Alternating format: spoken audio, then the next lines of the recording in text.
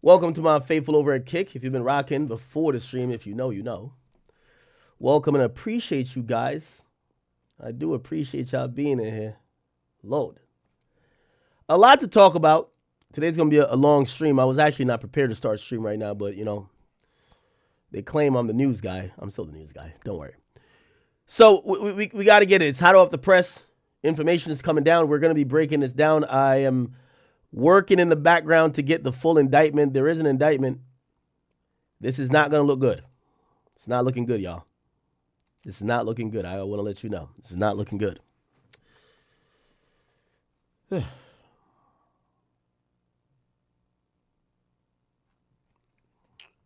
welcome.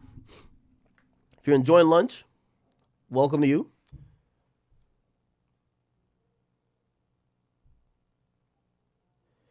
Now, I'm going to be honest.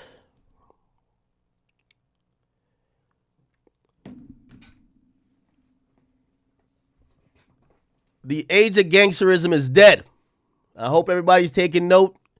And I want to say to the people who, after they've beaten the legal system, whether they've served time or they've been found innocent, I hope this is going to make a precedent and a set of warning that running around playing gangster will only have you doing a lot more fit first day outs if you ever get out.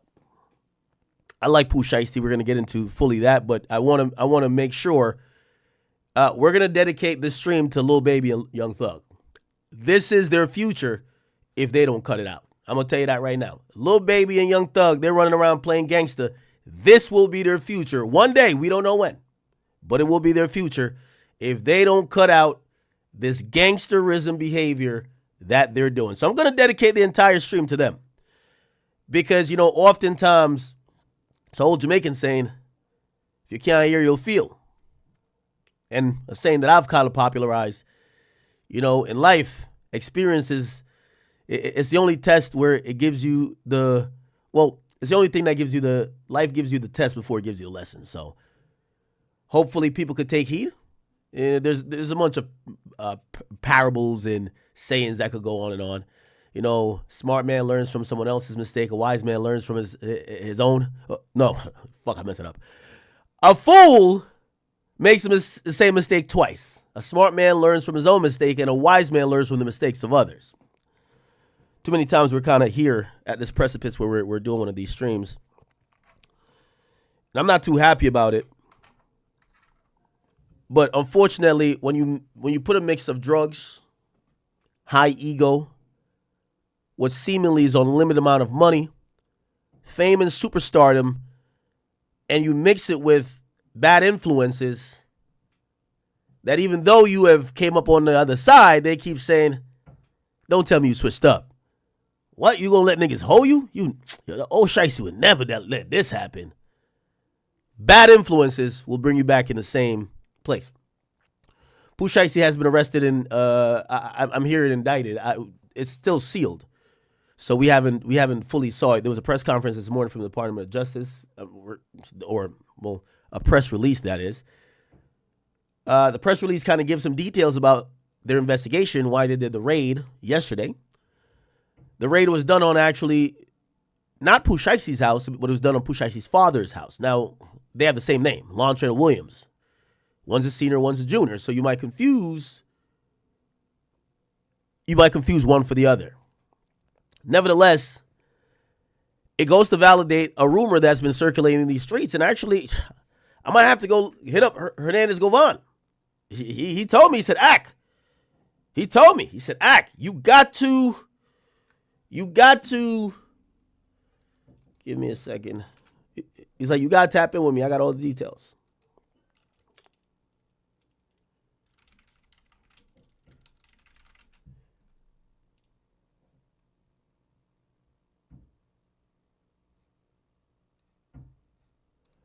Without further ado, we want to just get directly into this case here. The Department of Justice, again, this is another thing about rappers who have been to the system or been through the system, yet they refuse to learn. They come out taunting the system. The idea of fuck the feds, fuck the judge, fuck the prosecutor. It sounds good. Trust me, there's a exhilarating feeling when you're even repeating it, even if you've never been in trouble. However, it looks like they don't forget. This is clearly an attempt probably for a slam dunk for the Department of Justice. They've done a press conference about it. We're about to watch it now. If you guys are just tuning in. Rapper Gucci Mane was robbed at gunpoint.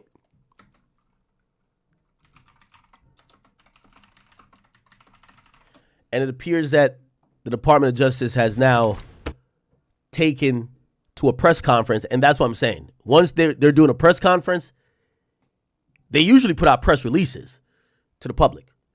But they're doing press conferences because this is the slam dunk. You get it? In their minds. Real quick, everybody get up in here.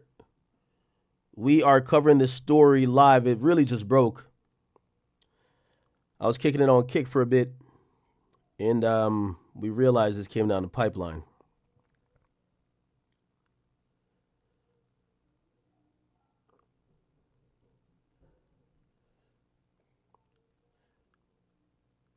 Okay, let's go.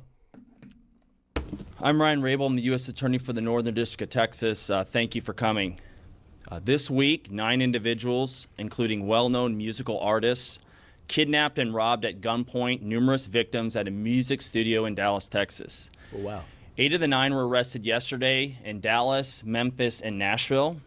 These individuals who are charged and arrested include Lontrell Williams Jr., also known as Pooh Shiesty, Lontrell Williams Sr. Well, I guess that, I was with Pooh Shiesty on they should make him the face of the Nike Shiesty. I guess that's out the window, right?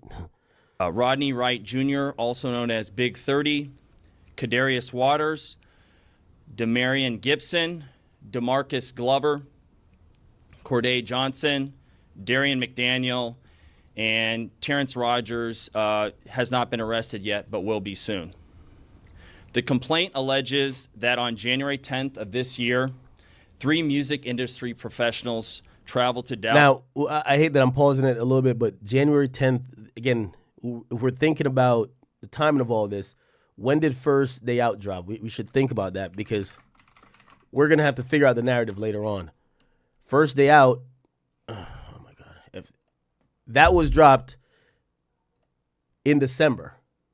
So what probably happens, chat, is that they haven't been, this happens a lot. This is why Bobby Shmurda had to get off Epic. A rapper gets locked up, the label, it's out of sight, out of mind. They're not going to still send money to your mama, to your daddy, to everybody who's with you. And if your account in terms of music, if that dries up and they don't have a lot of money there, they're not going to reinvest into an artist that's incarcerated. So you know what usually happens, chat? That artist feels away. It's like how Blueface said, I know I'm comparing to Blueface, but remember, how Blueface said he can't forgive one of his baby mamas because she wasn't there for him?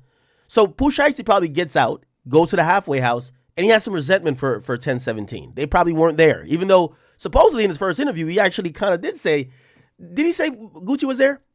But regardless, when he gets out, he drops a hit. He's probably thinking these niggas didn't hold me down when I was locked down. They ain't funding nothing. They're not giving me nothing. Why they gonna eat at the table with me? And they probably approached him to say, yo, you know what? Gotti been doing some stuff for us. We want to leave. There's a beef between Gotti, long-standing beef between Gotti and Gucci. Gucci's like, nah. Gucci's like, yo, we could probably give you better terms, but we're not letting you out of this contract, right?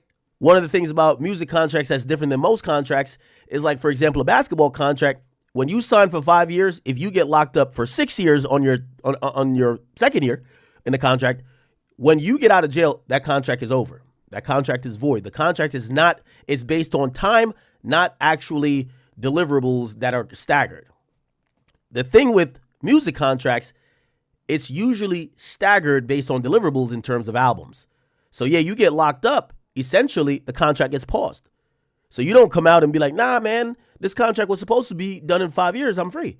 So that's kind of a running theory I got right now. But just to let you know the dates, December 12th, he drops First Day Out, the music video. And a month later, he meets up with Gucci Mane on January 10th, they said. And that's when the robbery occurs. So his song's already buzzing. Let me go back. I'm trying to not interrupt. Has not been arrested yet, but will be soon. The complaint alleges that on January 10th of this year, 3 music industry professionals traveled to Dallas for a scheduled business meeting.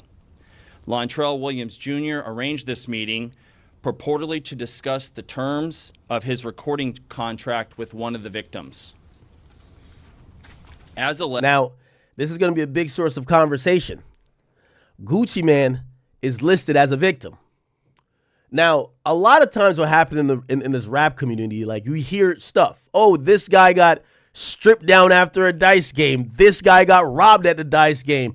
This guy, he up fire on this guy, and yo, he shot at those dudes, and nothing much comes out of it. And sometimes, obviously, the first thing is you don't want to cooperate, right? Because being a snitch is almost like a scarlet letter. The second thing is people don't want to wear that victim tag, that victim label, right? They don't want to. Shit, remember when I was covering the Big U thing, and I said, well, Wack, they say you're like one of the victims. They got an incident where Big U supposedly did something to you, and he started barking at me.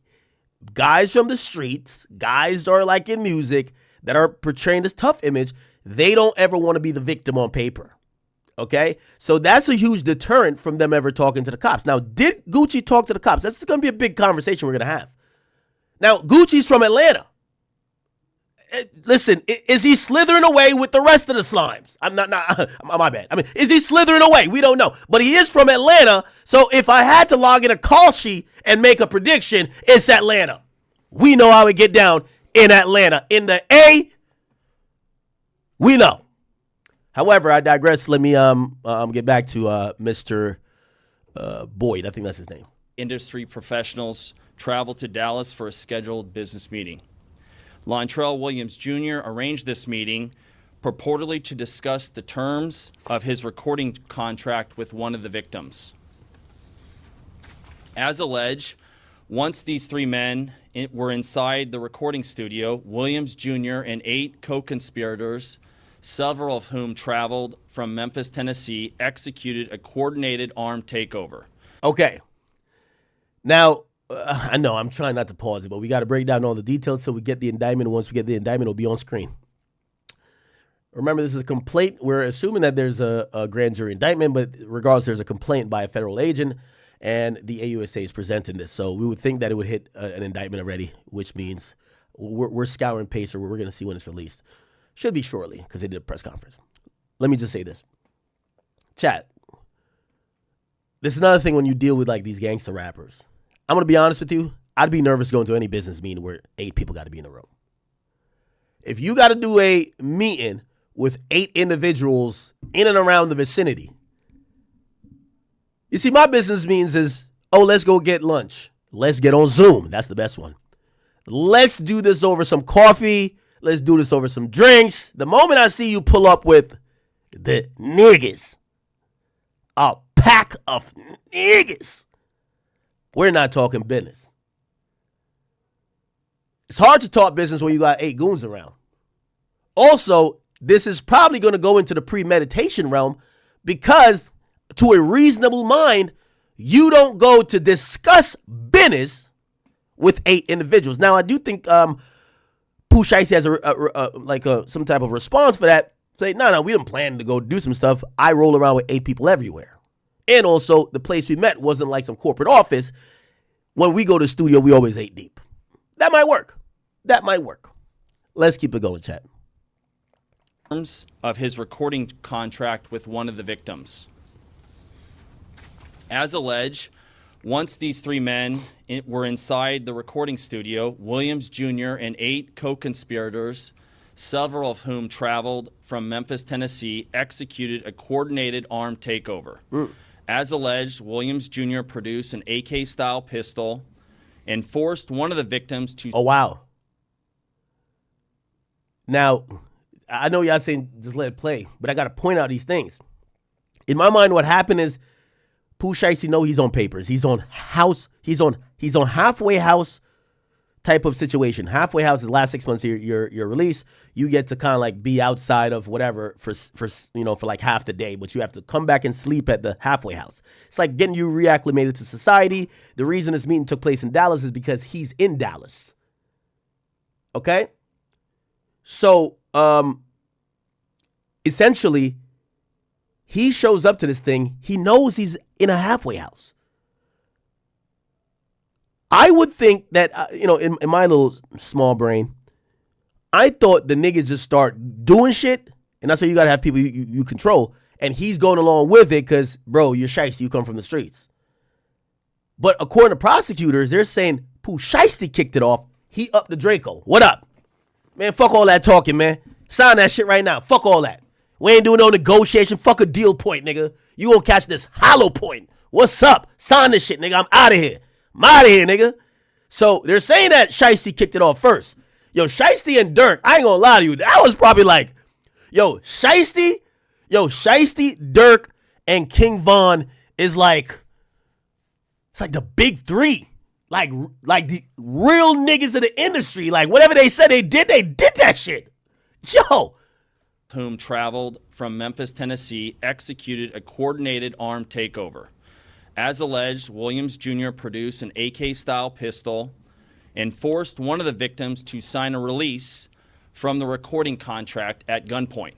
The remaining conspirators displayed firearms and robbed the other victims of Rolex watches, jewelry, cash, and other high-value items. Oh, shit. One of the victims was actually choked by one of the defendants to the point of near unconsciousness.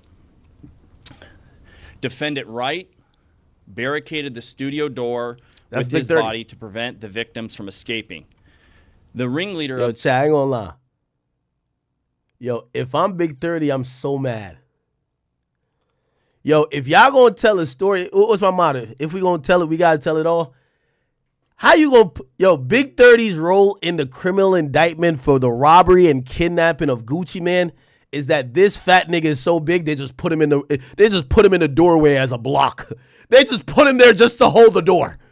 Yo, this nigga is so fat. They didn't say, imagine y'all tooled up. Everybody got y'all guns? Yo, y'all got y'all shiesties? I bet. We about to get this nigga Gucci Man aside. Yo, Big 30's like, what's my role in this shit? Your role? Nigga, just stand in the doorway. That's it. That's your job, okay? Stand in the doorway. That's your job. That's hilarious. Cash and other high-value items. One of the victims was actually choked by one of the defendants to the point of near unconsciousness. Defendant Wright barricaded the studio door with his body to prevent the victims from escaping. The ringleader of the conspiracy, Lontrell Williams Jr., was on home confinement at the time of the offense. Oh, he's done. As alleged for a prior firearms conspiracy charge and conviction out of the Southern District of Florida. Towards the end of his prison sentence, he had been granted home detention. Part of the terms of his home detention were that he would not commit another federal offense or possess a firearm. His father, Lontrell Williams Sr., is alleged to have helped plan and execute the federal kidnapping as charged in the complaint. And as described further in the complaint, within hours of leaving the Dallas studio, a number of the defendants were on social media displaying some of the items that appeared to be the jewelry that had been robbed from the victims. The charging document outlines some of the evidence. Yo, niggas could never stop nigging, huh? Soon as they get out of the studio, they went to social media to post the proof that they did do the robbery. Yo, here's the chain I took. Here it is right here. Niggas be thinking, they're like, they love calling bloggers police, but never acknowledge their role. Yo, a nigga will go online. And you ever see a chick with a tattoo? She wear clothes all around it. She got a tattoo here. She got no clothes that cover this region because she wants you to see it. A nigga who do a robbery or killing, yo, he'll just go live like, yo, I wonder who I'm smoking in this blunt. I heard niggas was down bad today. Man, next time you running from a nigga, don't trip. Like, they'll just basically tell you they did it. Like, niggas gotta confess. They got to. Yo, I wonder who chain this is. Yo, niggas chains on tour. Like, come on, bruv. hours of leaving the Dallas studio, a number of the defendants were on social media displaying some of the items that appeared to be the jewelry that had been robbed from the victims. The charging document outlines some of the evidence, just some, establishing the defendants' roles in the federal offense. This is as follows. Electronic monitoring data placing Williams Jr. at the offense location. Oh my God. They basically said the nigga had the ankle monitor on at the robbery. Yo. Yo, you might as well just FaceTime the feds, bro. Yo, hey, I'm robbing this bank right now. Not right now, I'm about to rob it right now. What you mean? What you mean I won't do it? Nigga, I got my pole on. What you mean I won't? Yo, you FBI. Yo, this is crazy. Wearing the ankle monitor to the crime is wild. Like, you know what I mean? This is lit. Yo, I wonder which genius thought of this plan. Yo, you got a GPS, like, oh, you got your ankle monitor on? You don't think they're tracking you right now, right? All right, come on, let's go do this hit. Nah, this is some grade A niggatry. I love this shit. The charging document outlines some of the evidence, just some, establishing the defendants' roles in the federal offense. This is as follows. Electronic monitoring data placing Williams Jr. at the offense location, which would put him in violation of his home detention conditions. Cell phone records and license plate reader data corroborating the coordinated travel of multiple defendants from Memphis, Tennessee to Dallas. Rental car records confirming Williams Sr. rented a vehicle that was used by the group. Surveillance footage from the offense location, a nearby office supply store, and a hotel where several of the defendants. This is interesting. Now, chat, I'm going to tell you why I'm pausing. I'm going to tell you it's interesting. It looked like the feds was up on this immediately. What does that tell me? It tells me that one of the victims, I think they're claiming it's 3 victims, so it was Gucci and 2 other people. Somebody cooperated quick. Or Pooh Shiesty was rolling around with the nigga that's working. Meaning that guy is, he working with the feds and he's going to be flipping and he's telling me, yo, them niggas just did a robbery today. Because this is a little bit odd. They're up on this shit mad quick. Usually they got to go back and post, and by the time they get back, most security cameras rewrite itself after like 30 days. Like, they don't have enough space to store stuff in perpetuity. So they got the surveillance. Wow, they got everything. Jesus Christ. A vehicle that was used by the group, surveillance footage from the offense location, a nearby office supply store, and a hotel where several of the defendants stayed. Myron, what up? Yo, what up, bro? I see you on stream, man. This guy, Pooh Shiesty, hasn't learned his fucking lesson, huh? Yeah, I'm going to be honest with you, man. The feds was up on this one. I ain't going to lie. I think as soon as the feds heard the first 2 lines, fuck the feds, I think they said, all right, let's build another case. They did this pretty quick. They got surveillance footage. They got it down to a T. Bro, dude, this is so fucking bad because he just got out of jail for like a similar crime. Dude, if he gets convicted this time, he's cooked. Yeah, but here's what I'm saying. But I don't know if are you home or are you at your spot?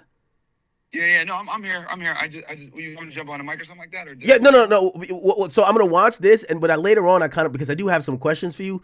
Usually, Sure. like say things like this. I'm surprised they didn't sit on it. Like this happened 2 months ago, right?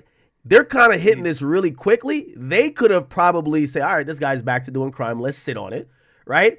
Also, I think the element that the hip hop is going to be concerned about is Gucci. Like they're wondering, for you to be a victim, are you cooperating, or could they, without your consent, just name you as a victim? And could they even pursue charges if none of the victims, supposedly it's 3, if none of the victims actually even, Okay, so that's actually an excellent question. So if Gucci decides not to cooperate with the government, hold on, wait. I don't want to hold people in suspense, but I got to. Hop on all your equipment and everything. We'll kind of do it like how we do our shit. And and we could do a proper breakdown. It'll probably take a couple minutes. I'll just keep listening to this. I think the Attorney General. Are you gonna be on late tonight too or not? Yeah, well, I'm streaming pretty much throughout the whole time. But if you got a quick answer now, just tell me now. I'd rather that. Yeah. So to answer your question, bro, the less cooperative victims are, the harder they're gonna have to rely on physical evidence. So from what I've seen, it looks like they got CCTV footage and all this other stuff where if you have a lot of concrete evidence like that, witness testimony isn't really that important. So so they could just cook them off of that, bro, to be honest. Yeah, they have a full, I don't know if there's surveillance footage in the like studio, but they have a lot of like, they know sequentially what happened. Yo, he was signing this paper while this guy pulled out his pistol, one guy blocking the door. It either has to be some surveillance or one of the victims has now talked. But let me throw this other thing in there. Do you think that maybe there's somebody with Pooh that probably, you know, maybe he has some other shit going on. He's kind of just flipped and kind of giving the whole thing up.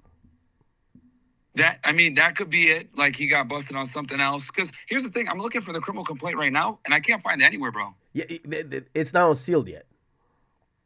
Well, okay. So, yeah, because they just arrested him, right? So they have probably, you know why? He hasn't been brought in front of a judge yet. Yeah. So. Yeah. Yeah, so they're gonna unseal it when he does his initial appearance, which is already like 2 p.m. They might not bring him in today. Every courthouse is different with their initial appearance, but by tomorrow at the latest, we're gonna have that criminal complaint more than likely, or they might have indicted him. But was listening to AUSA. He said the complaint, if I'm not mistaken. So that means some agent probably drafted it up, gave it to the judge versus doing a formal indictment. Yeah, interesting. Also, here's the thing too, and I'm not too sure how much you know about, at least within once you get to the Bureau of Prisons, at least for the federal government, like how do they deal with these things? If you're on what they call halfway house, which is kind of like, it's pretty much like it's a version of home confinement where you're reporting to a building, but you're allowed to go free to do work, and I'm pretty sure the work was I have to go do I got to go do music, right? So he goes to the studio, which is one of the allowed places. If you then do a crime, then is there any revocation that they have to just say, oh, you're back in federal prison rather than halfway house? Oh, yeah, bro. Like if you're on probation or parole or like any of that and you violate, like you're cooked. Like it could be as simple as they catch you with weed, dude. Like you're going right back to jail. They don't play around with that. Yeah, I'm trying to figure out if it's like premeditation, but like this seems so stupid. Nobody could sat down and thought about this for 10 minutes. Well, let me give you a little bit of insight, bro. Dude, that is ankle monitor on. Yo, these probation officers, bro. A lot of people don't know this. I'm gonna give your audience a little bit of game here. These probation officers damn near have more power than federal agents sometimes, and I'll explain why. If one of the people are on probation or getting one of these benefits where they're able to get out early, whatever, and they violate, not only can that probation officer go arrest them, he could search his house. He doesn't really need probable cause. Basically, you become the government's bitch, right? So what I used to do when I was an agent is if I was looking at a target and he was on probation, I'd go with the probation officer, pretend to be a probation officer, and then I'm able to pick up a bunch of intel from being in there because I'm there with that officer and he doesn't know what I do. So that's the power, just to kind of explain to you like how powerful these guys are when you violate. They become like damn near God mode, bro. They don't need anything to come pick you up. Yeah, no, this was incredibly. I was thinking that maybe the guys around him like kicked off something and he just went along. The U.S. attorney saying no, he initiated this thing, and it's pretty bad. Jesus Christ, the across state lines thing. I'm wondering if they really probably had like an axe to grind against him. It seems like they do, because the only thing they're mentioning about interstate is that hey, they travel from Memphis. That seems to be the thing. Yo, they travel from Memphis. To be honest with you, bro, establishing interstate nexus is very easy. Like, let's say they used a gun in a commission of a crime. Boom, it's done. Because what the government's going to articulate is he used a weapon that had different parts manufactured in different parts of the country, which affects interstate commerce, and that's how they get venue. That's how they do it. Yeah, because I used to do one of the things I used to specialize in when I was on the border was gun cases. Yeah. So that's why I kind of, one of my good friends, the ATF agent. So I used to work with him hand in hand. So I know exactly how the ATF deals with all these, gun charges. But to get interstate nexus, bro, it's real simple. Let's say you're a felon, right? And you get pulled over and you get arrested. And the state says, you know what? We don't want to take this. They call ATF. ATF comes and gets you, right? Now they write a criminal complaint. They indict you, whatever. They bring you into custody. One of the things that the ATF has to do to formalize before an indictment is they have to establish what's called an interstate nexus. And all that is a specially trained ATF agent, every field office has one, who is like the interstate nexus guy. He breaks apart the gun. He goes through all the different parts of the gun. And then he's able to conclusively say, hey, I examined this firearm. This firearm has springs from Massachusetts, but a trigger guard from California. And that's kind of their interstate nexus report. Does that make sense? Yeah. I knew there was something up with this because Gucci was noticeably quiet. And unfortunately, hip-hop is so ignorant that Gucci, who has survived a case where he was charged after a self-defense shooting, he's been to jail numerous amount of times. He came out this last time where he seemingly changed his life. He's been living and kind of moving on a straight path. They're going to put him in the same, he kind of falls into this, is this Atlanta being Atlanta thing again, because this idea of ratting. I think people are going to assume he cooperated. And unfortunately, I think for the culture and fans, let's say this happened, they're expecting Gucci to just keep it straight. Yeah, which he actually can do, bro. Because, like, he can if he doesn't testify and, he's like, look, I'm not going to talk on that, like, whatever, he could probably still salvage, like, his image because, because I've done this before. Like, when I did gang cases, one of the things that would almost always happen is, like, people would just not cooperate. Right, but we had so much physical evidence that we didn't really need that person's testimony, if that makes sense. So as long as you got good physical evidence, you got it. It's good. The witness is just like kind of the cherry on top when you don't have strong evidence, physical evidence. Hey, and by the way, chat, I'm looking up here on the Bureau of Prison website for the government. It looks like your chat is retarded, bro. Do these guys know what I used to do for a living? Yeah, some of them might not know. So it looks like they're saying, so before Pooh Shiesty's location in the Federal Bureau of Prisons would say this halfway house in Dallas. It says he's no longer there, which means I could imagine he just transferred to another. They probably just came to pick him up.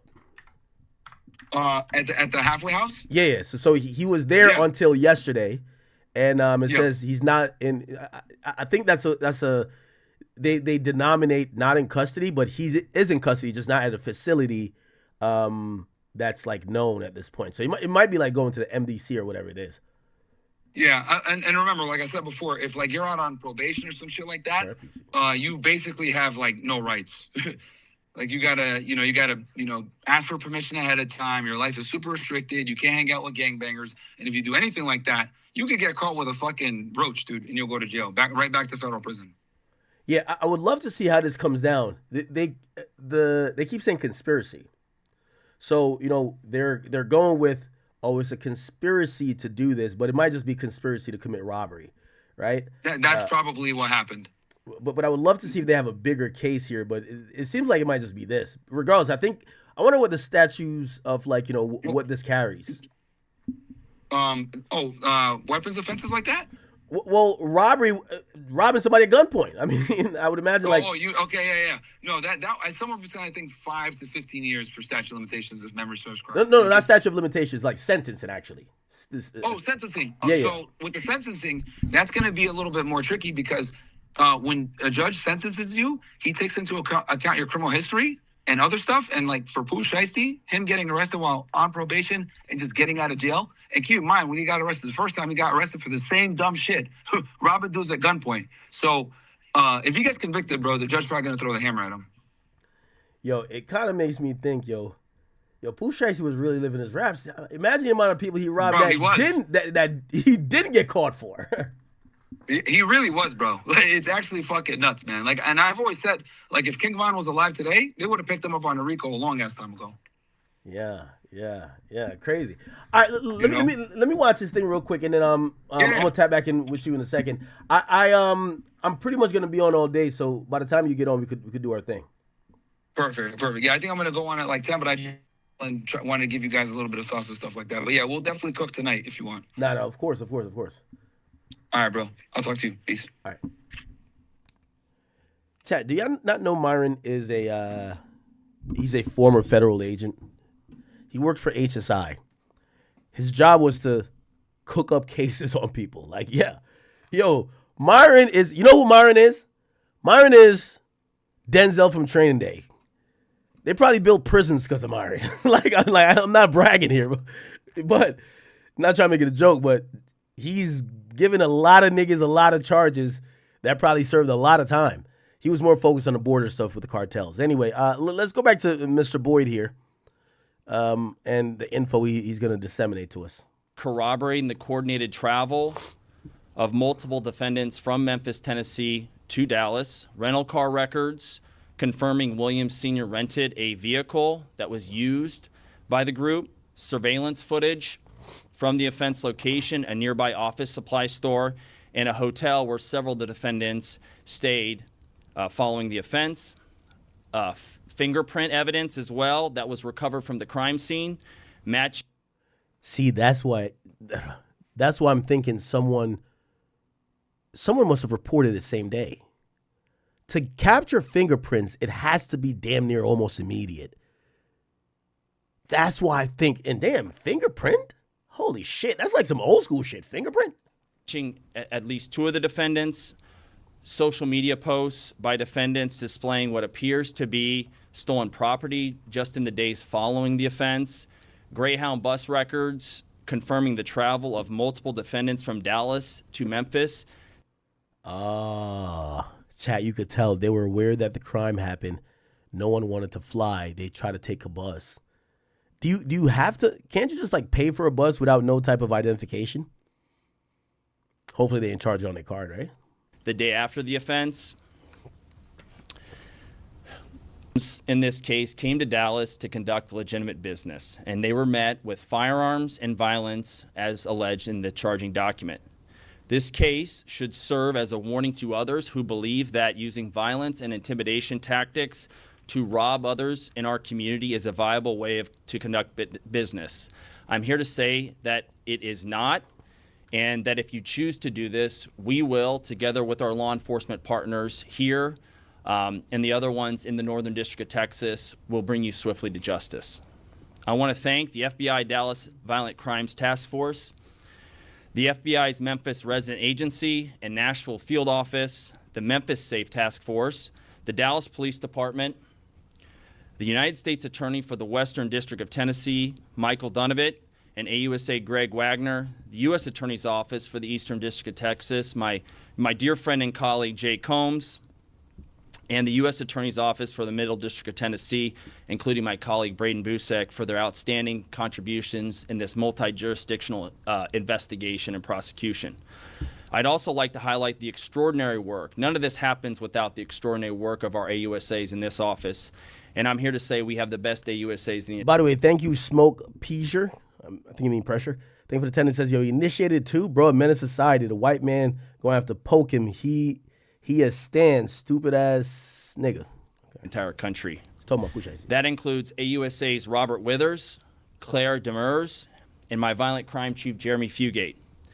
This case really underscores the importance of standing up for crime victims, no matter who they are or where they come from, and the incredible collaborative, investigative partnerships that we have, not only in the Northern District of Texas, but across the country, and we are all working together to make our country safer. So thank you for being here today, and I'll answer some questions after my colleague here speaks. But now I'm going to turn it over to him, and this is Jeremy Wright, who's the Dallas FBI Assistant Special Agent in charge. Yeah, thank you, Ryan. Good morning, everybody. As Ryan said, my name is Jeremy Wright, Assistant Special Agent in charge for FBI Dallas. As United States Attorney Raybold said, we're here today to announce the arrest of several individuals in the Memphis and Nashville, Tennessee areas, as long as one here in Frisco, Texas. These arrests are the result of a violent kidnapping of 3 individuals here in the Dallas area. The majority of those arrested did travel from Memphis to Dallas to commit that offense. Our office collaborated with multiple law enforcement agencies and other FBI offices to carry out this investigation that ultimately led to these arrests. So I'd like to thank the Dallas Violent Crimes Task Force, Dallas Police Department, the Memphis Safe Task Force, Memphis, Tennessee Police Department, and the Shelby County, Tennessee Sheriff's Department for helping with this investigation. Violent crime does remain a top priority for the FBI, and we dedicated significant resources from here in Dallas FBI, Nashville, Little Rock, Birmingham, and Atlanta FBI offices to investigate and successfully arrest these individuals. We remain committed to investigating violent crimes like these. No matter who you are, we will fight every day alongside our partners to make our communities safer. So, thank you. And we have time for some questions. If you would just identify who you were with and your name would be helpful. Yes, sir. Kevin Reese with WFAA. Hi, Kevin. It may be in the release that you're going to send us, but can you be more specific to who these victims are and a specific location of this studio that you were talking about? I'll answer the last part first. Yes, it'll be in the complaint, and we're happy to get you a copy of that. It's now unsealed. It was off Dallas Parkway in Dallas, Texas, a music studio. That's what's identified in the complaint. As far as victims go, we won't get into, at this time, who the victims are or not. Chase with the Dallas Morning News. Can you describe the injuries suffered by the 3 victims? So one of the victims, and this is actually in the complaint, and we'll get you a copy as well, there's a photograph of the injury. It looks like there's some abrasions on the neck and arm. You were still seeking one suspect, you said. One of the individuals that's been charged has not had his initial appearance yet, but agents are actively working to locate and bring him to court. And I wanted to touch on that actually. Eric Bushman with KRLD. Since there's one person you're still trying to get to come in, I guess it's not an arrest, it's its initial appearance. You had said that you're trying to work out. Because you're going public with this, are you afraid at all that that's going to hinder and eventually getting that individual in? Agents are working to find him. The complaint has already been unsealed, and a number of these defendants have had their public hearing already, their initial appearance, and so it's already out there that this individual has been charged, and so that information is in the public record. But I trust that the agents will be able to identify this person and find them and bring them to justice. Of course, that person can turn themselves in immediately. 2 questions. This is Chase with the Dallas Morning News again.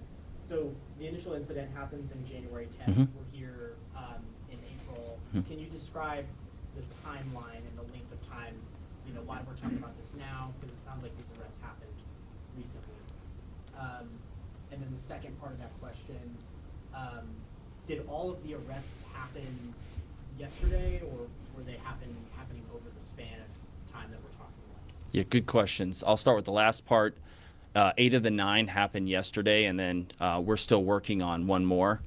And that was, again, a lot of those happened in Memphis. One happened in Nashville, and we're working now with our Georgia counterparts to get the last person brought to justice. Do you want to ask another question, follow up to that? Actually, I forgot he had 2. Come back to me after you. Okay, and remind me of your first the part, first sir. one was that we had the initial incident on January 10th, Yep. here April 2nd.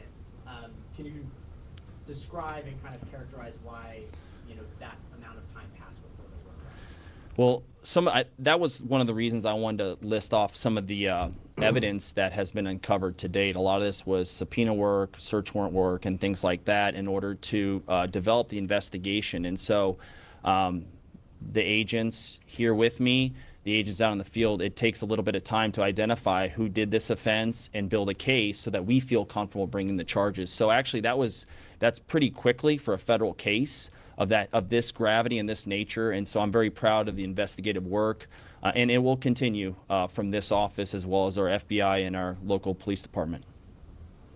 If convicted of these charges, these arrests, how serious are these crimes? What do these people face? They're facing a range, so there's no mandatory minimum in this case. It's a range of punishment, and it'll be in the province of the judge, whoever gets the case.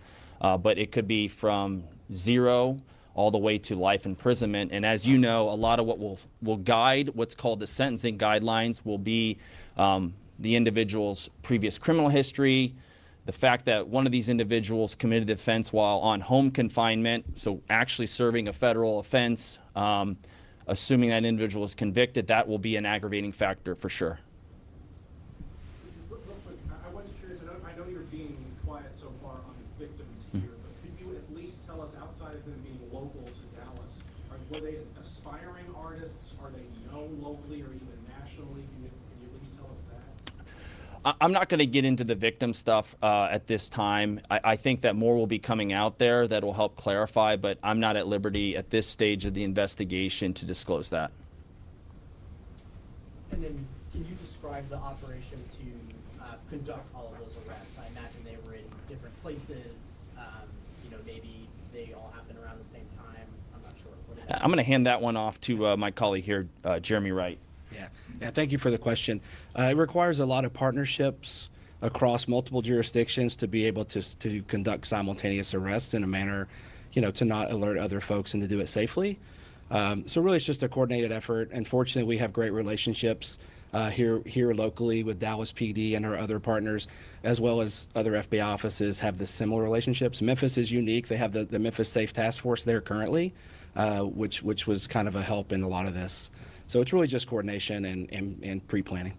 And a follow-up to that. So were all of the arrests in Memphis, or? No, we Memphis. We had one in Frisco, Texas, yesterday morning. The rest were in Memphis. And as the U.S. Attorney said, we're actively pursuing the final arrest. Thank you. Yeah. Did you have another question, sir? Kate, you get just mugshots. Is there anything out somewhere we can get that? I think that becomes public record, but I'm not sure. If I could follow up with you right after, Catherine, if you would get to make sure that we get that information over there. Thank you for coming. If there are any further questions, I just want to underscore the importance here in Northern District of Texas of vigorously prosecuting violent crime. And a couple days ago, I did a press conference in Fort Worth, Texas, but it just highlights the collaboration. The state, local police are some of our best friends and best partners. Chief Como is a dear friend and partner of this office and has been fantastic for us, working with some of the best in the business, the FBI. And I'm just really honored to stand shoulder to shoulder with the men and women in my office. So again, we look forward to prosecuting this case vigorously. And if you have any further questions, feel free to reach out to Catherine Miller. Thank you. Okay. Chat, we are trying to get the relevant information. What the hell? What the fuck? Give me 1 second, chat. Don't worry, we are working to get the relevant information here, which is a criminal complaint. We should get it shortly. We do have a case number. Currently, this is the motion that was signed off by the judge. We get to find out the case was actually filed on March 30th, 2026. And this is a motion to unseal. We have all the co-defendant. So this is obviously Pooh, Shiesty, Lontrell William Jr. This is his father. Rodney Wright is his big 30. We have DeMarcus Glover, Darian McDaniels, Terrence Rogers, Corday Johnson, Kadarius Walters, and Demarion Gibson. So it says the United States respectfully moves this court to unseal the criminal complaint in the above captioned case. In support thereof, as stated as follows. The criminal complaint was filed on that date, as I said, under a seal charging 9 defendants with violation of 18 U.S.C. 1201 and C, that is kidnapping and conspiracy to commit kidnapping. So at least we know what the charges are. So it's kidnapping and conspiracy to commit kidnapping. I'm wondering why there wasn't mention of the robbery. But it might be conspiracy that includes robbery. You never know. The complaint was sealed to protect the integrity of the ongoing investigation and prevent flight by the defendants prior to their apprehension. The grounds for the sealing no longer existing is the continued sealing of the complaint is no longer necessary or justified. 8 of the 9 defendants charged are now in custody. 1 currently in the Northern District of Texas. 7 currently in Tennessee. So pretty much Pooh's in Texas because he was already there because he was in Dallas. They arrested 7 people in Tennessee. And the 9th defendant, Terrence Rogers, the government has made diligent efforts to locate and apprehend him, and it is his assessment that he's likely aware of the existence of the charges and law enforcement's interest in his apprehension. Continued sealing of this complaint thus serves no meaningful law enforcement purpose. As primary objectives underlying the original sealing order, preventing flight and preserving the element of surprise necessary to effect safe arrest, have been substantially accomplished and are no longer achievable. These are strong presumptions of the acts of the. Okay, great. Okay, here we go. So it says, unsealing this complaint will not materially prejudice the government's ability to apprehend the ninth defendant. To the contrary, the public disclosure may facilitate the apprehension by enabling members of the public to provide information regarding the defendant's whereabouts. And moreover, the complaint only contains allegations necessary to establish probable cause and does not disclose sensitive investigative techniques which compromise ongoing. Ooh, so they're still looking into shit. Oh, wow. We need, I want to get Hernandez Govan on here. He's been, he's been one of the guys who wanted to appear in our stream and talk about a few things. I'm going to see if I can get him on the phone. Wow. Now, if you guys don't know, there was an ongoing raid yesterday that happened at Pooh Shiesty's father's home.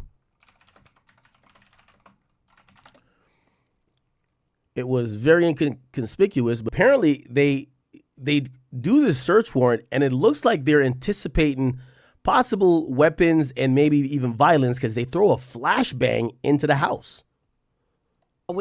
They did also execute a search, the arrest warrant as well. By the way, this is a Maybach truck. I'm not too sure if this is the one that's pictured in First Day Out. I think he just got his pops a Maybach truck. But Pooh Shiesty FDO. If you watch that video, you'll notice in this video he shows off a Maybach truck right here. Not too sure if it's the same one, but essentially, let's see if we can get to right here. The Maybach truck is here. I'm not too sure if that's the one picture, but it could be. Could be. All right. But yeah, you see the Maybach logo? It was a whole scenario. There's a couple more videos. Let me see if I can find. I'm working on getting what's the name on here. Don't worry. And we're learning more. Okay, by the way, I don't know why this popped up or someone sent this to me. They're saying that allegedly Pooh Shiesty already told and told on himself. And he's really close friends with Ben the Don. They're saying Pooh Shiesty told Ben that they robbed Gucci Man. This is like, they're claiming it was before. And he showed him the proof like on FaceTime or something while Ben was on stream. Let's see. Don't say that. Wait, why they overlay the music? 3 million cash, can't fit in my hand, then sit some on my head. Babe, come put that pussy on me, bitch. I'm fresh from out the fed. Hold on. Right. I'm trying not to get copywritten. Put that pussy. Are you serious? Nah, this might be cap. The whole world been waiting on it. Took that knife all I hope you lying, nigga. Gave it to my little homie, nigga. Ain't no more Mufasa, Mr. Okay. You can't even hear nothing. This is probably fake. It's probably fake. Oh, anyway, man, we got Hernandez Govan on the check-in. Now, he's the first one that mentioned this. He has a Memphis number. Call him. I'm sorry, the person you... Okay. His phone like mine. You call my number, you ain't getting through on the first ring now. I'm sorry, the person... All right, let me just text him first. That's how you know a nigga that beat a body. You call him nigga, that shit going straight to voicemail. Yeah. You call him, that shit going straight to voicemail. That nigga beat a body, man. That nigga, watch, he gonna call me back on like FaceTime or something. Yo, he's been trying to reach out to me for a long time. Yo, chat, you want me to tell you the truth why I haven't like tapped in with Hernandez Govan? There's just like, even though he beat the case, I kind of feel like he killed Dolph, bro. Like, and I'm like, I feel like I'll be just talking to a killer. Well, I guess I've talked to mad killers before, right?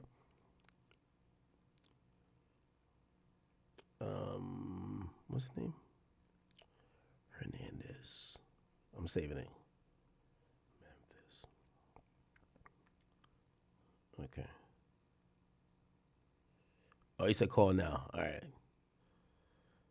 All right, let me do the shit. This is how you know I'm street chat. I'm going to call, but I'm calling FaceTime audio. Oh, yeah. No. Fuck. No, hold on. Wait, how do I? Fuck.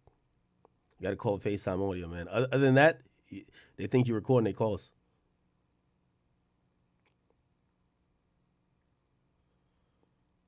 Bruv. Oh, see, he called me. There we go. My brother. What it do, big ass?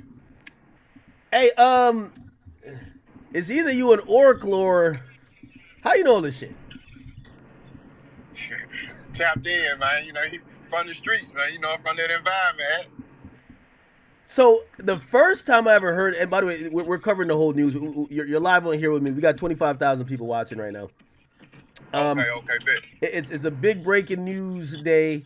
The federal authorities raided Pooh Shiesty's father's house yesterday, but they've now said they have a criminal complaint that charges him, Big 30, his father, and 6 others with conspiracy of kidnapping and robbery. And it all matches back to a story that we heard, but I think a lot of people were like, man, it's got to be cap, because why would this even be a thing? But supposedly Gucci was kidnapped and forced to sign his release papers, and people were robbed in the incident by Pooh Shiesty and others. You're the first one who said this shit. Definitely. How the hell did you know?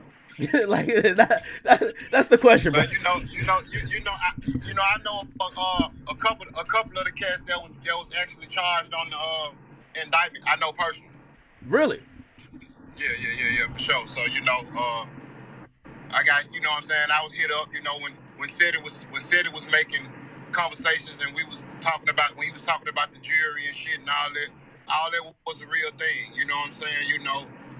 So wait, so people actually got on live or Instagram and they were showing off the jewelry? Well, I don't know about that. I heard that. I know that's a rumor, but I'm talking about, you know, we actually spoke with people that had access to the jury. You know, they was trying to, the jury was trying to be sold by some people, not Pooh Shiesty, not Luntrail, by some other people from Memphis, Tennessee. What type of jewelry was it? Do you know? Wedding band, watch. Really? Yeah, his homeboy DP got his chain took.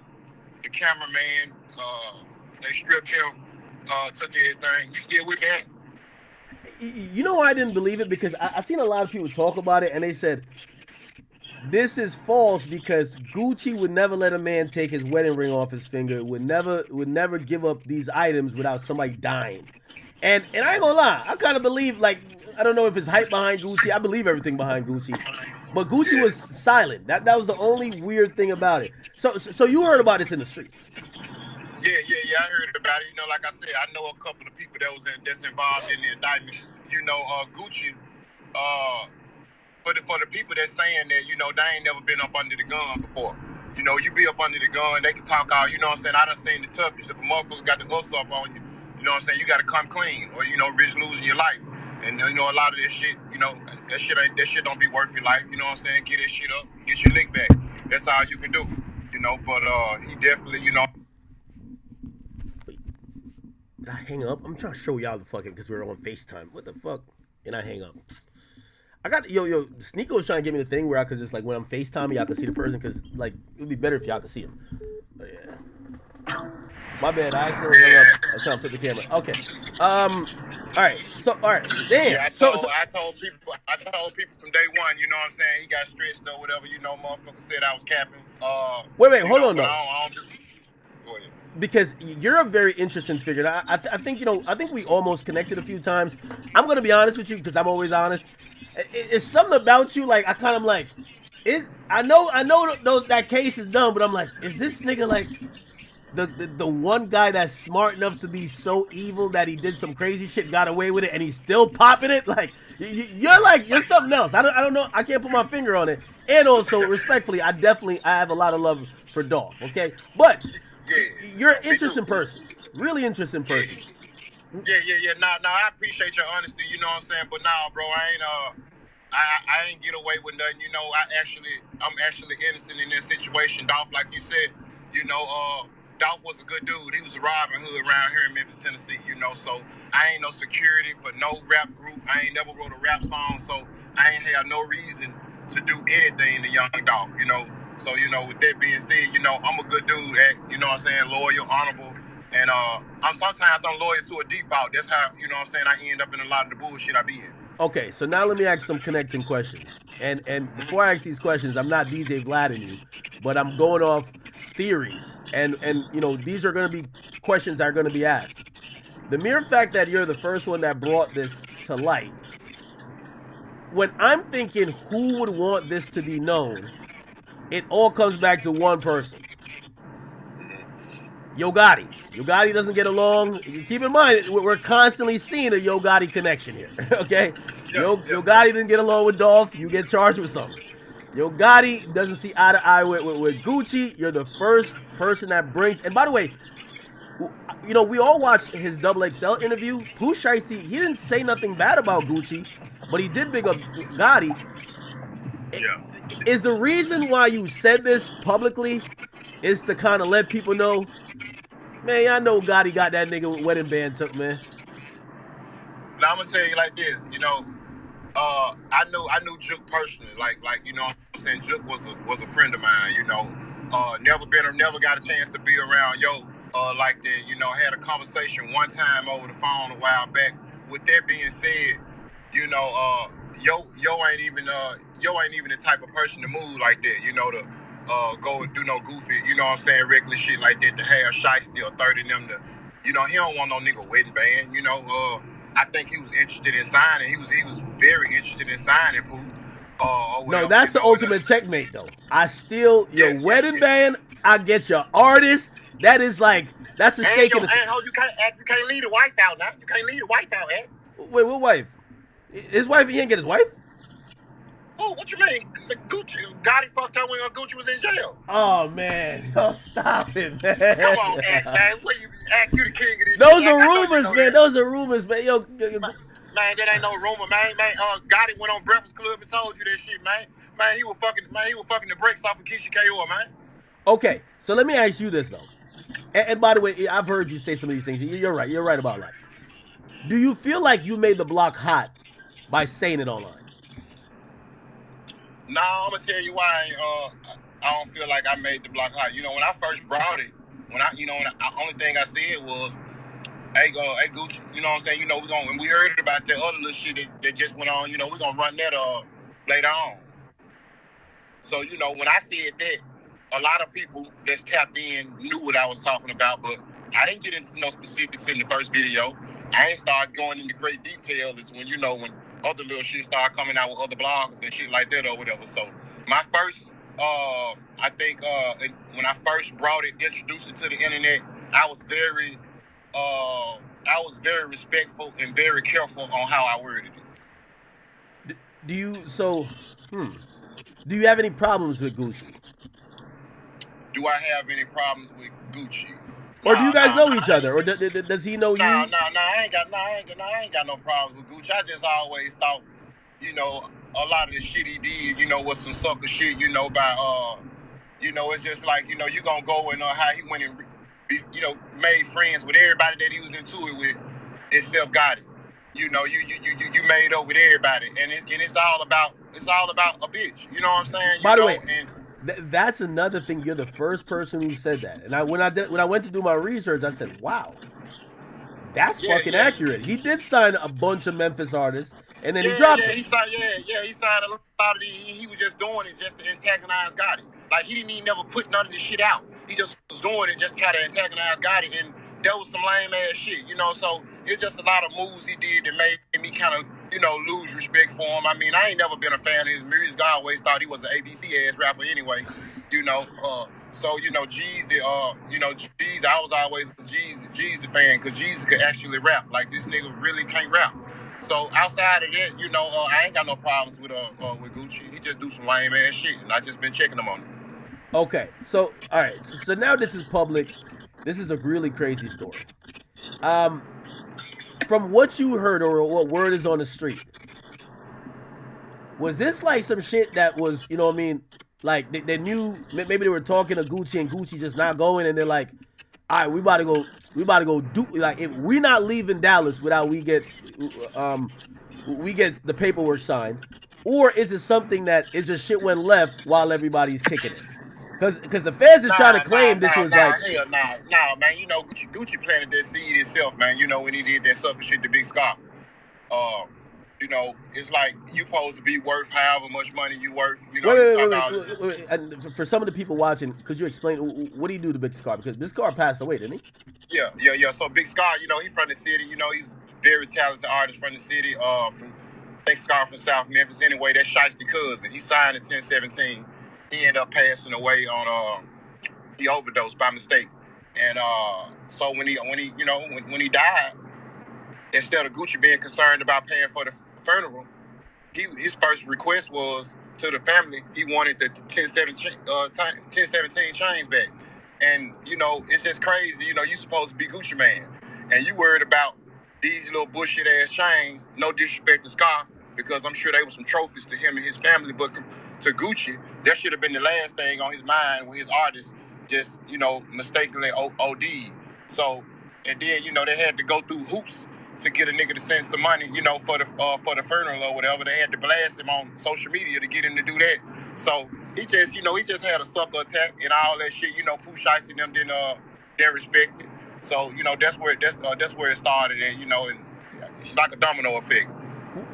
So where did Gucci and Pooh Shiesty fall out? Because I'm watching one of the videos and I think it's one of his earlier videos. I don't know if it was 762 God, but he has like the end of the video where he's showing off, yo, I just got my 1017 chain and Gucci's on FaceTime, and he looks like he's pretty loyal, or it looked like they had a decent relationship. So are you referring to a video that he shot since he been home or before? No, it's an old video. But we never seen any like signs that it went bad. Yeah. So again, you know, when Scar died, Shiesty was locked up.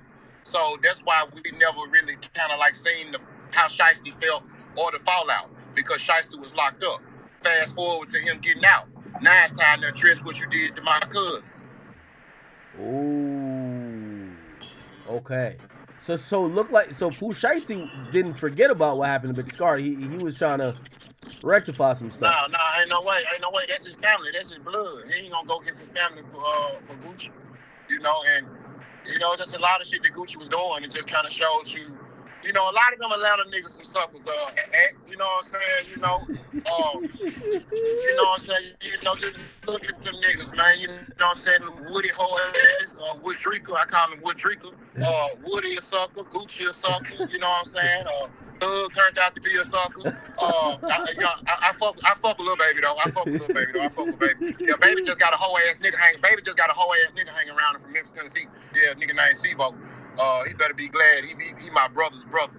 But anyway, that's a whole other story. But yeah, man, you know, a lot of them Atlanta niggas, them niggas some whole ass niggas, man. You know what I'm saying? But there's some real niggas in Atlanta too, though. I fuck with some real niggas in Atlanta too. Shout out to my boy Ghost. Shout out to yeah, for sure. You know, Gucci has like this reputation in like music. That's why people are shocked. Like he has this reputation. Gucci, me and Gucci had the same attorney.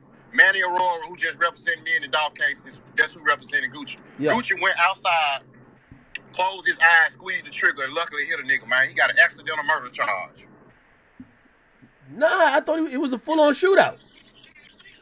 Man, it wasn't no fucking shootout, man. He shot the man, didn't know he shot him. The man died in the woods, man. They found the man in the woods 2 days later. Gucci didn't even know he shot the man. He was shooting with his eyes closed.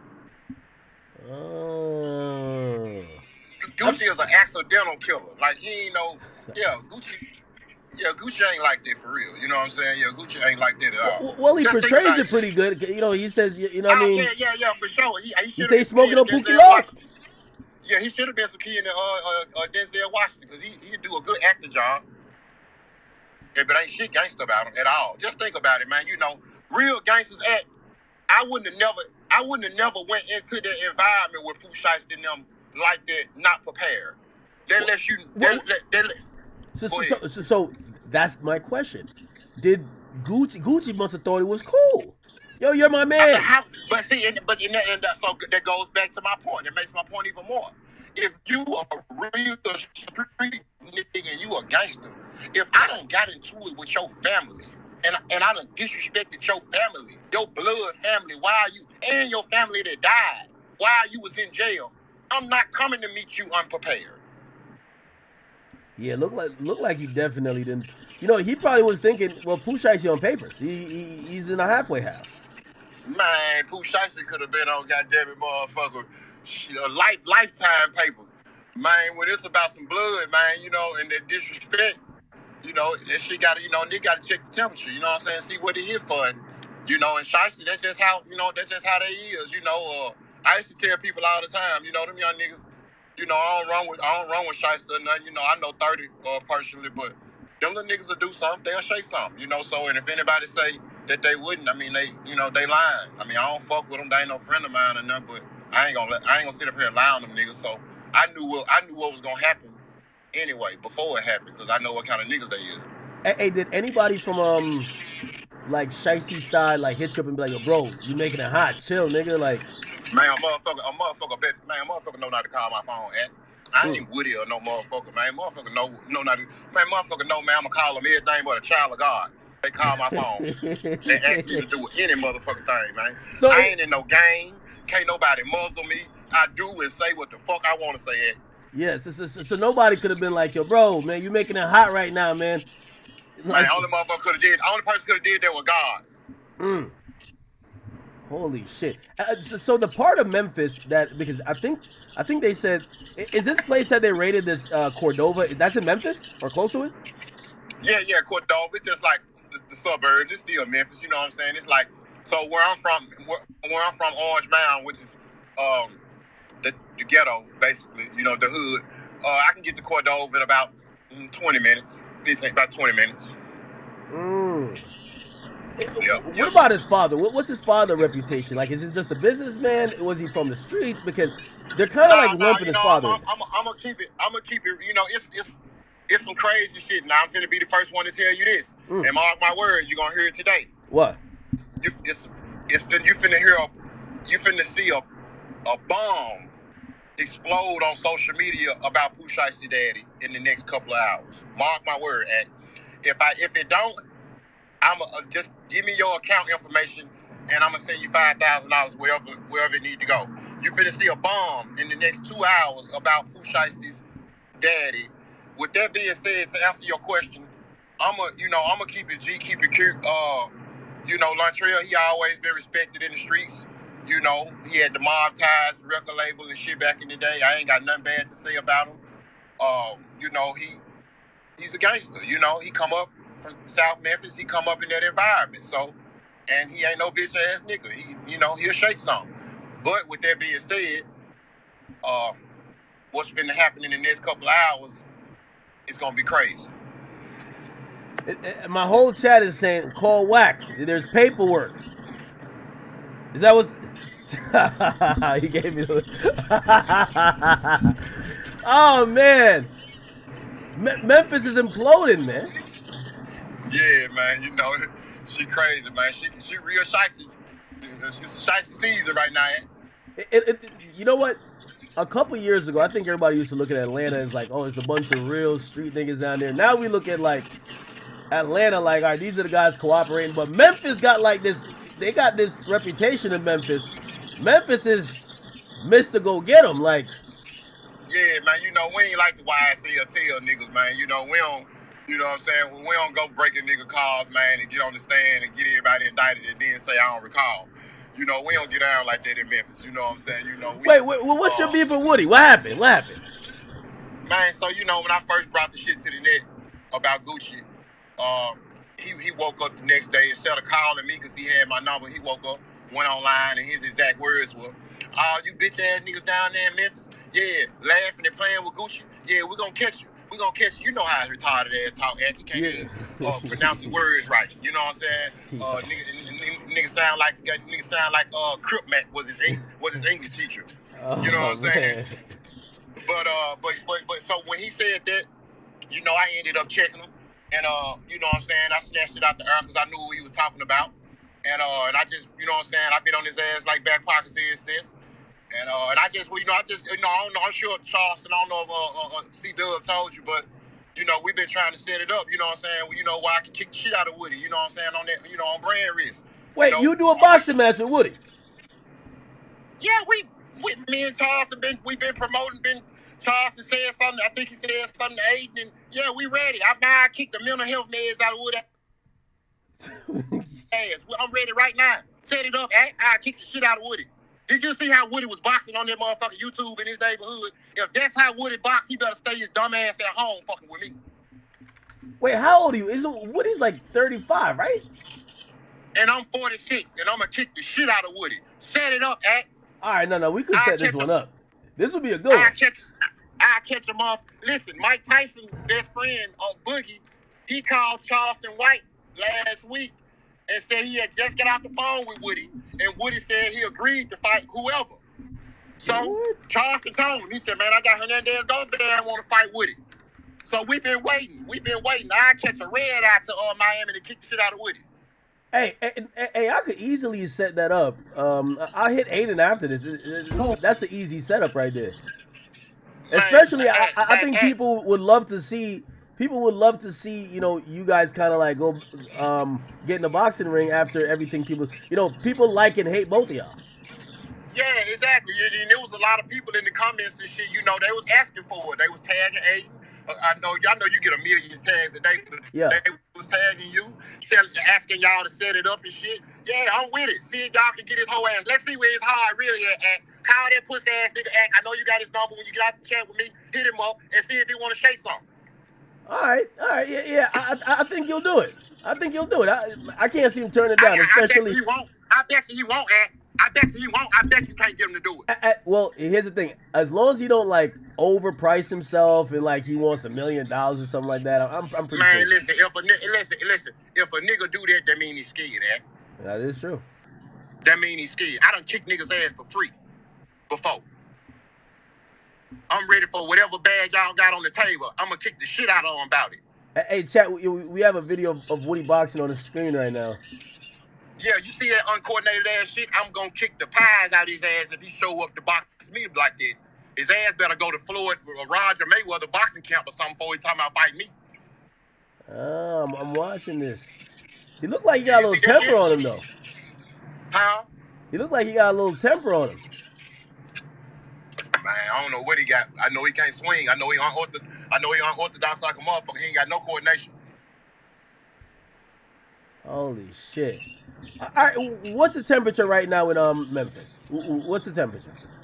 The temperature right now is it's like 70, 72 degrees. No, not like that. I'm saying, what are people feeling? Like, oh, it always feels like something's going on in Memphis. Like, you talking about the temperature like with the Shiesty shit or just in the streets? Just in the streets in general. What are people thinking about this? Obviously, it's. I mean, for the most part, we got the homeland. Trump got the streets on lock for the most part. We got the homeland security shit here, the FBI, the everybody. You know what I'm saying? They've been patrolling our streets and shit. So, it ain't live like how it normally would be. Much shit still been happening.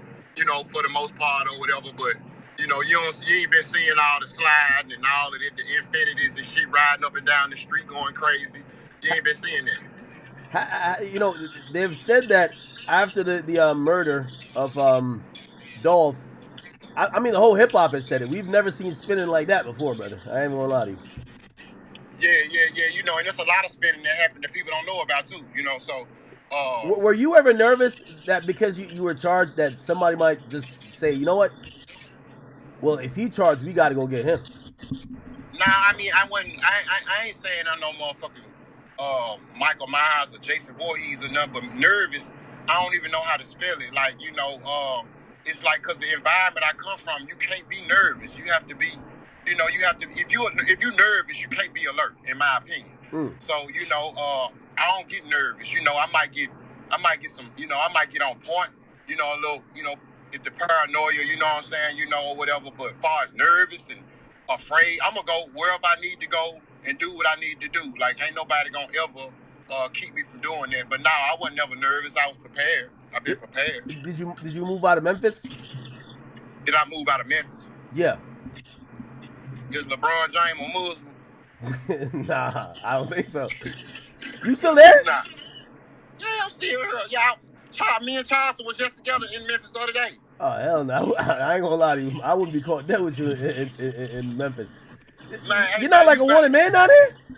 Huh? You're not like a wanted man? A wanted man, but I ain't got no warrants. Not by the police, but like... Man, come on, man. Hey, look. Hey, it's hard to find a nigga that you know that's like that. It's hard to find a nigga that you know that's gonna leave it all on the field. Like, I ain't saying I'm the toughest, but a nigga know that when you pull up on dudes, you gotta be right.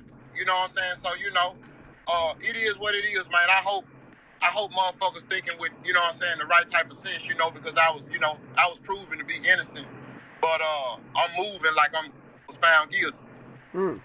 Do you believe Gucci was moving a bit square by not coming there with a few killers? Exactly, you know, but all of that goes back to him having a caretaker, Keisha Kaur, his mental episodes, and what do you mean he's having a caretaker? She, like, when she signs off on everything, she runs his phone. When people call, she decides if he talks on the phone. You didn't see the Breakfast Club interview? Yeah, I did. Yeah. But she said it was only during. I don't know. It was a little bit.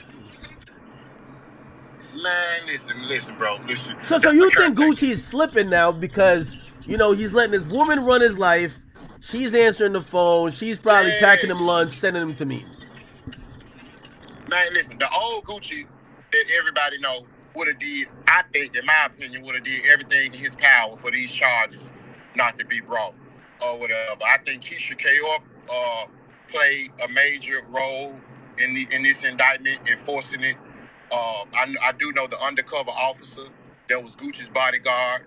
You know, he was the one that went, you know, that started this whole domino effect. Oh, you know, wait. Break that down. So because Gucci, when Gucci got robbed, Gucci got a bodyguard, which is an off-duty police officer. Okay. And, you know, best bodyguards to have too, by the way. Yeah, for sure. When you're not doing crime. Exactly. So with that being said, you know, when he was in there when it popped off, and he reached for his shit, but you know, street niggas had the ups on him, and so you know, when the charges didn't come immediately, me and a few of my guys, you know, Go Slow, Prince, and shit, you know, and said it, you know, we was under the impression that that the security, that the officer, you know, that the bodyguard was gonna keep it G on the strength of Gucci. You know what I'm saying? Him and Gucci probably had a bond or whatever. Is that even possible though, right? Because if I hire the only way it's possible, he would be breaking the law. You know, and I didn't. And my question was, damn, is he willing to put his freedom, his life, his family's life on the line for Gucci Man to, you know, to basically hold this to his chest for the reputation of Gucci Man? I didn't think so. Okay, so you are in belief, and you just gave us some new information here. So chat, it looked like we're getting some inside information. This case, because when we watched the whole thing, we're like, damn, if they got fingerprints, they must have went the next day or the day after. Like, you can't come back 2 months and get some fingerprints. It don't work like that. So now you're giving us some info that Gucci probably went there with a bodyguard, and that bodyguard was he's basically police, right? So yeah, it wasn't no probably to it. This is all fact. Okay, so he's an off-duty police officer. However, even if he's off-duty and a crime like that happens, you're risking your whole livelihood by not reporting it, by not doing what you are sworn to do, and it's a judge of your character. Even though you're off the clock, you're still a policeman. Yeah, and he could have went to jail for that. Oh, okay, because if he was about to brandish too. Yeah. He could have, like, the police officer could have went to jail too. Not that because he upped his gun, but if he wouldn't have, you know, police officers, they have a sworn duty to, you know, report, protect, serve, all that shit. So if he wouldn't have reported that crime, a crime that serious, at minimum, he would have got, failure to report a felony, and you know all that old goof-ass charges and shit they be having. You know, so, yeah, he wasn't willing to risk that for Gucci Man. Okay, so I'm asking this line of questioning to get to, like, the most important part, which I think hip-hop is already starting to dissect. Does anyone believe that Gucci Man is cooperating? Did he make a statement? Will he take the stand? Is Gucci, quote-unquote, snitching? Or is it just, you know, people found out about it because of this off-duty cop or undercover cop, whatever, and Gucci's listed as a victim, but he don't got nothing to do with nothing? Man, I'm gonna give Gucci the benefit of the doubt, man, and say that he ain't cooperating. My partner Ghost Los think that he might be.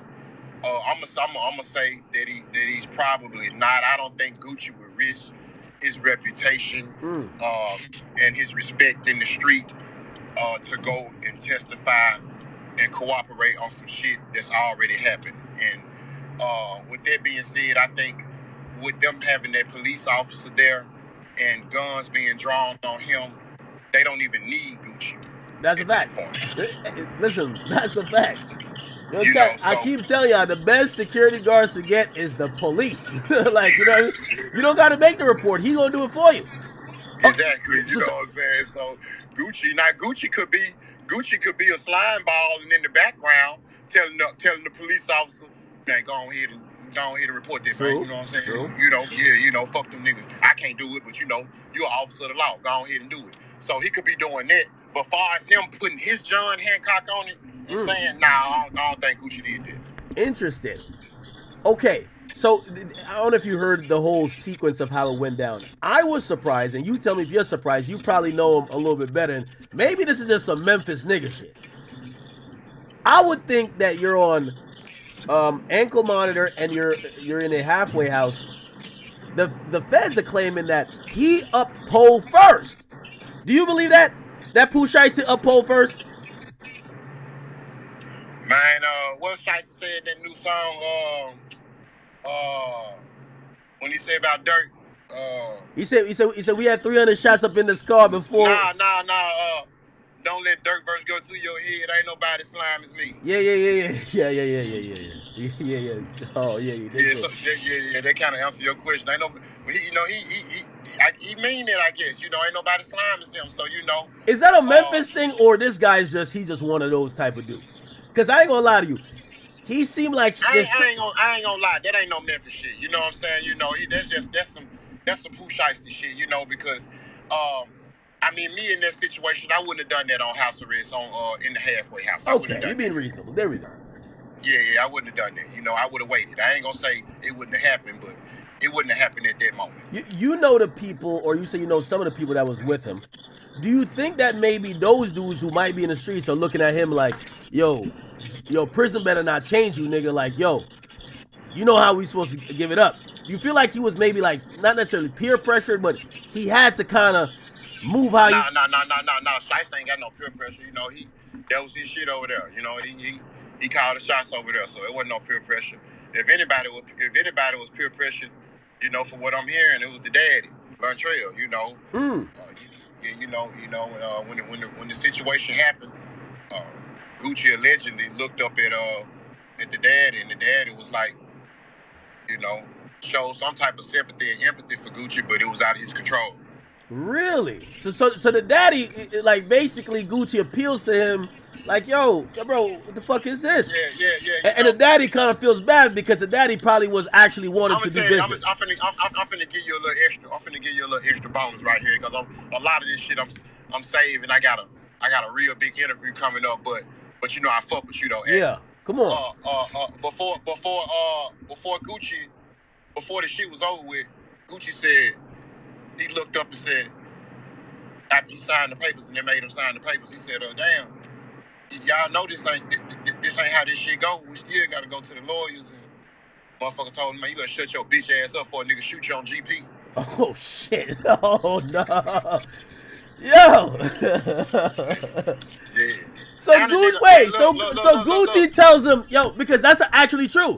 So with release papers, because I was even thinking like, if I'm Gucci, I just put a unrecognizable signature. That's something I could shoot down later to say that doesn't match the rest of my signatures, right? But if you sign something, if somebody is forcing you to sign something under duress, it's not gonna hold up in the court of law anyway. Yeah. Well, here's the thing. I think they was looking at it like Gucci would be a bitch to come out and say, yo, don't let him out the contract because he had a gun to me. So it was just gonna go to like they was gonna go on. They was gonna go off of that. You know what I'm saying? So I get it. But and again, when people were saying Gotti had something to do with it, like they can't know because is that a direct quote though? What? So you're saying they're pointing a gun at him. He's signing these papers, and he said this is not how it goes. And the nigga says, man, you better shut your bitch ass up before we For a shoot nigga you. shoot you on GP, that was said. They were bluffing though, right? They wasn't gonna shoot no Gucci. Hey, listen, a motherfucker. This how bad they disrespected him, man. Man, they went in his ear and took his earrings out, unscrewed him. No, what? Man, treated him like a real hoe. Unscrewed him. They unscrewed the earrings. Unscrewed the earrings, nigga. If I tell you a duck, you pull a truck, hook that motherfucker up. So they took earrings, they took the wedding band off. Did Gucci take the wedding band off himself? Yeah, or did they rip it off his face? I'm wondering how physical they got with Gucci. Hey, Gucci followed instructions real well under pressure. I mean, shit, I would too. I'm not, I mean, I would too. Yeah. Holy shit! Sure. So they're yo, give me this, give me that. Yeah. This is after he signed or before he signed? And why the added disrespect? If you wanted the signing papers, why take things from them? Yeah, so the signing was the first. He signed first, and then he was relieved out of the items. Damn, they confiscated it. Jesus Christ. Yeah, for sure, man. And the other dudes, so where did he had a homeboy with him too. He had a homeboy with him named DP. He got stripped too. The cameraman got stripped and choked. Cameraman got choked. Why did he get choked? It was like uncooperative? I don't know. I guess motherfuckers was just trying to show their bravado, showing they mean business. What do you mean stripped? You like stripped of their possessions? Like, oh, give me a chain? Yeah. Nigga took cameras. And okay. Nigga took all kind of shit. Damn, not the Canon. Jesus. Not the Canon. Yeah, cameras. They took the cameras from the cameraman. Oh man, not that. Yeah, Gucci brought a cameraman with him too, because he thought he was finna snap up with his artists and shit. Oh, so Gucci thought he was vlogging. Yeah. Gucci brought a cameraman with him as well. Damn. Yo, I ain't gonna lie to you. You're right about that line.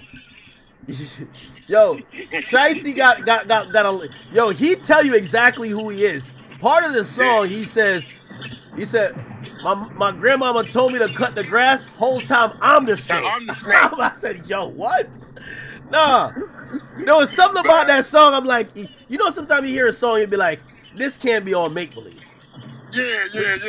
That's one of them joints right there, ain't it? Oh man, no, this is crazy. Yeah, for sure, man. That shit wild. So in the 2 months afterwards, what do you think Gucci's thinking? Is he not like, yo, all right, one of them pussy niggas gotta die, or is he like, yo, the undercover cop or the bodyguard cop was there, so I can't do nothing because if anything happens to these niggas, it's gonna look bad on me. Cause I gotta imagine Gucci probably go back to his war shed and probably say, man, alright, yo, shit, on some Dirk shit, I got 20 on him, 30 on him, 50 on him. Like, yo, these niggas gotta go. But I think, man, with his wife, she runs shit. She wear the pants over there. Between that and him taking all that medicine and shit, I don't think Gucci on nothing. You know what I'm saying? I think this a whole totally different goo-op, So you think Gucci like washed up in terms of that mentality? Yeah, I honestly do. I think he done became so successful in life. He love his family, he love his kids, he love his wife, and I just think he look at shit like he got too much to lose, and I ain't saying that's the wrong way to think, just other motherfuckers just retarded and die by their respect, and I'm one of them, and so I couldn't be in that. I couldn't be in that situation and be like, I'm finna go to Sunday school. No, I couldn't. Hey, by the way, you know why I thought this song was capped? No, not the song. You know why I thought the story was capped at first? Because it reinforces the song too much. When Shiesty said, he says, yo, he said, 30, pass me that Drake. then he says, unfortunately, I'm the CEO and the top shooter for my gang. Yo, he said my grandma told me keep the grass low. Whole time I'm the snake. He said I smelled this plot up from 3 miles away. You can't outsnake a snake. Yo, I'm sorry. You can't out-fox a fox. You can't outsnake a snake. Nah. I ain't gonna lie. He mean that shit. Jesus Christ. So, so you think Gucci just been probably just like falling back, probably thinking or knowing that this is gonna happen? Yeah, but Gucci knew. Gucci probably knew. You know what I'm saying? The body, I'm sure that bodyguard he had, they've been rocking for a minute. You know what I'm saying? From what my people told me, and I know the bodyguard had to tell Gucci, man. You know, I got to do my job, Gucci. You know what I'm saying? And and Gucci was probably like, I'm sure Gucci probably wasn't against it. Yeah. I'm sure, he want Pooh Shiesty to suffer some kind of way. I wouldn't have wanted Pooh Shiesty in jail. I would have wanted him out. But different people handle things differently. Well, here's the thing. At the end of the day, he's still signed to Gucci. Yeah. And even though I think they're trying to go around it, like based on what we heard, and now that's it's a federal complaint, it's no way any judge would actually grant a injunction to stop Gucci's contract or any type of relief to let Pooh Shiesty walk. So he's gonna be with 1017. Oh shit, my bad. I think maybe shit. Oh shit. I just seen some crazy shit. Damn. Oh man. This is crazy. Yo, chat, why didn't y'all tell me? Let me see. I think his phone died, but why didn't y'all tell me Shiesty was like this? Yo, Shiesty, Dirk, and King Von, bro. It's like Hall of Fame, nigga. Them niggas is like Hall of Fame steppers, bro. I ain't gonna let anything them niggas say. Yo, if them niggas say they went to Mars, I believe it, bro. I don't think them niggas lied in one rap. I'm not even gonna lie to you. Shiesty, I look at rappers mostly as liars, but Shiesty, Dirk, and Von, whatever they said, they did that shit, man. And now I want them to get convicted. You know what I mean? This is the hypocrisy of fans, right? But them niggas did that shit, man. Holy shit. Chat, do y'all believe that? He said, I don't know if Gucci's at a table. I want to figure out the details. I want to mentally recreate the scene. They're in a studio. Is Gucci just sitting down? Is he at a table? They pull a gun on him. Yo. Yeah, my bad. I'm on this goddamn highway. My bad. Nah, it's all good. It's all good. Jesus Christ. Nah, this is pretty interesting. So they said it was 3 victims. It looked like you've kind of outlined. No. Well. Oh, it looked like it's 3 victims plus the undercover cop. So it looked like it was Gucci, the cop, the cameraman, and the other guy. You said his name is D something? Yeah, DP. DP. Okay. And then Shiesty comes with 8 other people. Correct. So you don't think the father knew about this, while they were on the way there? No. He knew. Yeah. Come on, his dad a gangster. His dad, his dad like that. You know what I'm saying? I'm sure he knew. I'm sure he knew something. Well, you know what I'm saying? They had some type of conversation. If not, he wouldn't have been there. Whose idea do you think it was? Right after it happens, looked like they must have panicked because maybe money was slowing up, but there's a couple niggas that took Greyhound. Whose idea was to strip Gucci? No. Whose idea was it to? Because they said 2 or 3 of the individuals went back from Dallas to Memphis on a Greyhound. Okay. So you said whose idea was it for them to get back on the Greyhound? Well, I would think that's not a very popular means of travel for if y'all associated with a big rapper. I think you only do that to try to conceal where you're going. Yeah, you're trying to conceal travel. Yeah, that you was even there. Yes, exactly. But a lot of them cats in those situations, they don't really be thinking, because I'm sure they had cell phones with them. Yeah, they do. Yeah, so they can go back, they can ping the cell phones, so getting on the Greyhound, you ain't do nothing but waste your time. You know what I'm saying? Because that ain't gonna keep you off that motherfucking phone tower and pinging. Do you think that Pooh Shiesty is cooked? Yeah, he done. He got a Chinese name, One Gong. One Gong, stop. Hey, well, hold on though. Because you once got a murder charge, right? And people would think that you were I in didn't have I didn't have a police officer that's sworn to protect and testify against me either. So you think that's gonna be the guy to testify? Who you think? Listen, what I'm finna tell you is the truth, factual. The police officer is the one that started this whole investigation. He's the one that made the first initial statement. And with that being said, he is going to be the star witness. And there's no jury in America that's going to believe Pooh Shiesty and his attorney over an officer of the law. I mean, I agree with you. I agree with you. If it comes down to that, I mean, that's a tough sell, right? And I ain't wishing nothing bad on the kid, you know, because I ain't got nothing against him, but I'm just keeping it G, you know what I'm saying? You know, ain't nobody going, police officer. And not in the police officer, it's different. It'll be different if a police officer was getting on the stand testifying to something that another witness told him. This police officer is going to be testifying to him getting robbed as well. Ah, interesting. You know, not only was he a witness, he's a victim as well. Hey, why didn't the police officer just tell them, like, yo, you know I'm a cop, right? Them little niggas they don't give a damn. They don't care. Really? You can see that from, you know what I'm saying, from what done transpired today. They don't give a damn. They could have had the Secret Service in that motherfucker. You know, they could have had the Secret Service in that motherfucker. Nah, this is gonna be crazy right here. I don't think this goes to trial, honestly.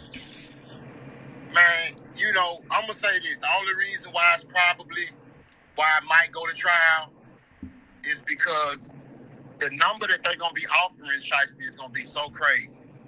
Well, how much did he just do? He just did like 4 or 5. He just did like a nickel.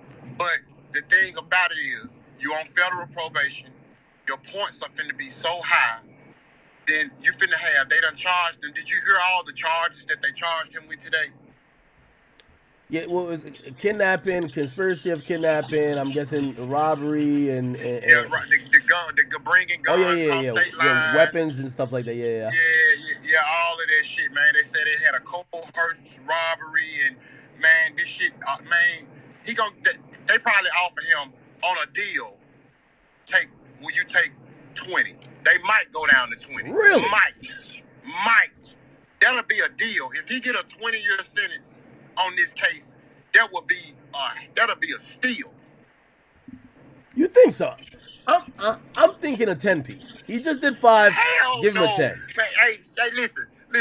He on 5 years of probation alone. You got to do the probation time first, Act. That's 5 years alone. We ain't started talking about the guns with the switches and the kidnapping and the conspiracy. Man, they said 30 locked the door and stood on the door, held his back up and wouldn't allow the people to leave. Yeah, I'm not gonna lie. Whatever song they was gonna make about this shit, I guarantee is a hit. Yeah. Yo, 30 locked the door, hand me my Drake. Man, you know, and everybody, you know what I'm saying? I think everybody except 30. But Shiesty got a fucked up record. His daddy got a fucked up record. It's 30. One thing about Shiesty, I want to give him credit. He held down that jail stint like a G, like he was built for it, and he was good with it.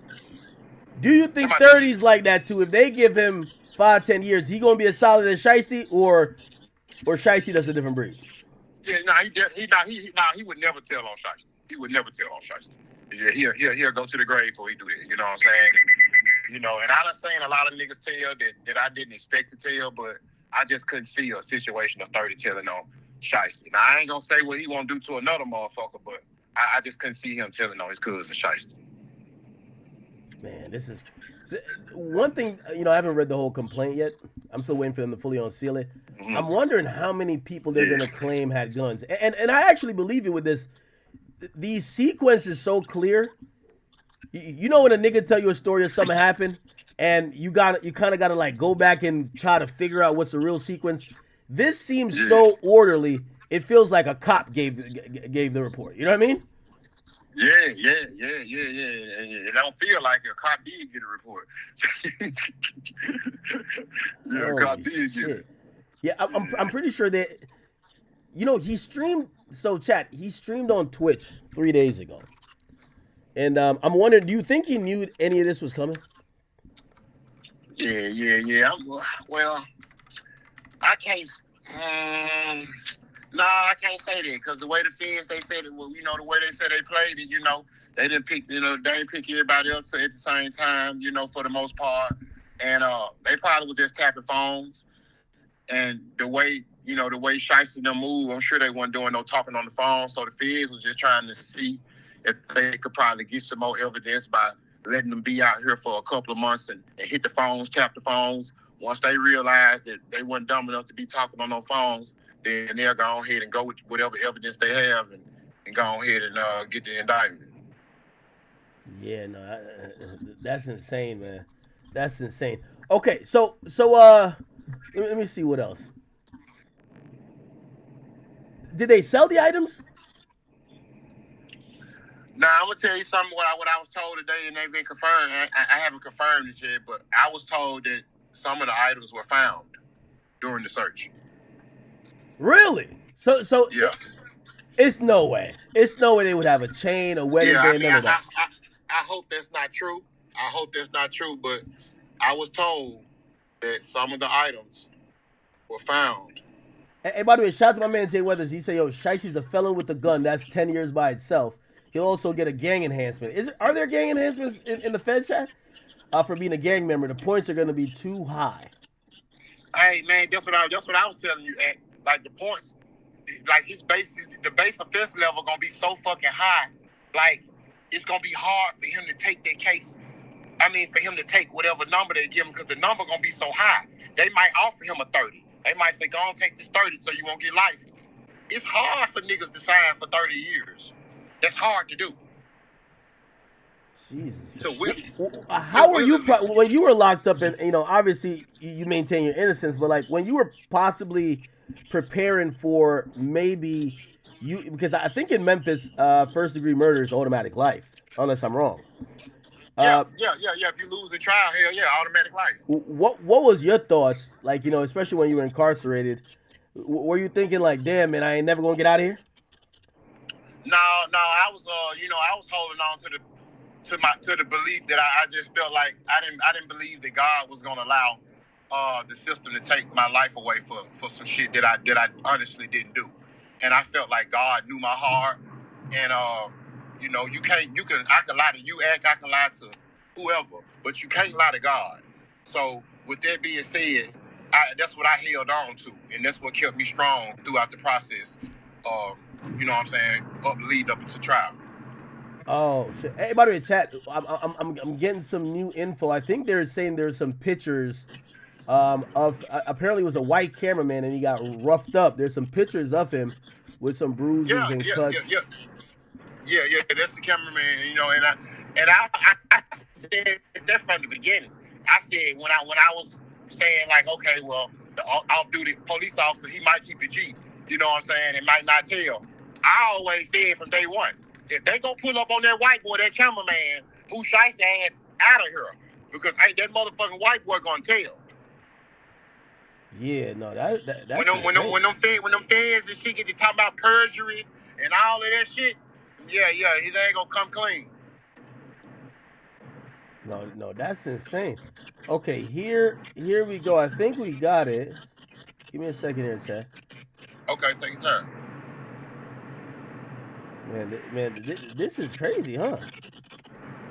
Pooh Shiesty was like the hottest rapper out right now, too. Yeah, man. Yup. He was, man. He could have went about that a whole different way, man. He ain't have to do that. I wish, and I'm gonna keep it all the way G, man. I blame his daddy, because I feel like Lantrell, you've been in the streets long enough. You know what I'm saying? You've been out here too long, bro. Like, you supposed to tell your son, like, man, son, I'm gonna ride with you right or wrong, son, man. We can do this shit another way, man. Man, come on, man. You got so many motherfucking millions of dollars on the table, man, waiting on us, man. Come on, we gonna go out like this over this? That's what I would have said. I think you know, Shiesty was getting into it with Wack when he first came out, because they were saying that, you know, I think Wack was saying there was some stuff about his paperwork, and he came out and he made a video and he kind of posted his paperwork. Yeah. And you know, shout out to, I talked to the exposers and shit this morning, and man, they ran across some more shit that just came about on Shiesty. Not to mention the bomb that I'll tell you, but that's being cooked up as we speak. That's about to get dropped on his dad. But yeah. I don't want to say too much, but yeah, Shiesty, it's some new shit that came out about him today as well. So I don't know. About Shiesty? I ain't seen it with my own eyes. It was sent. Yeah, on Shiesty too. But the bigger, the bomb that's about his dad. But some more stuff that goes to what Wack was saying came out today, and I'm sure you'll hear about that soon as well. Oh wow. By the way, chat. So the Department of Justice finally put it on their website. So this is where we get to see some of these pictures and stuff. Oh wow! So they got pictures of the victims. Well, they got some stuff. Hold on, I'm clicking on it right now. We're gonna look at it. Here we go.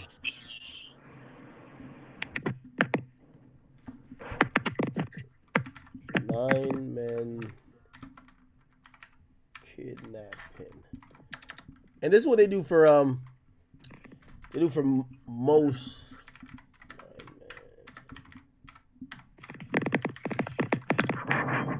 Okay, here we go. So it's now on there as a press release. We did have we opened. We're waiting for it to be put on Pacer, but they said this is a screenshot depicting the Rolex. Okay, so they got the Rollie. It's a Rogers. I'm not too sure who that is. So they got the Rollie, and they said here's from Glover's account. He got the watch and he got the chain. He got a watch and a chain, and it says outlined. Some of the evidence is the ankle monitor, cell phone data records, license plate, rental car records from the father, surveillance footage from the place, nearby supply store, and a hotel that they stayed. Fingerprints they got, social media posts of them with the property, and a Greyhound bus record confirming the travel of them from Dallas to Memphis the day after. Wow.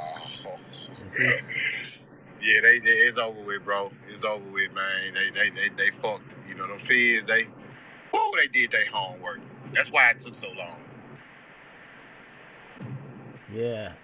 I'm trying to get there's a picture circulating. Let me see where it came from. Give me 1 second.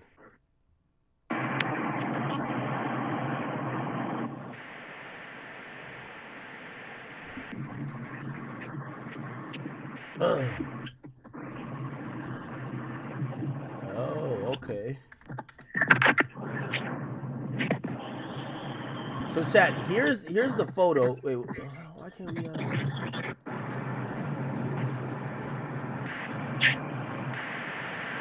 Give me 1 second, chat.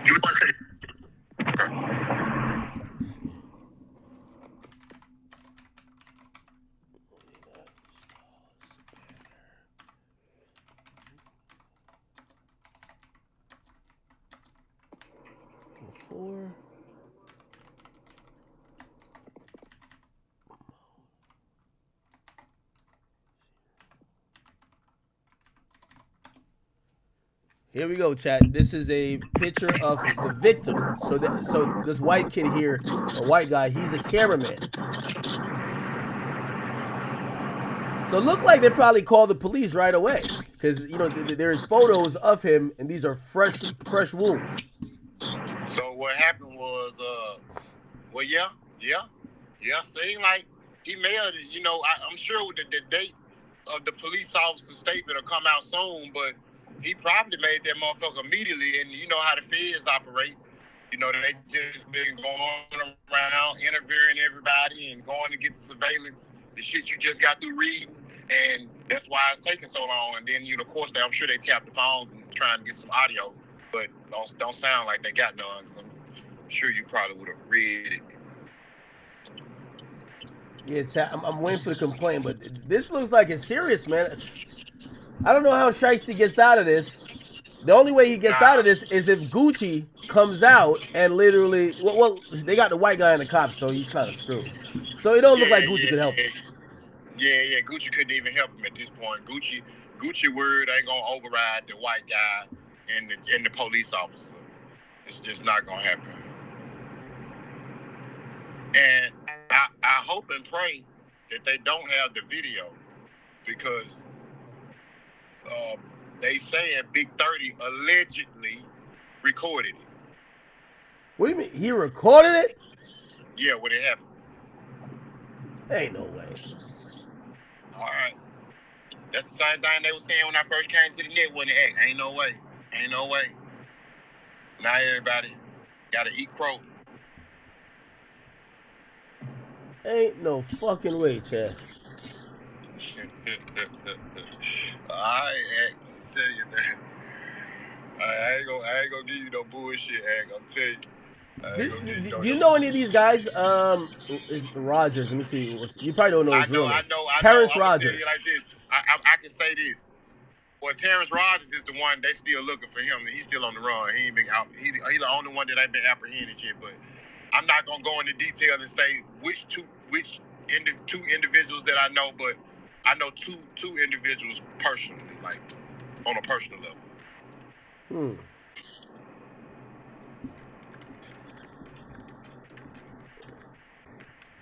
Yeah, chat. I'm still trying to find. I think if I find the full complaint, it will. Yeah, that's what I want. That's what I want to hear too. Cause see, my partner and them trying to see. Everybody trying to see, did Gucci Man cooperate, or is it just the police officer? Yeah. It's gonna tell us who gave the statement. I don't know if they're gonna identify him. In the state. Yeah. By the feds being involved, they'll try to keep this shit tucked until close to trial. Right before trial, they'll have to reveal it, but they can kind of hide the identities. They can play with that shit for a minute. They can keep the witnesses and shit hid for a minute, all the way up to trial. Yeah, I'm not gonna lie. The whole family was probably doing good, man. Like, there's a lot of money they made. Oh yeah, definitely. Hell yeah, definitely. Yeah, I don't. He had just bought his mom a house. I know his mom personally. I know, Pooh Shiesty mom. I know her personally. So yeah, she just crazy, bro. She just crazy, man. I hate it for him, to be honest. I wish motherfucker would have made a better decision, man. Hey, by the way, chat. I'm looking for all the court documents. So for Kadarius, look like so because they're arrested in Tennessee, they go, and Tennessee's in a different district. They go before Tennessee federal court, and then obviously they're gonna get pretty much extradited. Yeah, extradited. Because they said somebody got picked up in Nashville.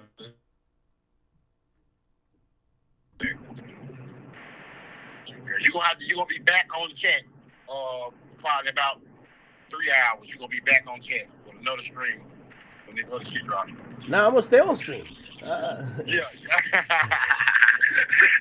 He's gonna stay on stream. Fuck you, man. I'm on this shit for hours. Okay. Well, I'm just trying to see the indictment, because whenever you see this is gonna give us all the details, and once you read it, you could get a good understanding of, all right, maybe you could give him the benefit of doubt, or versus, yeah, this nigga's cooked. But the shit you just got through reading should let you know he cooked, man. Them folks said they got surveillance from all the surrounding businesses. They said they got license plate number, rental car evidence, and all the other shit you just got through. Man, that shit's over with. Folks done, man. This shit over with, bro. Man, that white boy now, I was finna come through that motherfucking back door. Man, pointing so motherfucking hard. Have you never came in contact with them? Huh? Have you ever came in contact with them? Do you know them personally? Do I know who? My Shiesty? Yeah. Now I know 30 personally. I don't know Shiesty personally. Like I said, I know his mom personally. I know of his dad. And but yeah, I know 30 personally. I don't know Shiesty personally. Yeah, chat. I'm trying to find. It's on sealed. It's just not filed yet. So the complaint is on sealed. It's just not filed. So is the complaint not sealed? No, it got on sealed. It got on sealed. It's just not filed. It's just not filed digitally, and I think they gave out. Hey, they let you know that shit come from the officer, because if they weren't worried about stealing it, you know what I'm saying, they come from the officer. You know, if it was anybody else, it'd probably be sealed. You know how motherfuckers they be trying to hide this shit. You know what I'm saying? Yeah. Yeah, but the officer, that's what he do for a living, so they weren't worried about stealing it.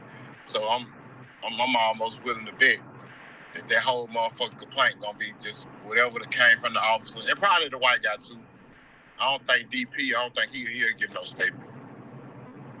Yeah, chat. Looked like they grabbed him around the neck. You can see the abrasion here. Looked like somebody grabbed his hand or hit his hand too. Ooh, the feds got right on that. Everybody thought the feds were bullshitting. If they pulled up on that white boy that fast to get his bruises, pictures of his bruises and shit, yeah, they got right on that. Man, look like the police. They're not playing around with nobody when it comes to this shit. Your ass been out. My motherfucker been in the same studio that day. I wonder if that nigga would still keep the footage on his phone. I was waiting on you to read that in the little evidence shit you just got to reading, but you didn't. But I was told from credible people that 30 recorded it. So I don't know how true it is. I can't say I ain't see it with my own eyes, but yeah. Old third ball. Old third ball. All right. You know what? I'll call you back in like a few. Cause I'm gonna be on. Yeah. Hit me back. Yeah, hit me back if you find it. Or if not, when this other shit drop, just hit me back. You know what I'm saying? I'll be on standby. All right, bet. This is my number. All right, bet. Oh damn! I'm not gonna cap with you. This is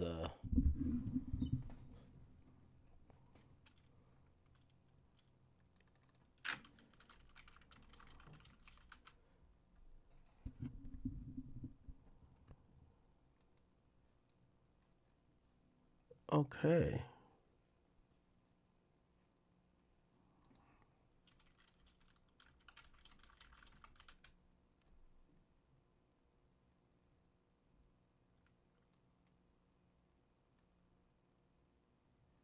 Oh, that's old. Chad, just give me a second. I'm still I'm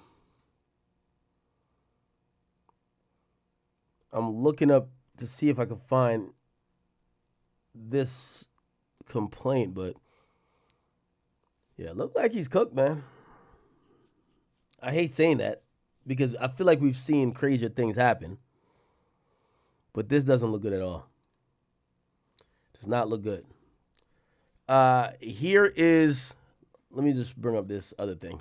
So all the people that were locked up in Memphis, which was like 7 of them, they got to go through Memphis courts. And them going through Memphis courts, this is what they're kind of running into. Let me just show you.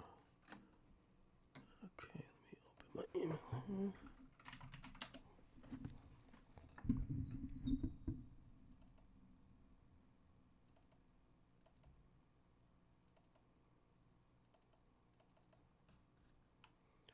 Here we go.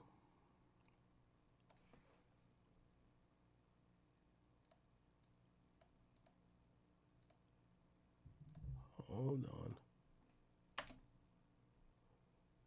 All right. Here we go. So this is one of the co-defendants. They're asking for pre-trial detention to make sure the courts don't let him out. They said he constitutes as a flight risk and a danger to the community. Okay. They've filed a criminal complaint in Northern District of Texas. Here's the case number. To summarize, the defendant and others traveled from Tennessee to Dallas. Then in January 2026, kidnapped and robbed multiple individuals in a music studio. As part of the violent offense, they brandished a firearm along with others and demanded property from the victims. One of the victims was choked from behind until the point he almost lost consciousness. To effectuate this offense, the defendant and his co-conspirators rented cars and hotel rooms. The defendant and others returned to Tennessee after committing the offenses. On March 30th, 2026, a magistrate judge, signed a criminal complaint and an arrest warrant for the defendant and 8 other individuals. The defendant has been since arrested in the Middle District of Tennessee. Upon the defendant's arrival, the United States hereby moves to have him detained pending his trial in this case and requests 3 days to prepare for the hearing. Factors justifying detention. Okay. These are just stock type of things. Okay. He's charged with serious offense. In considering the nature of the circumstance, it should weigh the possibility of penalty that his potential sentence and in term of imprisonment represent a substantial penalty. Okay. All right. Oh, here we go. As noted above, the facts in this case indicate the defendant, along with others, brandished and used multiple firearms while stealing from the victims. At one point, the victim was placed in a oh my God. They said at one point, a victim was placed in an execution position and a firearm was placed at the back of their head. After this offense, the defendant left the jurisdiction and was arrested in the Middle District of Tennessee. Thus, he poses a danger to the community. Damn. Y'all think they were about to execute Gucci in there? Now, this sounds like a movie.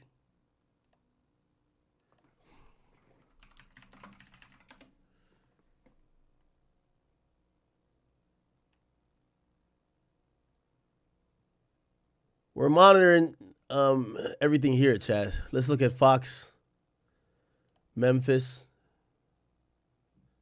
This is after the search warrant. Fox 13 is staying on top of breaking news at midday. Federal agents on the ground in Cordova searching a home owned by the family of rapper Pooh Shiesty. The feds confirmed to Fox 13 they executed a federal search and arrest warrant. This is the Dallas station here. They're the ones who covered the whole thing. Do they have any more information on it? Oh, no info yet. Interesting.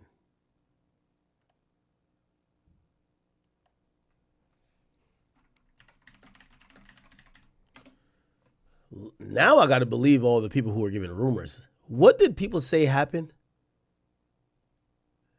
Where are we at with it? Who was the first to kind of like give us all these details? I'm trying to see if there's more details that we didn't know.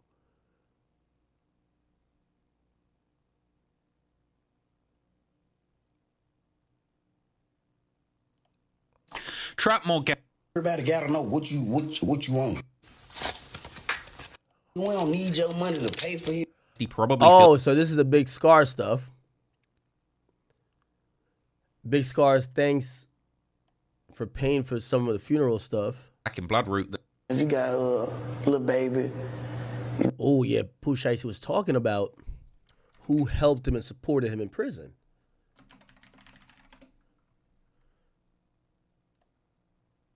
Did he ever mention Gucci?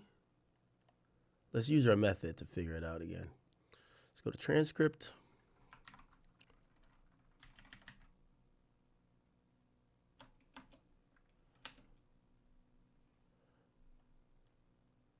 Here we go. Prayers, all my supportive prayers, all the accounting, and I know it worked for sure because things could be all bad. I'm back here, I'm back out. Got a second chance, it's a blessing.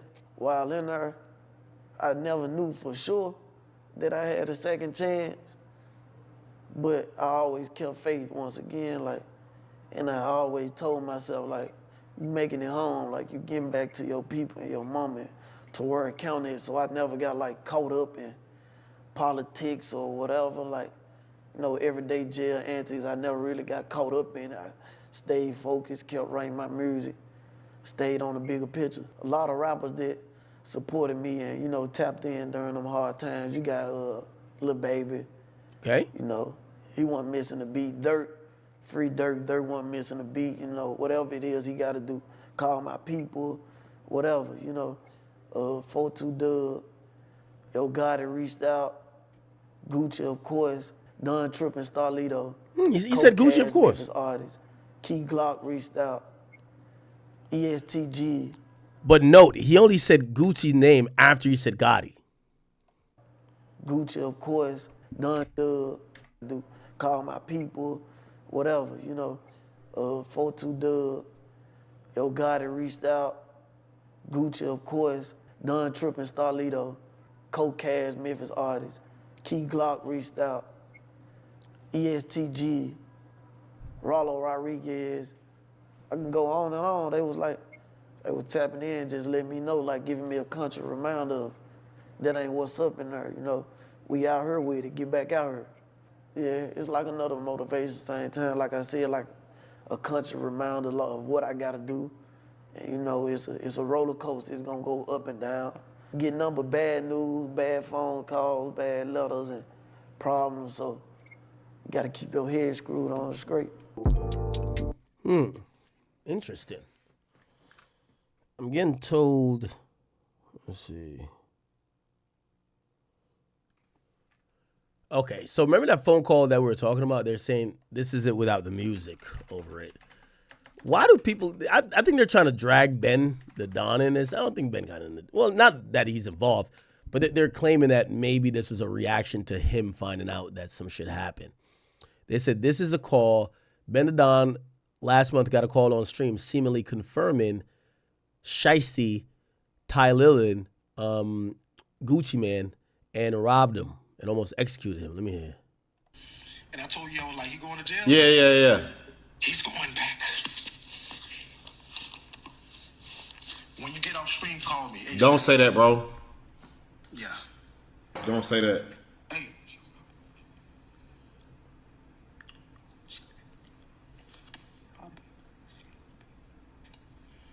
Took everything, cleaned them up. Oh.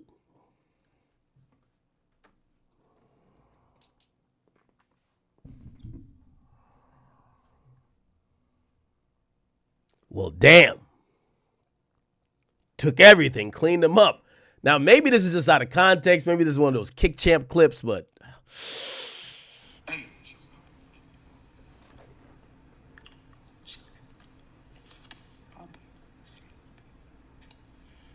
Took everything, cleaned them up. Are you fucking serious? The nigga retarded, bro. It hasn't hit the streets yet. I hope you lying, nigga. Bro, last time I was lying to you? No, you didn't lie last time. Okay then. Remember, I always get the shit first.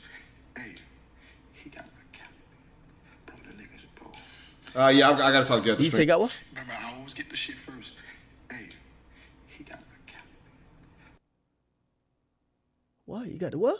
Bro, the niggas, bro. Yeah, I gotta talk to you at the stream, bro. You about to... I'll call you in a little bit, bro. Yeah. No fucking... Bro, this shit never fucking ends, bro. Oh, he got the cameraman? He got my cap. Bro, the niggas, bro. Oh, yeah. He got the cameraman. Well, I'll be damned. I'm pretty sure Ben didn't mean to like have this on stream, but this is crazy. Oh, yo, like, he going to jail? Yeah. He's going back. When you get off stream, call me. Hey, Don't say that, bro. Yeah. Don't say that. Hey.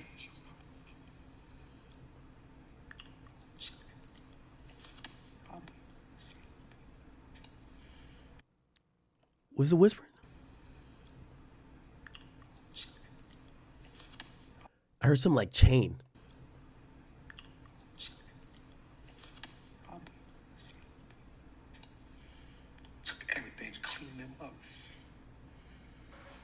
Are you fucking serious? The nigga retarded, bro. It hasn't hit the streets yet. I hope you lying, nigga. Bro, last time I was lying to you? No, you didn't lie last time. Okay then. Remember, I always get the shit first. Hey, he got a cap. Bro, the niggas, bro. Yeah, I gotta talk to you at the stream, bro. You about to? I'll call you in a little bit, bro. Yeah. No fucking, bro. Yo, Ben, don't worry. That's how 6ix9ine and his niggas used to be with me. Yo, 6ix9ine would have Shotty just rob a nigga, and 6ix9ine be like, yo, act, yo, I told you them niggas is pussy. We just robbed them. Yo, Shotty sent 15 shots. The whole time I'm like, wait, why'd you tell me this? Be like, act, yo, we just shot at them niggas just now. I think that one of them might be dead, nigga. We just shot him right now, nigga. I'm like,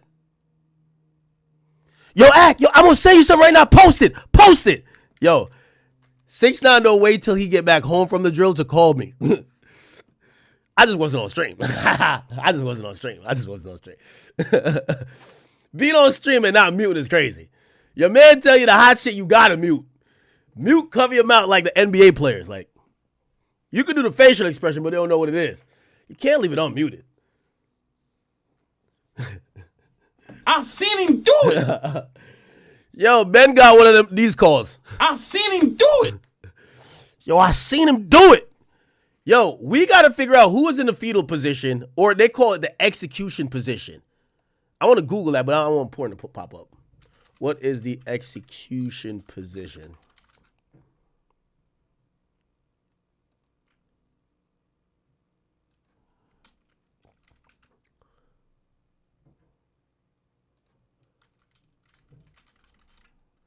I think it's on your knees, hands up, and the gun to your head, I think.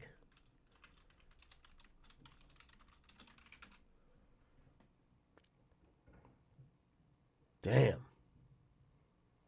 Has Gucci even said anything? Let's go to Gucci's page. All right, Wack is calling. Wack, we needed the exposure here to really break this down. Hey, check this out, bro. What up? We already got the documents. We know it's you. Oh, no, shit. Definitely. You are the reason why all this shit is fucking going on. You, bro. You fucking influenced Pooh Shiesty and his dumbass daddy to do this fucking play. No, Wack. I'm blaming you. You know I'm blaming you? You know I'm blaming you? Fuck that. Wack. You a plant, act. No, Wack. Ever since you doubted his street cred, Shiesty had to one-up the score. Listen, act. I'm going to give you an exclusive. Because I know you probably lied. The Hunter side told me you lied. They said, Wack, Act is live. Yeah. My man CL said, go in and troll that nigga, Wack. But I ain't going to troll you, Act. I'm going to give you an exclusive. Do you know the one thing outside of their names that Pooh Shiesty and his father has in common? They fuck mad bitches. I'm going to give you one more shot. They both like a Draco. They are both rats. Stop it, Wack. Cut it out, Wack. Cut it out. Not again. Stop it. No. Stop it, Wack. Stop it.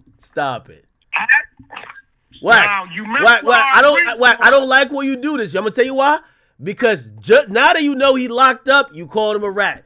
Yo, you know how Shiesty in that move. Act. You know what our agreement was, Act? What? If you tell me I'm lying to you, which you have the right to as my brother.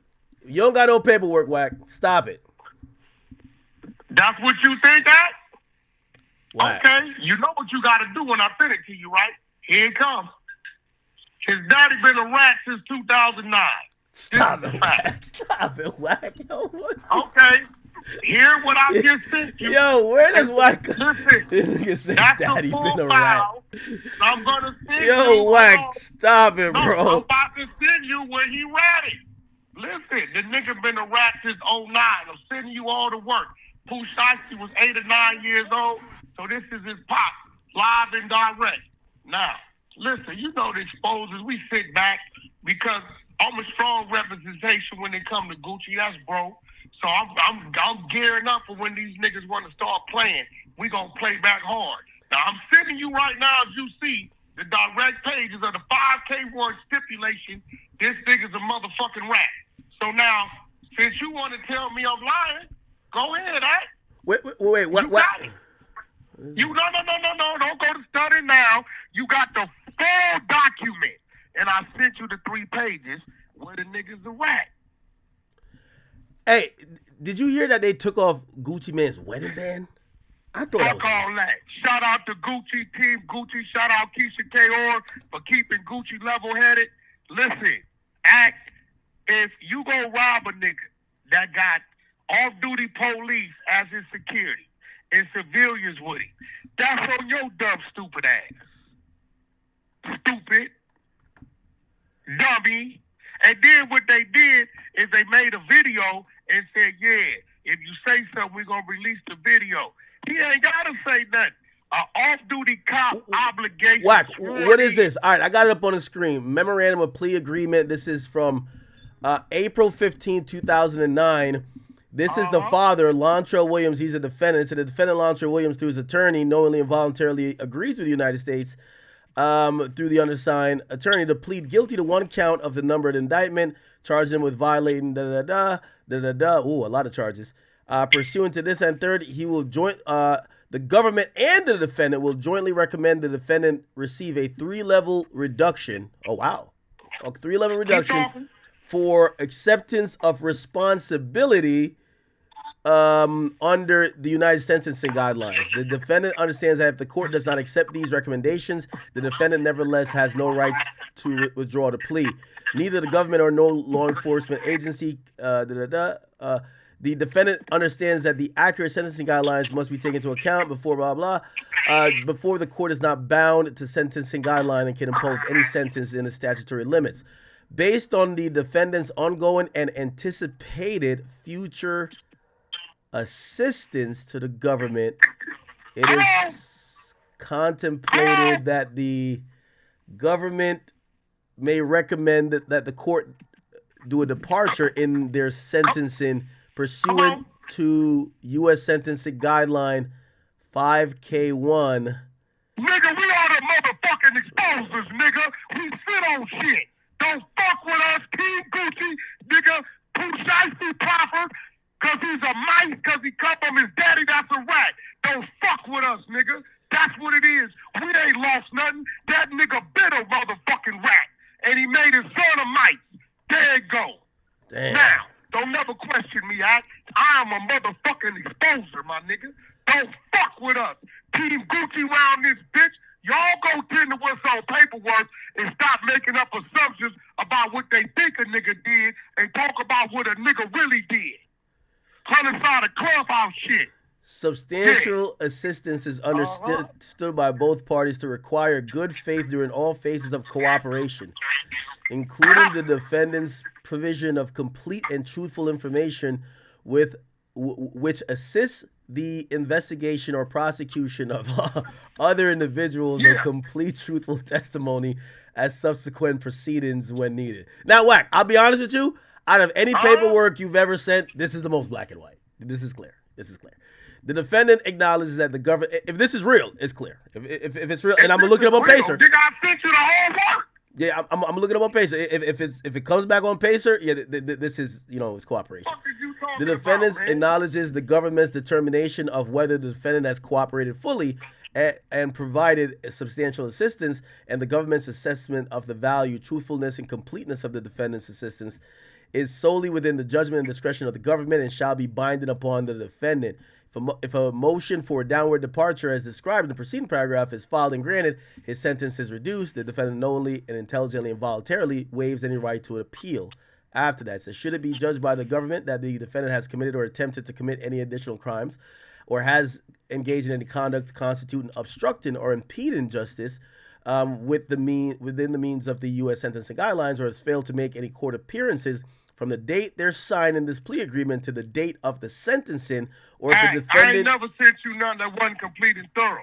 Yeah, you big wobblehead ass motherfucker. No. Big weeble wobblehead motherfucker. No. Whack. Well, you gotta remember, in federal court... when you talk to me, Whack. In federal court... when you talk to me. In federal court, is really easy to understand. Snitching is, you can't hide snitching. In state court, you can. Once you see 5K... Once you see 5K one in federal court, you know what it is. Listen, this is the problem, and Pooh Shiesty didn't know. See, Wack, what Pooh Shiesty do to you, man? Before you become, don't listen. I'm Team Gucci. Shout out QCP. Shout out to Team. Yeah, but Gucci wouldn't want you to do this. Gucci want to keep it in the streets. I don't know what Gucci want. Nigga, I ain't talked to Gucci, but let me tell you what my niggas do. Let me ask you something, Mac. If a motherfucker get off on you and I got some shit to fight back with, do you got to tell Wack to fight back for Act? What you know Wack gonna do? What people gonna call your phone and say? Wack tripping. He didn't took off on them niggas who said this shit about you. You know what Wack go. I'm a great friend. I'm an even worse enemy. Wait, But Wack. you know, When did you know about this shit right here? That been in the dark files probably about 18 months. What? Yo, Wack. Yeah, you gotta know when to fire your. See, one thing about Donald Trump, he know when to fire his torpedoes. Wack. You see, the exposers work 24. My man Ghost, Lavish Prince, 600, Eddie Boy. Wack, if you sat on this for 18 months, Wack, respectfully, you're a sick guy, bro. I got some shit that'll You're a rock sick the guy, bro. motherfucker. Listen, Act. Yo, Wack. I got some shit that'll rock the industry on a bunch of niggas, but until they go fucking with my people, I don't say nothing. I don't say nothing. You go to fucking with me, one of mine, and you better know who my people are. So if you one of them dummies who want to say, damn, I'm finna go at Act. I'm finna go at these dudes and these dudes. If you got some skeletons, nigga, you better kick back. Because what my team does, the minute me, us, or my people is fucked with, they go immediately digging on those people. And they gather and they send it. And it goes through a filing process. Yeah, chat. I gotta be honest with you, chat. This is textbook cooperation. I don't have a horse in the race. Niggas know, keep Gucci name out your mouth. Y'all go ahead on and tend to the rat and the little mouse that y'all got over there in custody. Now that I see this, I'm wondering if maybe this is why Pooh Shiesty agreed with the fuck the streets thing at first. Because I was saying he should stay far away from it because telling the proper. Nigga, I gave you Pooh Shiesty's proper a long time ago. No, that's true, but I think a lot of people weren't gonna switch up on him because of that. They ain't gotta switch up on him, nigga. Listen, a rezat is a rezat, a measles is a measles, and like Go say, a long-tail rat is just that. Sincerely, the exposers. Do you think either of these guys gonna tell? I don't think so. I think they already listen. The daddy ratted in 09. You looking at it, okay? The daddy 49. He looking at 25-30. Pooh Shiesty just got out for the same type case, my nigga. We seen where attorneys say he ratted and told the niggas had the gun and got it down the phone. So now what you dealing with is this. Pooh Shiesty looking at 25-30, right? The other niggas, Pooh Shiesty can't pay their bills. It's 8 more niggas on the case. Somebody gonna rat. You got a police officer as an eyewitness that's a victim. Now, Gucci Mane that's the worst part about benefits. it. That's the worst Gucci part Mane about it. reached all the benefits act. You know why? Because the police officer gave a statement, and the other civilians in there that got choked out gave a statement. It shows that he signed that contract under duress. So all his shit comes back. Whatever they thought they was going to do, Yeah, that's or women did, is now the boy is signed under duress. See, now we talking our talk, not the street nigga talk. So Gucci ain't got to say or do nothing. I'm going to be honest with you. This must have been a spur of the moment thing. It's no way they thought this was going to work. Because there's something called you signed under duress. So it's like... They thought that they had the video. Gucci, if you say something, we're going to let the video go of what happened in this room. Gucci ain't said nothing. Shout out to Keisha Kior. She kept Bro Cobb. She didn't call him and gave him reasons how not to go out and massacre shit like we know he do. I know I got an R&B in my life. I didn't flip out a time or two and she didn't keep me right. It's real shit. Hey, chat, the person on the screen right here is Pooh Shiesty's father. His name is Lontrell, and his street name is Mob Boss Williams Sr. So it's Lontrell Williams Sr. They call him Mob Boss. How ironic. Wack gave us some paperwork that showed that supposedly he cooperated back in. Wait, no. Fuck you, Wack. You said Wack those charges supposedly, or do you got to work? Okay, I pulled it up. All right, yeah. Okay. All right. Oh man. Shout out to you, Act. Shout out to you. Since we've been on the phone, I got a text from my legal. Looked like me and Aiden agreed to. It looked like his legal has sent confirmation. So I gotta salute you, brother, for helping with that. Okay, you good. did what a brother was supposed to do on both sides of it, bro. So I appreciate you. No, of course. I like all the people I'm friends with to stay friends and money to flow between all of us with good times. So I'm glad it's getting resolved. Holy shit, this is crazy. So listen, I pulled up as I always will. Hunter side is watching you. They say he lied. Let me go give my brother an exclusive. Let's keep the strength where it's supposed to be. Poetic Flacco is dropping his clip today, exposing what he know and how he know it. So listen, we're going to keep these airways blazing. May 2nd, we got the Gamboa fight going down there at the James Earl Knight Center in Miami. April 20th, we launching Nothing But Content. We launching it. So I'm going to come fly to see you. I need to sit down with you because I need your help and your direction on a few of these things. I'm a student with some of this shit to you, so I'm coming to you as a brother for some help. I'm going to let you keep rocking. Today we got the Adam and Wax show. We going up. Few more rats we got exposed. T-Rail, I hate to say it, he doing some rat. What? Yo, stop, Wax, stop it. T-Rail doing some telling. You want me to, I send you the content. That's my bro, but the nigga did some telling. I don't know why he did it. I don't know what the fuck going on. I'll give it to you. By the way, Wack, because I'm fair and I'm going to tell you now, I was connected to, what's his name, Munchie B, and he says, listen, you guys talked about me. Could I come on and say my side? I told him he could come on and say his side. He says he has a... He clout chasing, let him come on. All he going to do is scream B-team and all this shit. The bottom line is, that's your voice. That's your voice. I just played your voice. Yo, Wack. Yo, let me tell you this, man. There's two people. I'm going to just say two. I'm going to keep myself out of it. There's two people in this motherfucking game you don't want to get into it with. One's Wack 100. He going to find some way to completely obliterate your reputation, the facade you've been putting on. He's going to expose you. And then the other one is Charleston White. What he's running a campaign right now, I'm not gonna lie, it's crazy. But yeah, Wack. Hey yo, that nigga Charleston White called me and that nigga said, Wack, they scared me and they can't unscare me. So I get a thing and I see Ed Hathaway says, yo, Thug's supposed to be a blood. How Charleston White calling Wack? Why Wack ain't defending Thug? Thug is a rat. We saw him in the interrogation tape. He's a Rezac. We all heard him. We don't see him that way. Hold on. But Wack. Like these days, Wack, you should be able to like cooperate a rat and still be a gang. It's like everybody's telling. It's everybody's telling. Right? Listen. We need more commercials of the streets being cleansed because the fake street niggas is cleansing the streets. Ain't none of that shit no more. Nigga, ain't none of that no more. Ain't none of that going on. The nigga still hurt you, but at the end of the day, bro, the civilians is up.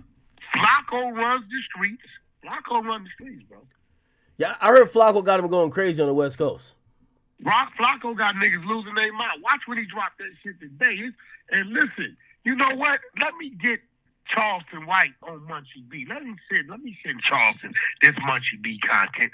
Hey, I'll holler at you later, Act. We need you on the 100 side sometime next week. Let me know what day you want to pull up. Oh, yeah, and of course. Yeah, I owe you guys a visit anyway. All right, love. All right. Wack just came through and dropped a bunch of paperwork. So this is big. Well, they don't do it like that. You know, like in LA, it's like you have little this and then big this. Nah, this is just, his name is Mob Boss, but this is Lontrell Williams Sr. This is Pooh Shiesty's pops. Interesting, man. This is a crazy day, chat. This is a crazy day. So Wack sent in, and I'm going to verify it real quick. You know, I believe Wack and everything, but, you know, again, we have a huge audience watching right now. We have 33,000 people. Even that, though it wouldn't be my intention if I made a mistake. I want to, if I could check my mistakes in real time, I want to be able to check it. The case number is, okay. All right, we found a case number. The case is real. The case is real. This would be document 82. I'll see if I can find document 82. Yeah. Wait, hold on.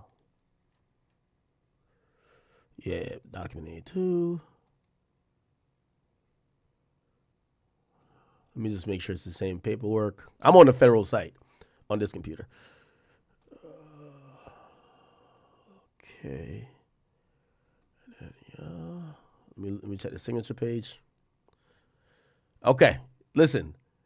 For this one particular instance, I could vouch for what Wack is saying and what this paperwork is. I could stamp it as real because I've pulled it up on the government website myself. So, you know, the father did cooperate, but in 2009. It's like statute of limitations of snitching, right? Or cooperating. Wait 15 years. Like, this has been like 15 years ago. He told 15 years ago. You're a new man after that, right? Anyway, holy shit. I'm still sitting here waiting for, and we are going to, while we do this, we're probably going to jump onto this Meek Mill topic slightly. Again, our lead story for the day is Pooh Shiesty taken into custody, even though he was already in custody, but he was on quote unquote home confinement slash halfway house type of stuff. And apparently he has been taken into custody to be arraigned for new charges. And these charges include kidnapping and conspiracy of kidnapping. We're waiting for the complaint to be put up here. It's been on seal. There's only one person that's not arrested at this point. We're finding out, we talked to Hernandez Govan, and we find out that there is a bodyguard that Gucci employed. And if you guys just came in here, I want to keep you updated with the story. Apparently on January 10th, Gucci goes from Atlanta to Dallas, where Pooh Shiesty's been held in a halfway house, but he could leave for some work-related stuff. He tells them, I'm leaving to go to the studio. He goes to the studio. Gucci meets him at the studio. This was a pre-planned meet. The plan was to talk about contracts, to probably listen to music. This was like almost like touching back base again for these guys ever since he's got out. Once he gets there, I don't know how the conversation starts, how it goes left, or if it goes left initially, but basically, Lontrell Williams, a.k.a. Pooh Shiesty, wants Gucci to sign paperwork to let him out the deal. It's not clear if Gucci was even given a chance to decline or not, but apparently situations did get so tense. Pooh Shiesty pulls out a Draco. Then other people brandish guns. Big 30, another rapper, he blocks the door, and it's unclear what the father is doing at the time. After that, there's a gun pointed towards Gucci's head. There is a part that we get from Hernandez Govan that said that someone was in the fetal position or like an execution position, which we almost have to imagine on your knees, hands up, or something of the sort. And after he signs this paper, he supposedly is signing the release paper, and he says, yo, you know this ain't how it goes. They got to go through the lawyers. And reportedly, either Pooh Shiesty or someone there says to him, man, shut your bitch ass up, nigga. We could have just shot your ass on GP or something of the sort, right? They then relinquish him of all his earthly possessions. They take off his wedding band. They unscrew his earring. They take his watch. There's other people with there's another guy who supposedly had like something, and they took stuff from him. So it was a undressing. It was a declothing, a derobing. It was a confiscation. It was basically like the Repo Man showed up, and they left with the document that was signed. Now, I want to tell you how it kind of works. Drafting up paperwork for a release out of a contract usually takes somebody who is in legal to kind of understand the contract. And it's not just, a one line like, hey, you're out of this contract. It kind of is, it's a squaring away of things, so to speak. So I have to imagine that before they got to this situation, there was ongoing conversation of Pooh Shiesty saying, yo, bro, y'all wasn't there for Big Scar. Y'all wasn't there for me. Yo, bro, I want to get up on out of the deal. And maybe Gucci was like, you know what? Maybe I could sweeten the deal for you to make you stay because now you're popping again. And look like Pooh Shiesty's not going, or whatever Gucci says he's not with. And now he's going to bully his way out of it, forces him to sign, takes off all his stuff, and they dip. Now, it's clear that they understood that, not going to say they probably thought they fucked up, but they definitely were in the frame of mind to say, hey, if these guys call the cops, we're going to be in trouble, and this is going to be easily to fix. So the majority of people who went back to Memphis, Tennessee took Greyhounds. Okay, so they took Greyhound buses to try to disguise their travel. The police obviously was able to track it. They had cell phones on them, and there was a home confinement monitor, ankle monitor, that was on Lontrell Williams, which is Pooh Shiesty. So crazy story. This guy, of course, he goes to Instagram to show, to show the product of his robbing. Shows chains, he shows watches. Pretty fucking crazy, if you ask me. Pretty fucking crazy. All right, give me one more second. I'm trying to figure out if there's anything else. Okay, we got that. Okay.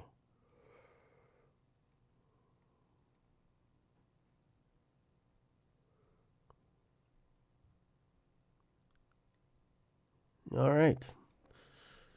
This is bad, people. This is bad. I'm tracking whenever, Okay, we already put up that. I have one more thing to look up. And then we're going to hop into this Meek Mill kind of like debacle real quick. Actually, maybe we do that. So if you guys are here, I know we have about 35,000 people here. I appreciate you for being here. If it's your first time watching, please hit the subscribe button. We go live from time to time, usually about every other day. You guys could watch on Kick, Rumble, of course, on YouTube, which the majority of you guys are now. And yes, you guys know what we do. This is what Academics does. I do news coverage, news breakdown, in-depth, detailed research stuff. That's what we kind of do. Right. So we're kind of tracking this for the rest of the stream, but I'll wait till I get some more new updates to kind of add to what's going on. We're waiting for the criminal complaint. Currently, we have the press release. We have a video from the U.S. attorney, and we have court appearances, or at least detention notices, in Memphis for 7 people, including his father. He's already in Dallas. He's been taken from the halfway house. We don't know where he's at yet. Once he gets lodged into somewhere else, we'll be able to tell you. And then there's one guy on the run. The guy on the run, I believe, it might be Terrence Rogers. He's the only one on the run. And they believe they're going to catch him quite soon. So, again, everybody's charged, and we imagine everyone should get the same charge. Okay, real quick. I do want to get into this whole Meek Mill and Charlamagne thing. I have a really interesting take about this. But I'll deal with the obvious, minute details at first. So, on one of Charlamagne's Brilliant Idiots, that's his podcast,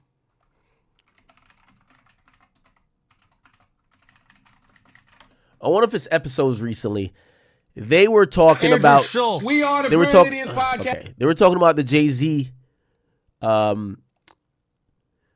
interview. And in talking about the Jay-Z interview, they were talking about Jay-Z's thoughts on rap battles, how it has affected people, and Jay-Z even expounded the thought to say, yo, I think rap battles should be cooked at this point. Like, it's just too crazy, right? Charlamagne gave his opinion. And in giving his opinion, he used an example of Meek Mill who battled with Drake. And he's trying to kind of like make a point of, Well, when Meek battled with Drake, the reason why the outcome was so profound and things for Meek looked a little bit different were because of these reasons, and he gives a bunch of reasons. Meek subsequently responds to this, and he's actually really upset. I ain't gonna lie, it was one of the first time I'm like, yo, Meek's mad at somebody in the media, it's not me? Because, you know, Meek usually just wait. He was like a snapping turtle when it came to me. However, let me try to play it. I want to play it in context a bit. We're on a stream, right? If you guys want to clip it up in short pieces, you can, but I do like to give people the benefit of the doubt to understand context. That's why I do streams, not 2-minute videos. But let's try to listen to the conversation a little bit, then we'll get to what Meek said. Change how they think It's a about him. 1A, 1B, guys. Like, stop. Kendrick is pretty big, bro. Kendrick got a Pulitzer Prize. Why you not think I Y'all got to stop. Yo, my kids' lunchroom, they would all start singing. Okay. Like, Pick a side. well, I was on your side. Yeah, I guess clearly. But my position was I can't go out and buy Stillmatic or ask my parents to buy Stillmatic. Yeah. But I'm gonna borrow it and burn it because I can't deny one mic. You know. Like I want to hear it. Yeah. But I ain't supporting them. Word. Yeah. No, that's not the part. It's the one where he talks about. Why do you mean? It was like the conversation was, oh, he's doing this to cement his legacy as the greatest, and this is to slight LeBron and blah blah blah, right? Or It's when fun. That's fun, but it's dumb. Oh, sure, it's dumb. Or when LeBron did Space Jam 2, or throw him off, they're gonna be looking at him like, no. Okay, Or than playing a 3, and you have at it as somebody who's label. No, I think the damage was done before that. No, damage was he done. made it Make it worse. ongoing, yeah. He sued. Okay. So they're kind of talking about the aftermath of Kendrick and Drake, Charlamagne's demeanors. Yo, Drake made it worse by suing Descent Third. Schultz disagrees. Here on this podcast, told y'all he was going to sue in jest, sarcasm, sort of, kind of. When I'm right, it's not sarcasm. But so in jest, right? And he actually did. That is what made it worse. All of the things that have been happening after the fact, all of the Drake fan pages who still can't get over the fact that he just lost the rap battle. So they're constantly digging up stuff, constantly trying to find stuff, constantly trying to, rewrite history just because your guy lost a rap battle. Drake kept this going in a way that we've never seen before. Okay. None of us, we've never seen somebody sue after losing a rap battle. Right. That's what makes this seem nastier than what it is. Like, we've seen people get called wild things in rap battles before. Like we've seen people say, I fucked your baby mom and this person fucked your wife. And all. We've seen all of that before. Right. We've never seen nobody sue. That's true. Drake made it worse. Drake and Kendrick battle is not only the greatest rap battle of all time, it's the most unique rap battle of all time. We never saw anything like this. We never saw somebody like Kendrick. We said, who said it earlier? To the victor go to spoils. You said that, Chris? We've never seen anybody get a victory lap like Kendrick. Okay. All right, we kind of get. This is never gonna happen again. Even when not, think about it. Of course something like this will happen again. Come on. I don't know. And I'll tell you, because of the players. This is an improvement in some ways. Yeah, that's what Why, the nobody got worst, hurt? the biggest rap battle is Tupac versus Biggie. You saw how that ended. Yeah. Tupac versus Biggie was the last time, in my mind. But you can't even say that because Biggie didn't engage.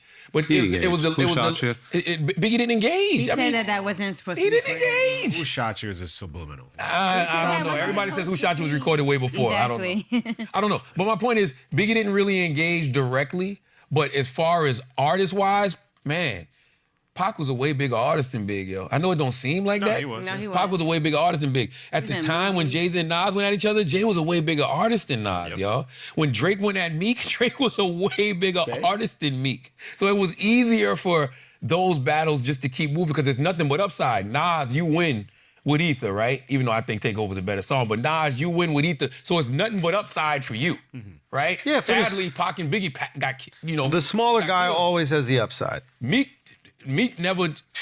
I don't know. What are you saying? He made a lot of money though. He kind of recovered when he got with Nicki, and then it fell off again. No, they broke up right after that. I know, but he was like having songs out and everything. You know what it was with Meek, man? Meek's Twitter fingers. No, what did he say? What was it?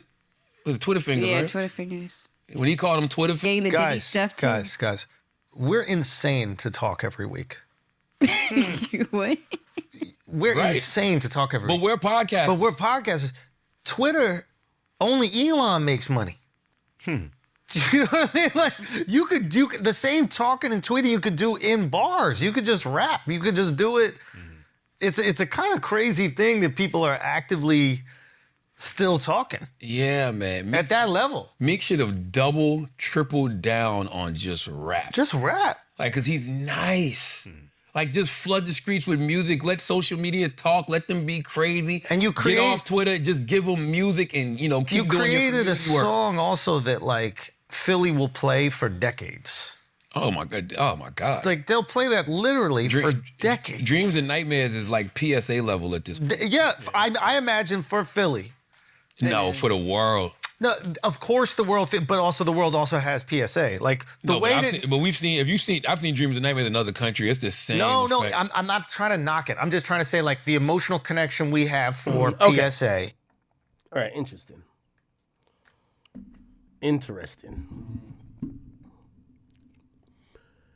Again, I really have like a little left field thought about all this.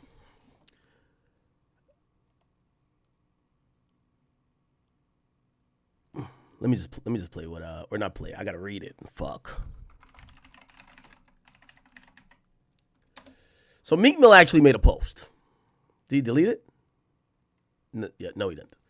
So he put that up and he says, "Yo, so I want to make this a main post to highlight the real propaganda that's taking place in the hip hop community. I need everyone to leave a comment if you see what's happening and how they're trying to downgrade artists' brand from feeding their family. Let's go through it. The white comedian also boosted, what? The white comedian also boosted, didn't rumor, what? On his, oh my God. Yo, why does it make a video message, bro? Like, the white comedian also boosted, didn't rumor on his major platform with no evidence and asked me to go on the show. Can y'all see my brand back heating up now? Please leave an honest comment. Since Drake beef, I dropped Tap 3 times platinum. Peter, double platinum. Blue Notes 1 and 2, platinum. Uptown Vibes with Legend from Brooklyn, Fab, platinum. What's Free, featuring Jay-Z, Meek Mill. I think it's platinum. Fuck On Me, featuring Cardi, platinum. Scarface with Rick Ross, gold independent money. Respect the Game, platinum. 24/7, double platinum. Dangerous, platinum or double. I don't collect plaques, LOL. Championships albums like double plat. Expensive Pain. It wasn't marketed correctly, leaving labels. Cybertruck, 5 a.m. in Philly. Look how far we came. He actually switched up on Drake. What the fuck is this? He actually switched up on Drake because he helped power the Meek was done narrative. Now he's using the same against Drake. I'm good with Drake and Jay-Z as far as I know. Keep me out this weak ass shit. I had a meeting with the 16s. Found a lot of new tech deals and activations from just playing around and tweeting. I forgot Proud of Me. Almost platinum. 1942 flows. Platinum. Whatever you need. Platinum. Check platinum. What the fuck? What the fuck he talking about? We got to keep a close eye on this cat. I feel like he in the closet. He a gay man that hates successful black men. Unless he doing business with them. But they promoted I'm gay. And I'm powering, helping pop like 10 artists off on the East. No cash gain for charity. I'm really the one. But it's some real propaganda on my brand and I want it to be investigated. The Diddy shit wasn't normal. I'm a real trench baby. Earned a plate in front of the world. I'd rather die than disrespect what I put blood, sweat, and tears I put in my concerts jumping. I felt blackballed for a minute. I believe in God. I get what I want. Okay. That was hard to get through, Chad. That was hard. He also had another comment on his own post. This comment said, and it's amazing I'm the only rapper with a foundation that raised over $50 million changing laws and helping restructure the probation system with a big gay campaign on him. And campaigns, he tweet too much. That's all algorithm speech. Never let them silence you. It can't affect me. I'm the one. But y'all know that. All right. Oh, boy. All right. So let me break down what I think is happening here. I would love to know what Meek and Jay-Z's relationship is. That's number one. I know you're gonna say what?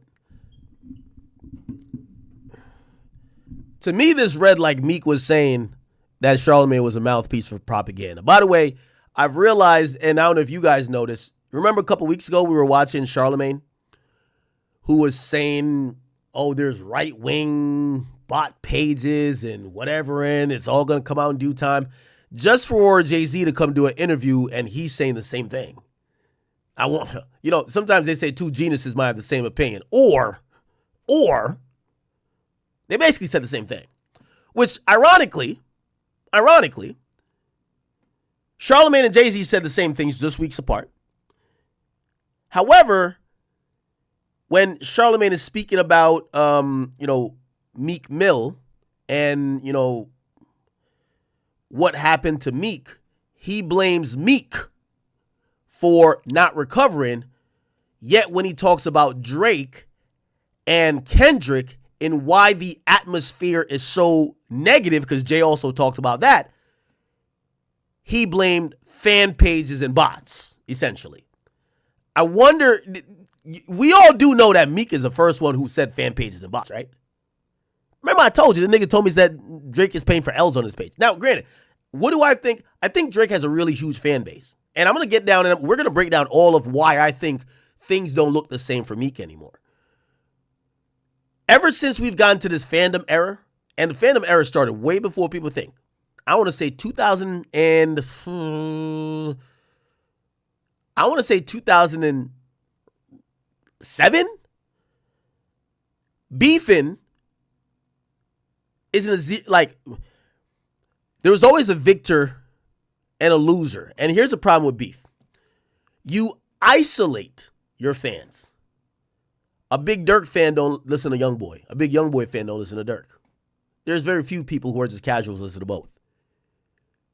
I felt like Meek had street fans, but he also had pop fans and mainstream fans, and that beef turned him off. Now, this is why, and you might say, why did I evoke Jay-Z in this conversation? Because I'm not understanding why Charlamagne is giving this current climate the benefit of the doubt by saying, and I'm quote unquote benefit of the doubt, by saying this is all bots now. And no, Drake has the biggest fan base in music. If you diss him, it's like dissing the fucking Navy, which is Rihanna's fan base, or dissing the Barbs. It's never going to be cool. Cardi B still battling with them motherfuckers.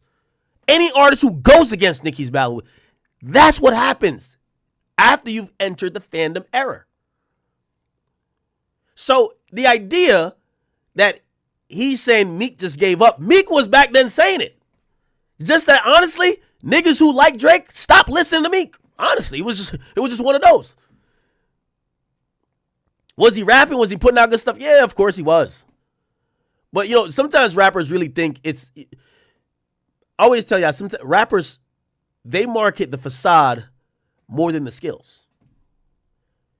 You could skillfully be able to rap, do all this stuff. If we don't believe you, nigga, an image is really important to a rapper. If we don't believe you, who gives a fuck? So this idea that, everybody keeps saying this thing with me, man, but he was rapping. The barometer or the reason why fans like you is not because you're just putting out effort. They got to believe you. They got to want to root for you. You got to embody them. Likability matters. These are intangible things that are beyond music. When niggas like you, whatever you do is excusable or they want to support more. When they don't like you, they don't even hear it. There's a part, and I wouldn't necessarily call it blackball because Meek Mill was on a major label. He was signed to Roc Nation at a point for management, and he was on Atlantic. How are you getting blackballed? No, we can't use blackball with everything. How are you getting blackballed? You have every resource at your disposal. What happened was the money and resources of the labels in Roc Nation wasn't strong enough. I'm sorry to say to anybody, you went up against the biggest rapper probably shit, I still think Drake's in his peak, but his peak, he hit his peak first back then. So anyway, I thought it was very interesting in this rant where he says, I got no problem with Jay-Z or Drake from what I know. That was interesting to me. Not too sure why he said that. Where is it at? He says, I'm good with Drake and Jay-Z as far as I know. I think it's something he's not going to say. I've been peeping it for a while. Meek leaves Rock Nation. Remember, this is supposed to be everybody's in reform. We're marching with reform. Everything's cool. Dream Chaser Records is over there. Dream Chaser Records exits Rock Nation. He's no longer managed by Rock Nation. We don't really get an explanation, not that we necessarily need it. But I start seeing some things with Meek on Twitter. It feels like he's taking shots. I don't know. I'm open to be wrong. I'm speculating.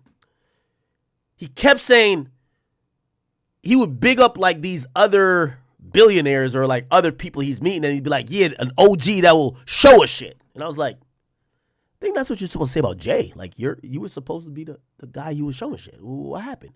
We don't know what happened. I think there's something there. I'm just going to leave that there.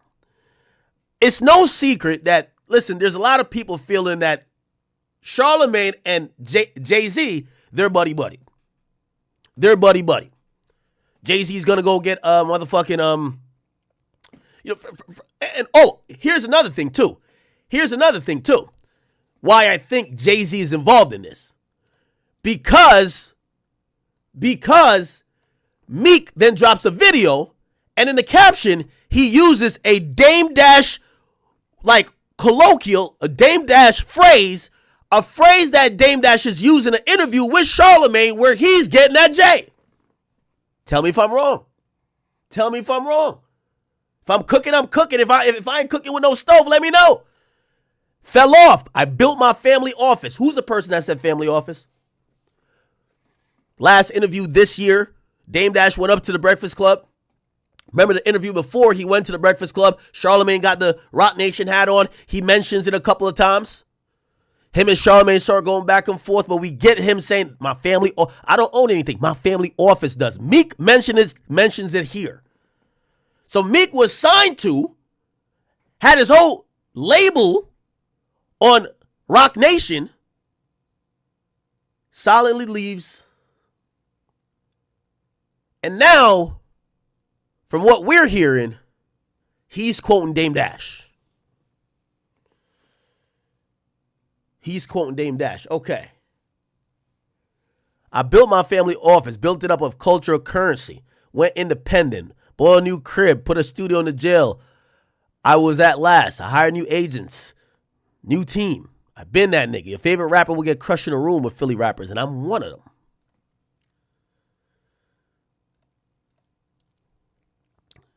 This is very ironic for me because here's my theory. Let me lay it out. I would love to know what's going on with Meek and Jay. I think there's something there. I think Meek responds to Charlamagne in this way because I don't think Charlamagne was that unfair. I don't. But I think Meek think he's being a mouthpiece. It's the same way how Dame Dash responded to Steve Stout, and he said, I think Steve Stout's being a mouthpiece. For who? Jay-Z. I'm telling y'all.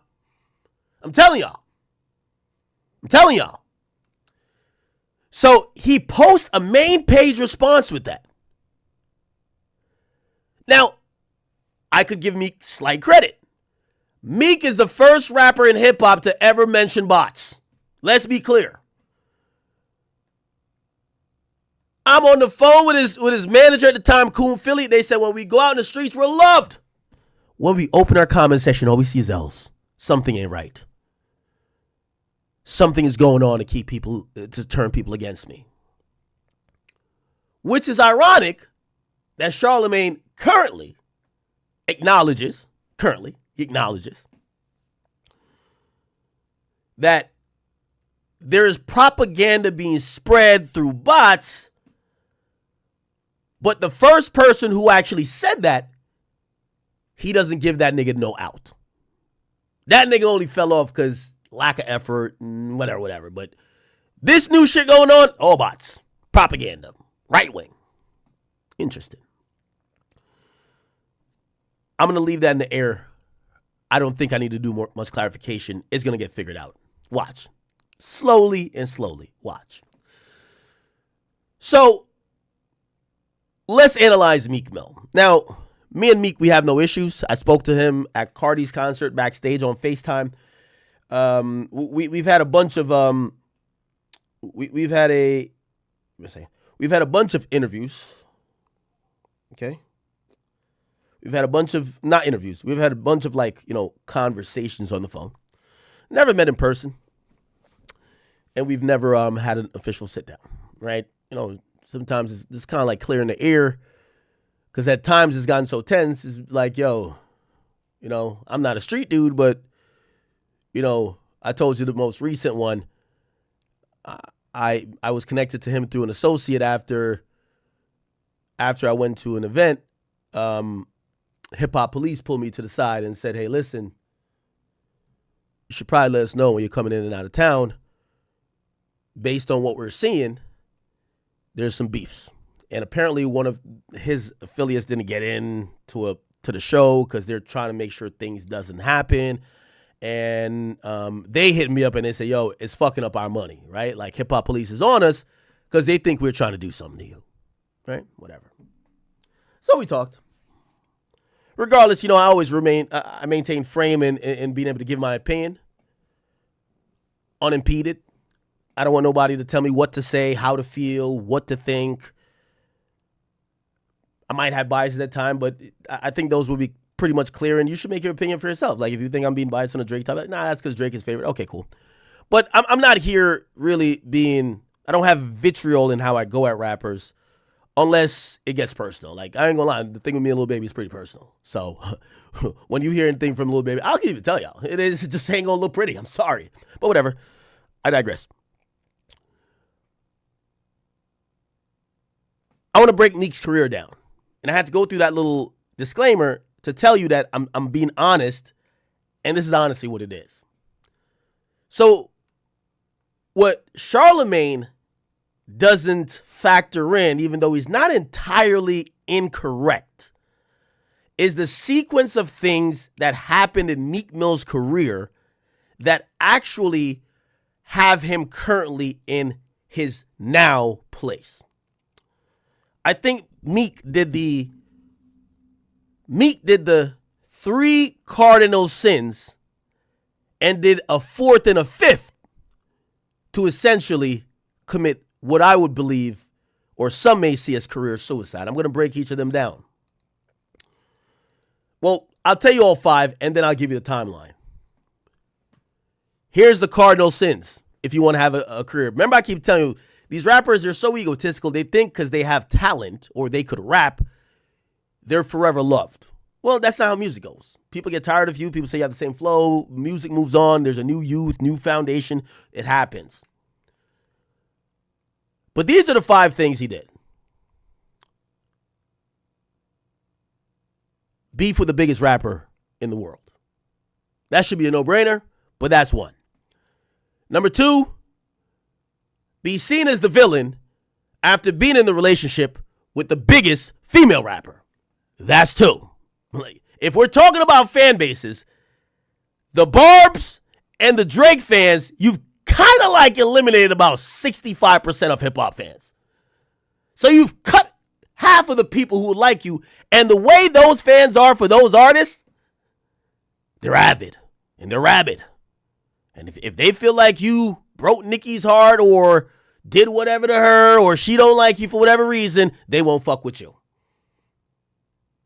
It's a fact. Drake fans as well. Wartime is wartime.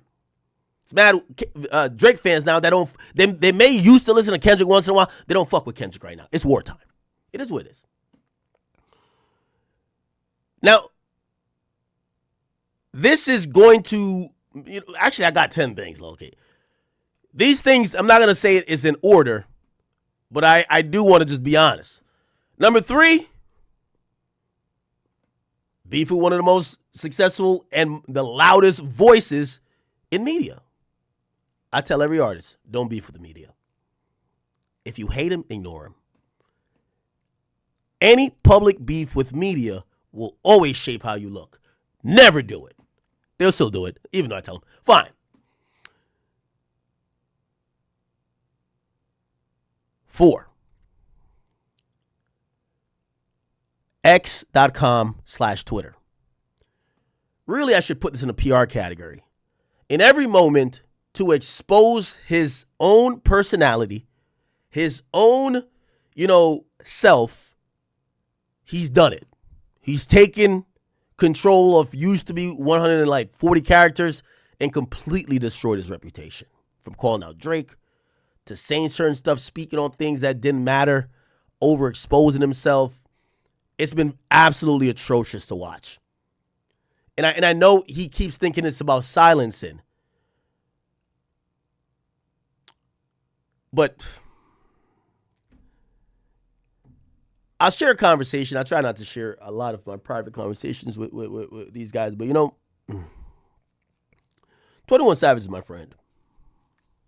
And I was arguing about the same point, about perception. We argue, just like in ideals. Like, we just argue, like, things. Because he was kind of trying to make a point, like, nah, my point is always rap or fans liking you is way more than music. I think it's a fallacy to think that someone isn't hot just off of their musical talent at the time. It's a culmination of things. How much people like you? Are they tired of you? Do they want to see you lose? It's a whole bunch of things. There's storylines going on. This is why us media people survive. Like, there's storylines constantly going. It's not just raw music. And there's no objective score. Everything is subjective. Yo, First Day Out is about to go through the fucking roof after you realize this nigga was on that shit. Yo, what? Yo, 30, pass me that Drake. Yo, give me them earrings, nigga. Like, yo, you gotta go. I can't wait to bump for, First Day Out now. Like, that nigga was doing it now.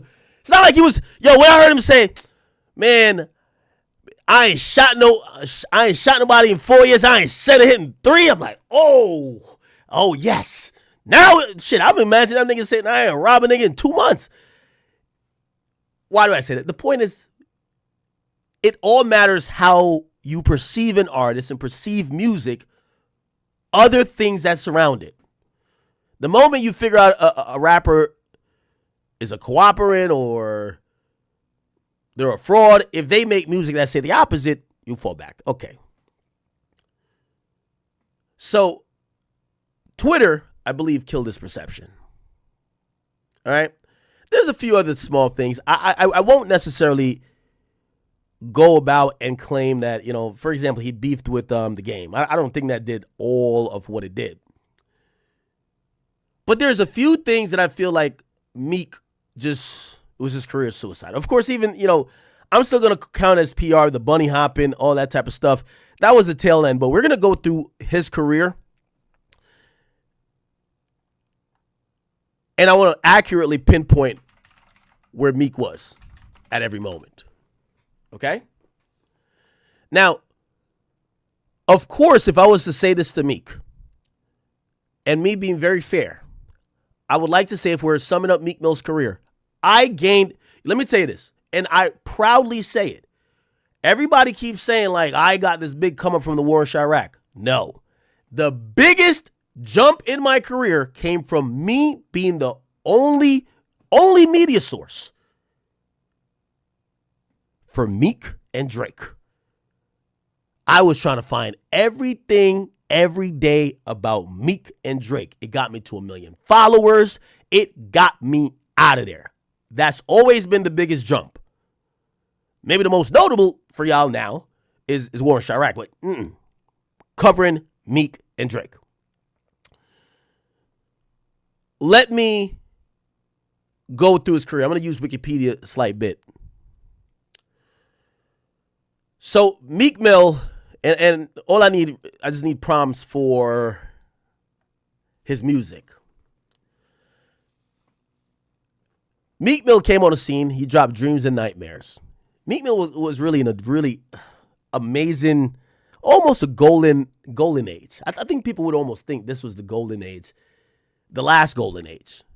maybe 2010 to 2014, or maybe like 2008 to 2000. Yeah, but sometime around then. Why?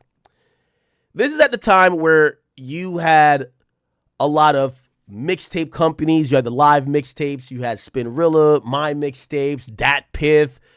And artists at that time, especially street artists, they would take advantage of them. They would take advantage of that, flood the streets with music. It was a really organic way, right? It was an organic way how to really touch the people, right? The Dream Chaser series was, I'm not going to lie, just flat out amazing. I remember it crashing Dat Piff. We all remember that, right? By the way, we remember the Flamers era too, right? But this is 2009, 2008. But let's get to 2010, right? So 2010, he's now doing the Dream Chasers tapes. These things are out of this motherfucking world. And then he comes with his debut album, which is Dreams and Nightmare. Dreams and Nightmares dropped in 2012. Now, he's already had a bunch of hot songs already. If you guys do know Rose Red and a couple songs like that. He's had songs with Rick Ross, right? And here comes his debut album, and this puts him out of here, okay? First and foremost, he has the intro.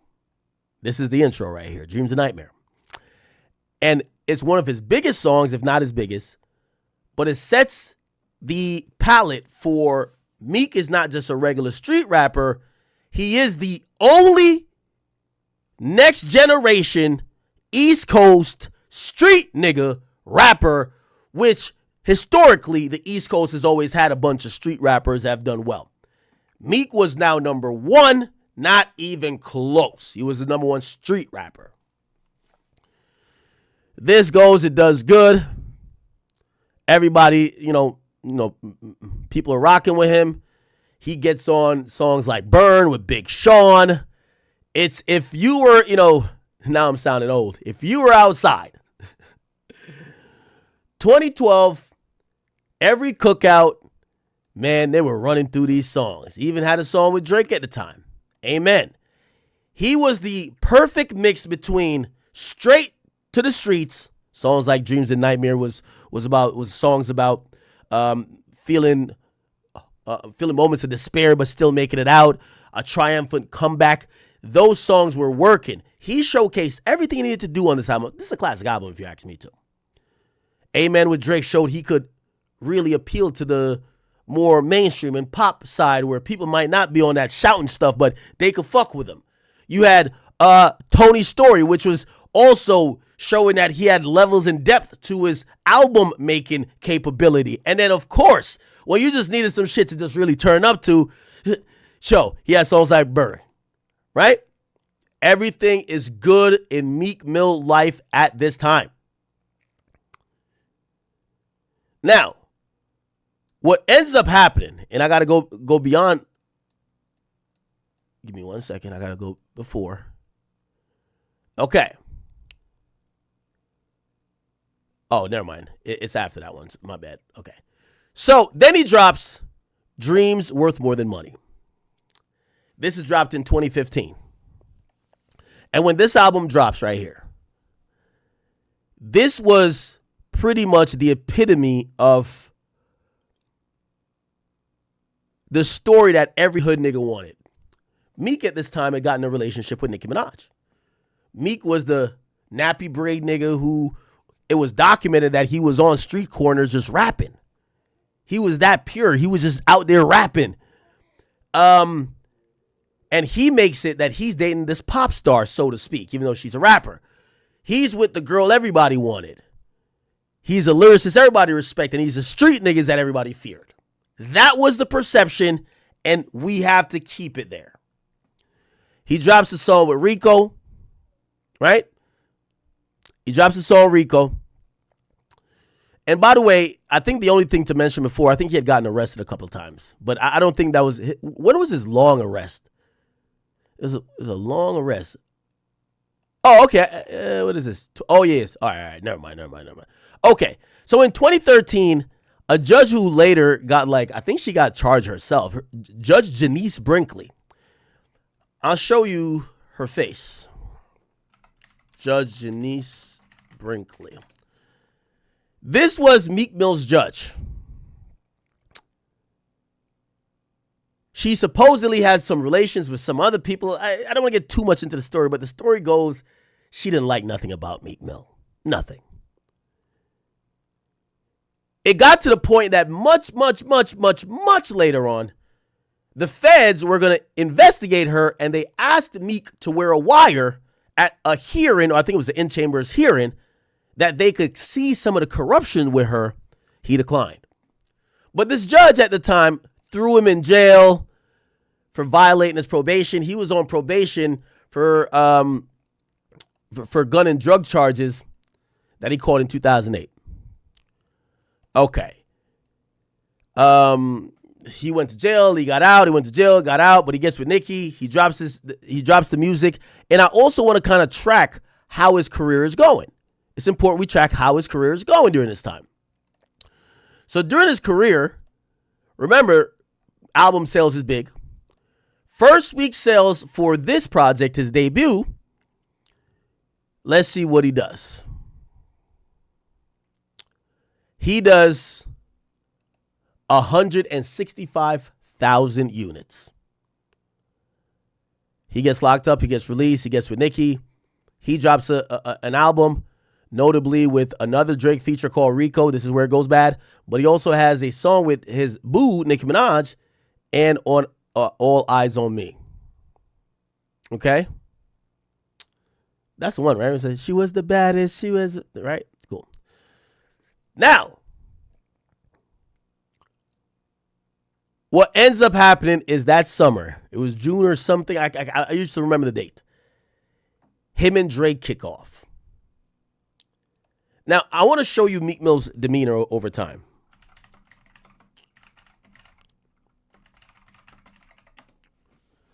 I remember vividly in one of the interviews when he's popping it and he's like, man, I'm not going to be like some of these other niggas with our sales. He's like, my numbers just keep going up. Let me see if I can find it.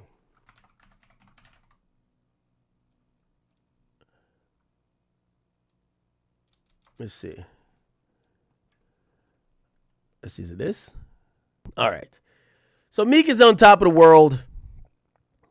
This is July 8th, 2018.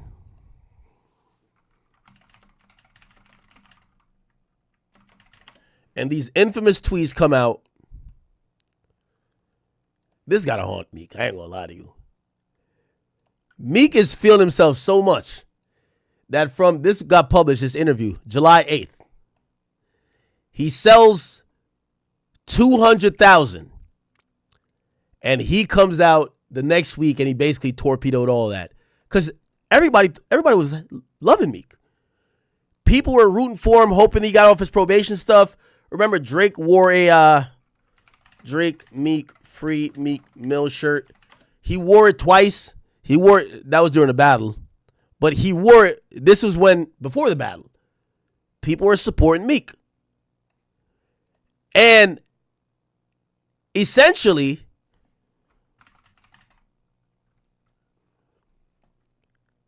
let me see. Anyway, the point is this, Chad. Meek's career is on the up and up. There's another clip I can't find. It's probably in another interview. I remember him cockily and arrogantly saying, I'm not no type of nigga who gonna come out and do less views or less streams or less sales. I'm gonna keep going up there. No one could really pinpoint anything in Meek's career to show that his career may have taken a tumble until the Drake beef. Now, we're just going to go off facts, not assumptions. Andrew. Oh, shit. Andrew Schultz. The point is, here we go. After that album, so Dreams Worth More Than Money, he gets into a beef with Drake a week later or 2 weeks later. His next album in 2017, Wins and Losses,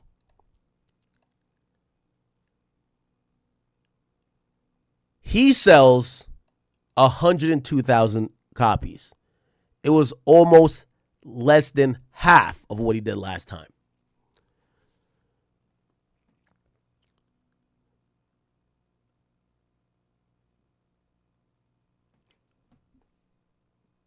Meek took a tumble because of Drake. It just is what it is. It forced people to pick a side.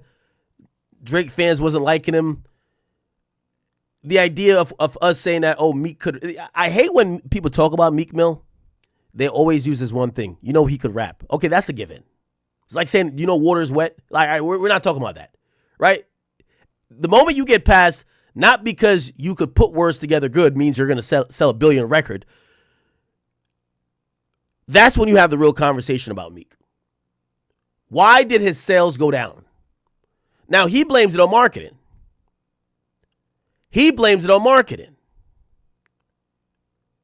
Right? He said the label wasn't marketing him that well.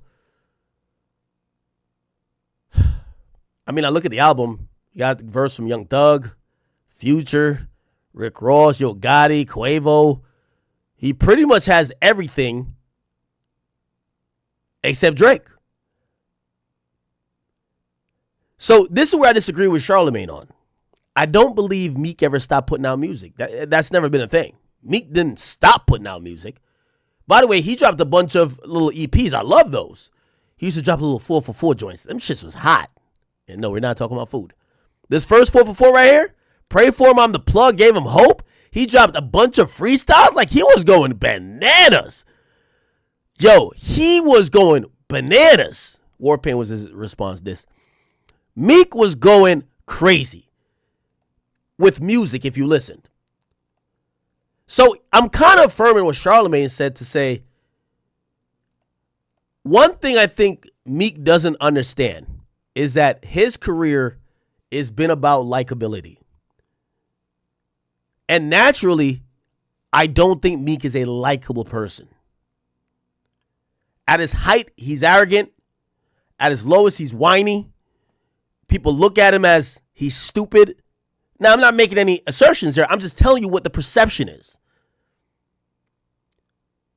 Now, oftentimes that clashes with the artist's own ego. I remember that's why me and Meek really got into it a lot, because when they go out, they don't see what's happening on the internet. They can't see their own perception. Everyone's showing them love. Everyone's saying they're the best.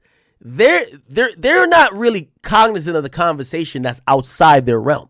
So when he saw me say it, he thought I'm brainwashing everybody. No, I'm saying what everybody's saying.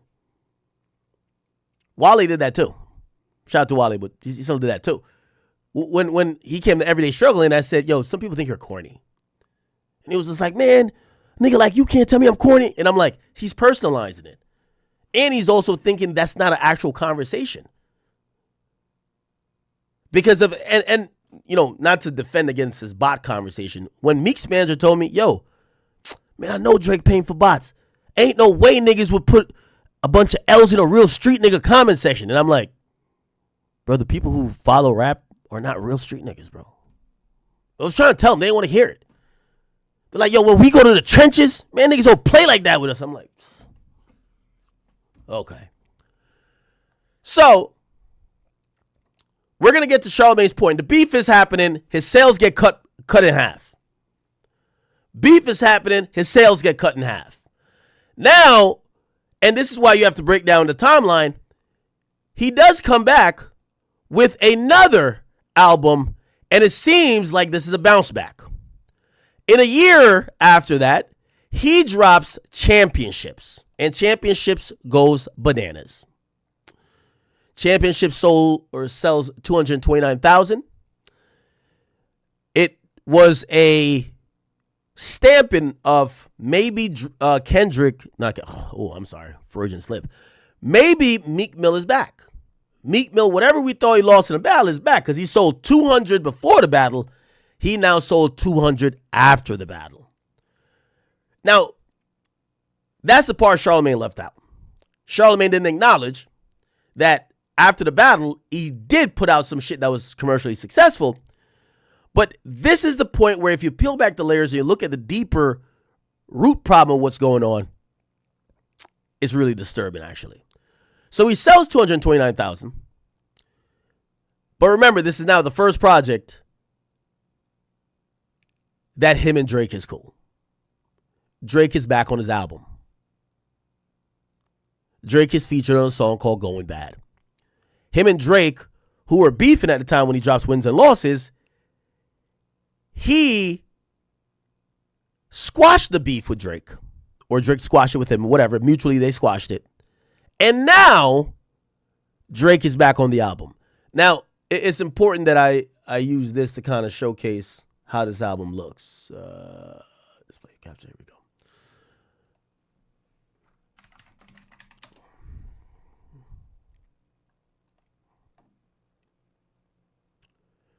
Now, the album is Championships. The album is Championships. Now, I want to tell you, and this is my offering to you, Chad. My offering to you, and Meek, please, I'm not, trust me, this is no ill will. Please. I don't think Meek was ever back. Honestly. By sales, he's back. But if you look at the album, and this is why I pulled these numbers up, over half the sales came from the song he did with Drake. The reunion song did half. Look, 52 million, 27 million, 106 million. That has Anwell on it. 61 million, 61 million, 68 million, 29 million. He has Roddy and Thug on this. 32 million, 1.3 billion. Chad, listen. If you look at by the numbers, Meek never came back. I hate to say it. I don't want him to get mad at me. I'm not in a bad place with him. But he never came back. The reunion with Drake gave the appearance of him being back. Chat, look at the numbers. Look, they ran this as a single. It's 6 times, actually 7 times less popular. So just to put it in perspective, one song with Drake has 1 billion more streams than the second highest streaming song. If I told you that, let's get Meek out of the picture. I don't want to pick on him. If I told you I had dropped 10 songs and each song got about 15 streams and one song has 55,000 streams, what does that tell you? Chat, I'm only being honest with you. So Charlamagne is right, but he wasn't full on the story. Unfortunately, I do have to say Meek never came back in the way he was before. Now, I'm a numbers guy, so we always got to go back to see. Let's look at the album that was dropped in 2015, Dreams Worth More Than Money. That's the one he did 200 on as well. Let's see if we see any type of variation in numbers that would be like, oh, no, he always never streamed that much than one song. Now, granted, this is before the streaming era, so we won't see too much. Basically, the song he had with Drake and the song he had with Nicki and Chris Brown, those did about well. He had Lord Knows with Tory that had over 100 mil. Whatever. Streaming was new at this point. In 2015, streaming started like 2015, y'all. Okay? So, even though these other streams look pretty low, it was more about still selling like CDs and iTunes stuff. It was iTunes at that point. So I'm not going to make too much, note about this, but it's interesting to note.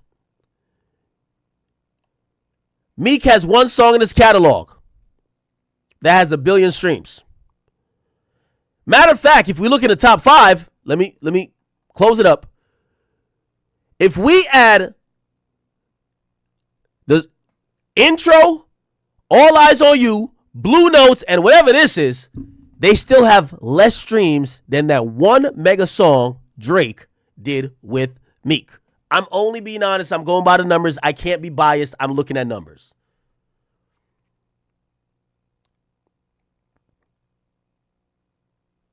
If we expand this a little bit more, Rico is there. Dangerous is there. I'm just telling the story, but I'm telling it by the numbers, y'all. Let's go back to Meek Mill. After Championships, we get Expensive Pain. His last album on Atlantic. And this is where I'll shoot Meek some bail. I'll shoot him some bail.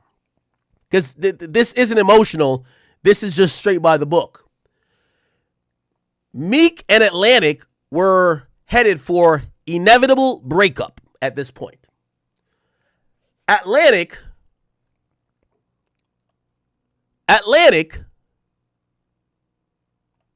give me a second.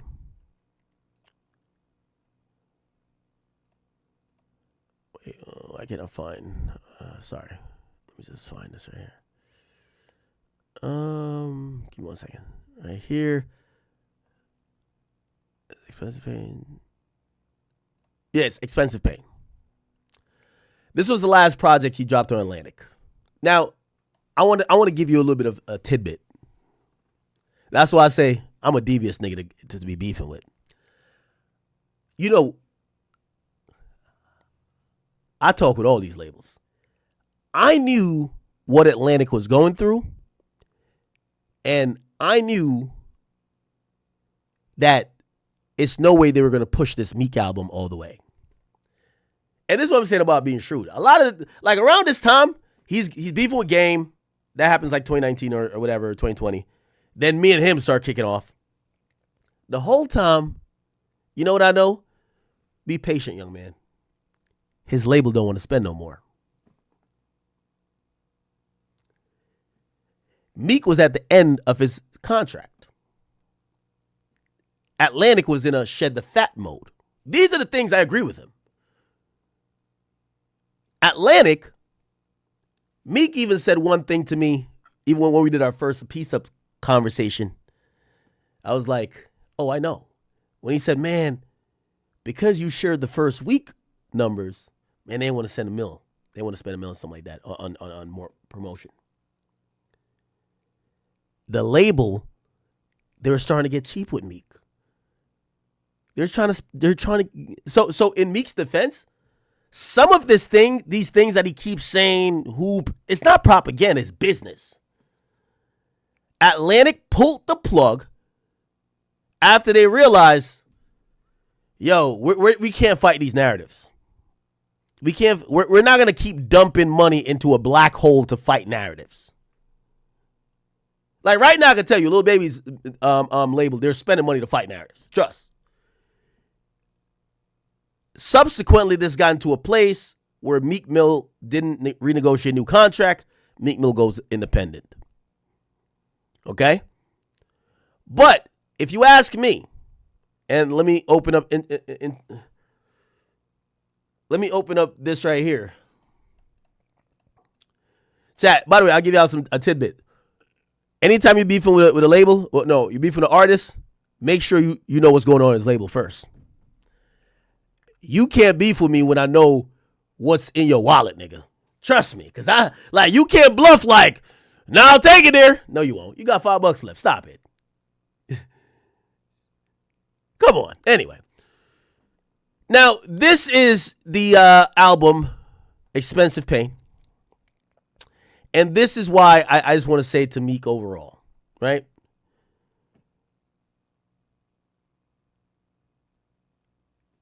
It's either two options. It's either when you flashed out with championships and dreams worth more than money, that was never your level, and you always been maintaining. Or your career took a tumble. I think it's the second. You hit some plateaus, your career took a slight tumble. It's fine. By the way, with Meek, you always got to give it's like the fucking thing to the slow kids. And I'm not talking about him. I'm just saying, because people are, but Meek could still rap. He's still killing it right now, bro. He just dropped a song on Friday. I get it. Meek's probably never been rapping. Meek need a PR company and needs to drum up excitement. That's his thing. Selling music is not selling skills. Any marketer should know this. When you're selling things, put it like this, the biggest and the best in this industry, when you look at The Weeknd, when you look at Travis Scott, they spent millions a year marketing, not even music, but marketing why you love them. That's what happens. They don't get on Twitter and say anything that comes to their fucking mind. They don't do a Jay Nivey and be like, yo, well, here's my opinion. If you don't like it, fuck you. No. They spend millions. I'm telling you this happens. They spend millions of dollars to remind you why you love them. I think it might be a little bit too late for Meek, even though I think if he is humble enough and he could accept this independent wave, I think Meek could go out there and sell 30, 35K right now. Yeah, I think Meek could do that, but that's his level now. And if you're independent, who cares? Who cares? Who cares, But I'm going to be honest with you. I am inclined to believe Charlamagne because honestly, he didn't recover. Remove Going Bad from that album sells 100,000. Expensive Pain sold 100,000. So the only true time I believe I could give him the you sold over 200 thing is going to be Dreams Worth More Than Money, and people are going to say, well, he was with Nicki and Drake also gave him a song there. So it's kind of like, it's hard to call it. Anyway, Charlamagne did respond. I'm wondering who Charlamagne choked out over Netflix. He must have choked somebody out over Netflix because now they got Breakfast Club. You get more than 2 minutes of it. They give you much more of the content. So perfect. Now hopefully he choked somebody else out that we never have to go to Netflix, right? With Meek. Okay, we watched this already. I think Meek go through it. The white comedian also boosted didn't rumor on his major platform with no evidence, then asked me to go on his show. Can y'all see my brand back heating up now? Oh, let me address that too. Because he was talking about Andrew Schultz, but he was talking about the Diddy stuff, right? This is why I said Meek just need a PR company.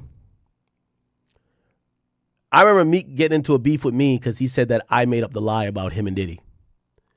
And I remember that day on Twitter, and we're going back and forth saying all type of stuff. He eventually even said, man, I'm going to show up to your house, da-da-da.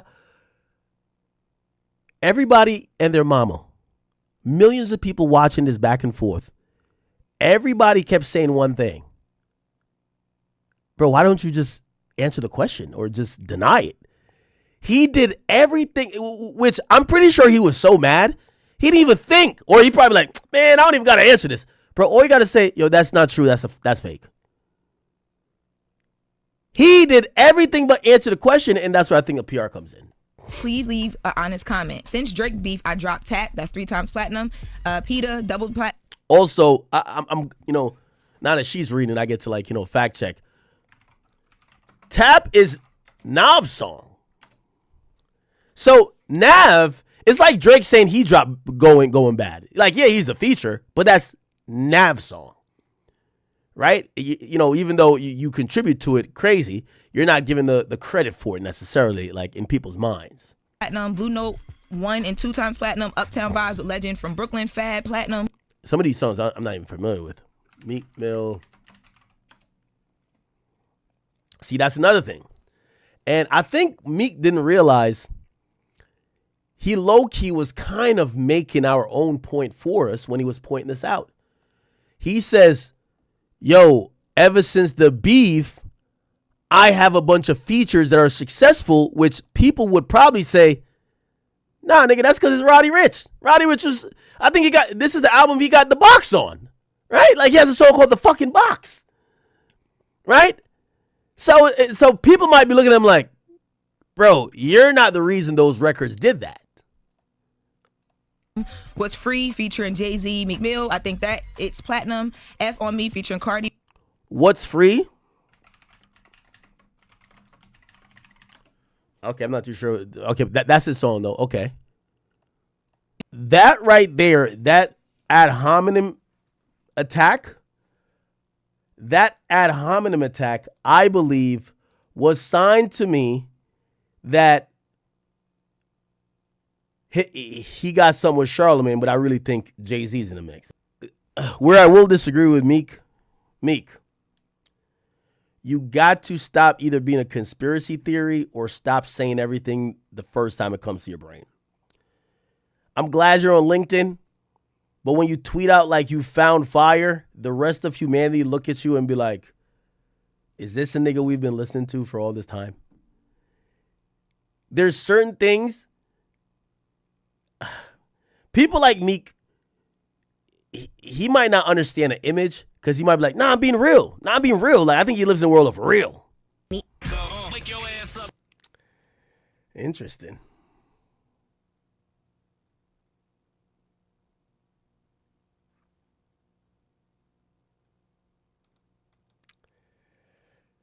Very interesting, my people.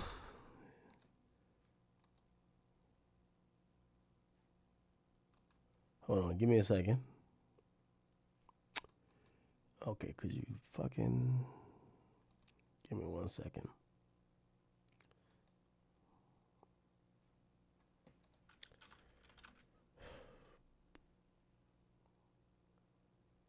Give me 1 second. We might have the complaint here.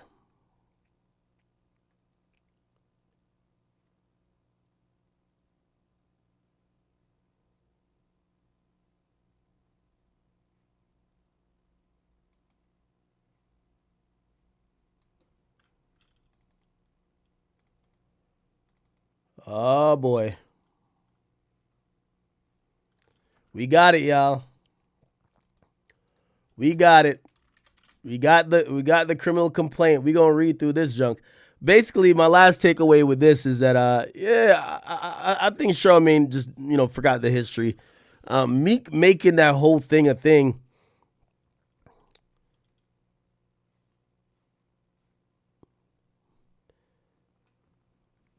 Do I feel bad for Meek? No. Meek still has somewhat of a career. He's independent now. Not everybody's going to have a Future-like career. Future's a fucking 101, right? Meek got to find a way. I think he's, he'll never learn on the you need people to like you type of shit.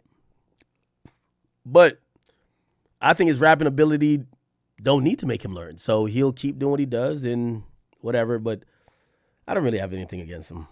It's whatever. Let me see. All right, give me 1 second. We got the indictment here. Not indictment. It's a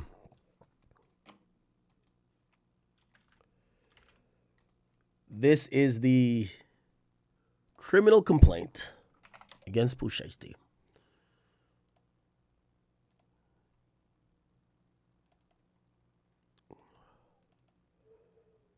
Okay.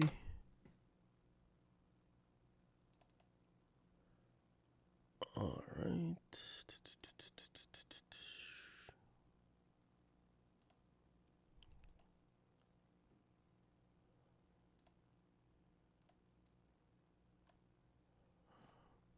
Okay.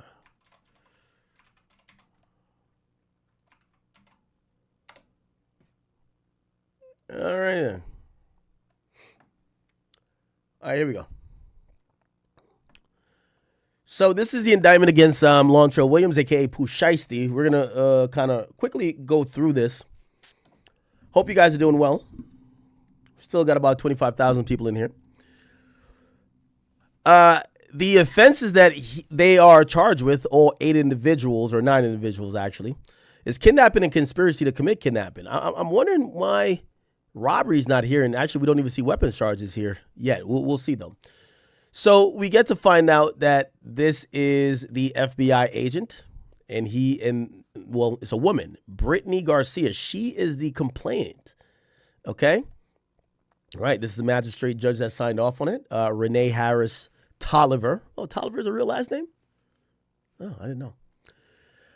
I, Brittany Garcia, special agent with the Federal Bureau of Investigation, FBI, being first duly sworn, hereby depose and state the following, okay?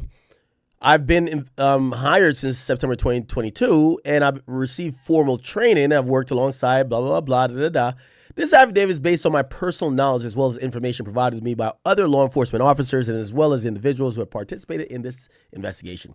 Since this affidavit is being submitted for the limited purpose of establishing probable cause for the complaint, I haven't included every fact known to me in this investigation. Based on the facts set forth below, there is probable cause to believe that on or about January 10th, in the Northern District of Texas and elsewhere, the following individuals violated these things by knowingly combining, conspiring, and agreeing with other persons known and unknown to commit offenses against the United States. By the way, I do want to say, I think kidnapping and conspiracy for kidnapping, the reason why these are there but not weapons charges is weapons charges are probably going to be in the indictment, right? So all the information is going to be presented to a grand jury. They're going to indict. Okay. So cool. Since this affidavit is being submitted for the limited purpose. Okay, cool. Based on, okay. All right, cool.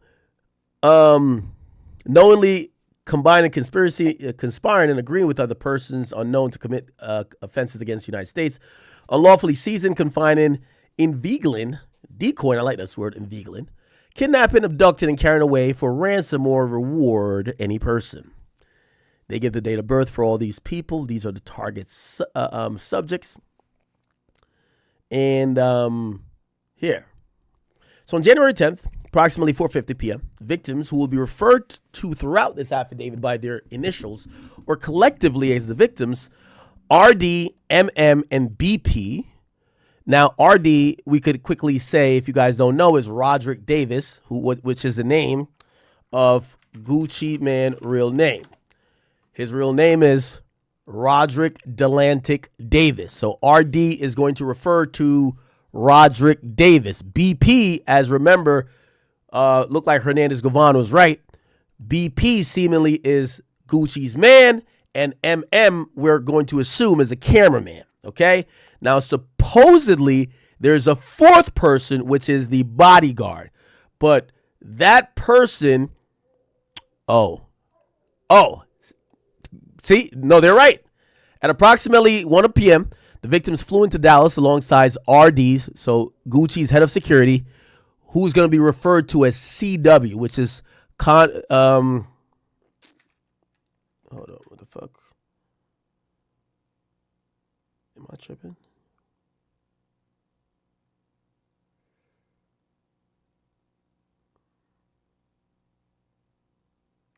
Hold on.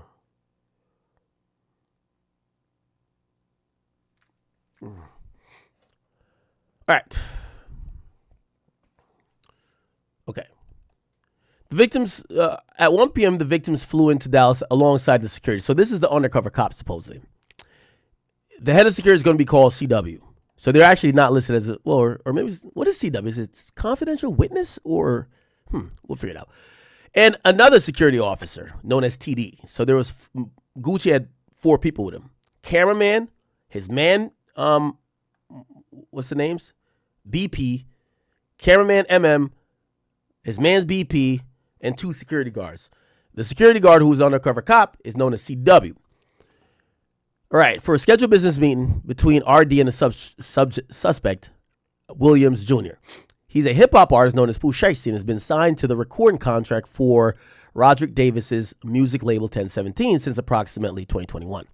They were scheduled to meet because Pooh Shiesty was upset, as we thought. He was upset with the terms of his contract and wished to be released from his contractual obligations. Pooh Shiesty had asked Roderick to come to Dallas so they could meet about business. At 1:45, the police officer and his partner and the victims, including Gucci, arrived at the scheduled meeting location, a music recording studio within a larger office building. When the cop and the other security and victims entered the building, they realized it was a recording studio who was owned by individuals that we'll just call this individual JN. It was closed. While they wait for the studio to open, the five went to a liquor store and purchased liquors and plastic red cups before returning to the studio. Oh, W Gucci. Yeah, man, go get these guys some liquor. Williams' junior father, William Sr., then called JN multiple times on the day of the meeting. At approximately 2:53, JN answered the phone and learned that Williams Sr. was attempting to book a recording studio that afternoon for Williams Jr. and RD to record music. So, okay. So at approximately 2:53, He had answered the phone, learned that they were trying to book a recording studio that Pooh, Shiesty, and Gucci could record. At 3:15, at 3:15, they opened the studio for Gucci, cameraman, for BP, and for the two security. Investigators later collected and reviewed surveillance video captured at another business located in the same office building as on the same floor in the recording studio, which shows that the father was outside of the building. Okay. So it looked like the father is the one who called the building owner to book the session. Looked like this guy didn't even know that they were going to do it. Right? So the guy who owned the studio didn't even know they were coming there. And after Gucci gets there, he realizes it's locked. They go get some liquor. The father pops up and the father's like, oh shit, let me call the guy. We're going to book the studio. They book the studio. It's opened up. Approximately 3:27, William Seniors appeared to be speaking with someone on his cell phone before entering the building around 3:28. Okay. So I guess this is him. Approximately 3:39, an employee of the studio arrived to assist with production. I guess like some engineer. When the employee arrived, Williams Jr. and Williams Sr. were standing at the back door of the office building, engaged in what to be seen as an argument over the phone. Approximately 3:43, Williams Jr. and Sr., Wright, which is Big 30, Johnson, all of these guys entered from the east side of the office. The suspects walked through the lobby area before going into the studio. One individual with a dreadlock style hair, later identified as Gibson, can be seen on video exiting the building and shortly thereafter returning with a bag slung over his shoulder. So somebody came with a bag. All right, so right here. Okay. The 9 individuals entered the studio's control room where the victims were watching a football game. So look like Gucci and them, they're now in the studio, they're waiting, they got liquor there, they're watching a football game, they're waiting for Shiesty to show up. Look like the father shows up, but then Shiesty gets on the scene and him and his pops, I guess maybe they're talking to Gucci on the phone, or I don't know who they're talking to, but according to the feds, it seems heated. And then afterwards, they seem to be like walking in, but one guy goes and he gets like something over his shoulder. Bet. CW was positioned in the studio lobby while TD remained in the victim in the vehicle they arrived in. So undercover cop is in the lobby. Depicted below are the photographs of the studio lobby, left in the control room and the studio recording room, both taken from the Dallas Police Department body cam. So they did call Dallas Police. And crime scene photos captured on the night of the offense. So this is how the studio looks. The victims overheard Pooh Shiesty talking on his cell phones, potentially with a probation or parole officer, stating that his caseworker had given him permission to be out for rec time. So clearly he was, still going back and forth with, him being out for probation. And he's like, yo, nigga, I'm good. I'm supposed to be able to, I'm going to the studio right now, right? Cool. From what the victims could hear, he was informed that that was not the case and he needed to return immediately. He agreed that he was going to return immediately, and he was wearing an ankle monitor. It led the victims to believe that he was on house arrest. RD, who's RD? Oh, that's Gucci. Gucci told Shiesty they could reschedule their session, but Shiesty requested to speak to Gucci privately in the attached recording room. Gucci agreed and entered the room with Shiesty, Shiesty's father, and Big 30. Meanwhile, the cameraman and the security. Meanwhile, the cameraman MM, and Gucci's homeboy BP remain in the control room. Okay, so it looked like. Remain in the control. Okay, so you got the control room and the recording room. That the artist is in the recording room. Usually, you're gonna have an engineer in the control room. Big 30, Gucci, Pooh Shiesty's dad, walk Gucci into the booth. Get into the booth, fam. If I remember the Trap Lord Ross thing. That's just the funniest thing ever. Get out of the booth, fam. But anyway, so they walk Gucci's, 3 of them, they walk Gucci into the booth to have a private conversation while Gucci's cameraman and his homeboys in the other room. And they're in the other room with 6 other individuals. Okay? So everybody's in the control room. And they continue to watch football. BP offered to share the liquor they purchased, and at least 2 accepted, grabbing red cups and making a drink. Inside the control room, Shiesty produced a purported contract termination or release paperwork from a bag and told him to sign it. It's like, yo, bro, come on, enough. Just sign this shit, bro. When Gucci refused, Shiesty became agitated. They started to argue, and then the cameraman and BP could see inside that, you know, it looked like they were in a heated conversation or discussing business. But as the cameraman saw the conversation intensifying, he texted the cop who was still in the lobby. So it's the cameraman who texted the cop like, yo, they kind of going crazy in here, bro. Like, come in here. As the argument inside the recording room ensued,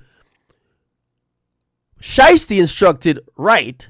So he instructed, yo, this is like literally FDO. Yo, 30, pass me my Drake. Literally down to the T. Yo, get me my bag. Yo, the Drake is in the bag. Come on. Right complied, leaving the room to go returning with a bag. Then he pulled what appeared to be a black AK-style pistol from the bag and pointed at RD. Damn. So Shiesty upped it on Gucci like, what's poppin', nigga? I'm getting released. Demanding that he get released. Gucci complied, signed the paperwork for Williams Jr. while Williams Sr. and 30 stood by. Gucci was not allowed to leave the recording room while he was held at gunpoint by Williams Jr. Wright pulled out a cell phone. Oh my God. Hernandez Gavon was right. He pulled out a cell phone to record him signing the paperwork while being forced to say he released Shiesty from their contract. After the release was signed, Shiesty took Gucci's wedding rings, watch. Yo, Hernandez Gavon was right, bro. Earrings. So they unscrewed that bitch. All right, come on, let's unscrew your earring, gang. And cash. After Gucci signed the contractual release paperwork, Shiesty provided the paperwork to Senior and asked if it was good. Senior says the paperwork needs to be dated, so then they forced him to add a date next to his signature. As Gucci, Shiesty, and Shiesty's pops and 30 exited the recording room, the remaining subjects, Waters, Rogers, Johnson, Glover, McDaniel, and Gibson, produced handguns or whatever and began demanding property from BP and MM. Now, I got to be honest with you. L Security, you already got texted. So they text you that Gucci's in the booth arguing with Shiesty and he's outnumbered 1v4 and you're the undercover cop and you don't walk in there and like, yo, what's going on? Like, you're security? L Security, nigga. I don't care if this nigga's the undercover cop or not undercover, off duty. So now when Gucci comes out of the booth, his homeboy and his cameraman is getting robbed because everybody done upped. So it looked like this was a plan. As soon as 30 comes back with the bag, get the Drake, it looked like the other niggas just backed out on them two. Be like, yo, what's up? Yo, y'all niggas gotta give it up too. Fuck it. All right? Okay. They produced handguns and began demanding property from BP and MM. BP was pushed on a couch in a control room while an individual named as this, a part of Shiesty's crew, later identified as Roger, searched his pockets and stole his wallet, stole his chain, and a necklace bearing the moniker 1017 was stolen from his neck by another subject he known as Glizzy 375. During the robbery, McDaniels repeatedly threatened to shoot BP for moving, but Shiesty told him, don't shoot him. Don't shoot him. BP further identified an individual. Oh, BP doing some identification. Charleston white shit. I fuck with it. Identified an individual he knew as Baby Slime 375, later identified as Johnson, as being involved in a kidnapping and robbery, and that during the control room robberies,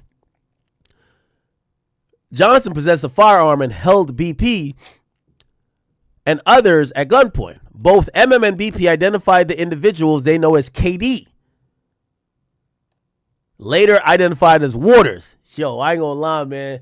Yo, Shiesty really living his lyrics, bro. Yo, he got a line that says KD patient. Might not catch him next day, might catch him. Yo, nah. When he said KD, I'm like, Kevin Durant. Nah, nigga. Yo, look, he said I sicked a C-girl on the ops. She left the air tag in the glove box. Katie's patient. He might spank him next year tomorrow. Holy. Yo, Katie's patient. He might spank him next year or tomorrow. God damn. All right, bet. So Katie's here. He was involved in a kidnapping and robbery, possessing a firearm and holding him at gunpoint. That's the cameraman. He was choked from behind to the point of nearly losing consciousness during the kidnapping and the robbery, resulting in scratches on his neck and his wrist. He was robbed of his Rolex, a Louis Vuitton bag containing other high-dollar watches, Apple AirPod headphones, his wallet at gunpoint by Glover, and they confirmed his Louis bag. They confirmed each all had an air tag. What? Oh, he had an air tag with these things.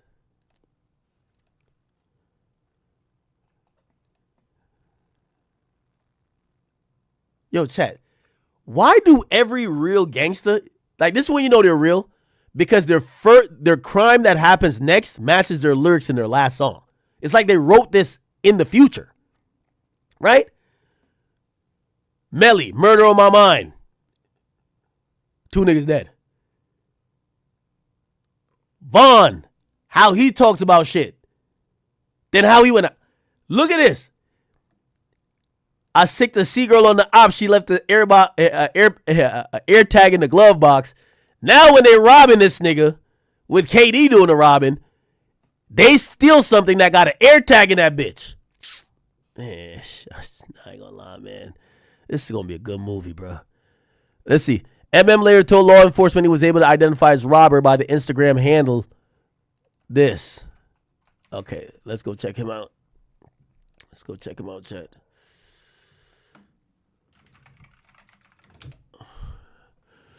Oh, his page not up no more? Damn. Provided investigators screenshots of the last recorded locations of the air tags, specifically the last location of the air tags on the Louis Vuitton bag. And the AirPods was off Dallas. Okay. As the altercation in the control room ensued, Big 30 walked over to the studio door and closed it and blocked it with his body, preventing the victims from leaving. The victim's security guards barricaded the door and attempted to force their way into the room, but were prevented from entering. With guns drawn, the bodyguards managed to partially open the door, but realized they were outnumbered by the armed targeted suspects. So the off-duty cop up they shit, and they're like, I bet we gonna have to go in here and handle some shit. But they kind of get into the door and they look. So, oh, them niggas got guns too. Never mind, chat. Never mind. yo, this nigga thinking about his pension from his cop job, man. He was about to play hero. He upped it, pushing the door. Yo. Oh, they got guns too. Never mind. Come on, let's go back and watch the front door. Yeah. RD was pushed onto the couch during the control room, causing the victims to believe that they were going to be executed. Williams placed the barrel of a firearm to the back of BP's head and ordered him and RD. So Gucci's home. Damn. So Shiesty put the gun at the back of the nigga head and ordered him to leave the control room and the studio through a west entrance. Gucci instructed the bodyguards to escort them to their vehicle. As the victims left, turned to Shiesty and asked him if they were really taking his watches. Yo, bro, you really gonna take my watch? Get your bitch ass out of my face. Holy. Based on recovered surveillance footage, the target suspects left the studio and the office building through the east entrance approximately at that time. Okay? This is them leaving. And chat, the irony. Niggas got their shiesties on. I ain't gonna lie, I love when my rappers, my favorite rappers, I love when they live their raps. I love when they live their raps. Yo, Shiesty, I hope you ain't going for long, but I'm gonna bump your music like it's going out of style, nigga. I'm gonna bump your music like it just came out. I love when I figure out my favorite rappers is living their life, bro. They living their raps. Nigga got the Shiesty. Like, yo, this nigga's doing it all. Everything he said in his raps, he's doing. External surveillance videos recovered from a neighborhood building showed a white Buick Enclave, a black Dodge Charger Hellcat, and a black Dodge Ram with a distinct roll bar fixed to the bed, moving short northbound after the kidnapping and robbery. These are the vehicles. According to law enforcement database, Shiesty's father also owns a 2020 Dodge Charger Hellcat with this license plate. License plate readers in the area placed this Charger in Texas. Oh my God. These guys are the best criminals ever. The nigga drove his personal vehicle from Memphis to Dallas to go do a robbery and a kidnapping. This is amazing. This is amazing. Somebody said this nigga already shot somebody in the ass. Well, I just know he's just not capping, bro. I rock with Shiesty. Like, Shiesty's giving it up. But I ain't gonna lie to you. Like, you ever be listening to these other rappers? I'll be like, man, this nigga's lying, man. When I listen to Shiesty, I'm like, yo, this shit is true. Okay, anyway. So license plate readers caught this car in Texas, including at the Fort Worth Metroplex during the relevant time. Okay, so basically they were in the area. In January 10th, they captured a Charger in close proximity to a black Dodge Ram having these things. So basically just the license plate reader scanned them coming, leaving, right? On or about January 14th, investigators subpoenaed Hertz. So they got some, this is so stupid. Other than the father's truck that he drove himself, every other vehicle was rented. They subpoenaed Hertz and to ask for the information with the Enclave. They responded same day and said that the white Enclave bearing the license plate had been rented by the Pops. So the Pops rented vehicles for the other homeboys that was in town. The records further revealed that the Enclave was still rented to William Sr. at the time. Location information provided by Hearst in response to a search warrant detailed the movements of the Enclave between those times. The records corroborated LPR scans, and so pretty much they got the GPS info. They got GPS info from Hertz that confirmed that the license plates they were matching all matched up. Cool. Shiesty's on a 63-month sentence for violating a conspiracy to possess firearm in furtherance of a violent and drug trafficking crime. According to records seized from the Bureau of Prisons, he was approved for home detention on the 31st. As part of his conditions for home detention, okay, so it's home detention, not a halfway house. So I guess he got a curfew or something. He agreed to not possess any deadly weapon or knowingly be in the company of a person possessing the same. Additionally, he's required to wear an ankle monitor that's going to be monitored by the Bureau of Prisons. Investigators received partial records associated with Shiesty's monitoring device at the time, including location data from the 9th and the 10th. These records corroborated information that investigators received regarding Williams' movements during that time. Staples, what is this?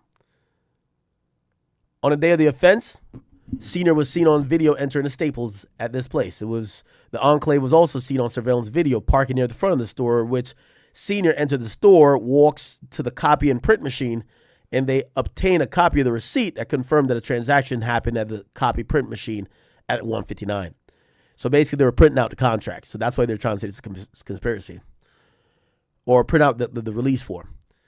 The time Senior is seen on surveillance video near the machines during the time of the visit, due to the close time of the visit was stable prior to this offense.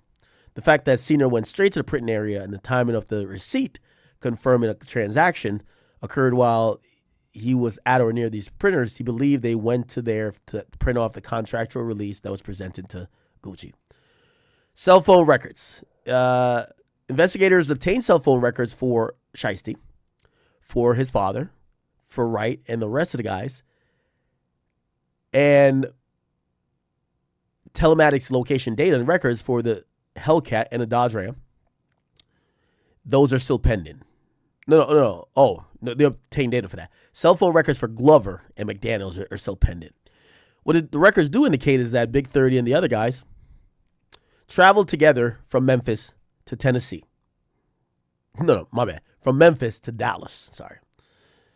In the Dodge Charger Hellcat and the Dodge Ram. They left Memphis on the 8th and arrived in Dallas early morning, January 9th, 2026. The data from Glover's electronic monitoring device aligns with these cell phone records. So it looked like they did not drive or they didn't fly there. They all drove. Can we look at the drive time? Drive time for Memphis to Dallas. 6 hours. So it's a 6-hour drive. 6 hour 37, right? So it might be around like 7 hours. On the 10th, from approximately 2:28 to 2:46, Shiesty's dad, 30, and the rest of the guys were in the area of Windrow's Tower, a location that Shiesty resided in prior to moving to his new residence at 12 Cowboys Way. Sorry, in Frisco, Texas. Damn, they just fucking doxed the shit out of him. 12 Cowboys Way. Oh, this is the apartment complex you live at? Nice little high rise. What's the problem? Okay. They all traveled together to the area of the offense, arriving by 3. The data from Shiesty's monitoring device align with the information with the cell phone records and the Buick Enclave. They traveled together.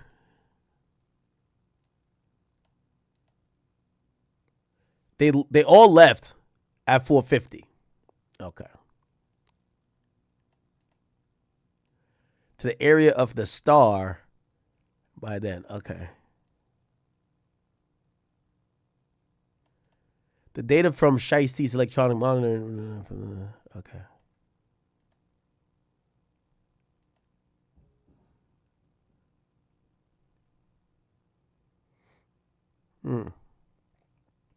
Okay. I don't know what the Star place is. He said they traveled from the area of the offense and went to the Star in Frisco. Okay. Afterwards, everybody else traveled, everybody but Shiesty and his dad traveled to go stay at a Comfort Inn. Right? And what's the Star? I got to see what the Star is. Star in Frisco. Yeah, let's see. Is that a Dallas Cowboys place? The Star in Frisco. What is this? Oh, it's a headquarters for Dallas Cowboys. What? Maybe they have like a hotel there? Why didn't he go back home? Anyway. So they spent the night there. On the 24th of February, Flicks North America Inc., which owns Greyhound, responded to a subpoena with records showing that on the 11th, the day after, 1, 2, 3, 4 traveled together on a Greyhound bus from Dallas, Texas to Memphis, Tennessee. Cell phone records for all of them corroborated this travel. Cell phone records indicated that they had traveled together with the Dodge Ram from Dallas. So the other guys traveled from Dallas to Texas in a Dodge Ram. But some of them traveled via Greyhound. The Dodge Hellcat was stolen from the Comfort Inn in the early morning. What?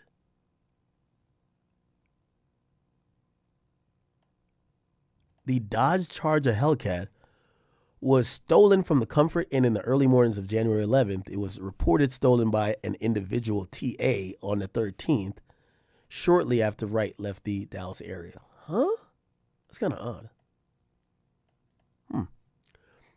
After reading the incident report from the stolen Dodge Charger Hellcat and analyzing cell phone data, Investigators determined they stayed at a Comfort Inn on Texas from January 10th to 11th.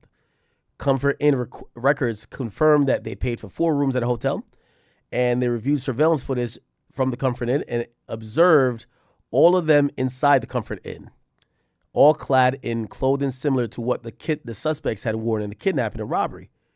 Below, stills from the offense locations next to stills from those surveillance videos. So this is them in Comfort Inn.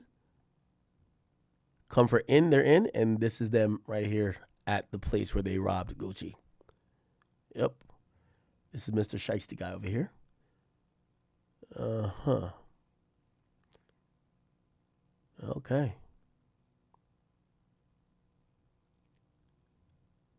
All right.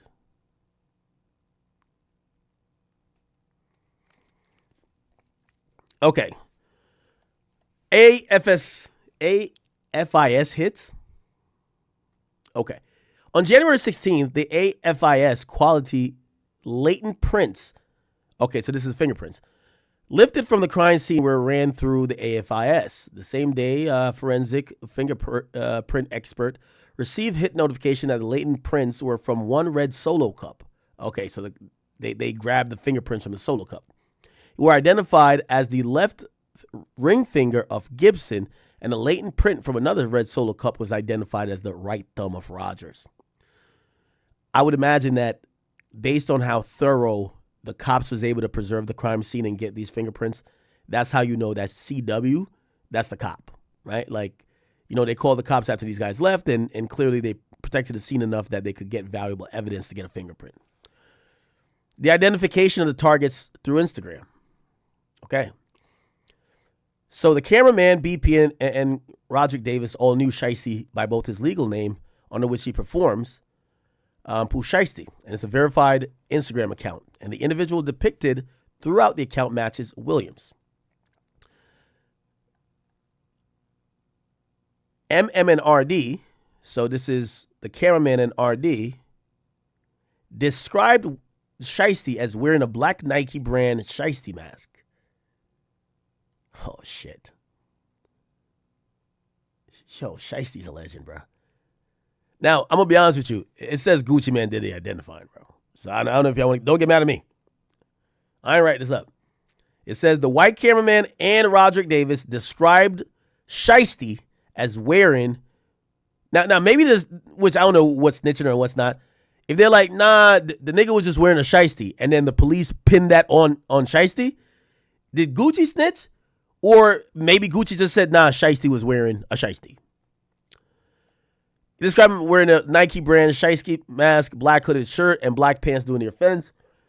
An online search of him matched the individual depicted throughout. And these are some pictures. Mob Ties Global. This is the father. This is his Instagram.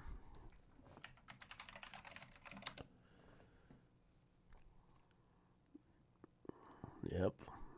Big leg hustle here. You got people from Memphis. You got different people from Memphis.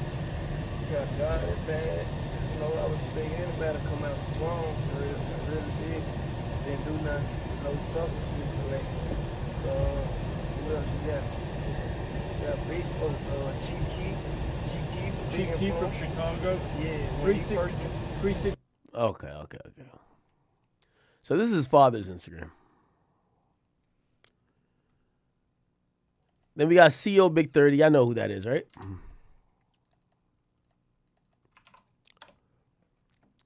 This is Big 30. He's like the lineman, just standing in the door. Now, this is going to be interesting. It says all the people, all the victims, okay? Roderick Davis, BP, that's Gucci's homeboy. Roderick Davis is Gucci. And MM, which is the white cameraman, they all identified right. So I'm going to be honest here. It appears that all of these guys cooperated and identified these people as being present during the offense. Gucci And the cameraman identified his Instagram account as CEO Big 30. Okay, so, with all due respect here, no diss to Gucci. I love you, Gucci. Don't know if you're taking a stand, but Gucci's doing the identification. He's doing what I would do. He's doing like, I ain't gonna lie, I'll drop a dime on a nigga, bro. Yo, that nigga live right here, man. Hold on, like, yo, this is his girl right here. Yeah. He fucking side bitch over here. Yup. So shout out to Gucci, man. Shout out to Gucci. So Gucci identified. Yo, this is crazy. I need a drink, man. Yo, I need a drink, man. Yo, chat, I need a drink, man. Yo, Atlanta wilding right now. I need a drink. Chat, hold on. I gotta go pour up a drink. Hold on, man. This is getting out of hand, man. This is getting out of hand, bro. This is getting out of hand. Nah, I can't even believe this shit, man.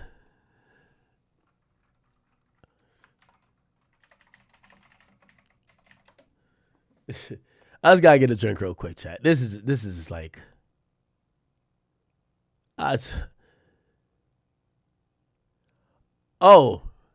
Sean Cotton talked? I fuck with Sean. Let's hear this. You gotta be one of the most stupidest motherfuckers I've ever seen in my life, brother. Why? Why,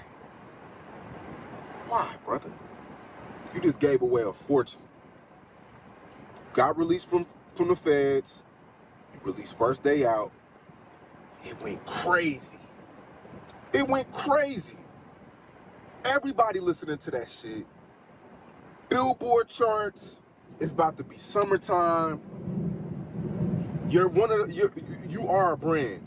And as whack as rap has gotten, as watered down as rap has gotten, as weak as rap has gotten, Pooh Shiesty was one of those last ones that was a brand. Full-blown brand. Walking ticket. Walking hundreds of millions of dollars. The kids, his influence, he was one of the last ones. One of the last ones of that era of being a brand, a certified star.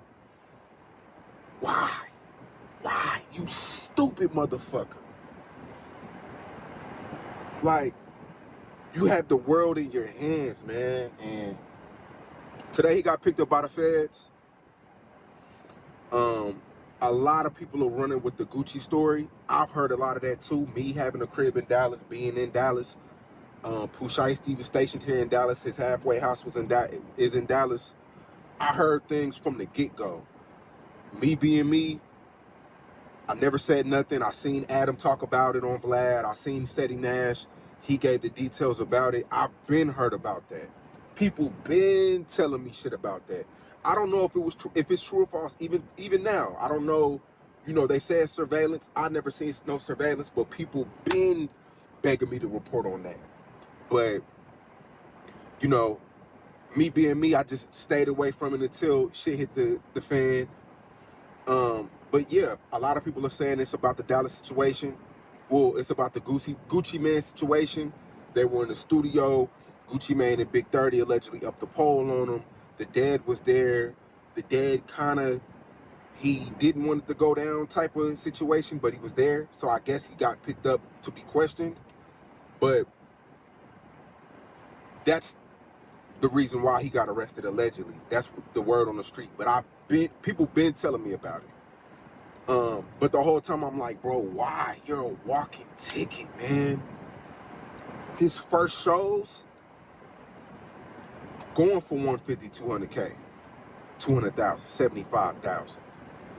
Like this summer, he was going to run up an easy 20 million.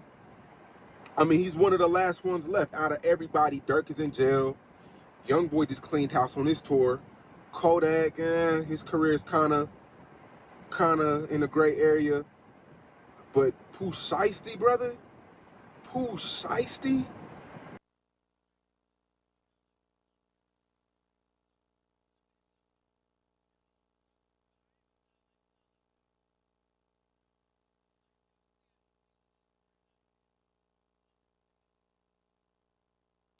Oh, my bad, Chad. I didn't know I was muted. Nah, Chad was like, man, fuck it, man.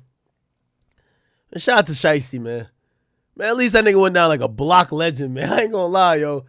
Fuck it. Now, I know y'all gonna be like, act, man. Bro, he had like 39 chances, man. At least that nigga lived his raps at the end of the day, man. Fuck it, bro. Like, you know what I mean? At least he ain't go out like a fake ass nigga, man. He went out real.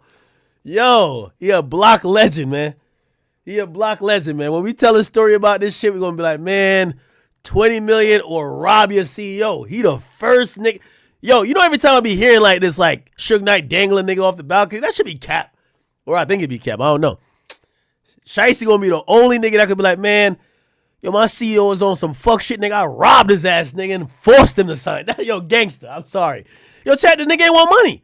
Yo, you know some niggas who not interested in pussy, money, like these are usually driving factors for people to do right.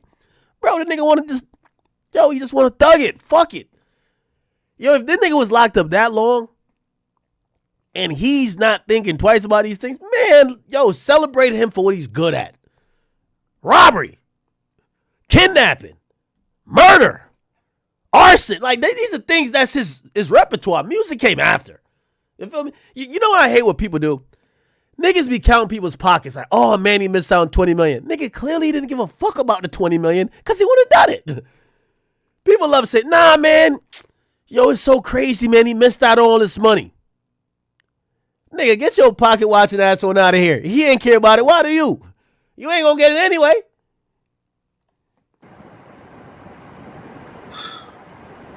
Shit is crazy, man. I really don't have too much to say about it. We're just gonna have to keep letting the shit come out. I'm gonna honor Shiesty's legacy right. I'm gonna play all his murder music. I'm gonna put him on my Mount Rushmore of rappers who really did that shit. And that's it. Like, what the fuck? Like, Vaughn on there, Dirk on there, and Shiesty on there too. What the hell are you talking about? Like, that's what, I would imagine that's what he wants, right? I'm gonna honor his legacy. That's his legacy. When niggas told him, yo, when he told niggas, I don't need security because I got my own fire in the club, when security tried to push up, he shot that nigga. Word up. Nigga living his lyrics. Yo, chat, you gotta, like, some of these guys, you gotta stop thinking we broke, right? Well, yeah, we broke, right? So you're thinking, damn, he was gonna get 20 million this summer? Bro, if you knew you could get 20 million this summer, nigga, you might not even jaywalk. Nigga, he ain't give a fuck. He doing his thing. I'm not gonna give too much of details of what I heard. I'm just gonna let, you know, shit come out. Because we don't know what's true or false either. A lot of this shit is hearsay. You know, when we reported on it on Say Cheese today, a lot of people was calling Gucci a rat. I landed again. More people involved in what y'all think. Security guards, you know, Gucci. Nah, I landed again. Gucci Mane's handler, his girl. You don't, you know, women, you know how women are. Shit, they find out something, they're reporting it right away. We don't know. So a lot of people are coming out trying to call Gucci a rat. We don't know. We don't know anything. Yo, look like, yo, Shiesty wasn't taking his freedom serious yet. Shiesty must have, like, jail must be sweet. They said, look at this one. An old clip resurfaces from Shiesty when he was on stream with Ben the Don driving around, but he told his probation officer he was at home. So remember, we just read the indictment. He was in an argument. He's at the studio, and they're like, yo, bro, you're not supposed to be where it's saying you're at. He's like, nah, nigga, I got proof. So he's, look. Yeah, look, Trey Williams. Yeah, I'm at the house. I'm at, what? Yeah, keep it. All right. You sign me up? Tommy got motion with that, so appreciate you. Yeah. Just go, kid. Yeah, I'm gonna keep it a bean. That man ain't give two fucks about freedom. We gotta keep it 100, bro. Like, yo, it's a real nigga. Yo, in a black community, we call that real. You down to go back to jail? Real ass nigga right there, man. So, yo, you're on a live stream with Ben and Don, 14,000 people watching. You're calling your PO officer. I don't even know if he's flexing. I don't even think, the thing is, I don't think Shiesty be flexing. I think Shiesty just really like that. He just really like that. Yeah. Just go, kid. On the parking lot. Right, the parking lot. Go make right. Oh, you? No. All right. Smart with that motherfucker, so appreciate it. You said what? Yes, I am. Yes, I am, man. Check it again. Oh, they're telling him that he's not where he's supposed to be. That's where I live at. That's where I live at. Refresh it. That's where I live at. Look, I ain't lying to you. I ain't playing no game. You can mute the joint right now, my Trey. face. I don't want to play like that. Yo, Ben get all the content and Ben be like, yo, now you can mute it. Yo, Ben, I love you. Hello. Well, I don't know about that one. We're hearing the street shit. You know what I mean? Seti Nash, like I said, he gave us details, but it's about 3-4 sides of that. Because when I watched his video, I heard a side similar to that, but it was a different side to that. So we don't really know. But I do know, Pooh Shiesty, you're a dumbass. Until shit come out and it ain't that, I'll go back and apologize. Pooh Shiesty's fucking dumb, bro. What's so hard about rapping and sitting your ass inside the crib, brother? What's hard about that? What's so hard of just to collect the bag and rap? That's the easiest shit on earth, bro. He could have came out with merch. He was a brand. Video game. All right, man. Why he never dropped his own Shiesty? Chat, I'm getting like a post from people who are. I'm kind of hesitant to put this up, but I got to be fair, right?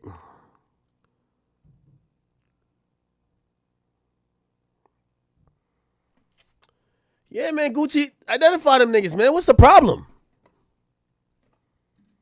Nigga, I can't wait today till the feds come be like, yo, could you identify these niggas? I'm like, yo, that's that retarded nigga little baby who did that shit. Yeah, he right there, right here. Let me put my initials, bro. Look, come on, go get that nigga, man. Stop playing, man.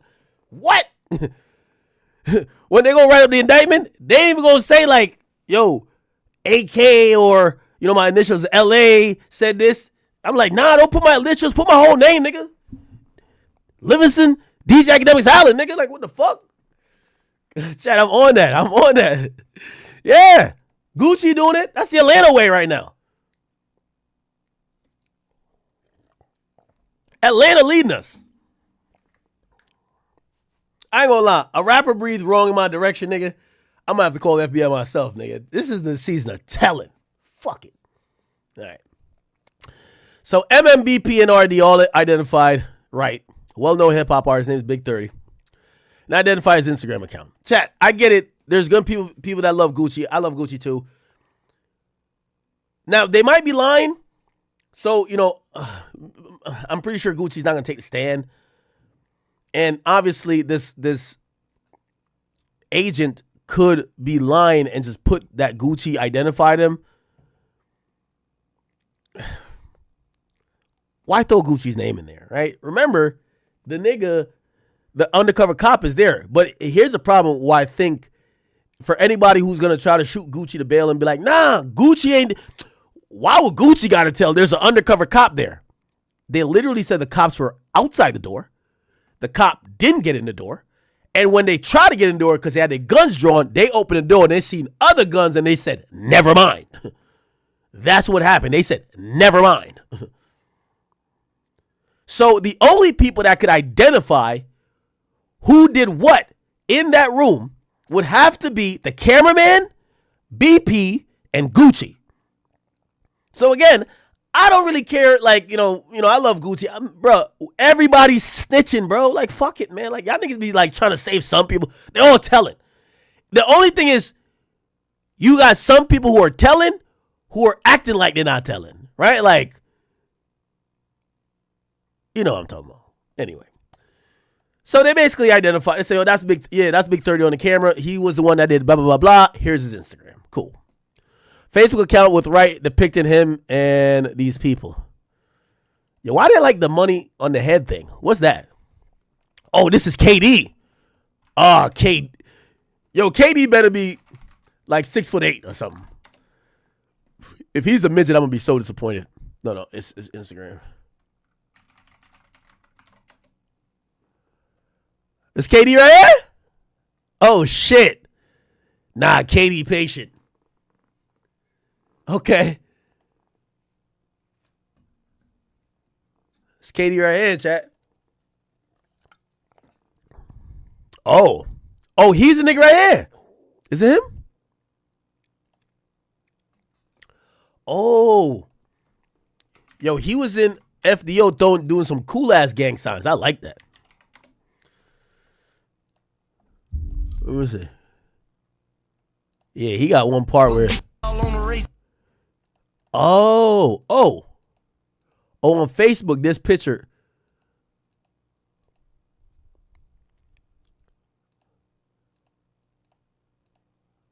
Wait, here we go. I'm allergic to Corvette. God, what happened to the black bass? I left that man, you stuck, little nigga. We all on the race to the top. These niggas. Oh, right there in that little split second. I left that man, you stuck, little nigga. We all on the race.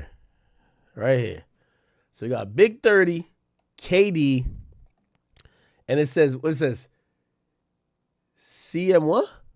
What is that? I don't know what it said. To the top, these niggas stuck, got pinned, die while hood poor. Sundays we work on our aim. Whole gang on Sundays we work on our aim. And every month on the third, I was rich and dad up. Oh shit.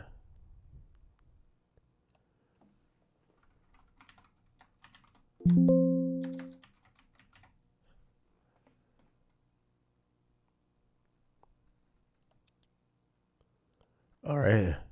She left for her tag. Flip up, can't get on bush, can't go outside, can't get out far. I see the C girl on the off. She left for her tag in his glove box. Katie patient. Oh, yeah, okay. Shout out to KD, man. Yeah, he started throwing some gang signs. Shit, you know I listen to this song 30 times. I started throwing it up too, nigga. Yo.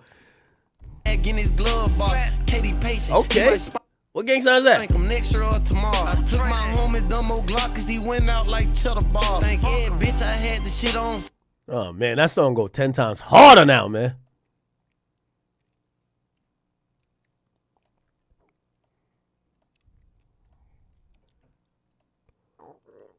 What's this?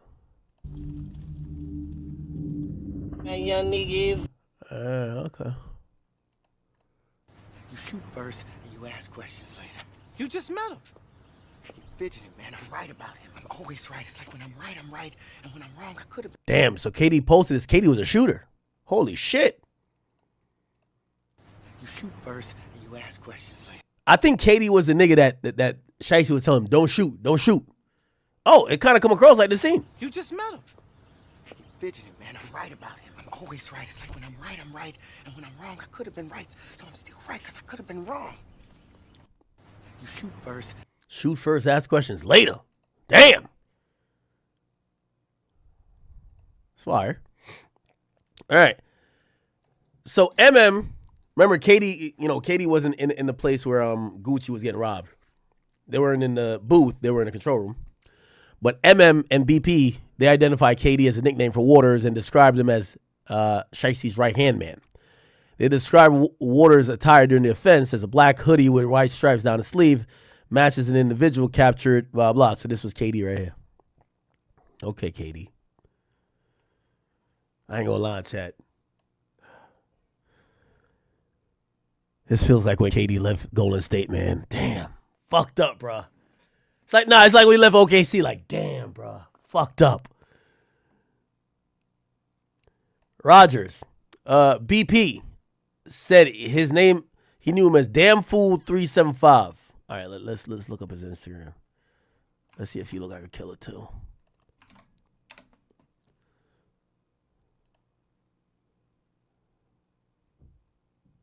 Oh, it's CMO. What does CMO stand for?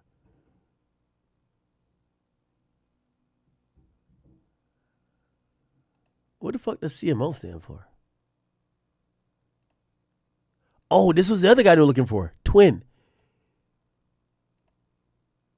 Yeah, this nigga look a little dirty. Yeah.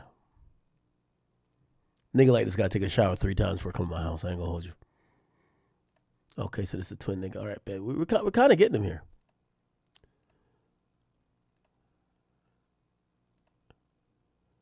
Okay. Oh, it's called Certified Members Only. That's what CMO stand for? Okay, but this is, who's this?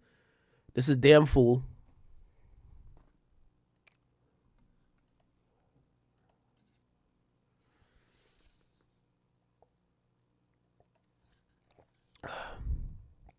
I don't even know if I should say this. Is this his girl?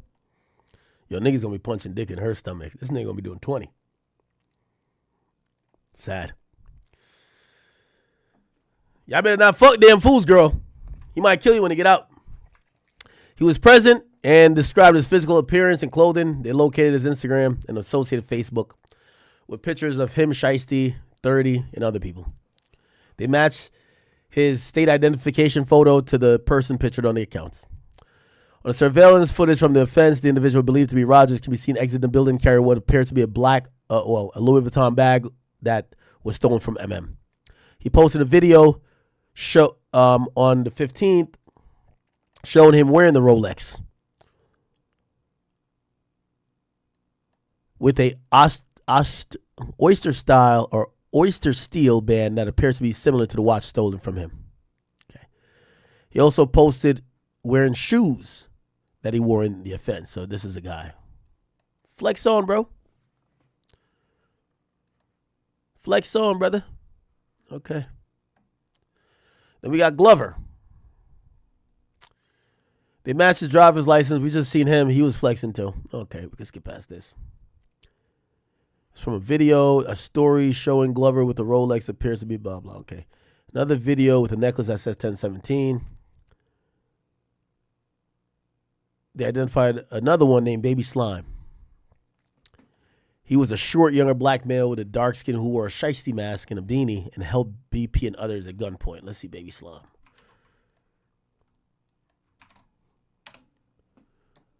No, I spelled it wrong. I forgot the B.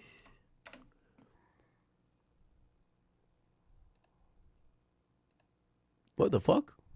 This Baby Slime? Y'all be damned if I get robbed by a nigga that. Nah, I'm playing. Let me not say that. This nigga look like King.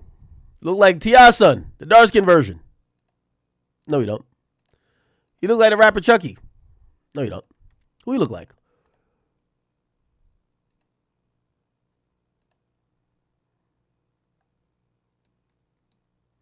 Let's hear his music.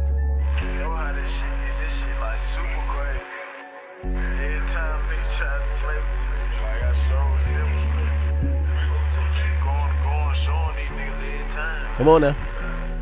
Hey, label calling back to back, they trying to see who Baby Slime me. On that little one straight from Memphis, stand on being away before the deal. I was out here trying to catch a kid, demonstrate, show my murder skin. In the trenches, I may be. Damn, a demonstration. Might spin out the match, cat or the kill. Head top 10 won't never sell. 762 touching limb. Double cup, we toasted up. Bedtime, we up scope for the meal. Percocet. I ain't gonna lie, I signed him. Not because the music is trash. I'm saying, like, you know, he a robber. Plug it. All right, cool. So we get him. He was holding people at gunpoint. Oh, they knew him from previous gang investigations. Oh, shit. Decorated killer, huh? Glizzy 375. Oh, my. Let's go look at him. They said this was the hothead. The young black man with a low fade, he wore all black and a Shiesty during the offense and threatened to shoot BP before Shiesty told him not to. Online investigation and research identified him as this nickname, and he was associated with this person, and Memphis investigators confirmed that the individual depicted seems similar to him. Okay, so he was about to shoot somebody. He wanted to catch a hat. The fuck is this? Oh, shit. Damn, rest in peace to the homie. Oh, he had a funeral.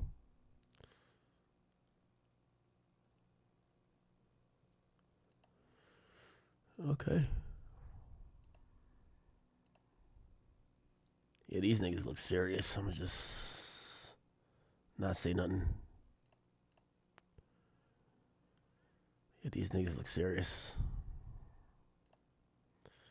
In case they beat their case, chat. I don't want him to come back getting mad at me. Yeah, he sounded like he was trying to catch a body. I'm good. Then Gibson.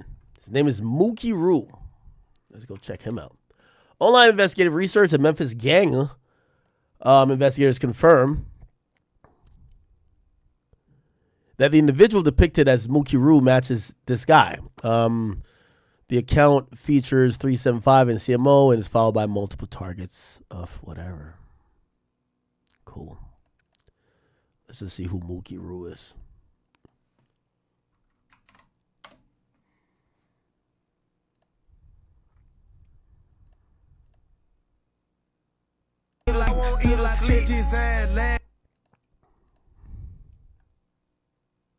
Fire.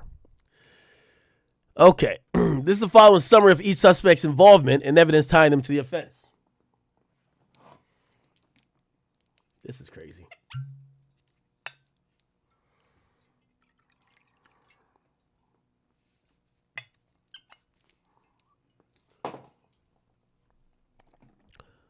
Okay. Eyewitness state that Glover produced a handgun or AI style pistol and robbed MM. Okay. Okay. All right. This is kind of like, it's just kind of like regurgitating what we did here. Kadarius and Lontrell. Eyewitness accounts state that eyewitness placed him in the room when the initial kidnapping happened. All right. The father helped the son to get the signature. Surveillance footage from the day of the offense shows him entering the building unmasked, later exiting carrying a backpack when he didn't enter carrying one. Wow. In conclusion, there is probable cause to believe that on this day, all these people conspired and committed kidnapping in violation of that. Chat, is Gucci's career done? Gucci's a victim of a kidnapping. According to this federal agent, Gucci helped them identify the culprits. I think Gucci should get a pass. He's from Atlanta. For Atlanta rapper not to tell, that'll be breaking news. Yo, chat, it's going to be viral the day an Atlanta rapper be like, yo, breaking news, this Atlanta rapper, with all the reasons to tell, didn't tell. Who cares? And is Gucci a street guy anymore? This is regular Atlanta business right here. But I got to be honest with you. Shiesty's fried.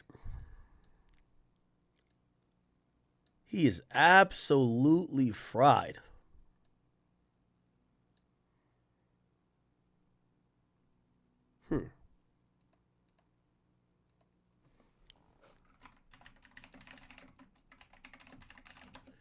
He did a Twitch stream recently. It's like a few days ago.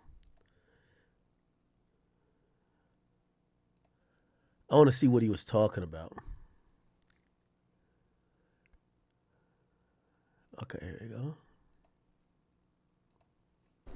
Closer to home, we are following more breaking news after learning two big-name Memphis rappers have been arrested in connection to a robbery at a Dallas music studio back in January.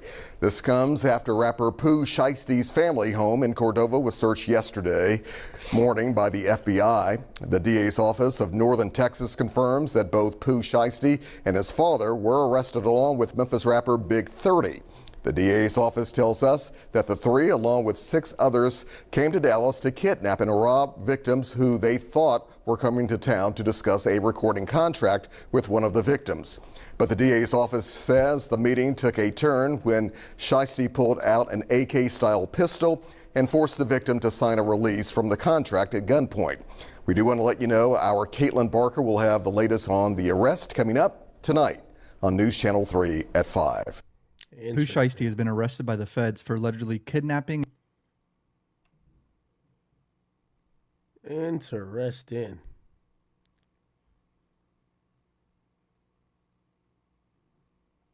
I want to watch his Twitch stream. Let's go to Twitter. Because he was on Twitch a couple days ago.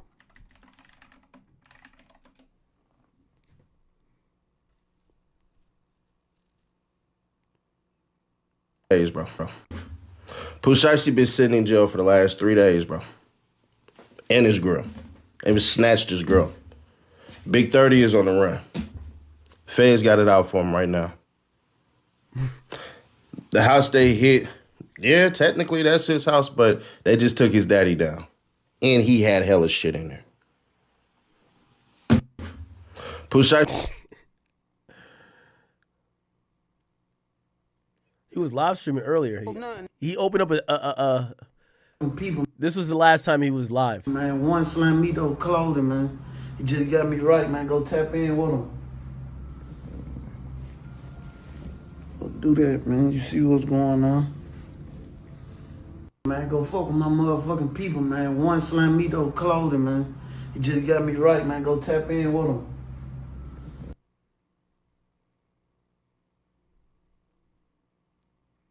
Y'all remember these clips? Was that my jerk? Oh. Lil Durk. JCV Films with that fire gift, bro. I appreciate you. OTL, fuck is you talking about? Why you say it like that for?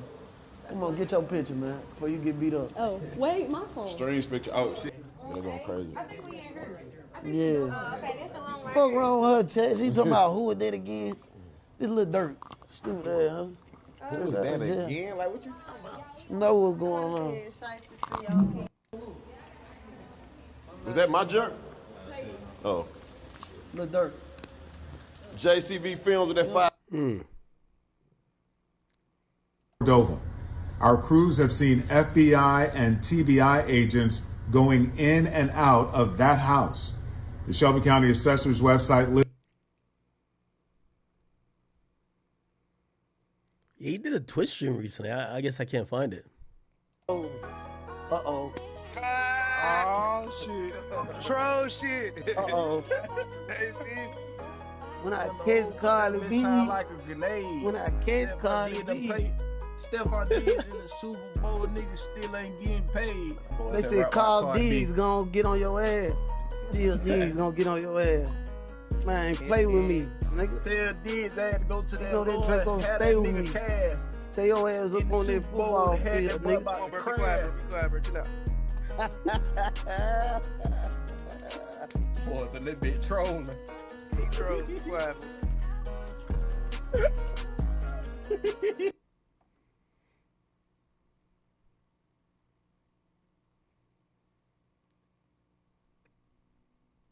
Oh, it's King Shiesty 37. That's what I was looking for.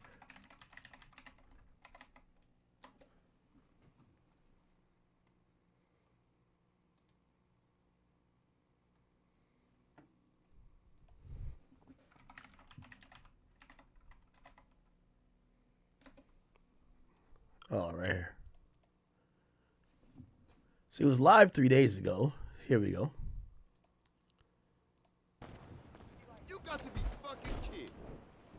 She was wearing that same clothing. Yeah. My Lamar, you got so much white shit on your hairline. So he was RPing, role playing. How was that? How was that? He took too long. P, he getting up. Look, that nigga moving. You still need to repair your shit. Yes, you I ain't do. want to put your car up? What's that car? I need to. ID, they had going to He come. kinda doing a lot of cheat shit. He ain't want to throw his hands up. Why y'all letting this shit happen? Y'all What? pulling up, killing seals and shit. Which one? They talking about It's taking her to the cool. ocean. It's cool. This him? Right there with the red shoes. This him, Devo? Come on, Devo. Get in the truck. Get in the truck, Devo. That's the one. No, this the one need to go to the water. Take me to pit. This the one ain't throw his hands up? Yeah, red shoes. Red shoes. Yeah, he finna lose out. Let's up. Make it right. We already deep in this hole. Who it is in that white jump? 4-5. I ain't going 4-5. And I robbed Oh, the look at him. Look Is this how Memphis looks? at him. Look at him. Look at him. All right, so he wasn't really doing much. He was just like RPing. It's kind of so crazy because his last interview, again, did he do an interview with Gillian Wallow?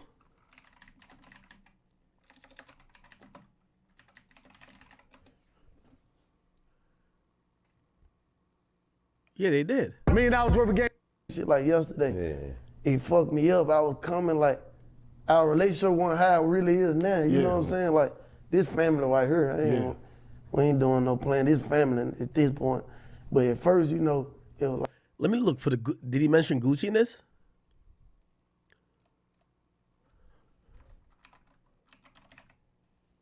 Oh, here we go.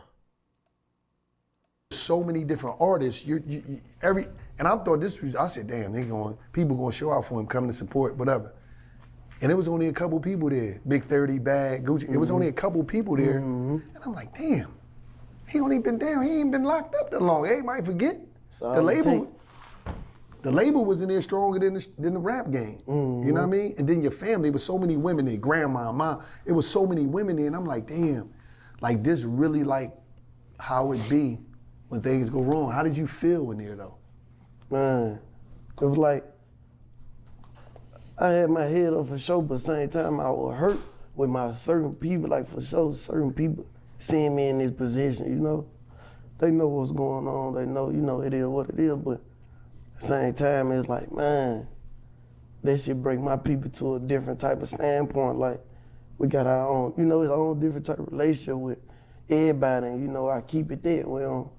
I ain't finna change up or nothing, so it's like, man, they was tore up out there. So, damn, who gonna holler at me?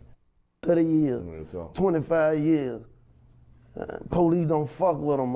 You know what I'm saying? Like, you got a different type of, like, when you got that different type of status, like moving it, there's a lot of high profile motherfuckers and John Goddess and Chapos and rappers and, you know what I'm saying, lawyers and all type of shit in there. But, like, when a nigga got that certain type of status, bro, like, anything can be like a motherfucking, like a come up story for real. Anything, so you don't know what it is. I know many different situations where if I would've went, you know what I'm saying, or I let this shit trigger me, like, it could've been something, like, it's down to the point where police will lock me up on purpose just to have a shot, an incident report with my name and his name on that motherfucker. Knowing damn well this shit finna get thrown out. But it's still already on paper, so you got shit like that, even if for a laugh or for, like, that shit just crazy, bro. That shit get real, real deep up in there, but yeah, man, that shit, like, they play a big part in it, like, steering me straight, seeing me, like, swerving, and they'll tighten me up. I'm a little man, so I'm gonna make my own decisions and see what I see for myself, but same time, I listen to a baby, I listen to whoever, and I know what's right and what's flawed. And if you just telling me anything, you know what I'm saying? So they love how a nigga move, and they always, you can say they can see they self up in me and how they first came in when they was 20 years old, 21, hot head, new to this shit, like, Lou's got some little cheese from whatever they got, you know what I'm saying? Yeah, so they usually, like, got a lot of old heads, gravitate to me, and I gravitate to old heads. See, like, really, like, in the streets, like, none of my people really, like, none of my people that be with me for real that's like my age for real, you know what I'm saying? Like, how I move even to today, like, my best friend is Pops, like, my other best friends that's really my age, they gone, they dead, my brother and them dead, so. I always take heed to old heads always since I was little, so there's more like I can relate to. I need to be taught something. Need to be around motherfuckers that seen shit I ain't seen, you know what I'm saying? Give me experience on this, and that's how it go, that's how the balance goes. So me saying it is like, oh, my little man and shit, these my little men, like, these niggas my little men, like, they younger than me and shit like that, all the way from 12-year-old on up, you know what I'm saying? Cause that's how it go, like. Let me ask you this question. For all the youngins out there, right, that look up to Pooh Shiesty, you know what I mean? They want to be the next you, but they in the streets. You feel what I'm saying? Yeah. What was the most painful part of being locked up? Was it somebody, mom, pop birthday come around? You know what I mean? Daughter birthday. I don't know if you got any kids, but you know what I mean? What's the most painful part? I'm gonna say them deaths, bro, when you get taking them L's. Yeah. That shit right there fuck you up. Shit'll fuck a nigga up, man, I ain't gonna lie. And then especially like me, like I told you I did hard time, so I'm always in and out the hole. The right way though. Yeah, no PC, No, no like chicken. not the route I Yeah, I'm okay. sending shots over there. I'm fucking with you though. Nah, for real though. I love Wallow. He be trying to get through to these niggas. Yo, these niggas ain't trying to hear that, man. These niggas is thinking about, and I don't want y'all to think that what was on PC. I kept it real. They ain't changing. No, you know, the righteous way, like, so I always in the hole, and it's like every time I go to the hole, somebody die or some shit. There could be I ain't never been one of them niggas that just take my anger out on everybody, or at least I can't see it, or, you know, a motherfucker piss me off though, I do get on some fuck the world shit, but I know, like, I can't think like that in there because, like, the shit I done learned, I done did all that and got bad news, next motherfucker say something wrong to me, it's up, you know? So, it's like, there's a gift and a curse because, like I said, every time I go to the hole, somebody die. So, I'm stuck in the cells down there in this bitch by myself or with my cellie. Nobody else, no distraction and shit when I get bad news, so it's like, I get a cool off time or, you know what I'm saying? Like that shit just, I think everything happened for a reason. I'm a strong believer of that, so. What was the moment in there? Do you remember the moment where the breakthrough came, where you said, when I get out, I'm done with all this dumb shit? Was it a moment where you was going through it so much, or you got a revelation where you just like, this ain't it, man. I ain't with this shit. The alarm clock came on. Yeah, man. alarm clock. I been knew that shit wasn't what's up though, I ain't gonna lie, I ain't. For that, man, I'm a free world type of nigga like that, you know, ride fast cars, count money, put that shit on, you know? So I been knew like, this ain't me here, like, you know, I'm doing whatever come with it, but this ain't the final destination for sure. Ain't no motherfucker way. It's easy to get caught up in there, so I'm gonna tell you by the time, bro, I had just did like 6 months in the hole. 6 months straight, day for day, stuck in the cell, shower every 3 days, no commissary, no none of that. In the hole down there in this bitch naked. And on top of that, I'm bucking like, cause like I said, like anything is a come-up story, so you got to go off how these officers come in this motherfucker feeling today. Mm-hmm. They regular humans, but they still been in this motherfucker like, their mama worked here, or dad worked here, or we in a small city, so it be short of staff or whatever, so they might come in this motherfucker on bullshit like, anything wrong, and the motherfucker piss them off, it's mass, you know it's mass punishment. You ain't getting no tray. You ain't getting your tray. You ain't getting no tray, that's You ain't the first getting thing a I'm shower. finna say. So it might been a time of, I ain't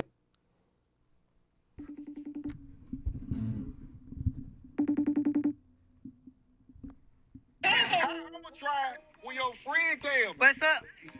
Woody. Your friends say, yeah, they looking for something. You said what? Where you at? You outside? Man, nigga, I'm always outside, nigga. Oh shit. Are you chilling? Yeah, we at the basketball court. Hey, why that nigga Hernandez Govan called me asking me to set up a boxing match with you on Aiden? That's something you doing? Not with him though. I box anybody with him. I don't like him. I don't like nothing about him. Like, I can't wait till them young dog killers catch him and do his ass the first way. Oh shit. Yeah. Oh yeah, no, he was trying to call you out. He was so I was like, I said if Woody down for it, I'll try to set it up. But I ain't gonna lie. I don't even like that nigga breathing the same oxygen as me, man. I don't like that nigga at all, bro. Oh, okay. Nah, I get it. No, Yeah, I ain't gonna lie. Like, there's somebody, like, bro, it ain't nobody that get under my skin like him. Well, he ain't under my skin, but. Why he piss you off? What you don't like about him? I don't even know the dude. The dude just, he just decided because I told him out the real. I was like, look, bro, I got my own shit going on, and you got your shit going on. I don't want to mix what's going on with me with that dog shit. You feel me? Like, I can't work with you. You on some gangster shit, bro. I ain't on that.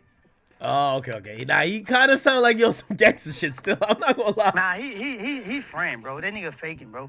You feel me? Like, nigga don't even, like, he's an internet character, so I ain't even gonna waste my energy on that type of nigga. So when he went making them little videos, I just blocked him. I wouldn't even piss on him if he was on fire. Oh shit. Yeah, no. I'm covering. I talked to him earlier because I'm covering this whole shit with Pooh Shiesty. This shit's crazy with the Gucci stuff. Oh man, this shit's crazy, man.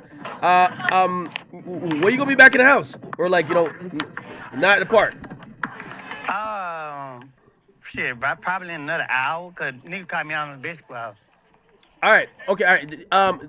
Tap it with me. I am trying to get a. We gonna get you a boxing match, man. We gonna get you a bag, but somebody who you want to fight. Yeah, I'll fight anybody, but a nigga like Gomez, I don't like him. So, you know what I mean? I don't even want to see a nigga make no money. That's how bad I don't like him. Nah, I feel you on that. Nigga side out. Nah, I feel you on that. Hey, hit me when you back in the crib. I want to like take up your time while you outside with everybody. All right. All right, love, bro. All right, now he outside playing basketball. Woody always got like a really nice smile, like a big smile. He's always like. Anyway, all right. I'll tell Hernandez go on. How did they start beefing? Feeding you today, get up out the door. Well, you ain't get no shower. Y'all supposed to already been dressed. Knowing like, you know what I'm saying? I ain't going for none of that. I'm barking like all the way. These niggas will watch this video and be like, bro, the dude fucked up. Banging on You the know door, what I'm saying? snapping, everybody snapping on the tail. Yeah, you gonna respect it. That's how that shit going there. Like, you lay down, you fool. Then like if everybody ain't barking, like ain't no point in you barking. You know what I'm saying? Yeah, so that shit get crazy. But I was doing 6 months in the hole, bro. I supposed to be getting shipped. Like it's over with for me. I done went to the hole too many times. That's the time they kidnapped me. Yup. That's the time Your dad said they put me on kidnapped him. I some said they diesel therapy kidnapped shit. him. What the? Yeah, Yup, they diesel like, bro, therapy. we finna get him out the jail. You know, that shit gotta go through a process of going to Grand Prairie, Texas, to the destination center. that shit. You can't just move no motherfucker out the jail. You as Marshall gotta have you on the list and all that type of pick shit. you up. I'm a nobody. I'm a John Doe right now. They done kicked me out the jail, but I ain't gone yet. But I gotta get, I'm in the hole, so I'm penning redesignation. All right, let me tell you, I'm jumping the gun, so boom. I'm doing 6 months in the motherfucker. It supposed to be over with. Mind you, I know the lieutenant who, like, he wrote my shot, so he had to do it. It was some shit happen, you know, crash in front of the whole yard. 12 o'clock, you know, there's main line. Yep. Warden them out here, captain them out They here. walk in the yard. They white here. We crashed in front of them, so they like, hell no, you already got too much influence. That's what, You can't make no shit look like this, okay. You just don't give a fuck. Then I'm at a good yard right now. You know what I'm saying? Like, this a good yard. yard. Good yard mean that you be doing Has Gucci done an interview this year? Did he do an interview? That was 5 months ago. Did he talk about Pooh Shiesty? So Pooh just wanted to get out of the deal. So they must have not been on good terms. Oh, we didn't get asked about Pooh in this whole interview. What about this one with big facts? Being our family, Gucci Mane don't pull it up. It's on 6 days, man. Facts. Cash Money and No Limit when this verses go down. What you think? Whoa. See, they be like, they want the old wife. I be like, man, let him stay where he at. Right. Here we go. Your resume. Super duper focused on Pooh and the plans I got for him. Super duper focused on Fujiano when he get out. I ain't really super like into making music like how I used to be, trying to make a, if I make an album once every 2 years for the rest of, Chat, this is the wedding band they're saying they took from Gucci right here. you know what I'm saying, the duration of my career. And these are the earrings they screwed out. That probably be what. And I think this is the watch they took. Yo, he got on the whole drip. The whole drip got confiscated. The whole drip got confiscated. Yo, let me unscrew the earring, bro. Yo, let me get that wedding band off you, bro. I'm gonna be at with it. Like I ain't Yo, I need that. gonna be putting out music the way I used to put out, but I'm still be looking for artists and trying to help artists. So I guess I'm about to like transition more in my executive side. Gotcha. And you know what I'm saying? But movies, I'm down with the movies. And I like doing books. I want to do another. Yo, Gucci, respectfully. Hey, Gucci. And I want to give a lesson to everybody who's in the music game. Everybody in the music game. Especially when y'all deal with these niggas. The streets has always been a part of music. I don't care if it's Lil Uzi. I don't care if it's whoever you might think. There's a street nigga who saw that nigga first that put a bag behind it. Or a street nigga that aligned with that artist that been keeping other niggas off their head that they could be themselves. Trust me. The streets is always somewhat in the mix. Here's the thing. You get signed to these labels, the streets gonna still be with them. Think even Drake. Mob ties, rap a lot, whatever you want to call it. Actually, not mob ties because it was Jazz Prince. Early in. I bet. He needs some strength on the street. He needs to be able to claim certain shit. I bet. We got him. I remember walking in, I'm giving you a story. So the Academy Records, when I say, you know what? I don't want him to Stephen A. me. Or actually Skip Bayless me. Like, oh, how you got so much opinion? You're just a fan. How you got so much opinions on music? You've never done anything. I said, I bet. Linked up with my guy, created Blue's Clues. Big act, biggest song, Drake reacting to it, Tory reacting to it, going crazy. I created an alter ego to rap. I wanted to put out a record and go through the process as an artist. The song was actually going. What I mean going, it's making waves to get on major label radars. And if I wasn't a media personality, they would have wanted meetings. Now, I was still getting meetings and offers for meetings, but they wanted to meet with me in a unique way because they realized I wasn't primarily an artist. So they're like, yo, we'll give you a JV. Couple labels offered me that. Actually, where Gucci's label was at first, where 1017 Icy, I think, or something like the sort. Alamo, that's where Dirk is. They offered me a deal. Shout out to Todd Moskowitz. That's where Rod Wave's at. And they didn't offer it officially, but they were like, if you want to talk about one, at that point, I didn't want to talk about one.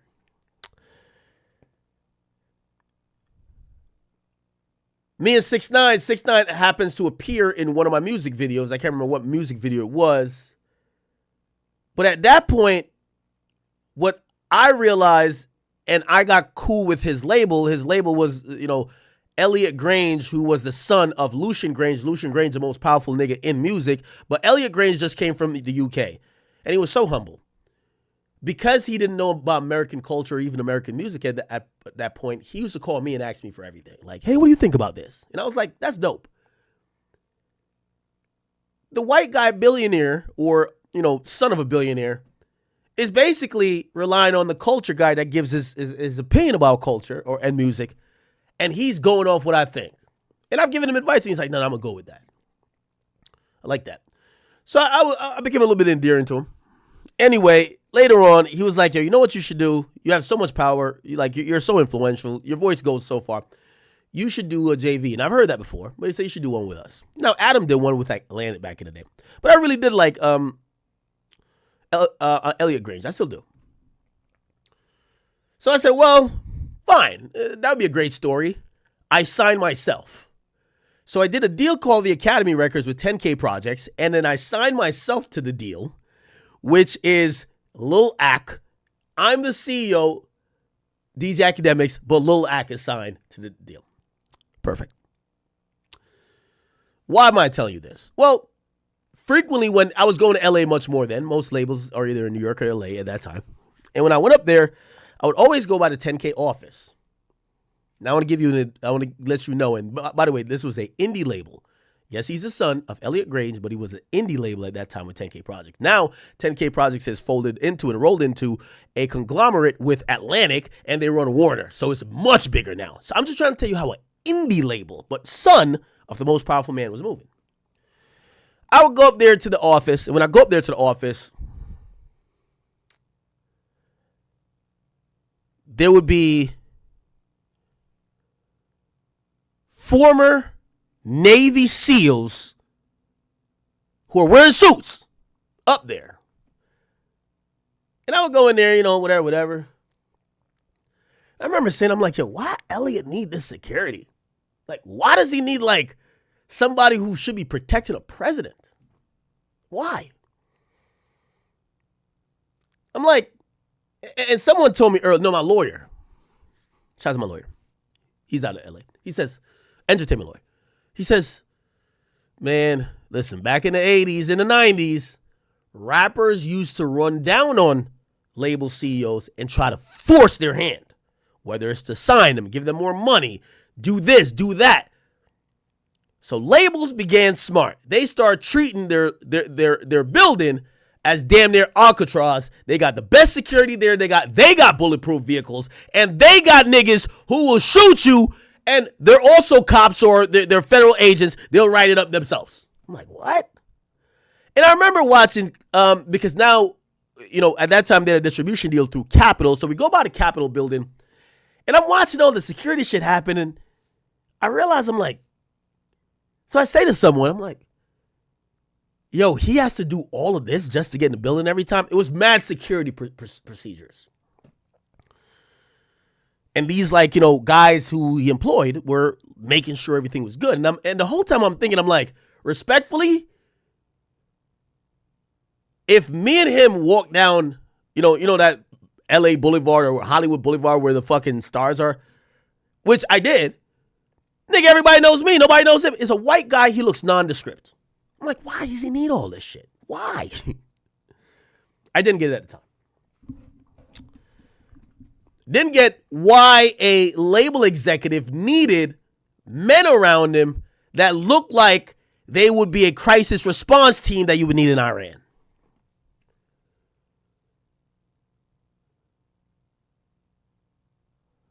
I'll tell you when I found out why he had those people. Oh, I'll give you another one. So,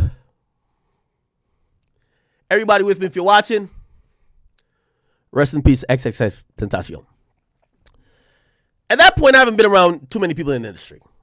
X died. His mom invites me to the funeral. I said, X is one of my best friends, bro. I got to go. I know there's going to be mad rappers there.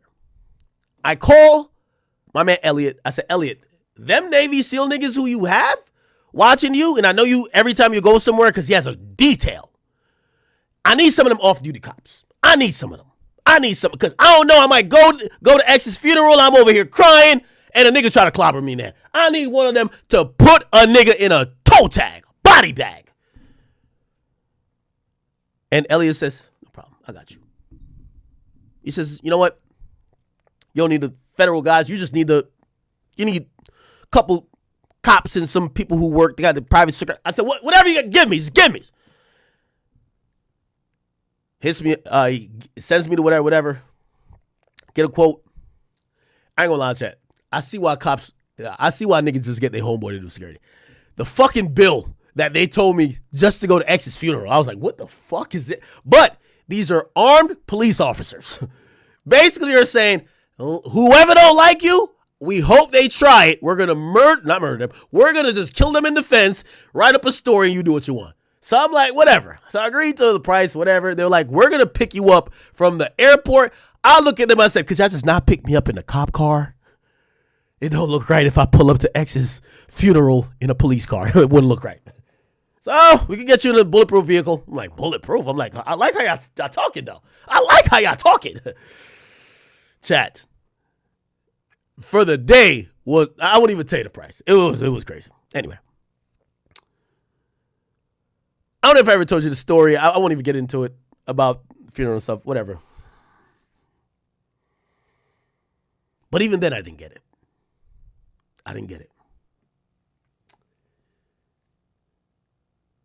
This is when I got it. One day, 6ix9ine gives me a call. 6ix9ine tells me he's with all his people. I can't remember where. I was in Atlanta, actually. I think it was Atlanta. And he gives me a call and says, yo, I'm going to court. They might violate me. And he gives me the spiel every time. Say, Ak, I love you. You've done so much for me. Just thank you for always being in my corner, and third. I don't know if they're going to take me in, bro. Like, shit. I'm kind of doing good right now, but they might want to make an example of me. And shout to Lance Lazaro. 6ix9ine goes to court. He was supposed to get violated. And instead of him getting violated, what ended up happening was the judge gave him one more chance. The chance was for him not to keep fucking up. I forgot why he violated the first time. The judge gave him a strong reprieve. Now, everyone did think he was going to jail. I'll tell you how and why. his label owner, who he was making a shit ton of money because they're not spending no money on 6ix9ine for marketing. 6ix9ine was making money. The label owner showed up to the court. And the judge was, I think, is it Engelmeyer? I can't remember the name because your judge continues for the whole time. So the same judge 6ix9ine been talking to for like almost 6 years. But the judge says to him, not going to send you to jail. What I am going to do, you are forbidden from actively and publicly gangbanging. Never even known they could do that, but they could do it because you're on like papers or house arrest or whatever, like probation. They said you can't say Treyway. No Treyway, no this, no that. You can't do it. You can't be seen with gang members. You can't be around gang members. Keep in mind, Billy's going crazy. All these songs are promoting gang activities going crazy, but the judge said, I'm going to let you out, but you can't do that. That was good news. I remember on the way from the fucking court, 6ix9ine calls me and says, I didn't get locked up, bro. And I'm like, I'm happy with him. I remember this war. I'm like, yo, I'm glad you ain't locked up. This is cool. What happens was that his label owner says, let's have a dinner. We could celebrate you not going to jail, and we could figure out what's the next couple months going to look like for us. So let's go to Mr. Chow's. Let's go to Mr. Chow's. Label owner got all the money.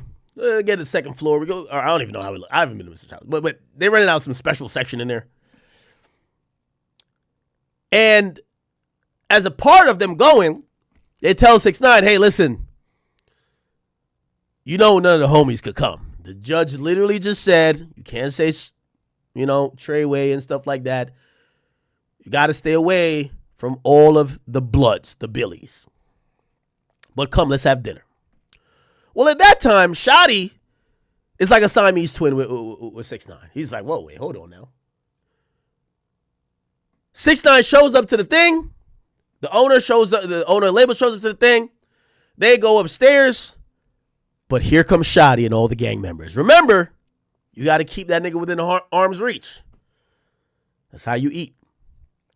So they show up and they're like, all right, yo, 6ix9ine's upstairs. We finna go up there and blah, blah, blah.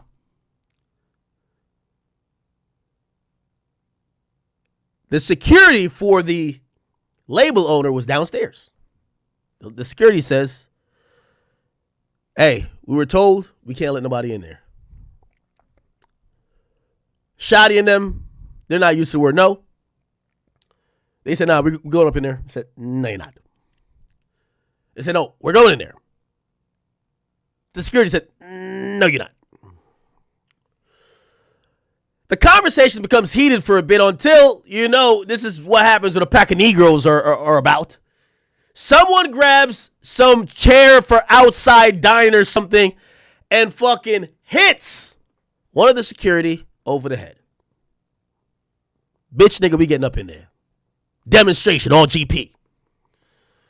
What happened next, and keep in mind, this is New York City, this is not Florida, this is not Texas, this is not Alabama, this is not wherever you guys might be familiar with. It's not Georgia, not Texas. Security guard instantly pulls out. Bow, bow, bow, bow, bow. Luckily, no one died. Shots get rang off.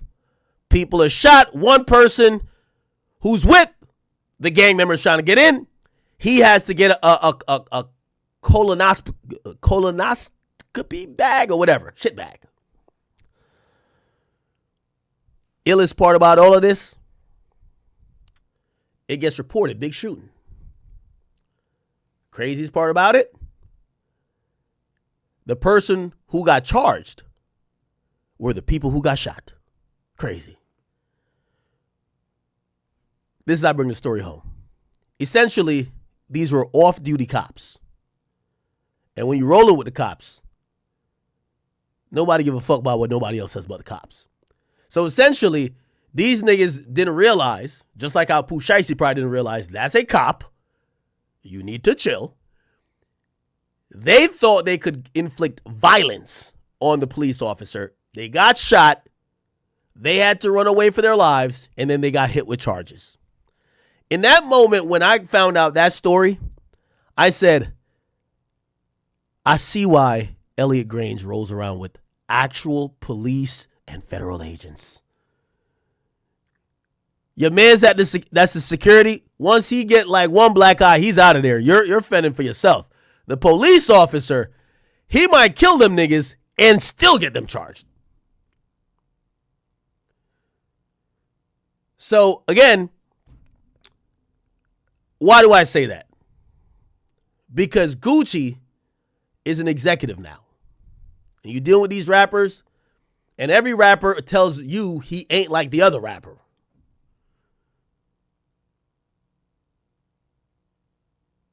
What Dirk said was it Dirk Avon. He says, they saying rappers pussy. Well, I ain't a rapper then.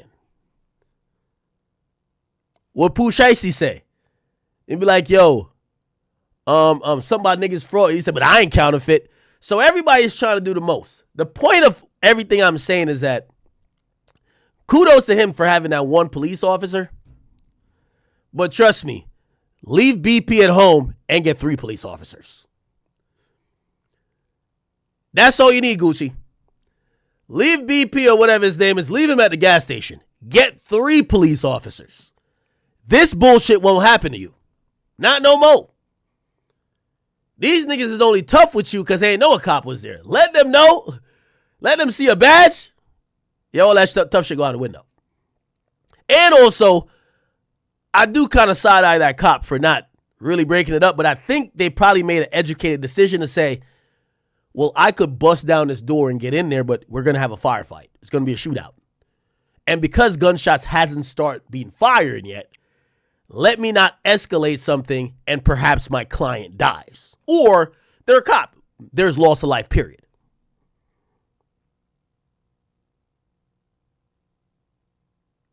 So I think Gucci needs to move like every executive, and every executive is moving like this. Straight police. Off-duty police, federal agents, former Navy SEALs, Marines. That's what you need, Gucci. That's what you need. These niggas is hooligans, bro. Another book. I want to do a wife, having a good wife, and like what you call it, a marriage book, kind of marriage book, a couples book, something like that. Cause me and my wife will be married 10 years in 2027. So I'm already got in my mind like for our 10-year anniversary, we need to do a book and show couples like what y'all got to do to stay together. It's crazy how I know that you were gonna be with this lady all the time. Cause even at your lowest point of your episode, or whatever, my girl, we gotta go to Miami to see my girl. Yeah, they're my girl. They're my girl. I don't play about her. They're my girl. Like, you been on that. My girl. I ain't know her name till you got locked up. My girl, her name was my girl. They're my girl. Gotta have somebody to have your back. At least I got somebody who got my back. Real shit. 100%. 100%. You not like Black, you married. I remember back then it's just like, damn, Black married, he got structure. They married like give you structure. Mm-hmm. Yeah. Hey, so the next episode we gonna be down. Well, big fat episode, we're gonna be on the All right, here we go.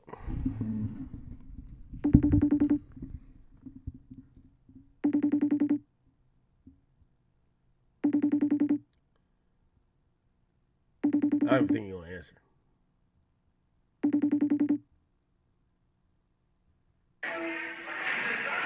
What's up, man? What's up with you? Man, you know what's up with me, nigga. I'm eating good, living good, and streaming like you. Yo, we need your opinion. Man, Atlanta, man. What's going on out here, bro? What you talking about? They got all the paperwork. They're claiming, they're claiming that Gucci Man identified Lontrell Williams, a.k.a. Pooh Shiesty. Oh, I ain't seen that. It's a little crazy, man. I ain't seen that. What's your opinion on it? Yo, everybody's starting to say it's an Atlanta thing. Well, I'm gonna be honest. I'm gonna defend Gucci a little bit. I think everyone keeps saying. I don't know if you know the whole situation. They said there was an off-duty cop there. It don't seem like Gucci was needed to identify anybody, but they put it in the paperwork that he did. Now everybody's looking at Atlanta. They're saying I ain't Atlanta. seen that. That probably be a typo. Somebody probably printed that up. Man, it's on there, man. It's on there. Where you get that from? I mean, I'm gonna be honest with you though. Gucci is like, he's a businessman at this point. at a certain point, I'm not even gonna lie. I kind of agree with what he did. If you unscrew the earrings out of my ear, I'm telling on you. I'm telling you. Well, I'm gonna tell regardless, but I'm telling on you. Academic, you gonna tell anyway. You told me you gonna tell anyway. Yo, I just hate that Big 30.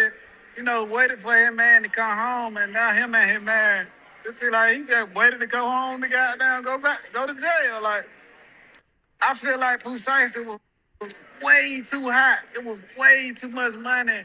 I know how much money I make off the internet. You know how much money you make. And that bitch could have killed the guy. He ain't never even had to worry about man. So I just don't like that. I don't like it. I don't like it. I hate it. And I know how good I was in my deal with Gucci. Yeah, but hold on though. I heard you say something about Charleston White. Let's bring it back to this. You know how you said about Charleston White? No. You said about Thug with Charleston White. You said, hey, if somebody complain with you, you know the cops ain't gonna be involved. If you play with Charleston White, the cops gonna be involved. Maybe Shiesty thought, hey, he had to think that. No, he had to think. Yeah, he was thinking, all right, I'm playing with a street nigga. Ain't no we gonna keep it how it is. 100%. I believe he thought that. No, I don't take that from you at all. I think that too. Steve. Yeah, ain't this changing your mind though a little bit? Because at this point, you gotta imagine that it might be a nigga who is seen as tougher than you. So you push up on him and fuck, he's singing like a bird, or like the rules is done, Rollo. Can we be honest? Man, look, at. Rollo don't know what to say, man. Rollo don't know what to say. Hey, one-on-one, I'll talk to you about it, but you live, ain't you? Yeah, Rollo. Yeah, I'm live. You're right. I see why you got into real estate and construction, man. I'm scared. I'm scared. I'll be at house and I go out to eat and shit. You hear me? Oh, man. I ain't trying to go back. And now I was rich in jail before. I don't want to be back rich in jail. Like, bro, I'm out their way, man. That shit, that hell to the fuck now, boy. Gucci man, a straight gangster. You smell? I mean, like, the craziest gangster. The craziest part about this is that Shiesty was on ankle monitor. Man, I can't even. I ain't gonna count to you. Man, if Shiesty did some shit like that was the dumbest shit on earth, man. Was you wild? You ever been on like an ankle monitor? You were wilding like that? Nigga, I was just on ankle monitor for a whole year. For 2 years when I was in juvenile. Right here? Right here, Mr. Nick? No, I'm not gonna lie. That seems insane to me. When I first heard this story, I said this was a lie. I'm like, yo, who makes up these type of lies, man? How'd you get out of your deal? Because you had a deal with Gucci. He sat down with me just like he went over there to sit down with him. Gucci, I promise you, I don't think Gucci wasn't gonna let him out of the deal. Like, Gucci would have worked it out. You know what I'm saying? Like, 100% Gucci would have worked it out. I guess he probably had to say some shit that I gotta pay up front. I don't know if pay up front. Sorry? I gotta pay up front. Yeah, we're gonna sit down for sure. I've been paying up. Hold on. Yeah. We've always Hold on. Ed. No, it's you still got me on? I'm fucked up, man. They did not take, just press the green button. Hey, Ed. Yeah. Yeah, man, I'm telling you, Gucci 100% would have let a nigga out of the deal. Like, I was in the deal with him. I was the first artist. So, I know for a fact, 100%, and this ain't no goddamn, this ain't me guessing. How that mean go with you and Gucci? I gotta hear about this one. You know what I'm saying? Like, I knew about this incident way before anybody, of course. But, it ain't for me. I ain't finna never say nothing to no internet ever. But were you shocked by it? Because, like, you know Gucci, you've done stuff with him. And in thinking about the incident, were you like, how the fuck you get to that?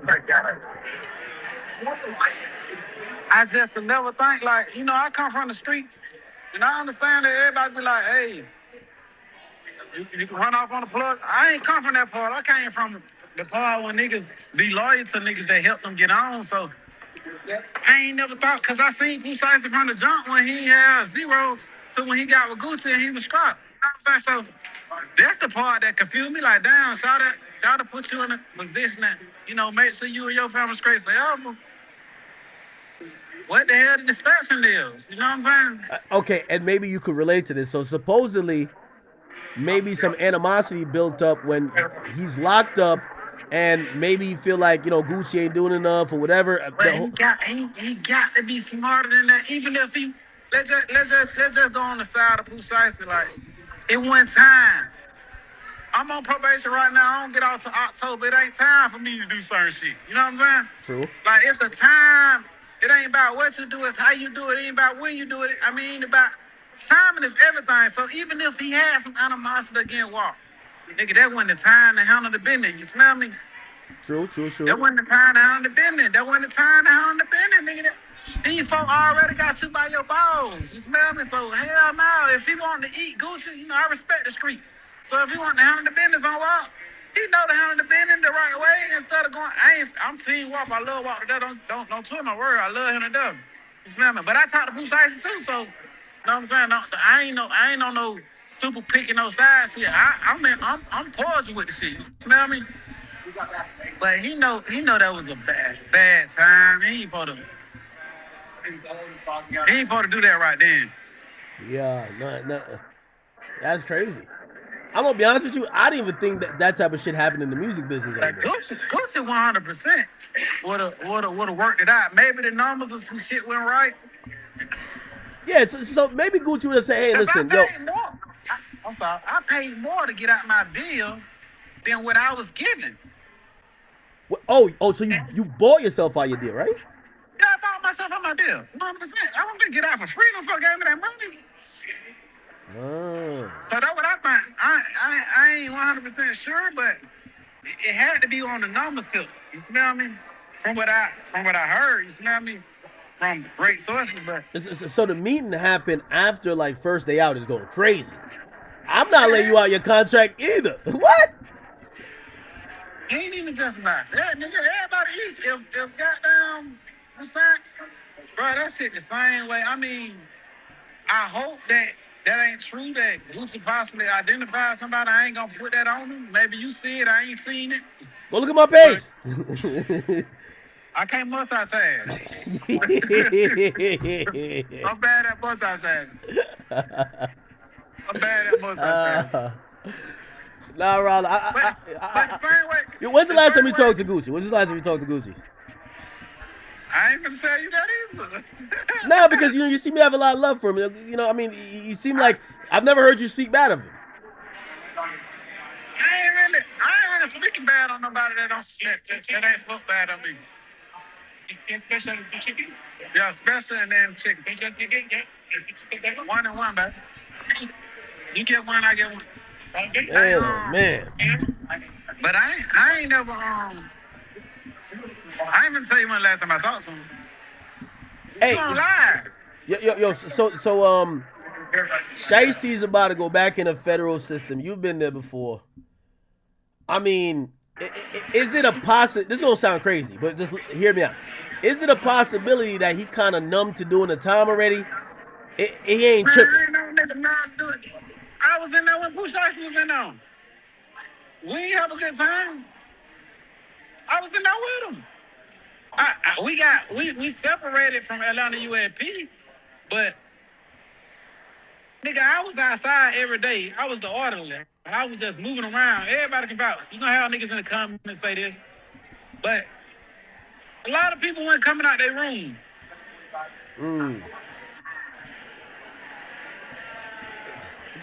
I'm trying to just rationalize. If you've been through that, and a lot of rappers come out of jail and they're done, and you got another shot at it, why would you risk it? Unless you're just not tripping on some of the shit that people would be tripping on. All the money you Pooh Shiesty had more than a shot. Pooh Shiesty was just the hottest nigga in the world. That's a fact. 100%. Pooh Shiesty was the hottest nigga in the world. You want not now nigga out here hotter than him. Who give a fuck who you say? I think they booked him at Rolling Loud. From what I'm hearing, his going rate was like 150.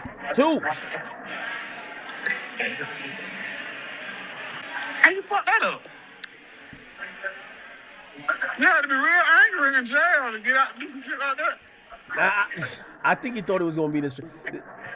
He thought that was gonna be some street shit, man. I'll pay for it. Hey, did y'all order cheese there or wow? You want to speak? They get me. I got. You got? Yeah. What's the name on the table? I'm sorry. This will help me out. Go ahead. Give me some thing. They didn't charge you for it? I know. I'm back. Okay. If you want cheese there, guacamole, or salsa. The white cheese there with a chip. All right. Right back. What'd you say, Aaron? Yeah, I'm kind of just thinking that it probably just wasn't that important for him to be doing his thing. But also, here's the thing, though. I think Big 30 was waiting for him, and now Big 30 caught up. That's my heartbroken part right now. The Big 30 shit. Big 30 was a good nigga too, man, but he gonna do right by his partners, so you know how that go. Hey, I'm gonna be honest with you. Trying to do street shit around this industry is the craziest part. You know why? Most executives, most people, shit, me. We hiring the off-duty cops. So you go do some shit. The witness right here, he gonna pull the report up. Yes, academic, you can't miss this shit. I tried it.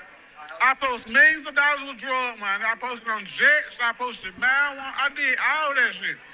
You can't miss the streets with this shit. You can't. Yeah. You gonna go to jail. Nah, of course. I'm the prime example.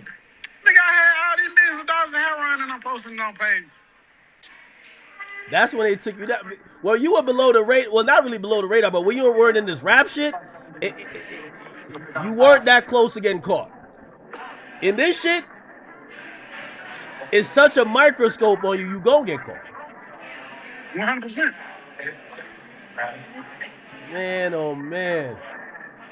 We see we streaming like you now. Irish street niggas streaming. As you should be streaming. Yo, you and Woody, I love y'all when y'all do y'all shit too. That's my dog. That's good. By the way, you should keep streaming.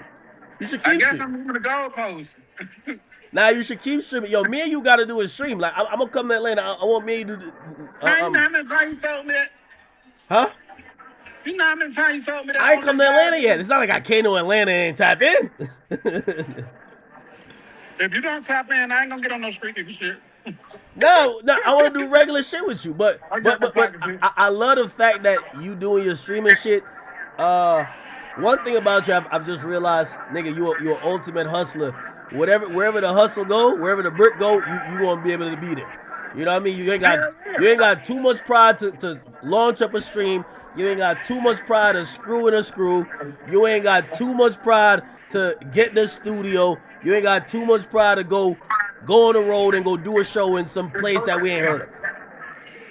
I can't motherfucking wait. You got something else you got me? You got something else you want me to do? I respect it. I respect it, man. But shit, yo, listen, we all kind of watching this news, man. Anything else you got going on? Because, I want to just call you and just talk about the niggas. Hey, man. I just want everybody to fuck with my Twitch. Like they fuck. You need to teach me how to do this shit. I know how to do it. What's your Twitch? I'm about to pull up on the screen right now. Rollo Fam Goon 1. Rollo Fam.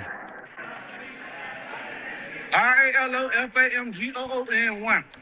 It's the Woo That Rollo show. Yeah, chat. Y'all gotta go fuck with these two right here.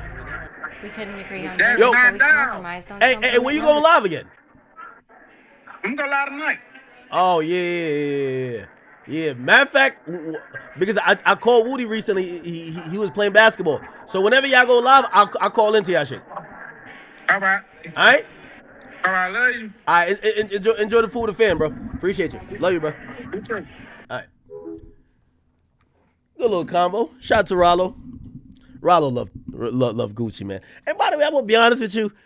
Yo, you know what this idea of like snitching, bro? It's meant to be pick and choosing, right? Like somebody you don't like or you don't have too much connection to, you're like, snitch!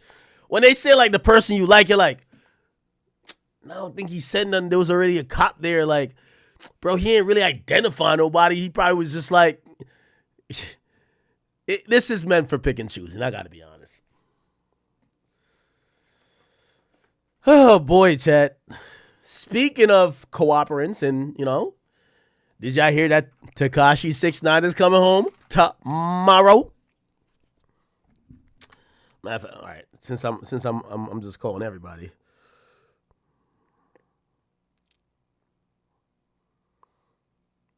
If I call him, I gotta like give him mad warnings because I want him to say something.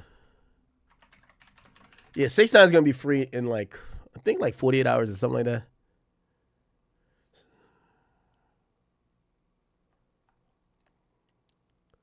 Yeah, 6ix9ine is gonna be released very, very shortly.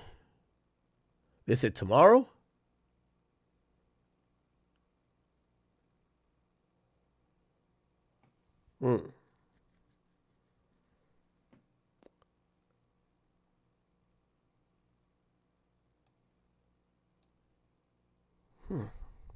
Jeez. All right. Oh, boy. Their claim is like it's supposed to be the 3rd that he gets released. I think that's 90 days. He turned himself in on the 3rd. Was it 60 days or 90 days? Or was it the 13th? I don't know. Whatever. All right, chat. Oh, this is so funny. Y'all got to watch this. Oh, actually, I'll just react to this real quick. I've seen a lot of y'all want me to react to this. Fuck it.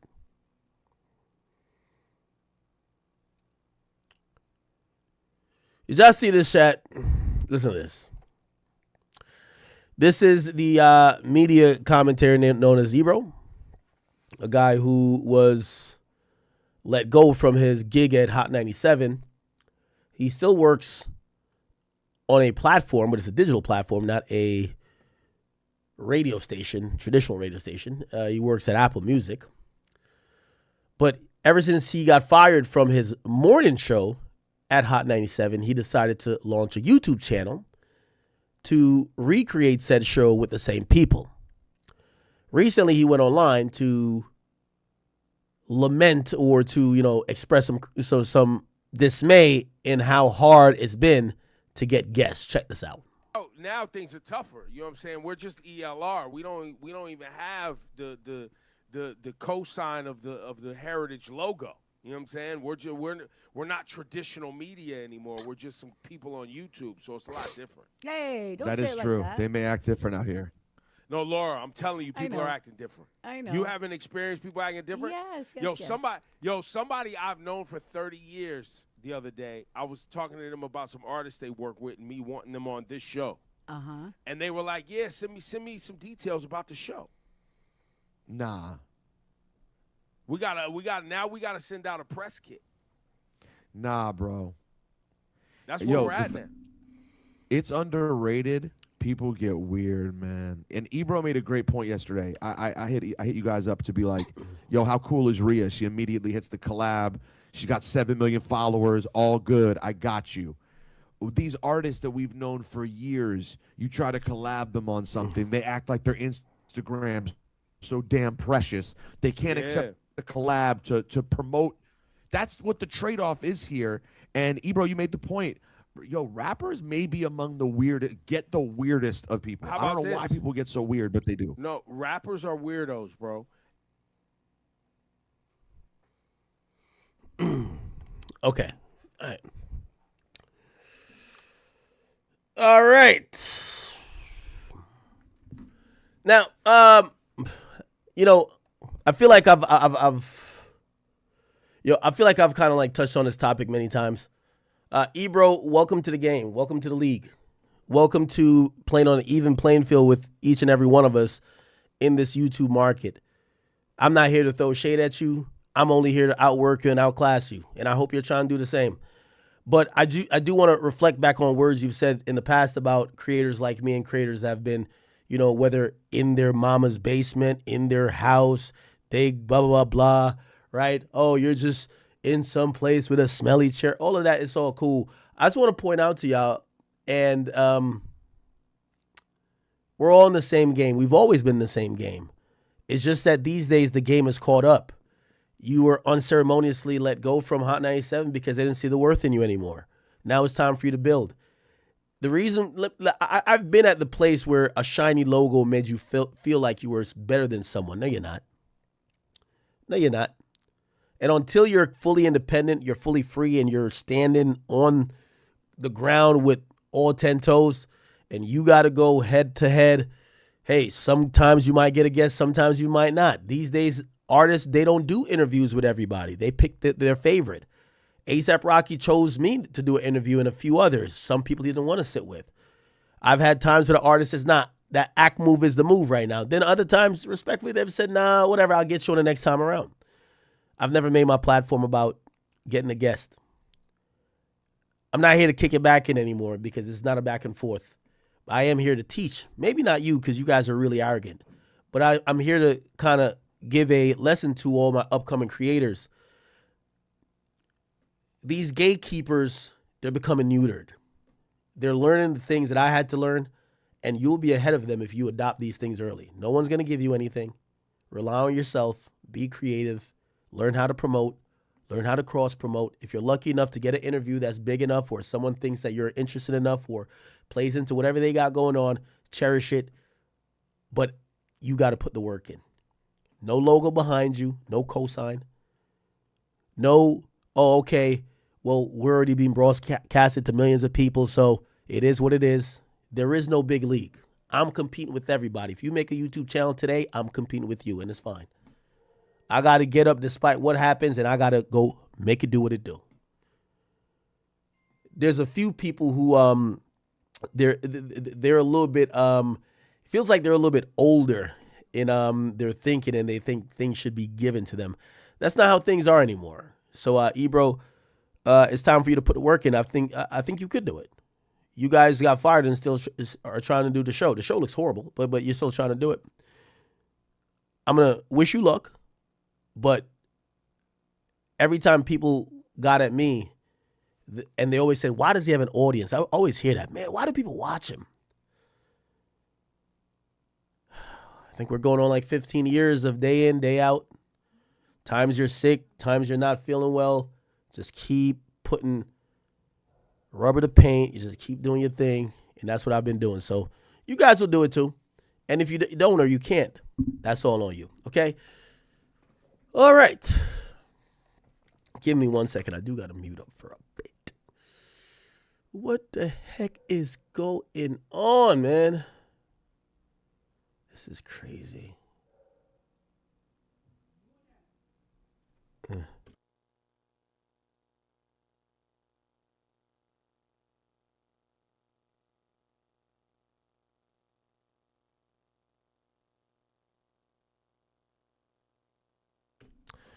Okay.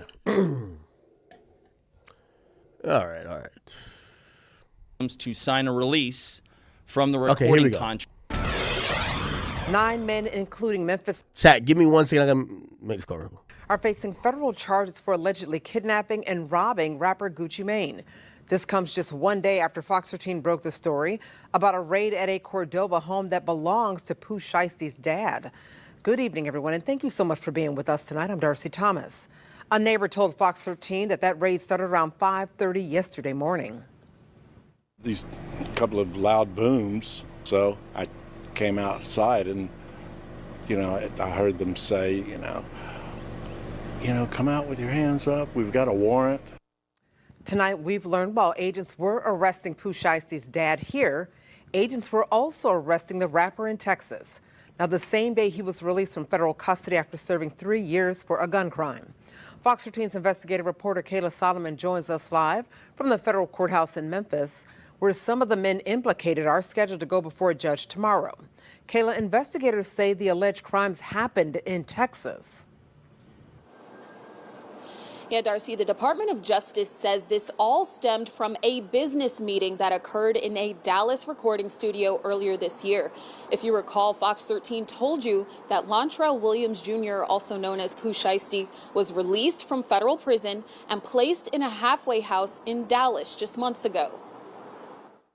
Lontrell Williams Jr. arranged this meeting purportedly to discuss the terms of his recording contract with one of the victims. Williams, also known as Memphis rapper Pooh Shiesty, was signed to Gucci Mane's 1017 record label. Gucci Mane's real name is Roderick Davis. Court records identified the victim of the alleged crimes as RD. Once these three men were inside the recording studio, Williams Jr. and 8 co-conspirators, several of whom traveled from Memphis, Tennessee, executed a coordinated armed takeover.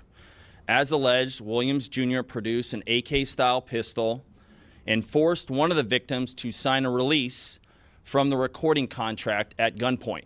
Ryan Raybould is the U.S. attorney on the case. He says the other men involved, including Rodney Wright Jr., known as Big 30, and Pooh Shiesty's father, Lontrell Williams Sr., robbed the victims of items including Rolex watches, jewelry, cash, and other high-value items. Within hours of leaving the Dallas studio, a number of the defendants were on social media displaying some of the items that appeared to be the jewelry that had been robbed from the victims. Raybould also said electronic monitoring placed Pooh Shiesty at the studio in Dallas at the time, even though he was on home detention. Part of the terms of his home detention were that he would not commit another federal offense or possess a firearm. His father, Lontrell Williams Sr., is alleged to have helped plan and execute the federal kidnapping as charged in the complaint. Williams Sr. and 4 of the other men will appear in federal court here in Memphis tomorrow. We know that Pooh Shiesty is expected in federal court also tomorrow. Wait, are these current mugshots? Leaving the... Are these current mugshots? Yo, chat, based on these mugshots, the Shiesty one isn't the current one, though. Based on these mugshots, who finna tell?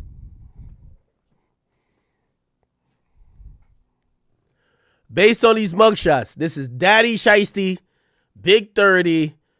Is this KD? No, I don't know if this is KD. But who looked like the cooperant? You think Pop's finna tell? Nah, Pop seemed like an old school gangster. Pop seemed like an old school gangster. Now, here's the thing. This is where I think it's going to come down to in telling, right? I think this is a plead out situation.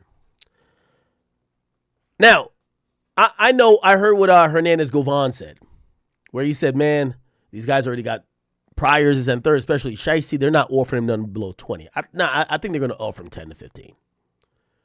And if that's a plea, I think he takes it. Now, here's the thing with taking a plea. If one nigga takes a plea, everybody got to take a plea. Why? The nigga who takes a plea, this is a Fed case. They're going to start looking to a 5K1 letter. All right, fuck. Oh, you want to play hardball? You want to go to... Okay, we're going to take a plea. We're going to use his plea, give him a 5K1 letter. He tells on you. So I think everybody's taking a plea. The only person that might not take a plea is the nigga who got mad strikes. If he got mad strikes, that person might not take a plea. Also, I'm going to predict, I don't think Gucci's taking a stand. And I'm oftentimes wondering, what are rappers thinking when they're talking about statements and stuff like that? Because I think certain rappers is like, all right, unless I'm in the interrogation room, they're not really taking down what I'm saying. If the nigga don't got a body cam, I'm not captured or whatever. Well, here's the thing. The cop gonna write his report, and he's gonna say it from his perspective. So-and-so told me this. Now, here we are with this. And I want to just caution anybody who might jump to conclusion and say, well, Gucci's a snitch, right? I want to caution everyone with that, right? What this basically is to me, it's the thug thing. Do you know what the thug thing is? Not the, I'll tell the world bullshit. Not the talking on the phone about people. No. Young Thug has a case, or not a case, but there is Young Thug backseat of car. A cop claimed that they had put Thug in handcuffs, and in the backseat of a car, he cooperated. Now, that was about to be introduced. In court in his YSL stuff, but it was actually suppressed. However, the cops claim in their report, that Young Thug gave a statement. So if Gucci falls all the way back from this, does not help, he's a victim, I don't know if they could pressure him to do nothing. This could go down like the Thug thing, where it's like, yo, look, Young Thug statement, back seat of car suppressed. It was suppressed. Let's see what this is. Okay, here it goes. Check this out. So maybe this stuff for Gucci goes down like this and he never ever gets seen in court. Now I think he won't ever get seen in court because I think this is going to be played out. These guys ain't, look how many details they have. All right, they're not going to fucking trial. Only person that might go to trial is one nigga that knows if he don't go to trial, he's cooked.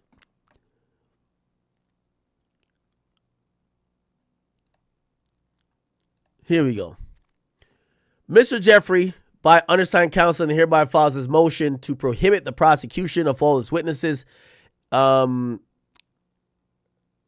Detective Quinn, from announcing his wrongful belief that he met with Jeffrey Williams in the back of a police car concerning the murder case. So there's a nigga named Detective Quinn. Let's look that up. Detective Quinn.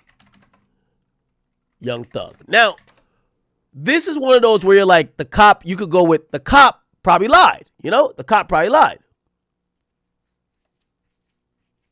Here we go. This is it. Retired Atlanta police detective returns to the stand in the high-profile YSL trial. He is just one of hundreds of witnesses expected to testify in the trial involving rapper Young Thug. Well, Atlanta News First, Rachel Aragon has the latest from inside the courtroom. Today, prosecutors really focusing in on an alleged 2013 robbery that led to an officer-involved shooting. It's just one of many crimes the state argues that Jeffrey Williams, a.k.a. Young Thug, is behind. Is it at this point in time that this name comes to your attention? It does. Retired Atlanta police detective David Quinn returns to the stand. Earlier this week, he testified about arriving to the scene of the 2013 shooting. I'm on the news. Yes, sir. On Friday, prosecutors playing jail calls from Adrian Bean, the accused getaway driver in the 2013 incident. Defense attorneys claim Jeffrey Williams is not the leader of a gang and not responsible for the crimes highlighted in court. Nah, that's not the one. But this is a guy. Sit down. 3. Well, I was assigned Zone 3 A sector, which was that area around McDaniel Glen Housing Project, the Pittsburgh Civic League Apartments, Pryor Road, but there was a lot of bleed over. In other words, I wouldn't just... And based on your time in Zone 3, if you could describe the Zone... Hold on, I'm trying to... Everyone has their own style.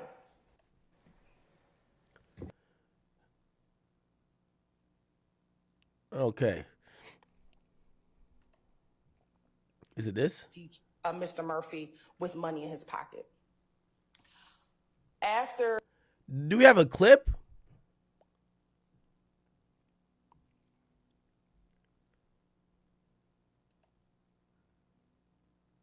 Damn, look like they've scrubbed this shit from the internet.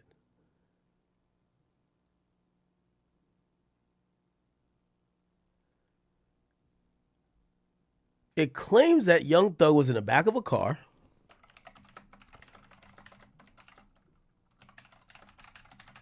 And he gave a statement. He denied it. But the prosecutors wanted to use that statement.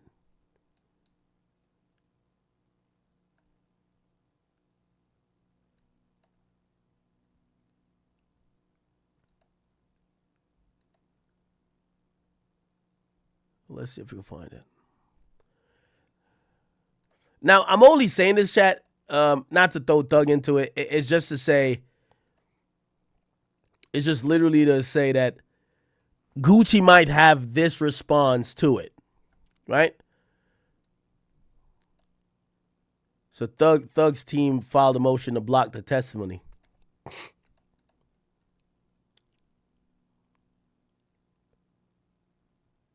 Yeah, I can't even find it on this shit. This shit might be like hidden. Young Thug. Detective.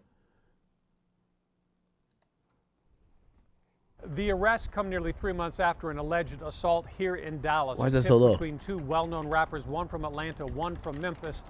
Okay, guys, I hope you get what I'm saying, though. Assistant Special Agent in charge of FBI Dallas. And we will have a brief question and answer session after their remarks. Please identify yourself by your name and your media outlet when asking questions, and confine the content of your questions to today's press conference. Happening over the span of time that we're talking. Lontrell Williams Jr., also known as Pooh Shiesty, Lontrell Williams Sr., Rodney Wright Jr., also known as Big 30, Kadarius Waters, Demarion Gibson, DeMarcus Glover, Corday Johnson, Darian McDaniel, and Terrence Rogers has not been arrested yet, but will be soon. The complaint alleges that on January 10th of this year, 3 music industry professionals traveled to Dallas for a scheduled business meeting. Lontrell Williams Jr. arranged this meeting purportedly to discuss the terms of his recording contract with one of the victims. As alleged, once these 3 men were inside the recording studio, Williams Jr. and 8 co-conspirators, several of whom traveled from Memphis, Tennessee, executed a coordinated armed takeover. As alleged, Williams Jr. produced an AK-style pistol and forced one of the victims to sign a release from the recording contract at gunpoint. The remaining conspirators displayed firearms. Yo, niggas said that Pooh Shiesty and them niggas traveled from Memphis to Dallas 10 deep to do a robbing like they were an AAU team. Yeah, it was 6 hours they drove. And robbed the other victims of Rolex watches, jewelry, cash, and other high-value items. One of the victims was actually choked by one of the defendants to the point of near unconsciousness. Defendant Wright barricaded the studio door with his body to prevent the victims from escaping. The ringleader of the conspiracy, Lontrell Williams Jr., was on home confinement at the time of the offense, as alleged. I want to call Hernandez Govan back. How the fuck he know all this shit? How the hell he know all this shit, y'all?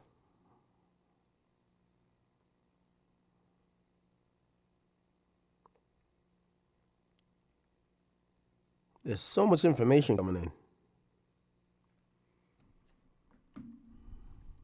For a prior firearms conspiracy charge and conviction out of the Southern District of Florida. Towards the end of his prison sentence, he had been granted home detention.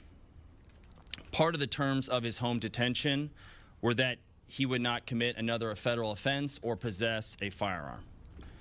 His father, Lontrell Williams Sr., is alleged to have helped plan and execute the federal kidnapping as charged in the complaint.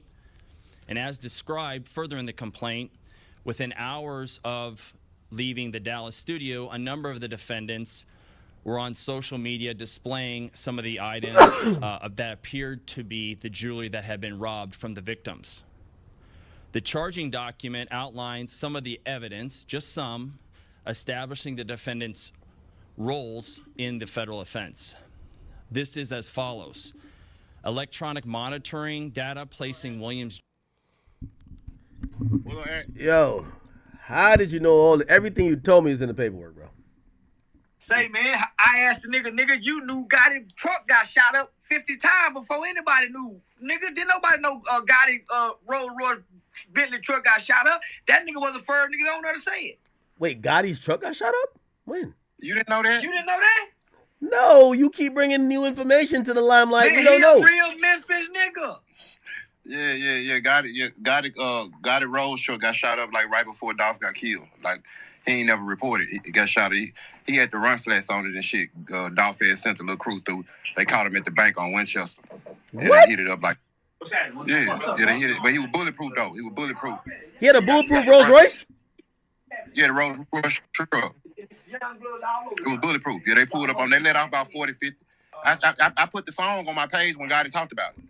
Wait, he was in the vehicle? Yeah, he was in it. He was in it. He was leaving the bank. It's in our discovery. I got it in black and white. Wait. So right before Dolph died, Gotti's Rolls Royce gets shot up. Rolls Royce truck gets shot up on Winchester in Memphis, Tennessee. He was in town for an event for his family. So give me the light. Give me the light at 30. Okay. And then if you see me go like I'm going to 60, hit me back at. Nah, that's crazy. 45. Hey! How did you know that they had somebody like ready to get executed? How did I know that? What now? Because they kind of described what you said, like they had somebody like that was about to execute him in that studio. No. Talking about what I told you? Yeah, it's in the paperwork. I told you I know a couple people that's indicted on the case. And I ain't gonna lie, they said they took his earrings too. Hey, if I tell you a duck can pull a truck, hook that motherfucker up, man. I ain't gonna, y'all fuck with you. I ain't gonna tell you no lie. I'm gonna give you, come on, your channel one of the, I'm gonna give you the real shit. I ain't gonna give you no bullshit. How the heck you know all that? Man, hey, I'm tapped in, bro. Like I ain't involved in all of this shit by coincidence. Like I'm knee deep in the streets, Don't nothing pass me. I got food. Hey.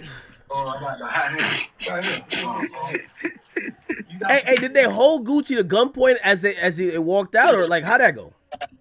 I'm talking about when they they got all the little weapons that they had that the bodyguard dude had that was taken. Boom and shit. They got put away from that. Yes, sir. Hey, I heard that the security guard, because it was barricaded, he opened the door and he seen them with guns and he said, "Never mind." No, that's not true. So why didn't the cop start busting?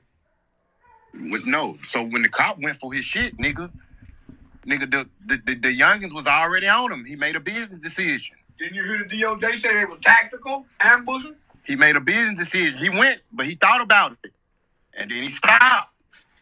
Really? Yeah. If he would have made if he would have did anything out the ordinary, then more than what he done, his ass, it would have been over with. Damn, so he was outgunning, outmatched. They took his gun. They took the police gun. They took his gun? Yeah. What do you mean they took his gun? No, they took T-O-O-K. They took his gun. So it said Gucci was with two people, two security. One they call like TD, and the other one they're calling CW. That's the cop. That's the cop, because that's the one who gave all the info. He had the cameraman, the undercover officer, and DP with him. That's who he had with him. They mentioned another person that was also like it was a secondary security. May have been the driver. Been. Oh, okay. It looked like Gucci was ready for a good time. They said Gucci came to the studio, the shit was locked, and they spun and went right to the liquor store and bought some liquor. Yeah. For sure. He thought he was coming to just think he brought the cameraman, man. He was ready to snap it up with his number one artist and and turn back up. Yeah. But Chopper Gang had other plans. Is that what they go by, Chopper Gang? Yeah, Chopper Gang, for sure. I thought I see CMO. What's that? That's Chopper Gang. It stands for Chopper, Murder, CMO. They be having it on their shirts, but that's Chopper Gang basically. The initials for just like Chopper Gang. So Chopper Gang is there like gang shit? Yeah, that's they clique. Yeah, Chopper Gang, that's they clique. Who they be beefing with?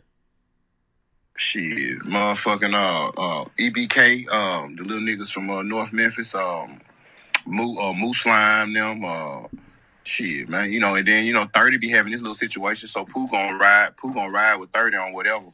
They was beefing, 30 was beefing with Stupid Duke, and Lil Kenny, that signed what's your boy name, QC, or whatever, Lil Kenny from Memphis, that just made the song Dissing Newski. Hey, I didn't know how accurate that FDO song was. in the song he says KD patient, he might catch him next day or tomorrow. And KD was at the robbery. Yeah, KD. Yeah. That's his little man. Yeah. He in the video. You see him? Yeah, KD patient. He might catch you next day or tomorrow. Yeah. Yeah, he was there. Yeah. It's crazy, man. In the complaint, it says that we got a complaint if you didn't know. In the complaint, it says that at one point there's another guy. His name is Glizzy something. I could probably chat. What was his name again? We got it here. Apparently, he got the gun out, and when he got the gun out,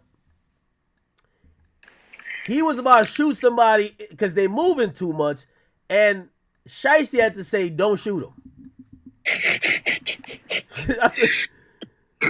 Yeah, my niggas be trying. Hey, my niggas be trying to get a promotion, man. Oh man, they said, he's trying to get promoted. They said BP identified Glizzy 375 as a young black male with a low fade haircut who wore all black. They said who identified him? BP. Who was BP? I guess that's Gucci's man. Oh, they said BP. They didn't say DP. BP. Oh, okay. His name DP. But I think they're just going by initials though. Hey, and by the way, did you they actually even say, they said RD, which is Roderick Davis. They said he identified a couple niggas too. I seen that. I seen that. You know, and I was kind of. You think the feds lying on Gucci? You know, everybody know Gucci like he's thorough. Not gonna do that. Now the feds not gonna do that. They're not gonna do that. They're not gonna put your life in danger for shit. You know what I'm saying? They're gonna tell the truth. They're not gonna do that.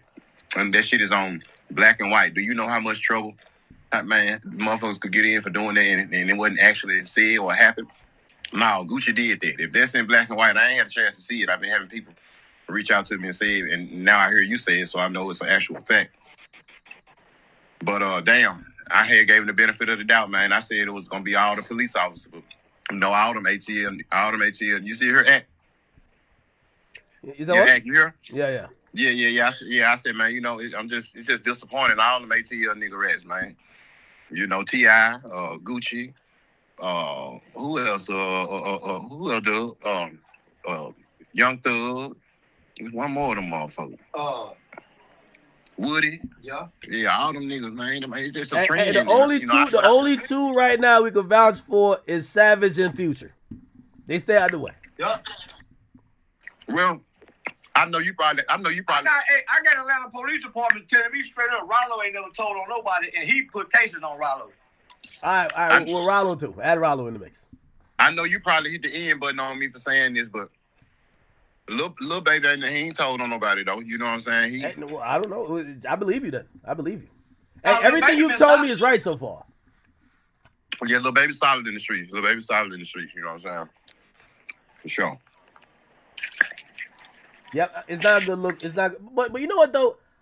Do you get to do you think that right now if something happened, you don't gotta abide by street rules? Are you still in the streets? You ain't in the streets anymore, are you? No, I ain't in the streets no more. For life, you better not be. No, I ain't in the streets no more. Yeah, so you could tell. So what? But I ain't in no telling what I'm telling them. All right, let's say the same situation happened to you. You could tell who did it. Oh, like right now, if that happened to me, yeah, right now. Right now, somebody take your chain. If that happened to me right now, I'm reverting back to the old me. Immediately. Yeah, but right now you could tell though. I mean, no, I couldn't. I mean, another person in my shoes that's done changed their life and that's a civilian, you know, but I got shit in my heart and in me my and Charleston blood telling. You not telling? No, I'm telling that. No. Charleston, you know I'm telling.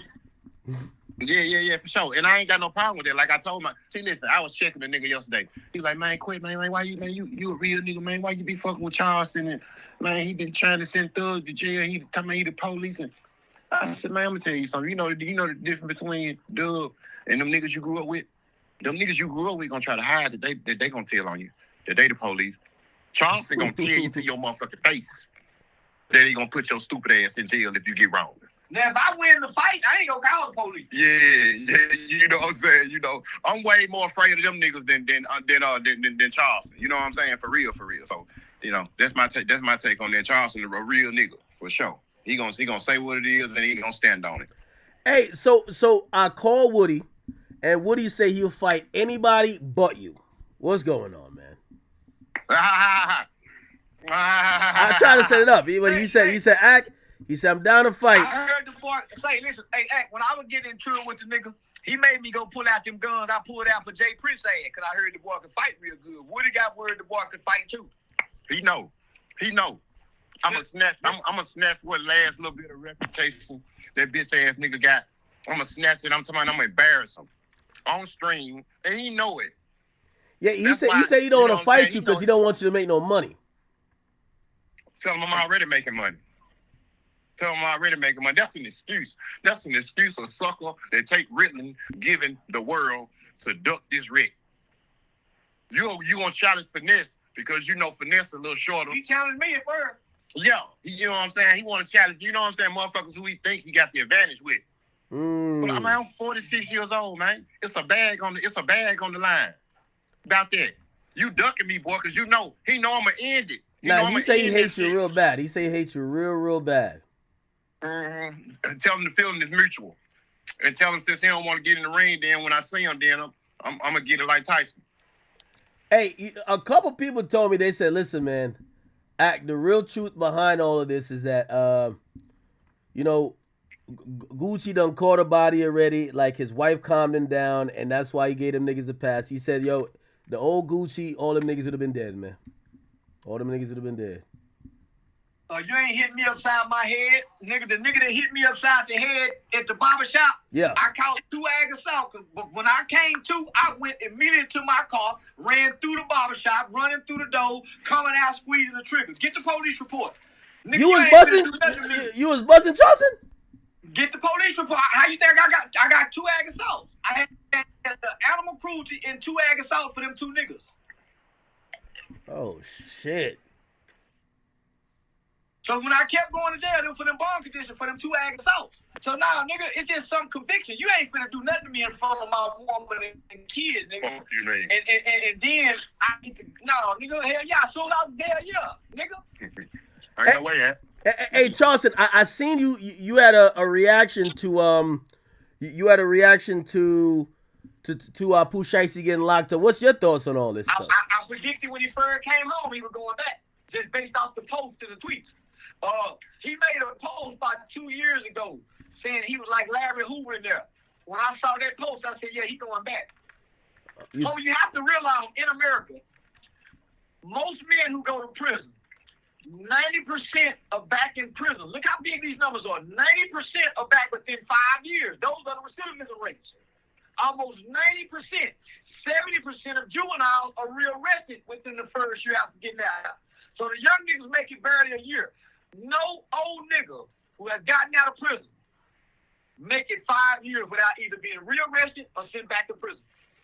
So you really ain't free, nigga, till you get past that 5-year threshold. Man, so you think you knew he was going back? That's crazy. I predicted it. I predicted it when he first came home. I said he going back and he won't stay out long. He just came home to take some pictures and make a few memories. Get his dick sucked in the Bentley and go home and talk about it in the day room. On a good Friday night during the spread. He just came home to take some good memories. But don't you think he one of them rappers who actually really live in his raps though? No. Listen. He's something different. So just imagine had we got to see Raymond Washington, Jeff Ford, Tookie Williams in their prime. Jeff Ford went to prison in his 30s.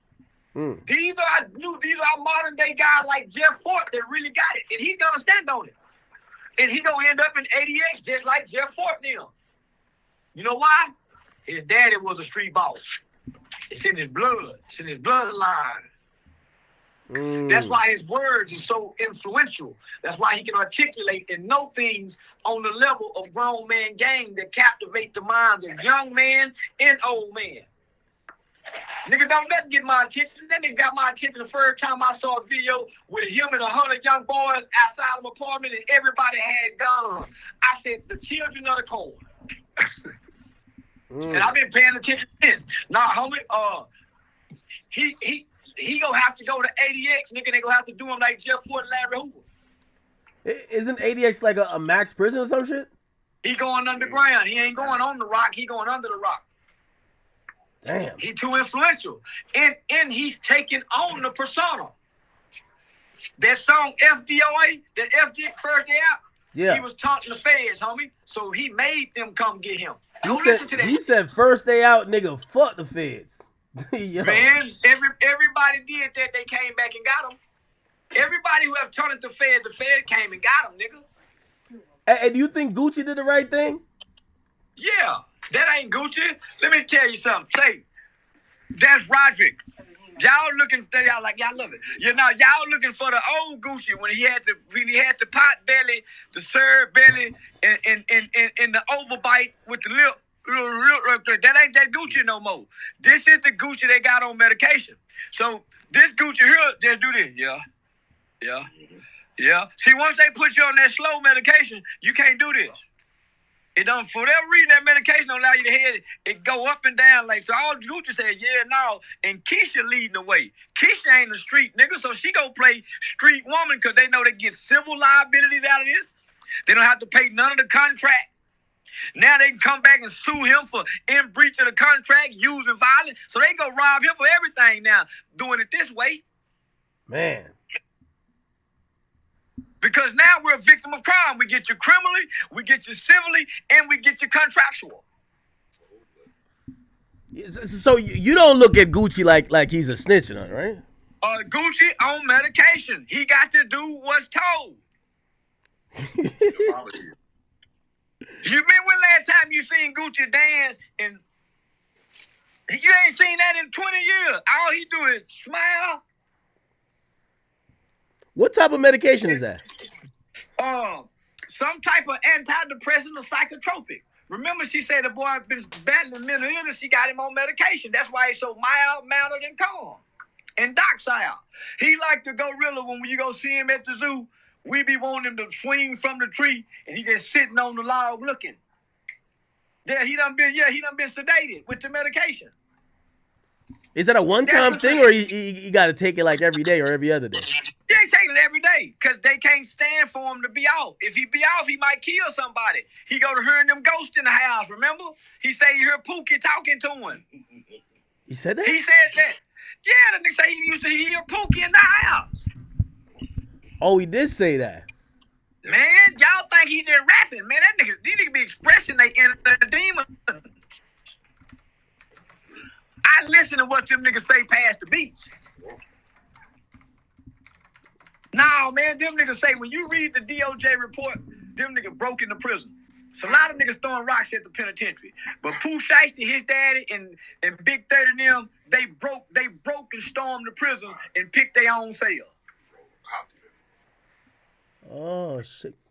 She said she had to take all the apps off his phone and she got to delete his Instagram. So he probably don't even know what's being said about him on Instagram right now. He don't. Nigga, all he can do is, yeah, man, that medicine have your head heavy. I done been on it before, nigga. All you can do is, yeah. Because they don't want you saying no. Everything is yeah when you're on medication. Yeah. You just smile. Yeah. And that's all Gucci do now. We ain't seen him work out, do no push-ups, curl no motherfucking weights. We ain't seen him doing that leg shit to make your abs look how his abs look. That is a medicated, blowed up Gucci.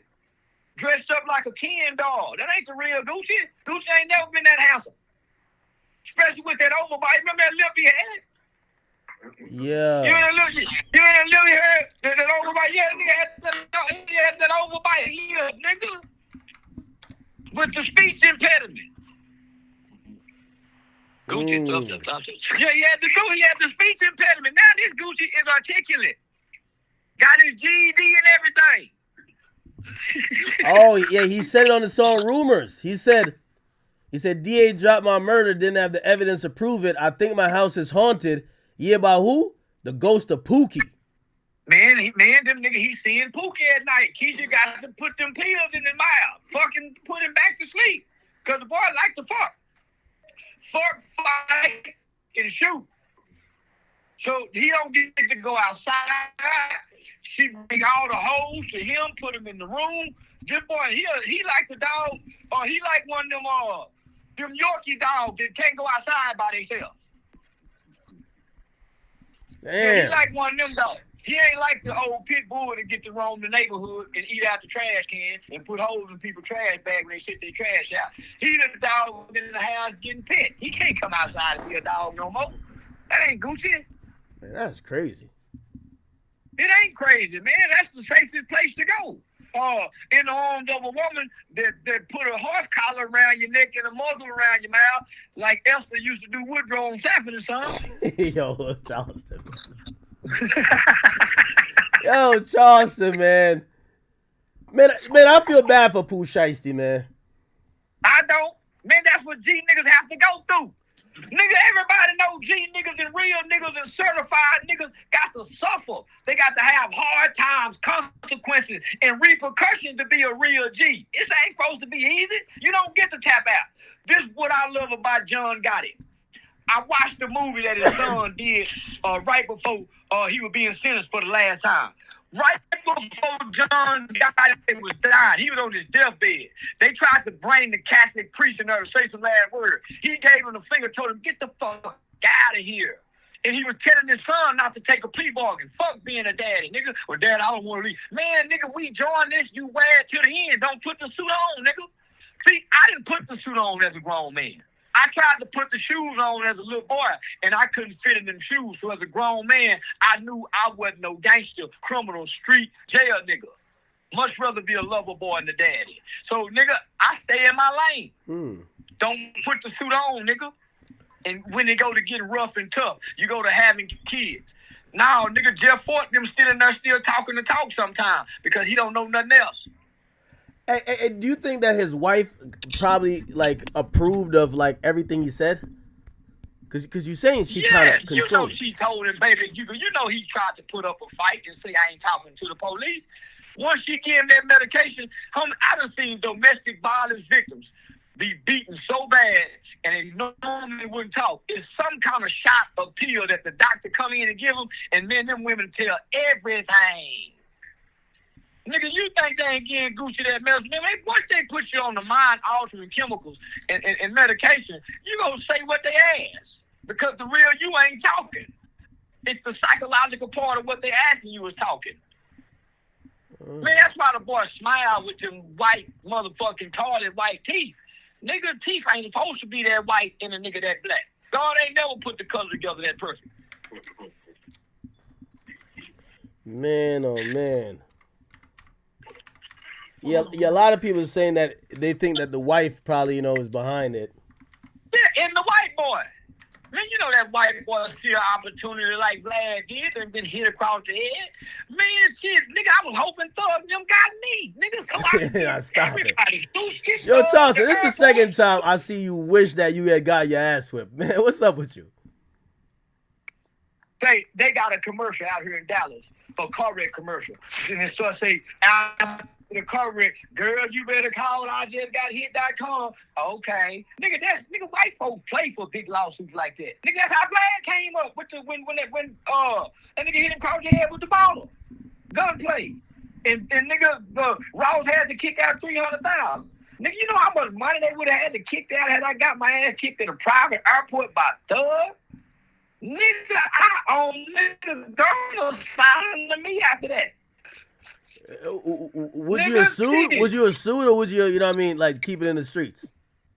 No, I don't keep nothing in the streets. Why you think I'm running to the police now? Nigga, I don't keep nothing in the streets, nigga. Don't nothing get solved in the streets. This nigga stay into it for years and decades.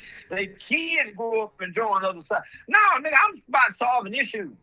And don't nothing solve issues like going to court. Litigate. If the cops call you right now, I gotta see what type of time you're on, Charleston. The cops call you right now and they said, and they look at you. Yo, Charleston, if the cops call you right now, and you here or you stepped out? I got to get ready to go on stage, nigga. I got a show at the Stardom tonight. Nigga, the cop. Hold on, let me ask you one question. If the cops call you right now and they said, we need your help, we're gonna file them charges, and Thug hit you up and said, here's 50,000, change your statement, what you doing? I make way more on the back end, locking his ass up. Nigga, I make way more because nigga, I'm going as a victim. I'm a victim of a crime now. You know, they got victim compensation.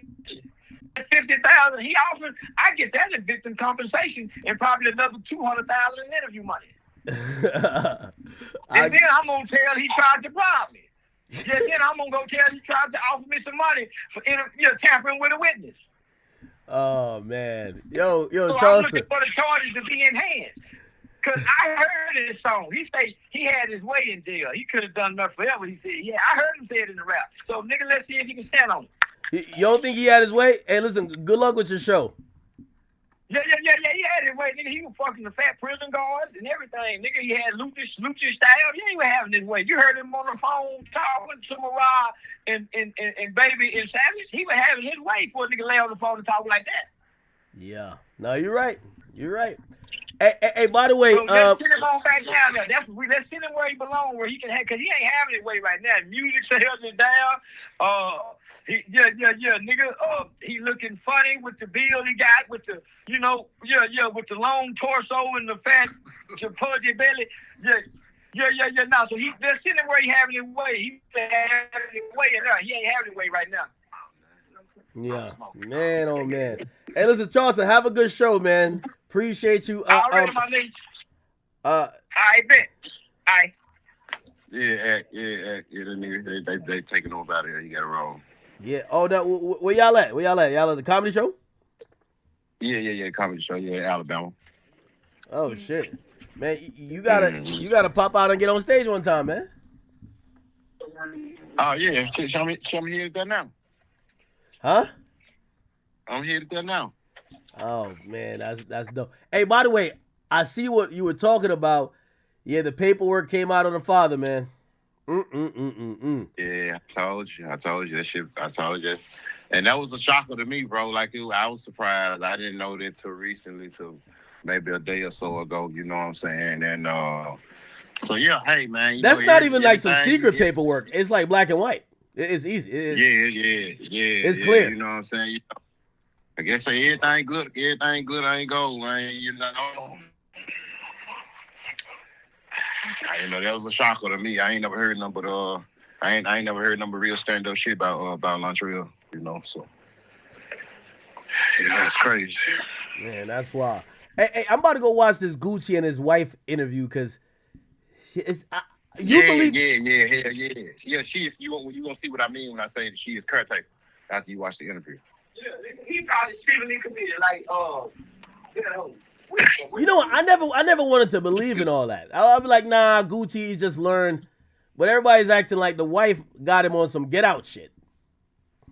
Yeah. You know, I mean, just think about it. You ain't never seen the man kind of like talk loud or do nothing, man. You know, they got that man on some strong shit.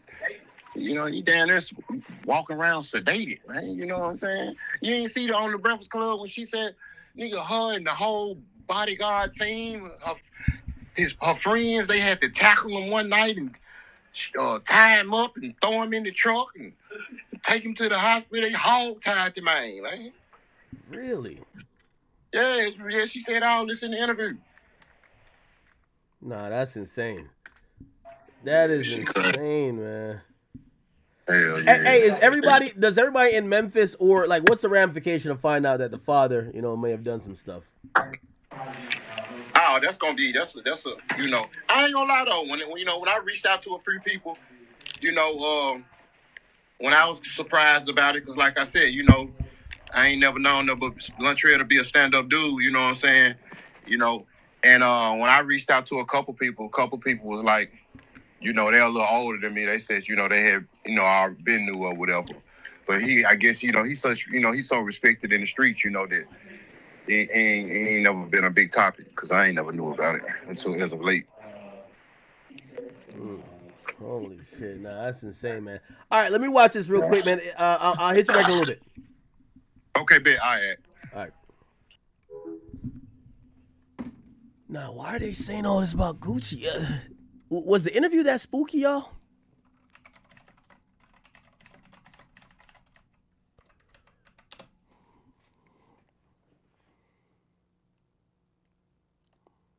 The walls are just...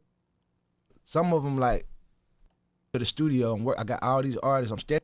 List goes on and I ask y'all a question. Y'all don't think this version of Gucci, like, I know, I don't know.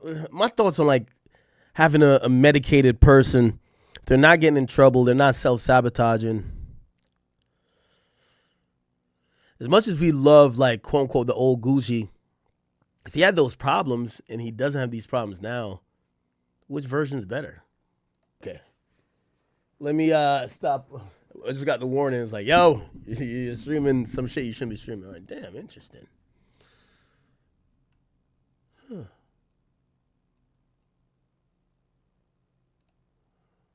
right? I don't know, man. Yo, by the way, did y'all see this? There's this video that's kind of circulating around right now, chat.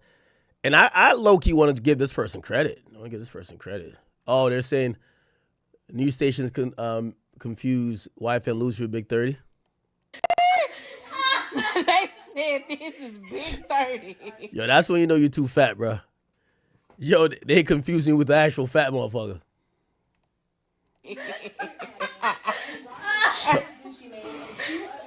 Hey, man, say, man. Hey, man, say, man. Did y'all see this? I want to show y'all this right here. What's this? Okay, I want to. There's a video of a robbery that went down. So one of Fetty Wap's affiliates, supposedly, his name is Fuzzy Fazoo. Let's see if I can find his Instagram. Fuzzy Fazoo.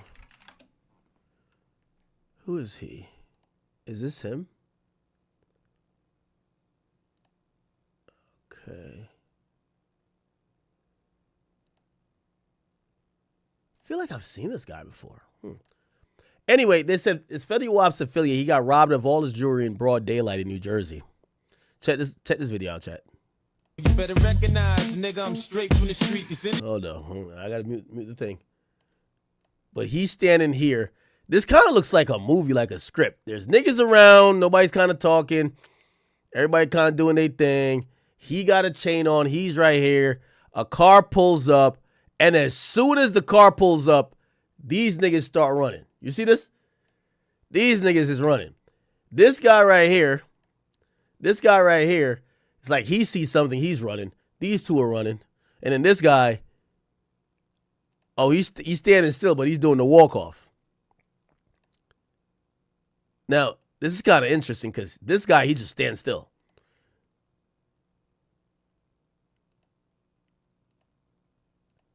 And this guy comes out, they put a gun to him. He calmly takes his bag off. Another person comes out. He takes his chain off. He's giving them the bag. He's like, here's the bracelet. Here's whatever you want. Here's everything.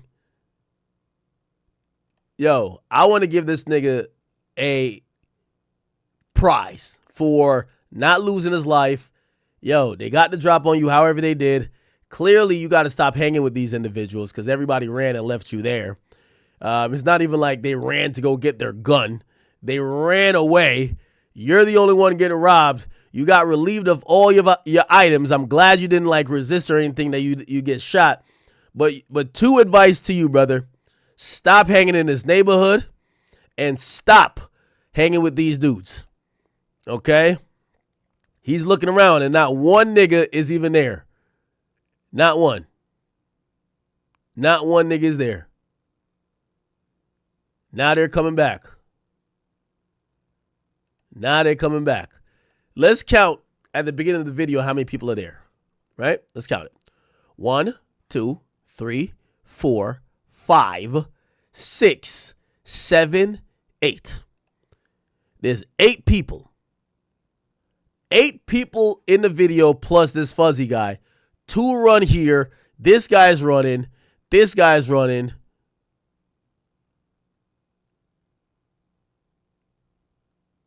And this guy across the street act like he don't know him. This guy's running so fast, he's on the other block. He done ran down the whole alley. He's just running. This guy starts running crazy. This almost look like a GTA scene, bro. It look like a mission. But shout to Fuzzy Fazoo.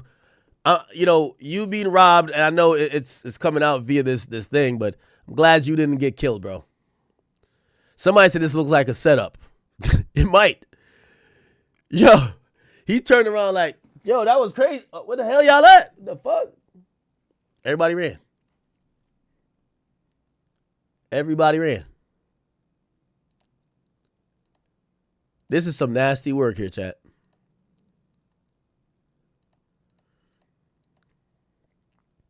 Nasty. He got to stop hanging out with those guys. He got to stop hanging out with those guys. Y'all think it's a setup? He's in the middle of the street. I guess he see the car coming, so he goes to one side. This guy's kind of peeping it. He's peeping it. Because they're looking at the car. The window must have been down or the door is already open. Because these guys are running before the car even stops. But we see the door open here. Oh, I guess the door pops open right here quickly. Damn, dude opened the door before the car stops.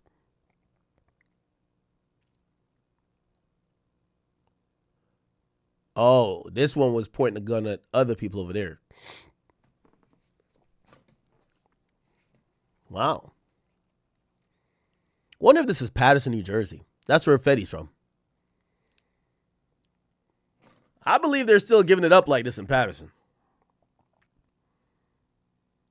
They're still giving it up like this in Patterson, chat.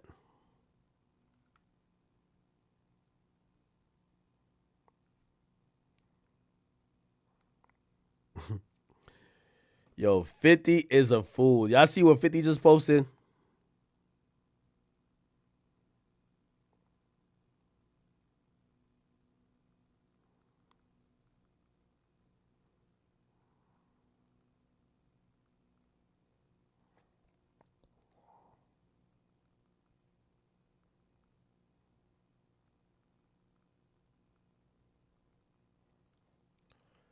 Look what 50 just said, chat.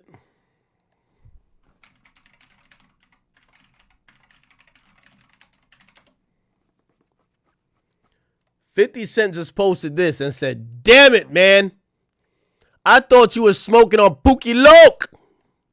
Stay tuned for the next episode of Only in Atlanta. Oh, man. Oh, man.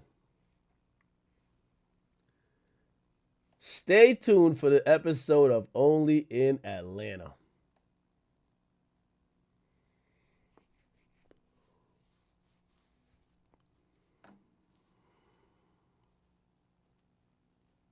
Damn, damn, damn. Has Pooh Shiesty posted anything recently?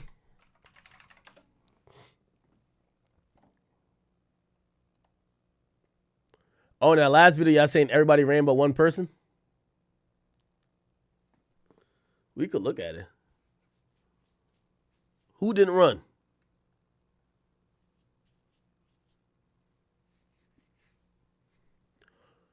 Nigga, I'm straight. This guy right here? Well, he's across the street, and I guess nobody ever points a gun at him. The gun is pointing in the other direction. But he is kind of calm. Yeah, he's calm as shit. He's right here, Chad. You see him? Yeah, he's just watching the whole time. Well, now he starts walking off.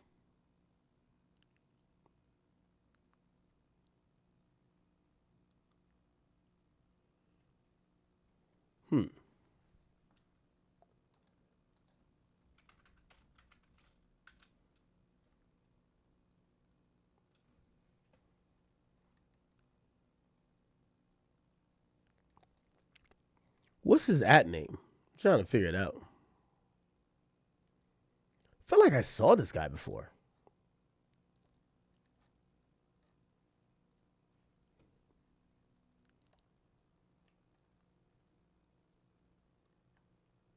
This week, 9 individuals, including well-known musical artists, kidnapped and robbed at gunpoint numerous victims.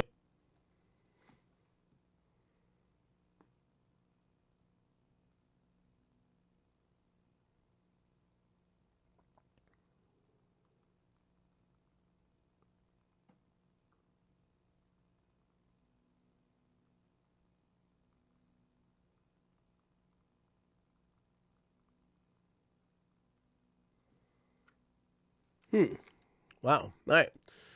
We're going to move on to a couple of the topics. Did y'all see how Donald Trump has advised Erica Kirk to sue people like Drewski who are making fun of her? Check this out. A thing called Happy Easter. Do we have that? Everyone happy? Anybody that doesn't want, hello, darling. Wow, this is a good table. I like that table. You're doing well, right? Okay. I think you should sue them, but, you know, I told her, you ought to sue somebody. They're so jealous of Erica. I said, you ought to sue their... I can say it. You're not allowed to say this. You have to be nicer. Sue their ass off. Yo, Trump really don't give a fuck, bro. Okay. So that's what he said. If you're wondering why he's saying that because Drewski dropped a comedy skit that's seeming to make some type of comedy or parody in regards to Erica Kirk. Now, I want to show you kind of what's being mocked. Erica Kirk on the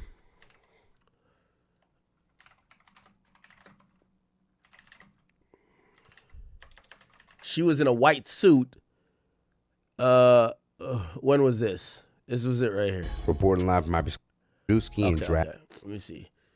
Right here. On the afternoon of September 10th, I arrived at a Utah hospital to do the unthinkable, to look directly at my husband's murdered body. I saw the wound that ended his life. I felt everything you would expect to feel. I felt shock. Now, I ain't gonna lie, sometimes the eyes is kind of crazy, chat. I gotta keep it a beam, bro. The eyes, just watch the eyes, chat. You would expect to feel. I felt shock. I felt horror. And a level of heartache that I didn't even know existed. But there was something else too. Even in death, I could see the man that I love. I saw the one single gray hair on the side of his head, which I never told him about. Now he knows. Sorry, baby, I'm telling you now, but never told him. Didn't want to. I also saw this. I also saw on his lips the faintest smile. And that told me something important. It revealed to me a great mercy from God in this tragedy. When I saw that, it told me Charlie didn't suffer. Even the doctor told me. It was something so instant that even if Charlie had been shot in the operating room itself, nothing could have been done. Okay. Now, did y'all see this? Erica Kirk fireworks. Now, legit chat, like, this was an actual thing. So this was her walking out at her husband's memorial service.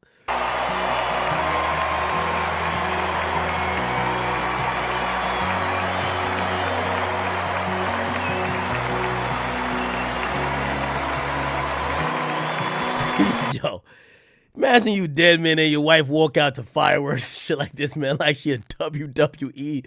Like, yo, bro, what she think she's Trish Stratus, nigga? Like, what she think this is? Like, she China, nigga? Yo, what is this? Nigga, what the? Yo, nigga, you in the casket, nigga, like, hard as rigor mortis, nigga. Like, your wife coming through, she got like, yo, she's like LeBron James in front of the casket. She just throw up your ashes and she doing all of this shit, nigga, you dead as hell. Nigga, imagine if she does a LeBron James with your fucking ashes, chat. Yo, chat. Imagine, yo, chat, bro. Imagine your wife walk.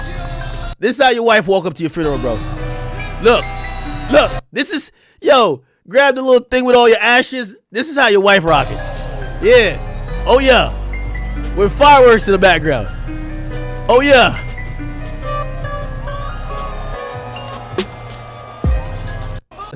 Yo, I ain't gonna lie, bro.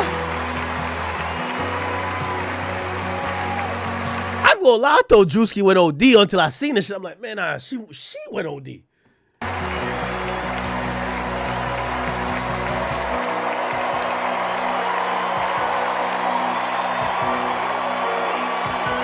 Yo, remember when Kane used to go like this? And when he go like this, it's all fire? Like, yo, she gotta y'all know what I'm talking about. Kane from WWE, bro.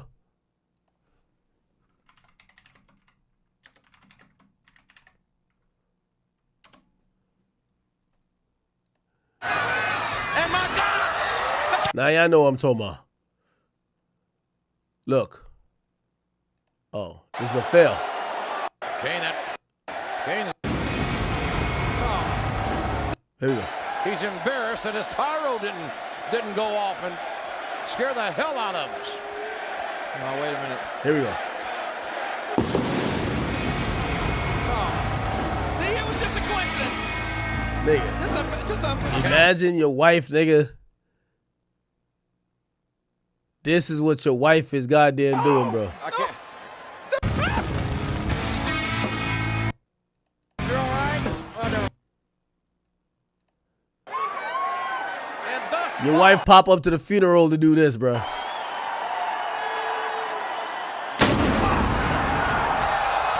Nigga, you dead as hell, nigga. Like, your wife is wildin'.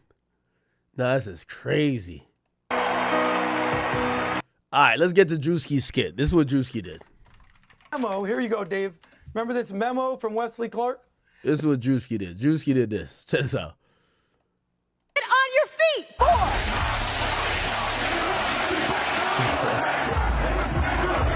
Get sturdy.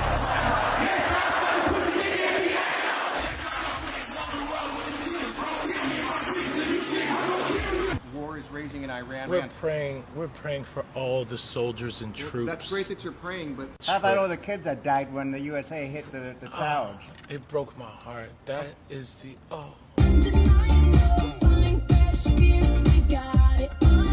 Yo, the rock. Look, yo, this shit was mad accurate too. Wait, Erica Kirk rock on sign. She really did that, gang. Look, she was with Trump. Trump might have been, you know what I mean, cuffing it type shit. You feel me? Because, you know, she crying on Trump's shoulder. Look at Trump's face. It's a dirty nigga right here, man. It's a dirty nigga. I know niggas like this. I know niggas like this. Feel me? You see that look on Trump's face? Look at Trump. She crying, he smiling, he gripping her lower back. You know what that is. She got the... It's crazy out here, Chad. It's crazy. It's crazy out here. Back to Juicy. Let's go back to it. On your feet, boy!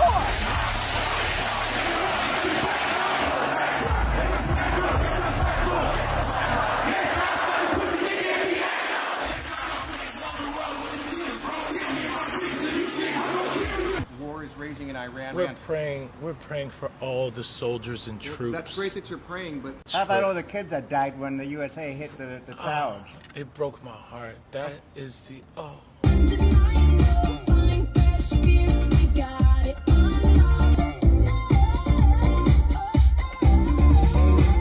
In what ways have you grown closer to Jesus? I serve a righteous God. And that is why we say our prayers. And we are all his children. But when I say children, I mean like the holy, blessed Trinity, which is why I hold the Bible.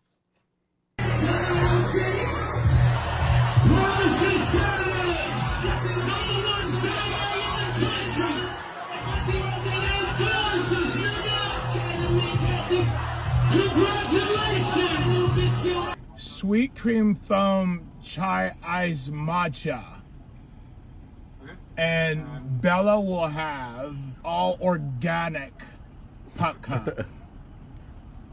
organic? Yes, everything organic. Oh, say does that star-spangled banner yet wave for the land of the free? 4, 3, 7. Oh, Hannah, you good? 4, 3, 2. Hold your chest lifted. We're gonna lift. We have to protect all men in America, especially all white men in America. Those are the boys that we care about in this country. America is built on their backs. Yes. Because they are the ones who mattered most. Get on your feet, boy! Nah, Drewski killed it. Hey, I gotta be honest. She don't got no case. This is satire at its finest. This is a beautiful exhibition of satire. I think this would be a classic waste of money and also something that would be constituted under many different regions or even federally as something that would be a slap lawsuit, which means you're trying to prevent Drewski from expressing himself. So the lawsuit would be to tie down the criminal justice system, and I think he would get paid for any amount of money he spent on this case. This is classic open and shut. Now, granted, it feels like Trump is saying, just file a lawsuit anyway, just to kind of like get this guy to back up and probably warn other people. But I don't think it would be successful regardless. It wouldn't be successful. So that, shout out to Drewski. One thing I think Drewski does well white characters that we kind of already have in our head, like the hillbilly, the fucking skinhead, the fucking, white guy who thinks he's black. All of those people I think he does well. I think some people in that conservative community or that white community, they're starting to like feel like, well, they don't really get it. Drewski's rage baiting y'all for interaction. Everybody that's in the culture or the community that he probably cares about, they think it's funny. Y'all are going to just keep adding on to the outrage by giving him engagement. And if you look at these things, he's getting a wild amount of engagement. 7 million likes, 443,000 comments, and even almost 600,000 shares. So it's definitely working for him. So, all his skits have been kind of like really spot on. He did do another skit. Check this one out right here. Y'all remember this one? And he does parody black people too. This one was funny as hell.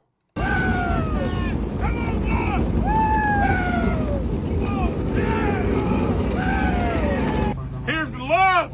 Here's the honor. If you can't come in her, come on her.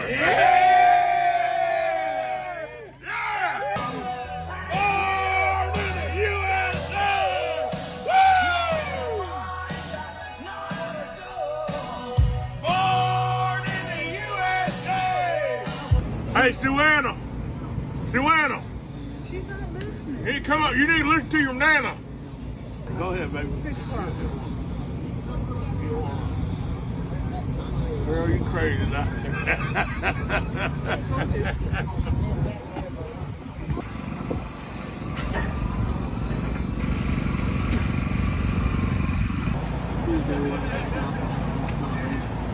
Hey, Meemaw. How you doing, baby?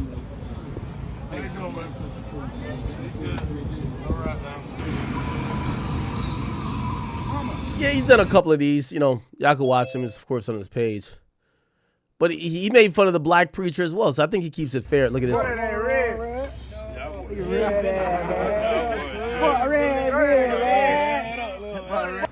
I'm chilling. I'm posted up. I'm posted up, bro. Y'all boy come shot, man. I ain't on shit.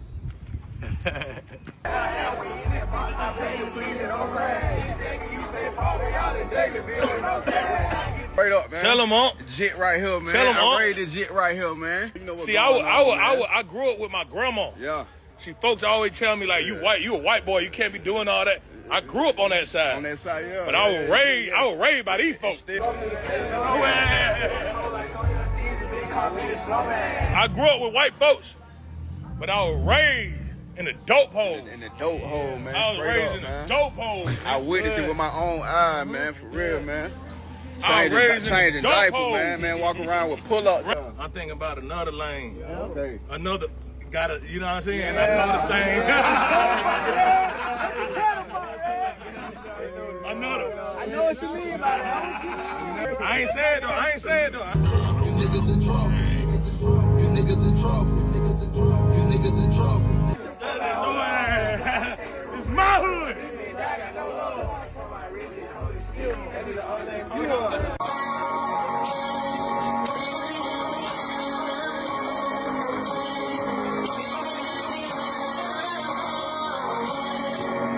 Yeah, nigga, bag one.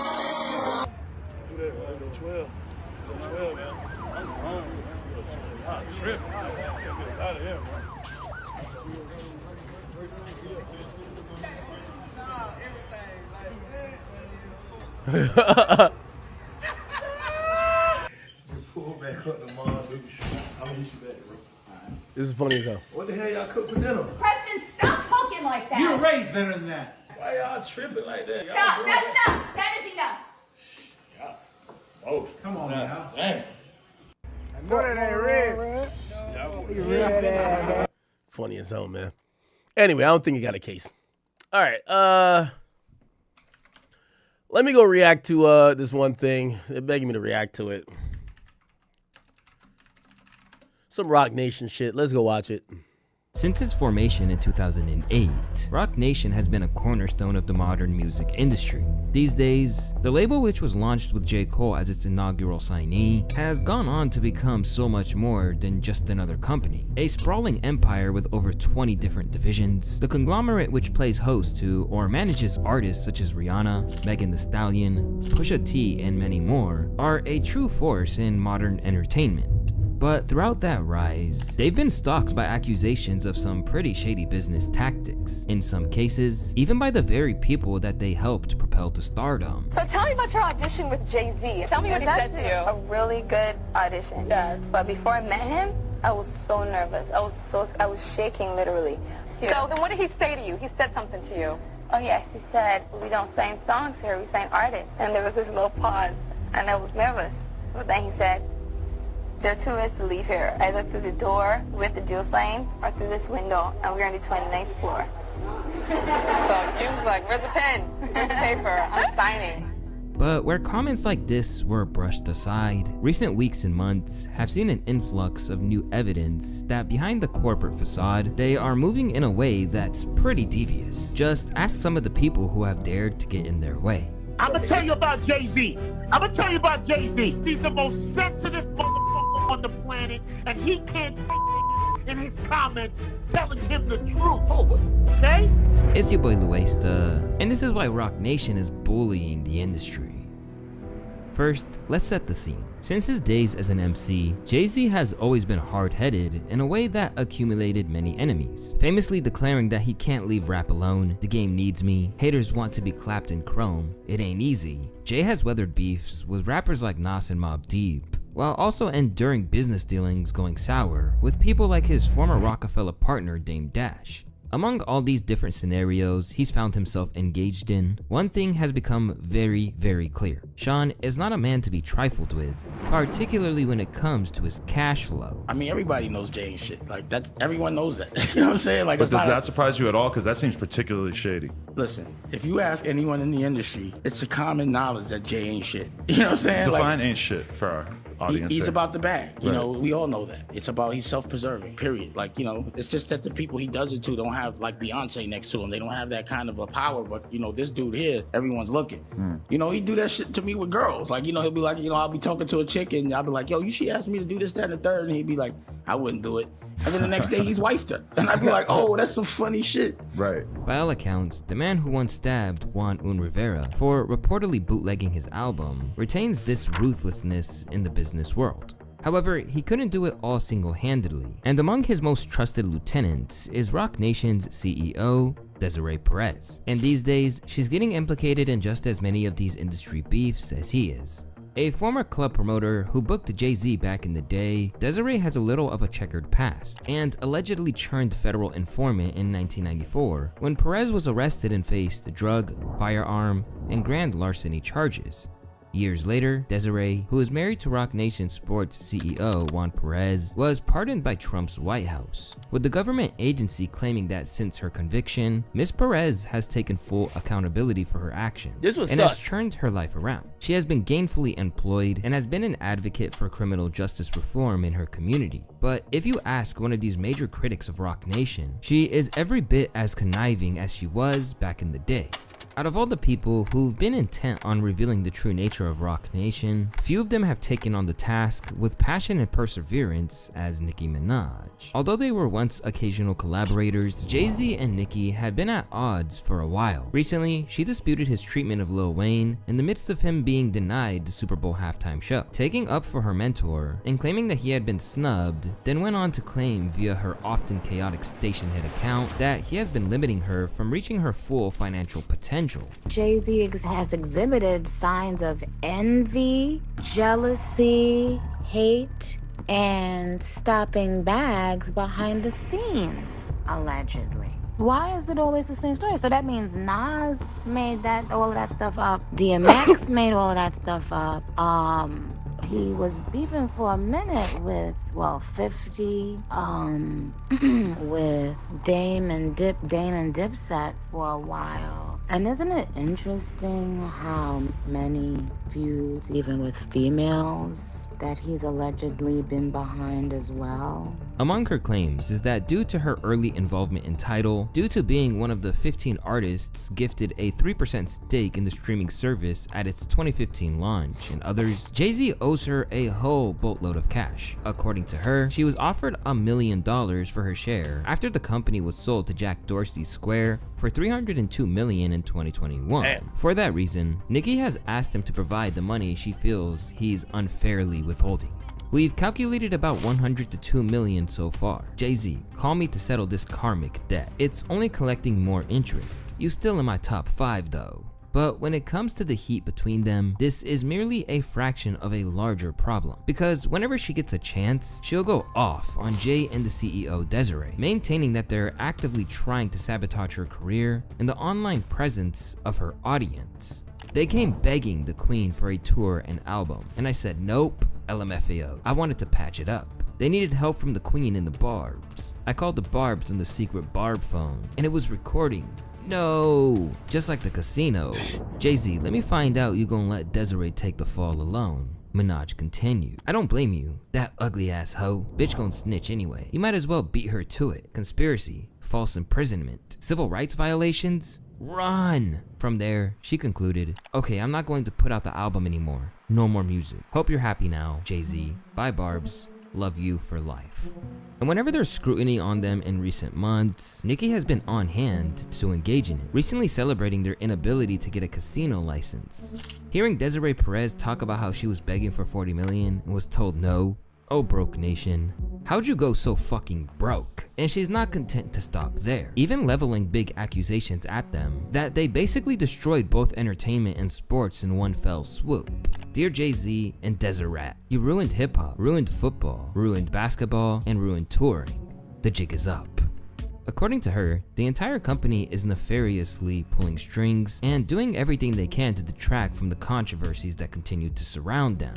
Anytime Cook Nation's in the news for something they don't want you to know, a few things will happen. Will Smith will appear, a famous person is announced dead, and their allies will begin to post/say nasty things about the Queen. Naturally, everything Nicki says as of late has been taken with a real pinch of salt, as, to put it mildly, she's been crashing out for a while now. However, the notion of the upper management mistreating people whose usefulness has elapsed or dared to question them is nothing new. In these days, the case studies are beginning to stack up.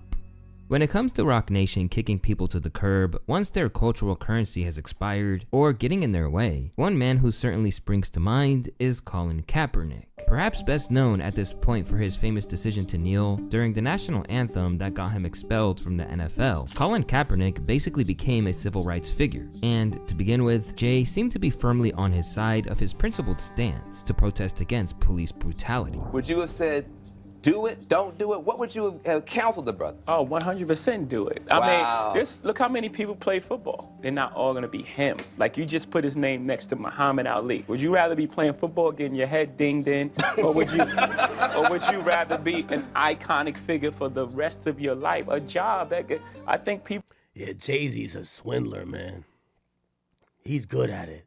Damn, he's good. Again, we confuse the idea of having a job with fulfilling your purpose. Or at least he did until a bag was at stake. Just 2 years on from making those comments in favor of Cap, Jay-Z decided to cross the cultural picket line and sign a multi-year deal to produce the Super Bowl halftime via Roc Nation as their entertainment strategist. Because there's two parts of protesting. You go outside and you protest, and then the company or the individual say, I hear you. What do we do next? We have cops that are murdering people. We have cops in the SFPD that are blatantly racist. And those issues need to be addressed. For me, it was like actionable item. What are we gonna do with it? You know what I'm saying? So, reach millions and millions of people, or we get stuck on Colin not having a job. Jay-Z partnered with the National Football League, the same mega corporation that employs those involved in murder, domestic violence, and countless other offenses, but sees a disproportionate issue at hand with silently taking a knee on the sidelines. What struck me was this. You kneel with your standing. Here. What? You kneel with your standing. Okay, I think we passed kneeling. And immediately, this went down like a ton of bricks with both Cap and his supporters. Years on, Jay has retained this position, and many people have essentially forgotten about the entire controversy. However, Colin's wife, Nessa Diab, is not one of them, and in her opinion, the situation unveiled Jay's true nature. Yes, I might not like what Jay-Z did, but guess what I don't do? Go out of my way to not play his songs on my show. No, I'm not spiteful. I don't try to harm people. I don't do smear campaigns behind the scenes. And don't take away from his artistry. I don't ever do that. We're clear. Jay's one of the best to do what he does. Also, what he did to Colin was absolutely wrong. And once hip-hop's queen began taking shots at Jay and co, Nessa launched another assault and got into the sordid details about how they suppressed Kaepernick and his message at the request of the NFL. At Nicki Minaj exposing the smear campaign tactics that Jay-Z, Roc Nation, Desiree Perez did to her behind the scenes is very similar to what I was told they did to Kaepernick. When Jay purposely co-opted Colin's protest by siding with the NFL to help their image after they blackballed Colin for his protest, Roc Nation apparently took— I feel like a proud father watching this. These are things that I've been reiterating and saying for years. $5 million a year over 5 years to bury the growing protest and specifically help them move beyond the controversy around teams' unwillingness to sign Kaepernick.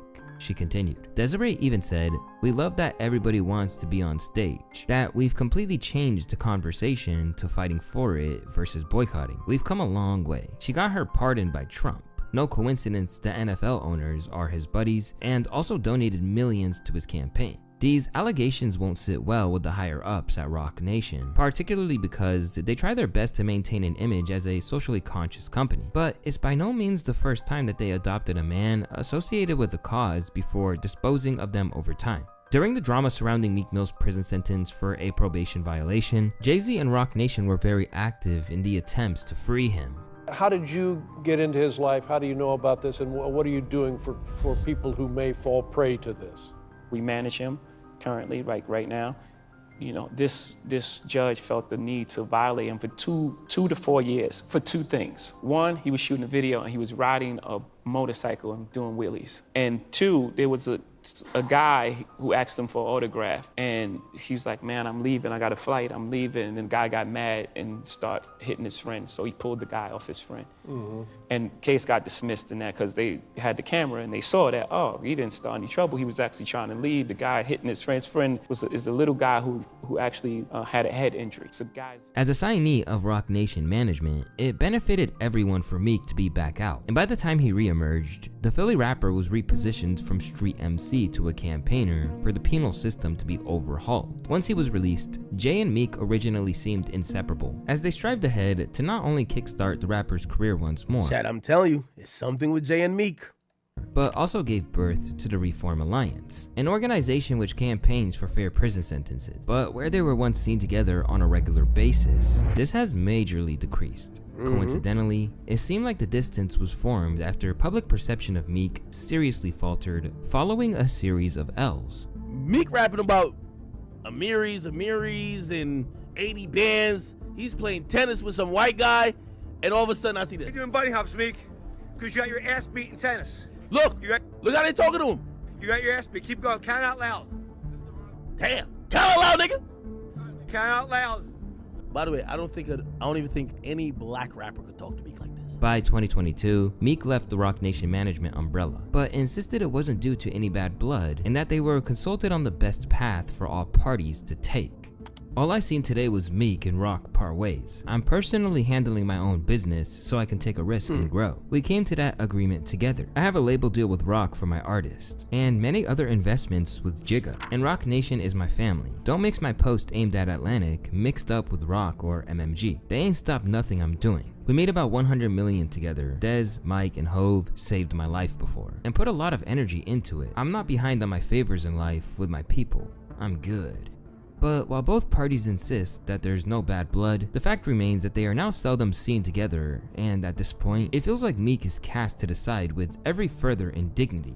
It sounds like, hey, we have grand plans to build this whole thing behind Meek Mill, and our first start is prison reform. And then after that, we're going to push you, we're going to do all this other shit.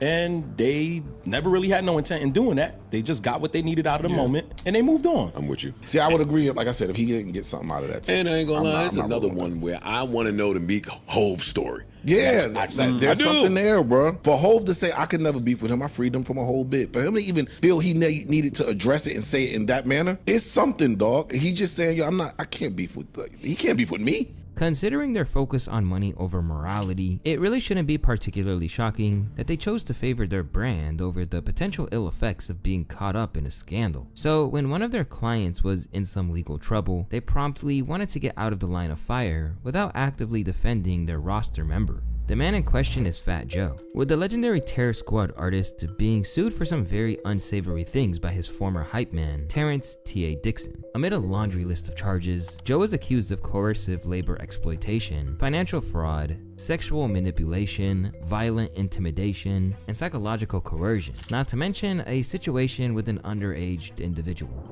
Defendant was in love with Minor Doe 3. He even contemplated leaving his wife. The defendant paid all Minor Doe 3's bills and even took her overseas to his tour stops. He brought her to Florida and would put her up in a condo he rented a few blocks from his house with his wife, the lawsuit states. In a recorded conversation, Minor Doe 3 and her 15-year-old cousin describe in detail to plaintiff how inappropriate it was. But alongside Fat Joe, another defendant that was listed was none other than Roc Nation. And without hesitation, they sought to untangle themselves, no matter how much it might harm their client's defense. Roc Nation's alleged role in this case, according to the plaintiff himself, is that it became Mr. Cartagena's artist management company in 2017, and in that capacity, earned the commission on revenue Mr. Cartagena generated, writes Roc Nation's lawyer Alex Spiro. Yet, according to the plaintiff, the fact that Roc Nation had a business relationship with Mr. Cartagena somehow makes Roc Nation a part of a RICO enterprise, as well as a participant in sex trafficking and an aider and abetter of Mr. Cartagena's alleged conduct. That is nonsensical.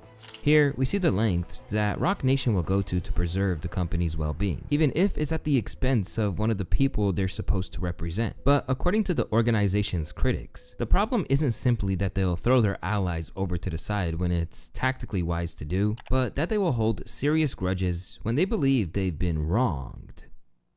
Even though Nicki Minaj has been the most outspoken Young Money label alumni to come after Jay, Desiree, and Roc Nation, there is another one of Lil Wayne's proteges who have reason to take issue with how they move. Because if speculation is to be believed, they've been spending time trying to take Drake out. Over the course of Drake's time in the spotlight, Jay has occasionally had bars for him over the years, spitting things like this in his direction. I know you ain't out here talking numbers, right? I know you ain't out here talking summers, right? I know you ain't walking around talking down, saying boss shit when you a runner, right?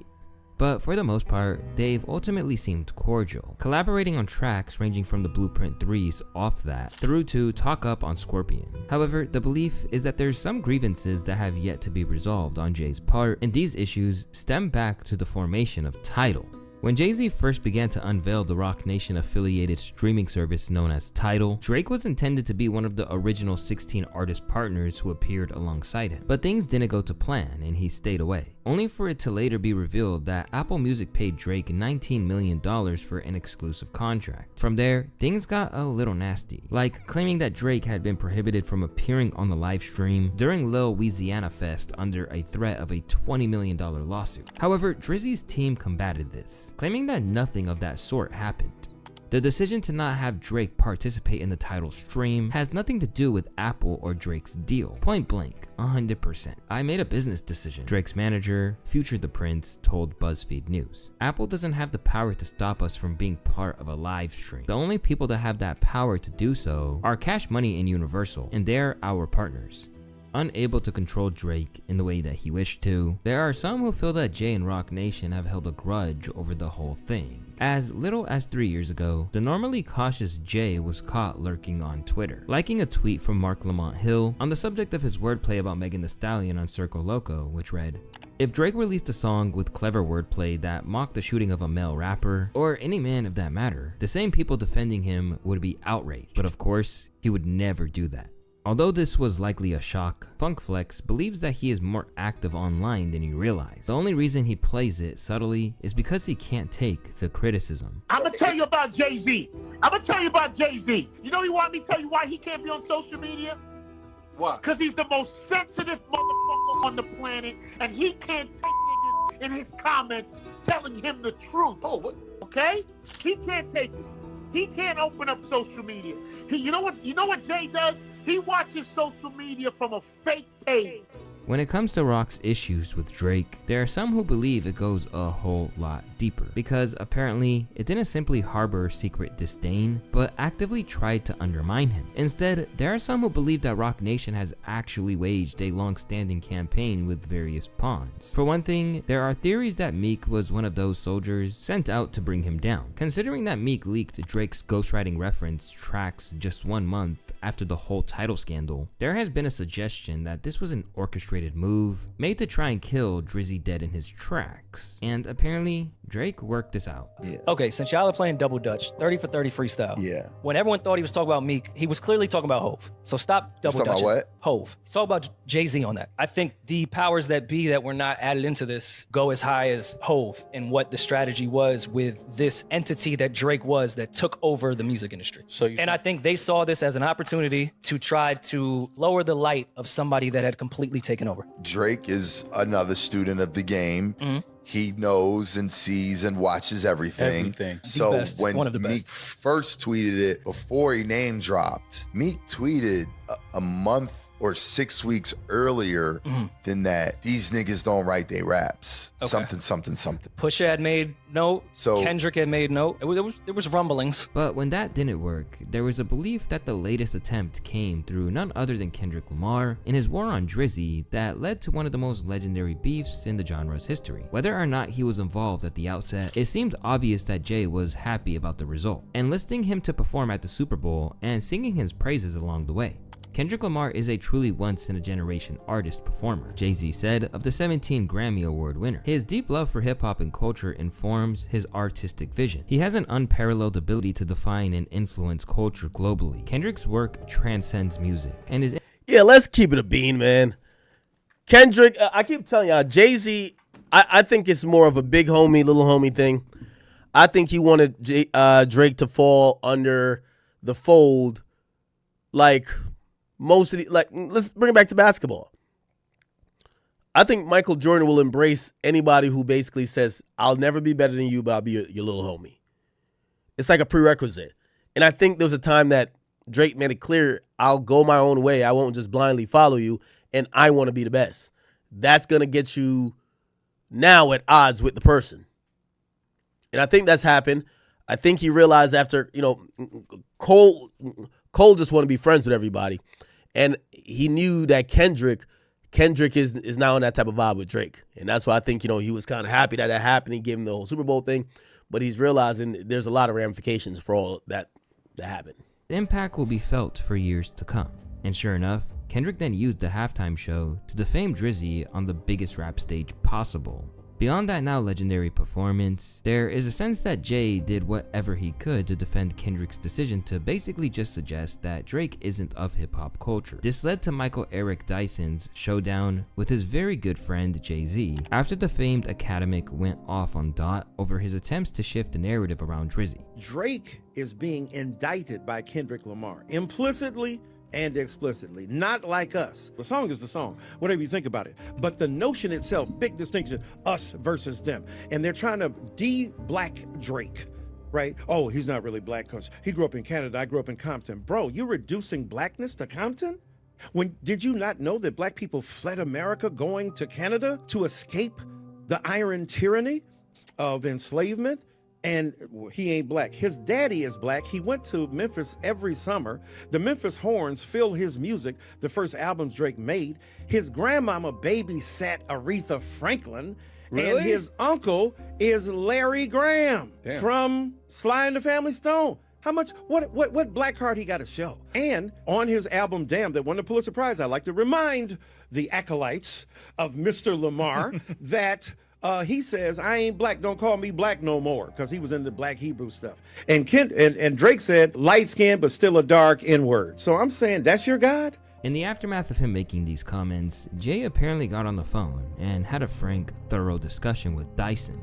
Some people think, well, it ain't that serious, and that's not what's going on. My job as a scholar is to show you that stuff you didn't think was that serious might be a bit more serious than you think. I could be wrong, just to be sure. So I don't say it with the kind of arrogance that some of my interlocutors on the internet have suggested. And let me tell you something. A very dear friend of mine disagrees with me bitterly. Well, I won't say bitterly, just aggressively and vigorously. His name is Sean Carter, better known as Jay-Z. Now, I don't usually talk about the conversations that Jay-Z and I have, because that's between us. That's he got the call, y'all. Because I ain't out here blabbing about what we talk about. But he hit me up and he vigorously disagreed with my particular position. He said it with dignity. He said it with respect. He articulated his ideal intelligently. I responded to him. We went back and forth for a minute, and I shared with him my essay, the 3,000 some word essay I wrote in the Philadelphia paper, where I break down what's going on between Kendrick and Drake. And he was respectful. What I love about Jay is that he's not arrogant, and he's got more reason to be arrogant than anybody we talking to, including myself, on this darn internet.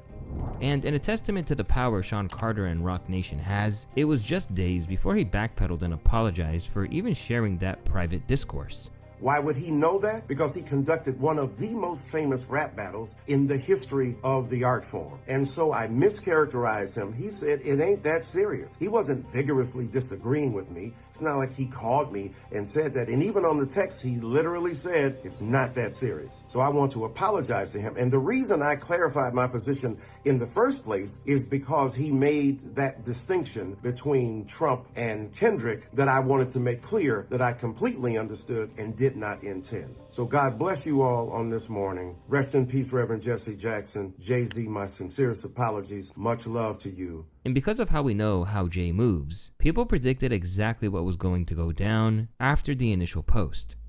Apparently, Eric's going to be making another apology video to Jay-Z soon, and a video of how a true fan he is. In every instance, it seems like Roc Nation wants everyone to fall in line, and one man who learned this is none other than independent rap mainstay Russ. Over the past while, Jay's company unveiled what was known as the Roc Nation Distribution Dashboard, designed to get their music out to 200 plus streaming services, while also managing their royalties. All artists currently signed to Roc Nation were folded into this system, complete with big promises to revolutionize the game as we know it. However, not everybody was sold on the concept, and it was promptly criticized by Russ for being nowhere near as revolutionary or artist-friendly as they'd like to pretend. An 85-15 split to press upload is madness. Major labels take 15% distro off the top too, so it seems like they just modeled the business off of that. If you're an artist, this makes no sense to sign up for, in my opinion. From there, he continued to break down exactly why the whole thing wasn't the answer that it was proposed as. Major label distribution comes bundled with major label services: a team, radio, marketing, global offices, sales teams, editorial. I've wondered if Russ Roc Nation got distro platform got is a called for self-serve this uploader with none of those services, and yet charging the same 15 major labels to do the economics doesn't make sense when the entire market norm is 0 to 10% and only charging percentage when they add services. Straight off the bat, not everyone agreed with him, with Simba suggesting it functioned as a scouting program more than your average distribution platform. But he broke down everything for me, and what he told me is this is not just a distribution service, it's a pool to find superstar, right? So what they're looking for is they hired a team. They have teams of people that sitting there looking for whatever's gaining traction, right? They have a whole staff of people that they hired that's sitting there watching. This is getting views, this is getting views, this is increasing, this is increasing. Who's this artist? We should contact them. This is a 24/7 thing that they're doing. Russ is saying, I don't believe in that, right? In the same way Russ will say that's kind of like upselling people, someone like Roc Nation could say, well, TuneCore is kind of doing a similar thing, because you can upload music to TuneCore for like $20 or whatever it may be, but then they might tell you got to spend an extra $100 to get this campaign of it. Later, Russ essentially tried to downplay the issues, claiming that the reservations he had weren't as serious as they made it out to be. With Roc Nation, it wasn't a knock at Roc Nation or Jay-Z. It was just, look, this is a self-uploading distro service. That's it. And there's a million of these, and it's all the same shit. Yeah. You know what I mean? And there's places where you can do it and keep 100%. So why would you give 15? Yeah, but it's Roc Nation. It's like, what do you think? You're gonna get a Jay-Z feature tomorrow? Like, are you fucking slow? What are you talking about? Half the time, the people that own the label don't even see that. They have a whole team that runs the distro. It's not even, what's crazy, it's not even like a Empire distribution or something like that. Right. It's literally TuneCore and DistroKid. Yeah. But just under the umbrella of Roc Nation, so it's like sexier. Yeah. You think that, well, shit though, like, I bet you I'm gonna go to the brunch though. But it's clear that he had his wings clipped a little, with Russ revealing that he'd been reached out to by journalist and Roc Nation mouthpiece Brian B. Miller to walk back his comments. Did they respond to you saying anything? Not directly. Oh, okay. I didn't get invited to the Roc Nation Not brunch. directly. No, but it's cool, man. There's I'm cool with B. Yeah. And sometimes Jay-Z will like send him messages to tell me. That's happened like 4 or 5 times. Oh, shit. I'll be all right. Well, just tell him that. What? Wait, so B-Dot's a mouthpiece too? Yo, this is crazy, man. So B-Dot's a mouthpiece. Who else is a mouthpiece? Can you give him my number? I'm happy to talk. We can clear this up right now. But it's always like it's always been super respectful, like mutually. You know what I mean? I see. Yeah. So he knows after I told B-Dot, like it wasn't some knock on you. It was like just talking about the economics of the deal. Of the whole thing. Yeah. Although it can be a bitter pill to swallow, there are clear reasons why most people will ease up when it comes to dealing with The Roc. Because when all else fails, they will hit the critics where it hurts. Their pockets. Recently, Roc Nation affiliated lawyer Marcy Croft is suing Tony Busby of defamation for $25 million. Yet, while this could easily be a squabble between two legal minds, it seems to be no coincidence the man spearheading lawsuits against Jay-Z following Diddy's downfall is now looking at a major settlement. Then there's Desiree Perez's daughter, DeMaurier Hadley. Amid a major issue between the two, DeMaurier claims her mom used unlawful means to have her falsely detained under Florida's Baker Act and Marchman Act. She claimed that the CEO employed her money, power, and influence to tear apart Hadley and her husband Javon, creating an enterprise of individuals to effectuate her plot, to essentially try to separate me from my husband, and to falsely accuse him of domestic violence. But as expected, Roc Nation had a plan to combat it, and following DeMaurier taking part in an interview with Tasha K, they claimed that the daughter affirmatively violated the court's special order, and publicized an interview she gave out about this case to further influence public perception. Basically, it appears that they will do anything to get their intended outcome, and in the eyes of the recently deposed Aiden Ross, they're getting paid handsomely to do so. Let's talk about my deposition today, okay? I had a deposition. I do want to make it very clear to you guys. I stood my ground a little bit. I did get bitched as well. Very scared of these little Roc Nation guys, right? But, dude, these guys are making a bag, bro. Yo, listen, guys. Bro, these Roc Nation lawyers, bro, they're getting paid a bag, a very big bag, a very big bag. Like, yo, bro. Like, in my opinion, I feel like they're getting like at least 20K an hour. Oh, nah. Aiden's run-in with the lawyers was in relation to Megan Thee Stallion, and similarly to the streamer Academics, also feels they're playing dirty. In both occasions, these depositions were supposed to be centered on the case of Milagro Grams, a gossip blogger who was being sued by Megan Thee Stallion's team for defamation. But in Act's mind, it actually was enlisted to target a whole bunch of other enemies. Just did my second Roc Nation Megan Thee Stallion deposition. He tweeted today. That law firm was wasting Jay-Z money. This time they tried to act right. No more Nicki and Drake questions. Shout out to the Jersey federal judge keeping Roc Nation in line. They're harassing real dudes. I believe Nicki. There is no way that they think they're getting millions from Milagro, he continued. So why spend hundreds of thousands to ask stupid questions about other people? My thought, they got a multi-million budget for attorneys to bully anybody who speaks against them to try to silence them. Roc Nation and Meg had to spend over $150,000 on all the deposition shit with me. They got 10 lawyers on there watching, taking notes the first time, and don't want to talk about Milagro or Meg, lol. They wanted Drake and Nicki, lol. Who funding this? Math ain't making sense. Yo, I felt like Meek Mill typing up that tweet because it's one of those where it's kind of like your conspiracy theories, and then it's like if people don't really follow the lore of all this shit, you're gonna come off like looking crazy. And as I'm typing it up, I'm like, damn, I feel Meek Millish. But like, bro, it's all true. This is all true about Roc Nation, bro. It's all damn true. Try as they might, the negative publicity and controversy swirling around The Rock just keeps coming. Now, what I'm gonna say to y'all, what I think is happening with Jay at this point. So the Roc Nation distribution shit was a flop. You remember Desiree Perez was caught on a private home video where she's telling her daughter about how Roc Nation had money problems and they had to go get a $40 million bailout from Live Nation. And basically they kind of admitted that, hey, they need to keep innovating, keep doing new things to keep making more money, because if they become stagnant, they might run out of money. I think Jay-Z, through people like me and others, and again, it's not that we're not hating on a black man, but we have made it aware. We've made it aware to people in the culture that Jay-Z is a snake oil salesman. We have told that he's a bait and switch guy. He's the guy who tells you, hey, you're buying into the culture, you're buying into your blackness, you're buying into things that are going to help you. And then he'll sell it at the drop of a dime. I don't think those things are working as effectively when people are aware. It's easy to, put the veil over somebody's face when, their eyes are already closed. But people are kind of aware, and I think it's very clear. I don't believe that Roc Nation distribution thing was a success. I think that was a flop. So now I think that they're about to get desperate a bit. Their initiatives are flopping. Yes, they're having this year that's now turned into the Let's Celebrate J year. I think that's going to go good. But the idea and the thought behind Roc Nation being like this conglomerate and things they're doing and things they're trying to do, I don't think people are that willing to drink the Kool-Aid anymore.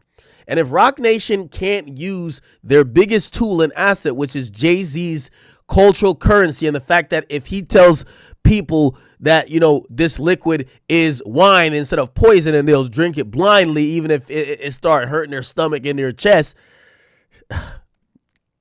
they're in problems. So I think, and that's why I said, I don't know, sometimes y'all had me watch the interview he did. I don't think the guy is completely off the rocker, but also there's no need to continue to double and triple down when everybody knows. Now it's about action. So now if you get fooled by Jay-Z, where you dedicate your life, your career, you trust in him to lead you to a black Mecca or black, Wakanda, if you get fucked over in the sense of he sells everything, he profits and dips out through the back door while you take a loss, I can't be mad at you. I can't be mad at him, because there's no more, let's get awareness up. Everybody knows. But thus is the case. I think Roc Nation is in interesting territory because the jig is up. The jig is up. They're even fighting in their sports endeavors too. Recently, they announced that they'd signed RB Leipzig's new soccer prospect, Jan Jamande, only for another company to claim that they renewed their contract with the player on January 1st, and later released a statement insisting that he remains contractually bound to them. At the moment, people are also digging deep into their connections to Live Nation, a company which is coming under heavy fire at the moment from the DOJ. It's long been suspected that they are essentially rinsing fans, and recent documents unsealed in the lawsuit has revealed the extent of the greed, with executives laughing about $50 charges for parking in the grass and $60 for closer grass, alongside claiming that concert goers are stupid. Despite Jay-Z's $200 million ties to the company, Roc Nation is unlikely to condemn this, and will instead just try and put up as much distance between them and the scandal as possible. With so much controversy surrounding the label, talk has turned to what they'll do about it from here on out. And at the moment, people like academics think that the impending new album is a smokescreen, with other gestures likely to be thrown in to aid in pushing all the controversy aside. I'm going to watch this cycle because this is going to be the cycle that shows how quickly they could get you to move on if they just throw some music in your face and throw like a big presentation. Man, fuck all them questions you asking. Let me perform Dead Presidents. I want to see if it happens again. This will be an amazing spectacle, and I want to see how it... So, already it's happening. I'll let you know it's happening. You're going to hear some big announcements soon, y'all. Oh, hey, we're donating this, and there's going to be a donation too. I'm telling you this. We're donating this. We're doing this for charity. You gotta make it the Trojan horse thing. You can't look a gift horse in its mouth. They're gonna be enamored with, oh my God, look at this guy. He's so powerful. Look, he used AI to recreate Reasonable Doubt. Look, there's a movie. There's this. Watch. However they choose to move from here, it's obvious that Roc Nation has a reputational issue that makes people willing to assume the worst about how they move. And if they're not careful, that can be good for their future prospects in entertainment, business, or anywhere in between. It's your boy Luis. Hey, bro who did this video, I'll give you some more details if you wanted to dig in a little bit further. I keep saying, I feel like I've been saying this like a broken clock. The story of Bobby Shmurda, which you lightly touched on, I'll give you a little bit more context. Jay-Z and Roc Nation, in my opinion, allegedly, you gotta say all that because this is where they'd be like, clip it for the lawsuit. But they allegedly, in my opinion, participated in what's called tortious interference. They've done it multiple times. They did it with Meg Thee Stallion. They did it with Lil Uzi Vert. They did it with Bobby Shmurda. You should look up all three cases. In all three cases, they approached all the artists as they're the super managers that could help the artists grow in their personal brand. These artists were signed. Meg to 1501 Entertainment, then through 300. Lil Uzi to Generation Now, then to Atlantic. And Bobby Shmurda was signed to Sony through Epic. Roc Nation is basically an NBA team that don't respect the fact that your superstar just signed a new multi-year contract. They're saying, fuck that. Let's force them to drop you that we could pick you up. So they start, the first order of business, from what I've seen in the pattern recognition, is they become the manager. In all three cases, they became the manager. Manager of Meg, manager of Uzi, manager of Bobby. When Bobby was in jail, Sony, rightfully, they didn't want to keep investing. He was going to be in there for a while, this and third. Of course, they use and allegedly try to manipulate Bobby in a way where Bobby felt that, this label had turned his back on me. They gassed Bobby up to start to rebel against the label with the promise of, we're going to go sign you. The label seen what was going on. Oh, you're gassing up our artists to become worthless or to become combatant, and you're going to go sign them after. Well, here's the ace in the hole for Sony. Okay, if you're going to leave us anyway, why are we going to invest? We're just going to drag our feet. Actually, if you're going to say, oh, let me fuck up the ship on the way out, how about I just burn the lifeboat? We both drown. And essentially what happened is that Sony and Epic kind of torpedoed Bobby's career after he got out. And they looked at him and they said, well, this is what you wanted, right? Now you could go to Rock Nation. Well, Rock Nation, whatever the price was or whatever they were told Bobby before, they weren't interested anymore because there was no value left to Bobby. So they used Bobby and they encouraged and interfered with his contract with Sony. And once they realized that Sony had a weapon to fight back, which is, okay, we'll stall this motherfucker out. You go build him by yourself. Rock Nation don't like to build. They like to get something that's already established. They're the team in the NBA. They got no draft picks. They're only trying to trade, except they're not really trying to trade. They're just trying to steal. So that's the story of Bobby Shmurda. What they do with Meg Thee Stallion. Meg Thee Stallion signed through 1501, going through Atlantic. And then, you know what they said? Shit. Why is these guys getting a cut? Well, they ain't doing nothing for you. You're out of their league. You're a big superstar. You're a female rapper. Look at Meg. No, look at Cardi. Look at Nicki. You could do better than that. Okay, we'll manage you. We'll give you opportunities. We'll come with brand deals. You could be maximizing if you get out that contract because they're going to cut. They don't do nothing. 1501. That guy's a baseball player. Carl Crawford, he's a baseball player. You got to come be signed to Jay-Z. They're still trying to get that through. Through many courts, we get to realize an injunction and pretty much a bunch of other stuff was filed.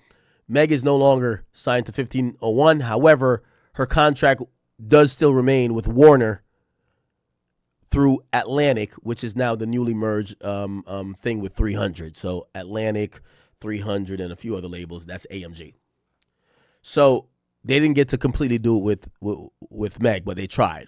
They tried even so much they showed up to the hearings with Meg and Tory.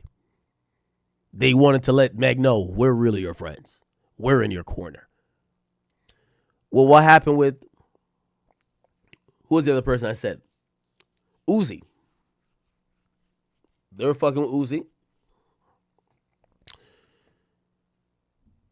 They wanted Uzi to sign directly to Rock Nation. They want to cut Generation out now out of the mix. And anytime you see the artists start beefing with the label or their production company, it's Rock Nation getting in their head. Yo, why they getting so much money out of you? Oh, because they signed you for. Nah, you need to come over here. We got all the opportunities for you. They did the same thing 3 times, man. And these are only known things that we know. But if you guys do care and you're wondering about all these situations, I got 100 more. Now, I'm only here to give awareness. You know, some people said I've been chilling back recently. Yeah, because everybody's aware now. I was the loudest when people were saying, nah, this doesn't sound believable. Now everybody seems to believe it, and everybody's investigating for themselves. I sit back and let people get up to speed. But look it up. Let's look it up.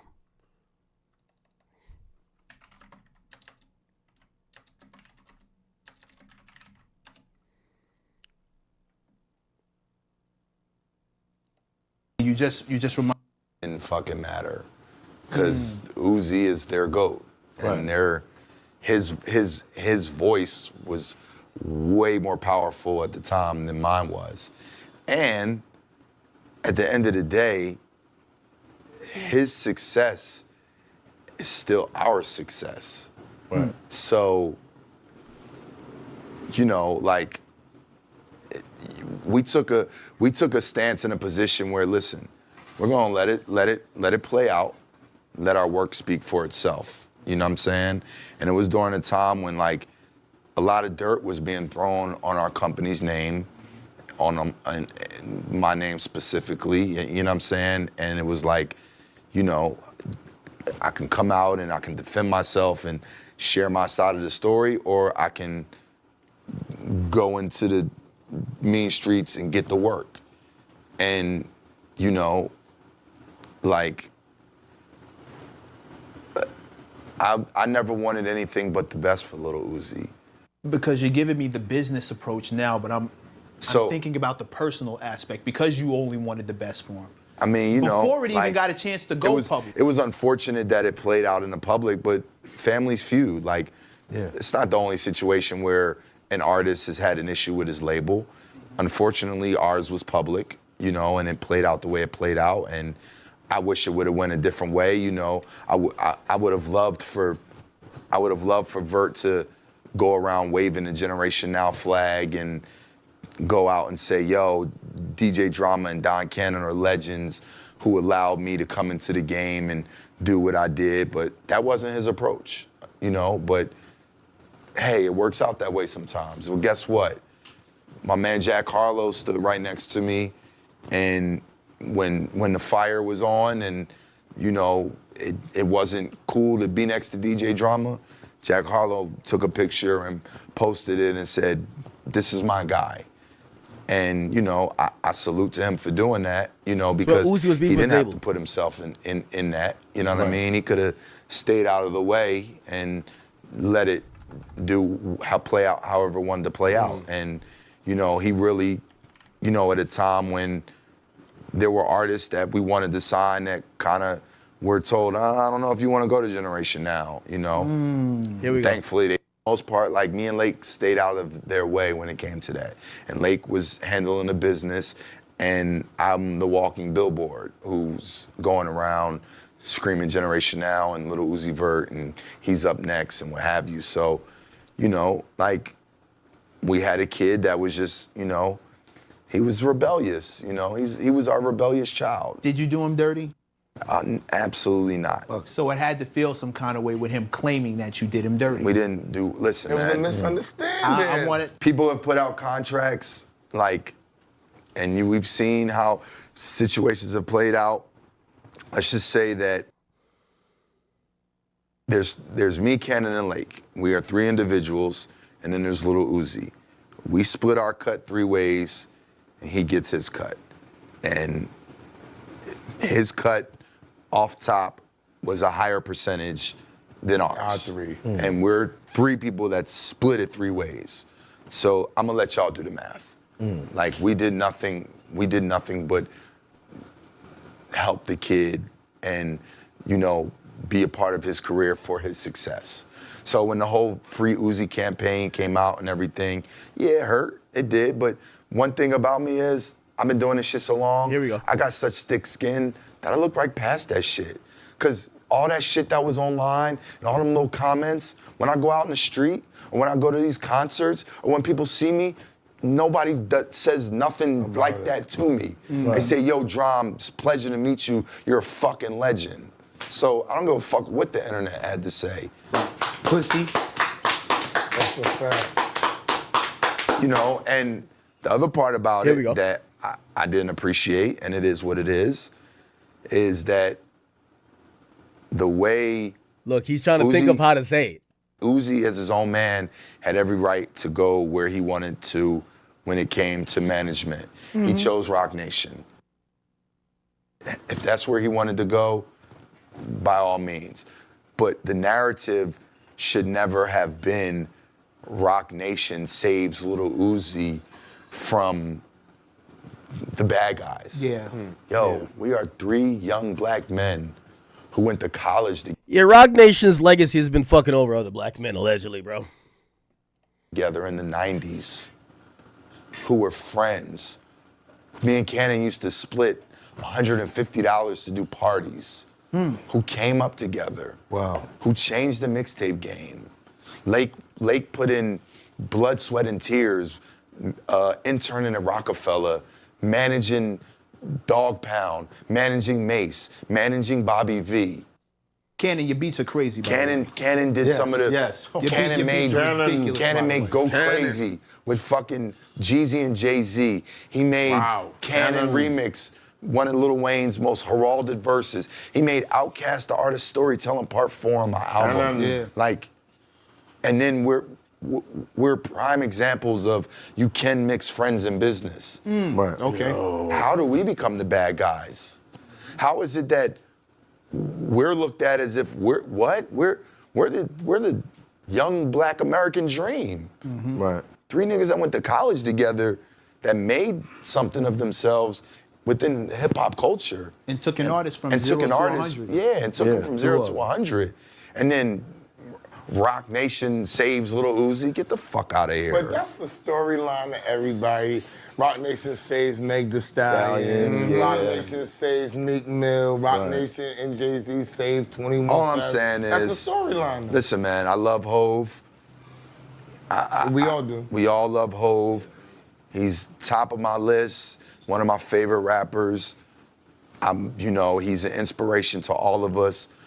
And I don't know who handles the PR or I can guarantee it wasn't him. They do a great job though. Yeah, but the story the story shouldn't have been painted in that manner. It was unfair. Remember that word that said torturous interference. Remember when Lil Wayne, in the midst of him beefing with Birdman, said he signed to Rock Nation? Y'all remember that? Oh, y'all remember that one, huh? Y'all remember that?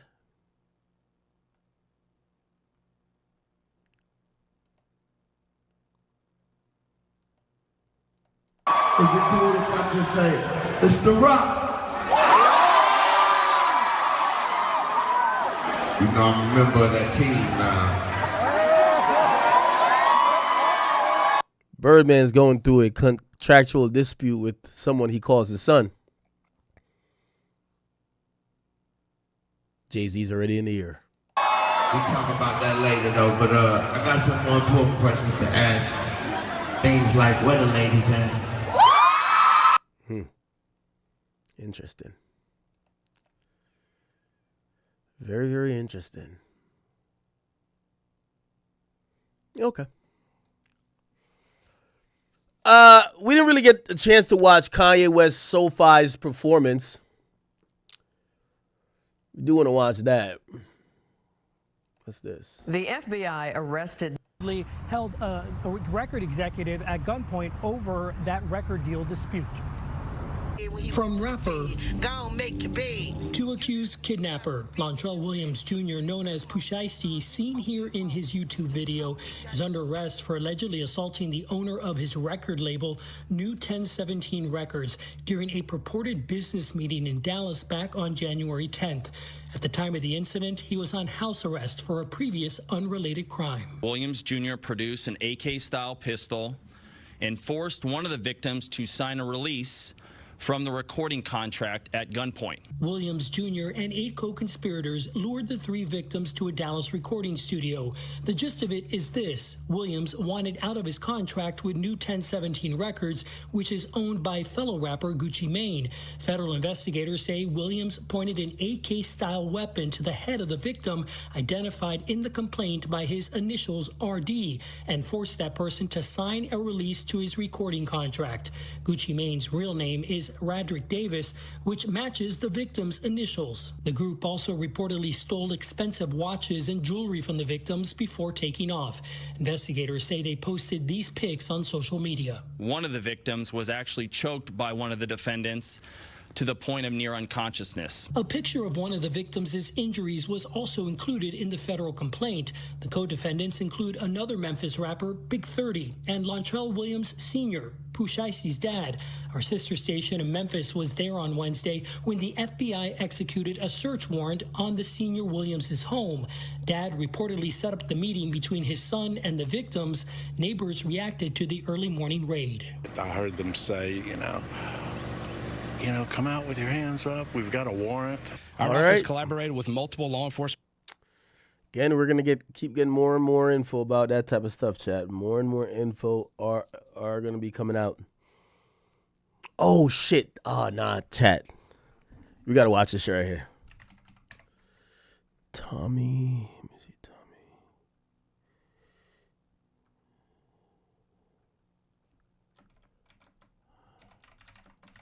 Nah, this is hilarious. Y'all seen this? If the United States government tried to draft you guys, what would you say? Going to Mexico. Okay, so chat, this is rapper Cartel Bo out of Houston. He did a documentary with Tommy G about 2 weeks ago, has 2 million views, and he brought him to supposedly some notorious Houston hood. To kind of give you the gist of this is this guy shows how dangerous where he's from is at. Tommy G does these documentaries. He brings them there. And what happens afterwards is pure hilarity. The police from the actual neighborhood said they like redlined the whole video and said this whole thing cap. You know what I mean? Like, first of all, you're going to hear him. He's going to be like, yo, I brought these niggas. Yo, we call this block Murder Hood. And the cops is going to be like, nobody calls this Murder Hood. There's no crime over here. But let me have you watch some of the documentary. If you backdooring the motherfucker, man, you best believe, man, what goes around is gonna come right back around. You understand me? Yeah, ain't nothing broke about me. I got money. Give a fuck what you think. If we look at the definition of a serial killer, someone that has over 3 bodies, you would say a lot of hoods have a lot of serial killers. There's serial killers everywhere. If that's the case. I didn't know that.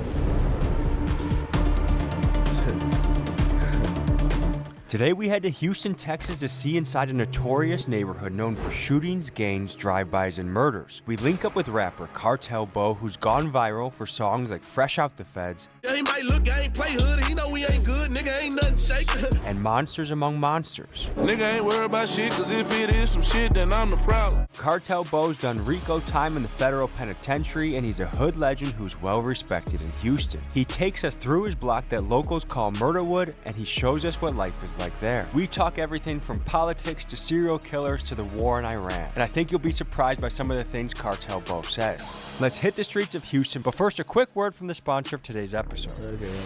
And connected to the hood is right now it feels like the country has the potential for revolution. We're 1 week into the Iran war and Americans are pissed. My hope is that the hood can join us in this. But we're gonna meet Cartel Bo, who is a enormous character, crazy stories. He's the perfect guy that if you're doing a hood video, he's gonna take you through and show you the ropes. Fuck nigga must be blind, can't even see me with binoculars, nigga. Hood looking up to me, they see this money, they know it's possible, nigga. I got group saying everybody on the way. What does your chain say? Oh, hit for a bag. Hit for a bag? Yeah. That's my label. That's why I started, you know what I'm saying? Get you going, you feel me? You know, NFL, it's still NFL, but shit, they had put like a federal gang shit on it. So anything we do, it could be a RICO instantly. How'd you come up with the name NFL game? I didn't come up with it. My partner Ray did. That's my He started NFL, nigga from Lakewood. Because you guys almost made it to the NFL? Oh, no. Did you almost make it to the NFL? No. No? You have the body for it. Yeah, I should have. You know what I'm saying? But unfortunately, I ain't have the area for it. You understand what I'm saying? It's a little dip. I grew up in that high right there, on high, my grandma high. This the cornerstone of the hood, boy. Like, nigga, this where I sent you that news and motherfuckers got this shit cracked 2 weeks ago. Right around the corner on the way down here, that freeway you exited, that's where that body was hanging with the body on fire. A man's body was found hanging underneath the East Loop. By a rope from the underside of this 610 freeway, all while on fire. Sadly, he did not survive. Next, Bo takes us nearby to the highway where recently a brutal and mysterious murder was carried out. To me, the killing is reminiscent of something that you'd see in Mexico done by a cartel in revenge. Let's head to the scene of the crime. A few weeks ago, I don't know, they had the body hanging out the freeway with the head sitting on fire. They had to go over there and cut it down from the top side. You think this was the gang news related? later? I don't want to speak on it, you know what I'm saying? Not from personal experience, but like from what people said, from the story. Man, this is my hood. I don't speak on what's here in my hood. This shit real. That's a pretty serious way to kill someone. Yeah. Now, I grew up here. I used to watch the bus stop right here every motherfucking day. 3-4 hour bus ride every day, you know what I'm saying, for real, from third. What is up, everyone? We are witnessing something that I... All right, anyway. He started NFL, nigga from Lakewood. Holding around with all these bad, been working on my endurance. All right, so I want to show you what the cops said. The cops is the funniest part of it all. Yo, the cops roasted this whole documentary in the fucking comment section on Facebook. Yeah, they got a couple of places they be shipping people to and shit.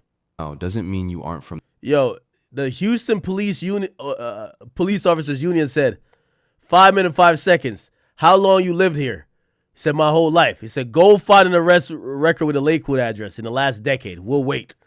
So basically, Look, 5 minute 5 seconds. Yo, they over here time stamping the shit. Look. Every motherfucking day. 3-4 hour bus ride every day. You know what I'm saying? For real. From third good Why was it such a long bus ride? Because it was farther than the motherfucker. Nigga ain't get no job. You ain't had no job around here, boy. My grandma was an assistant worker. It's a hood documentary. Come on.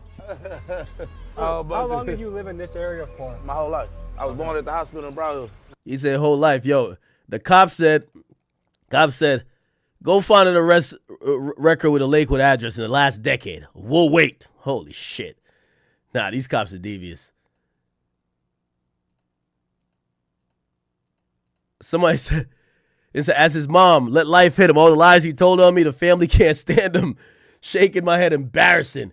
I'm from Lakewood. He's not, and it's not bad. There's no such thing as Murderwood. Yo, the police union says, hey, Tommy G, no one in Houston calls Lakewood by the name Murderwood. We'll watch the video and fact check. Yo, hold on, we got to go to this shit. Houston Police Officers Union. Nah, they went viral with it, chat. They went viral with it. We got to find them on Nah, they was going crazy. Oh, it's not going to let me see everything because I ain't signed in. Keep going. Let me see. Nah, they was going crazy. Let me see.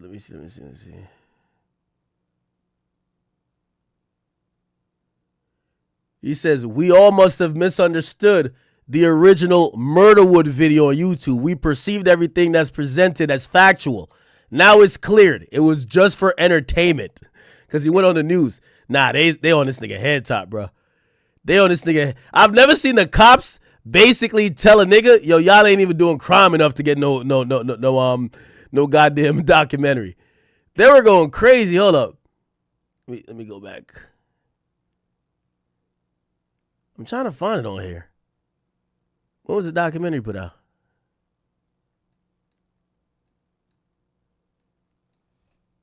Let's see. All right, fuck it. I'm just fine.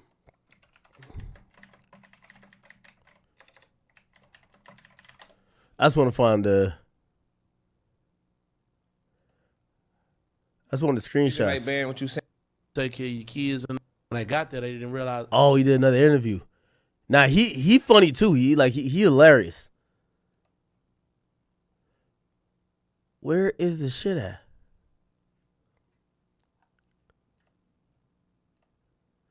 All right, let me just play this. I'll play this. This will make more sense to y'all. Here we go. Everybody in. Yeah, goddamn. Now, for those who don't know, that's a well-known Houston rapper who you just saw in that clip. Some of y'all might remember as NFL Cartel Bo, but after catching a federal case and during time, he dropped the NFL and now goes by Cartel Bo. His real name, Warren Brown II.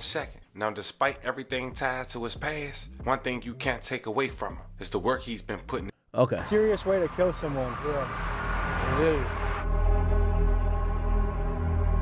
Y'all love documentaries with this type of music. Now, Houston police was livid about this interview. But before we get to what they said, from the outside looking in, what Tommy G explained, it sounds like a mafia-style execution. Passed in Northeast Houston 1 week ago today. It was on the North Loop near Kirkpatrick with the man's identity. Come on, what the cops say? Responded to calls of a brush fire. But they never disclosed what it was, so I ain't finna. Was it right here, we coming up on it. This bridge right here. A lot of people don't even remember Perkins.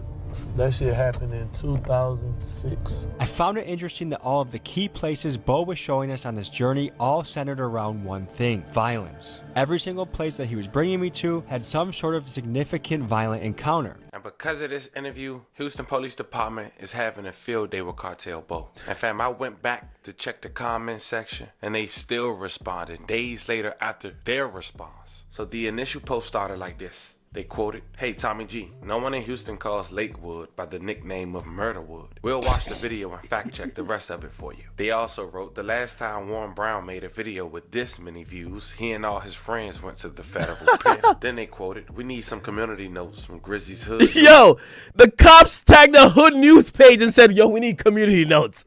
Nah, the cops got it, chat. news peeps. And then they wrote 3 minutes and 45 seconds in the body that was, quote, right around the corner, 2.5 miles away in another neighborhood. It was right around the corner. That's right around the corner, gang.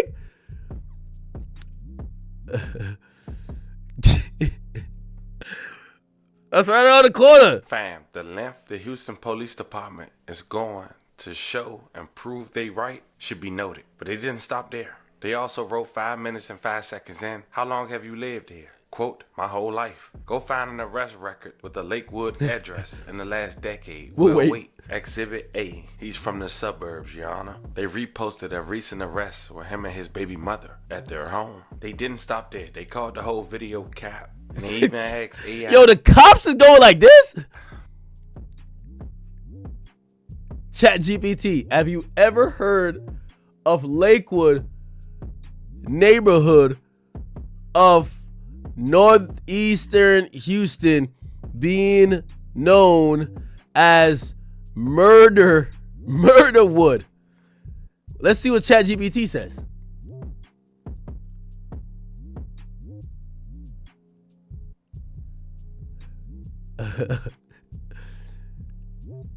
Oh, nah. There's two sides to that story. Nah. Yo, ChatGPT just put a cap. Stop. Yo, stop it, bro. Yo, stop it, dog. Nah, this is crazy. Now, as you can see, fam, there's two sides to every story. We know, based on history alone and his arrest record, Cartel Bo have history in Lakewood.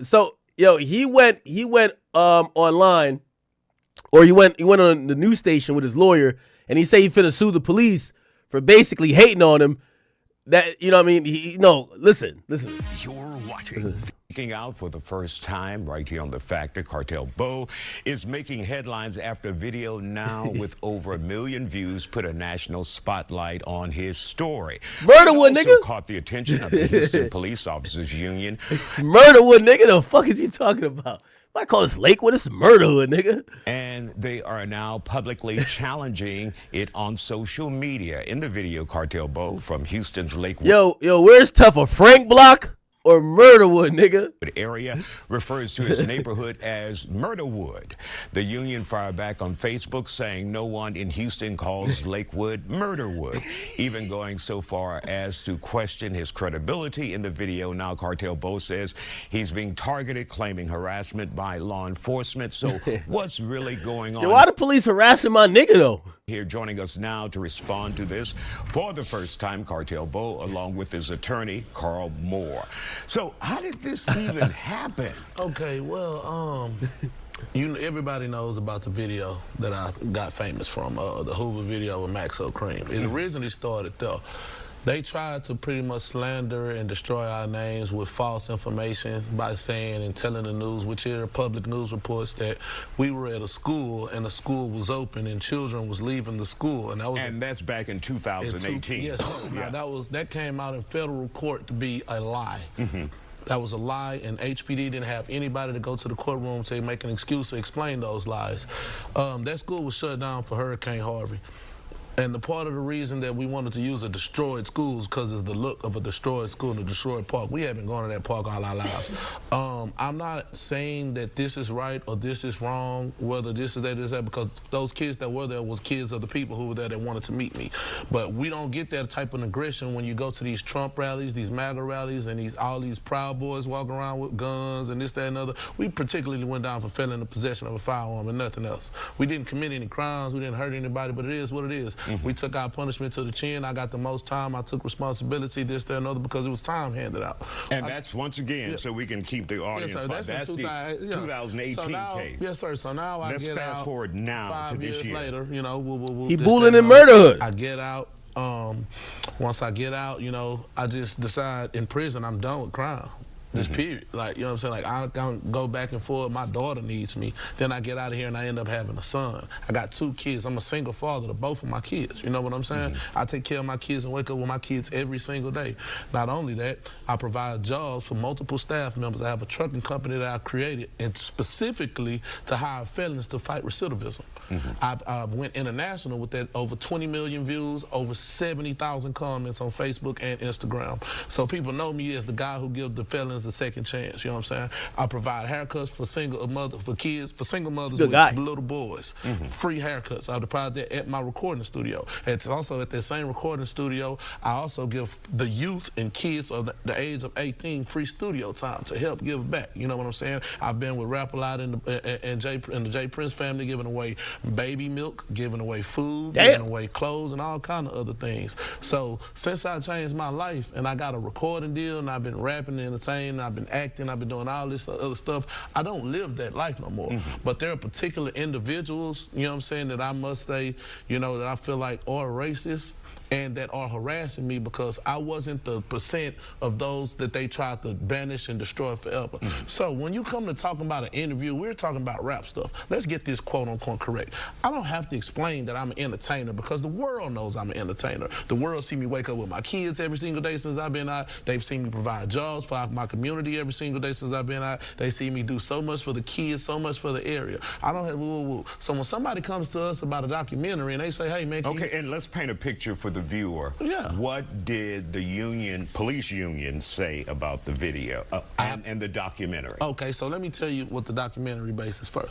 So Dummy G is a well-known person who goes and does documentaries of hoods. I'm not actively in the hood, this, that, and other one. I don't care, but he wanted to go to my hood. Everybody know my hood. I'm famous for my hood, this, that, and other.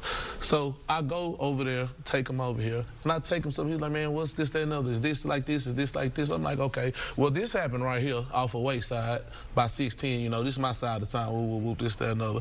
This happened over here at the Blue Store that we at right now. This happened over here, and taking them. And like a tour. Yeah, I'm showing them the cases, literally. Taking, well, this is the stuff that be going on over here where I'm from. This, that, and other. You understand what I'm saying? When I was over here, we used to call it Murderwood. We was kids. That was like every hood that's supposed to be woo, they always have a nickname to try to make their hood seem, and that's common consensus. And you're saying, like, as kids, they make up nicknames, but that doesn't necessarily mean that's the reality. Yeah, but at the end of the day, I am an entertainer, so I am for doing whatever I'm doing as an entertainer. You know what I'm saying? So we're going to go there, you feel me? But I'm taking them to real situations, showing them what's really going on. I'm not on there saying I did it. I'm not on there saying I'm the roughest, toughest, baddest man in town, but you have people that see what I'm doing, like with the restaurant, with Mr. Tendernism, and bringing that stuff into fruition, helping my people, helping the community come together, showing that we can be stronger, be better. And you got some people in certain areas in the Houston Police Department that's looking and saying, I hate that man. I hate that man. No matter how much I do for my community, no matter what, this, that, and other, he was. Yeah, why you guys lawyer with him? He talking the whole time.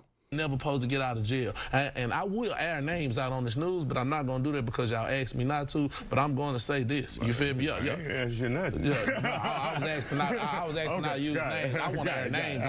So, But really quick, let me give you what they said. They said, I can tell you exactly what they said. Has been telling people that Houston police are calling venues and trying to get his shows canceled. That's 100% false.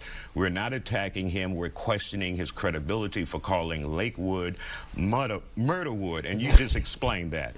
They say no one calls it that. There have been 2 murders in that area this year, and that's your response. So but they're saying they're not bullying you. Now let's go there. I've been on the Texas tour, right? So we go to Waco. The Houston Police Department called Waco and told Waco that you got a violent gang member that's coming down there trying to do a show. There's going to be violence and there's going to be guns. Y'all need to watch out for them. When we got there, they had the place surrounded before anybody even got there. When we got there, they told us, hey, we had a call. We got a heads up that we had a violent gang member on the way to our town. This show needs to eat early. What's going on? They walked through the whole venue the entire time trying to make people leave. They forced half the crowd to leave, you know what I'm saying, just being petty because people didn't want to be around all that extra police activity. Cool. The other cities didn't pay that much attention, but I had a show in Lubbock. They had the police there, 9 o'clock. Lubbock also told us that the Houston Police Department called and tipped them off, and they told them that we had gotten to a fight and had a shootout at Austin. I've never had any violence. I never had any fights. Okay. We're going to take a quick break here, come back with 1 minute, and then we'll wrap up. Okay.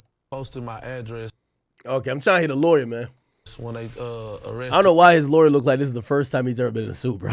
me later last year, and they exposed my address knowing I have millions of fans all over the world, millions of views on YouTube, and I am a single father of 2 children, putting me and my kids' life in possible danger, taking a picture of exactly in front of the house and then putting the address right there where we at. Then they the Houston Police Officers Union just reposted that post with the address to try to laugh and say, yeah, his last arrest was in the suburbs, and put the picture exactly in front of my house where me and my 2 children stay. So we will be taking action, but I'm gonna let my lawyer speak. And that's what Carl is here for. Yeah. So what do you do in a situation like that, Carl? Well, slander and libel will not be tolerated. Precinct 4, Houston Police Department, neither one of those agencies are above legal action. If we find that they have violated his rights, we plan to pursue them to the fullest. All right. And of course, once again, the union said that they are not targeting him. They're targeting his credibility and the documentary. So what are they, rappers now? Yeah, I need to do a beef I thought all the crime and stuff and all the stuff we got going on, you worried about the community can do everything for the hood. Why? Because you guys have a mental, personal issue. It doesn't have nothing to do with what he does and what he does. Man, shout out to Cartel Bo, man. Next time I go to Houston, man, I'm going to take a tour of Murderwood, man. It's Murderwood, nigga. Yo, the cops really going to jump in. The cops is hating. Yo, nobody calls this place Murderwood. There's only been 2 murders in like forever. Stop it. Nobody's dying here. Stop it. Yo, imagine the cops just coming out and just be like, yo, everything this nigga said was cap. That's not true. Jesus Christ. All right, man. All right. All right, we still going. We still going. We still going. We still going. There is a clip going around where Ben the Don tells, I believe, DDG that he gave Drake some advice on the album. Let's see if we can look that up.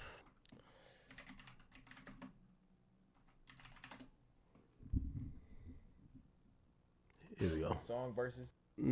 Hold up. Where is it at? Oh, this is it?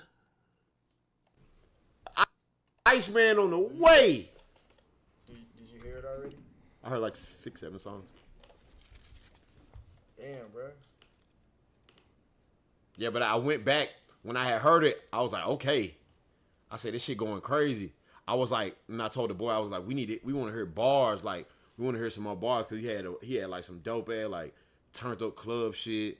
He had like, you know what I'm saying, the shit for the ladies. And I'm like, bro, I'm trying to hear some bars. And he was like, you know what? Say no more. And then he said I went back and scratched so much shit. He said I'm dropping bars in there. Hey man, Iceman on the way. God damn. Hey, I'm gonna keep it a bean with you. We need straight hits on this motherfucker, man. Yo, we need like 3 to 5 songs of him getting everything off his chest to send third, but we need bars and hits, okay? If we got a bunch of rapping and no hits, this ain't gonna be good. Drake is a one-stop shop. He's the all-in-one printer, okay? The shit you get at Staples. He gotta drop bars, make it a bop. It gotta be able to play in the club. You know how 0 to 100 was a shit they played in the club, but he was barring niggas up on there? Fuck being on some shit. And he was popping the shit. He popped the shit, dropped some bars, and the shit was a hit. Yes. Here's my thing. And, you know, again, I'm going to this whole thing as a fan. I'm hoping Drake also trusts his own ear. You know what we wanted for 15 years or 20 years at this point, my nigga. What we want you to do is to give us everything. Of course, you're going to have like a couple dedicated barring up songs showing niggas that you still the best, like you could do it your thing. Cool. But I'm going to tell you the truth. We need them club bangers on there. I think you and Tay Keith need to lock in again. Vinyls, what's up? I hope you gave him a hit. Yo, Boy Wonder. Yo, you better got like 5 hits on this junk. I'm going to be honest with you. Let me pull up this album real quick. Let's pull up Scorpion Drake. I really think this was such an amazing album. Now, we called it a double disc, but let me show you why this album was so good. Okay, he had some heartfelt shit on it, but then first club banger already, nonstop. Out of here, billion views. Elevate, he's showing you like there's some shit heavy on his heart. Elevate, elevate. Dun-dun-dun. Crazy. Emotionless. Tapping into that emotion back. Got the sweet sample. You know what I mean? Is that Whitney Houston? Emotion. I love that. Backed with another club banger. Hey, my boy Drake need to have songs that sticking to the charts. Okay? Like, all of this, like, niggas ain't trying to hit. Listen, Drake gave you the bars in the hard part 6, and niggas waved it off. That shit was not whack. Niggas realized Kendrick just dropped the #1 song in the fucking world. They don't want to hear bars to compete with it. So I'm telling you this, Drake, again, I don't know what Ben Dedon heard or whatever, but I'm a smoke signal for everybody out here. If you drop 3 songs that's on the charts for the entire summer, that's what ends all of this conversation. The niggas who hate you, you can't rap your way out of a sandwich right now, my nigga. You can't rap you can't rap your way out of nothing right now. No matter what you say, they're not gonna be like, oh man, he actually, nah. So yes, you're gonna have bars, but trust and believe, you need to have #1 records. Don't drop Iceman unless we got #1 records. Bruh, all the haters, they're just wanting to say the sail has been taken out, the wind has been taken out your sail. Bruh, we know you gonna rap. We know that. Like, everybody who keeps saying bars, the niggas always give bars. We need #1 hits. Straight up. Look back at this album. This is what remember, he bowed out of the beef with Pusha T, nigga. But niggas forgot about that. You know how niggas forgot about that? Hits, nigga, more tune for your head top. Straight up. Non-stop. Hit. God's Plan. Hit. Even though I ain't even rock with it, I'm upset too crazy. But that was going crazy. Mob Ties. Oh, sick of these niggas. Hit. Yo, straight hits. Straight hits. I'm telling you. I ain't gotta be club bangers, but hits. Hits. The only way you do this next run, hits. We need this album to last for 12 months. This album, Scorpion, lasted for 12 months. Mob Ties popped off later in the album. Remember, he went with I'm Upset. Non-Stop popped off early. God's Plan, he had a rollout for. Bro, we're not even done yet. We're not done yet. He's throwing bars, can't take a joke. He shouldn't even have this hating ass nigga Jay-Z on there, but he did it anyway. Fuck it. Then we get to side B. Yo, when the summer ended and it's cooling down, and now it's time to be cuddled up, it's really like cuffing season, Jaded is popping. Ooh. I'm telling you, it's hits. Nice for what? Yo, how many hits we done? Chat, count the hits. Count the hits. I'm telling you. Yo, Drake, I'm trying to do this as a fan, but I might have to come in there and listen to the whole album and tell you what's popping. Count the hits. Non-stop. Hit. God's Plan. Hit. I'm Upset. Hit. Mob Ties. Hit. We're at 4. Nice for what? Hit. And then the rest of these are just girl tracks, but they're basically hits because girls kept playing them forever. Oh, In My Feelings. Hit. That's 6 hits. Bruh, 6 bona fide hits. You ran the charts, nigga. You ran the charts, gang. You ran the charts. We need this album to run the charts for like at least a year. That's all we need. 12 months. Straight up. Yo, GNX is gone. Like, niggas ain't bumping that shit no more, man. That nigga went on tour to perform the diss song. Like, bruh, we need 6 or 7 major hits on this junk. Major. All that you waiting for bars, nigga, you gonna get bars, nigga. You gonna get bars. Don't worry, he gonna get some bars. But we want hits. Straight up. I want this summer to get back to the feeling that we all love. When we at some type of function and the DJ play one Drake track. And he ends it and cuts it to another Drake track. And then he cuts that one out because maybe he featured a fuck nigga on like the second verse. We don't want to hear the fuck nigga. We only like Drake part. That's all we like. Then cut it to the 3rd song and we got a trilogy, bro. We got a 3P. We got the sweep. We got 3 Drake records back to back. That's when you know the club feeling nice. The girls are getting moist. It's getting good. That's what we talking about. All of this, yo, bruv. Drake, pick the intro, pick the outro, give us Tuscan leather type shit, Give us Do Not Disturb again. Couple tracks in between, maybe 2 more where you're really rapping. Other than that, mix it up. The one requirement I got, let's get back to the charts. House on both coasts, but we finna live on the charts. That's all we want. Let's live on the charts. The charts is where we going. That's it. Hits. Hits. Okay? We just need a few grand slams. Let's knock them out the park. I'm telling you, look back at Scorpion. It'll tell you everything you need to know. Everything you need to know, my G. Everything. Even if some of the songs that ain't hits, they were working too. Nigga even had a Michael Jackson fucking feature on his goddamn fucking album, didn't he? Yes. This what we want. Jake, the blueprint is here. It's Scorpion.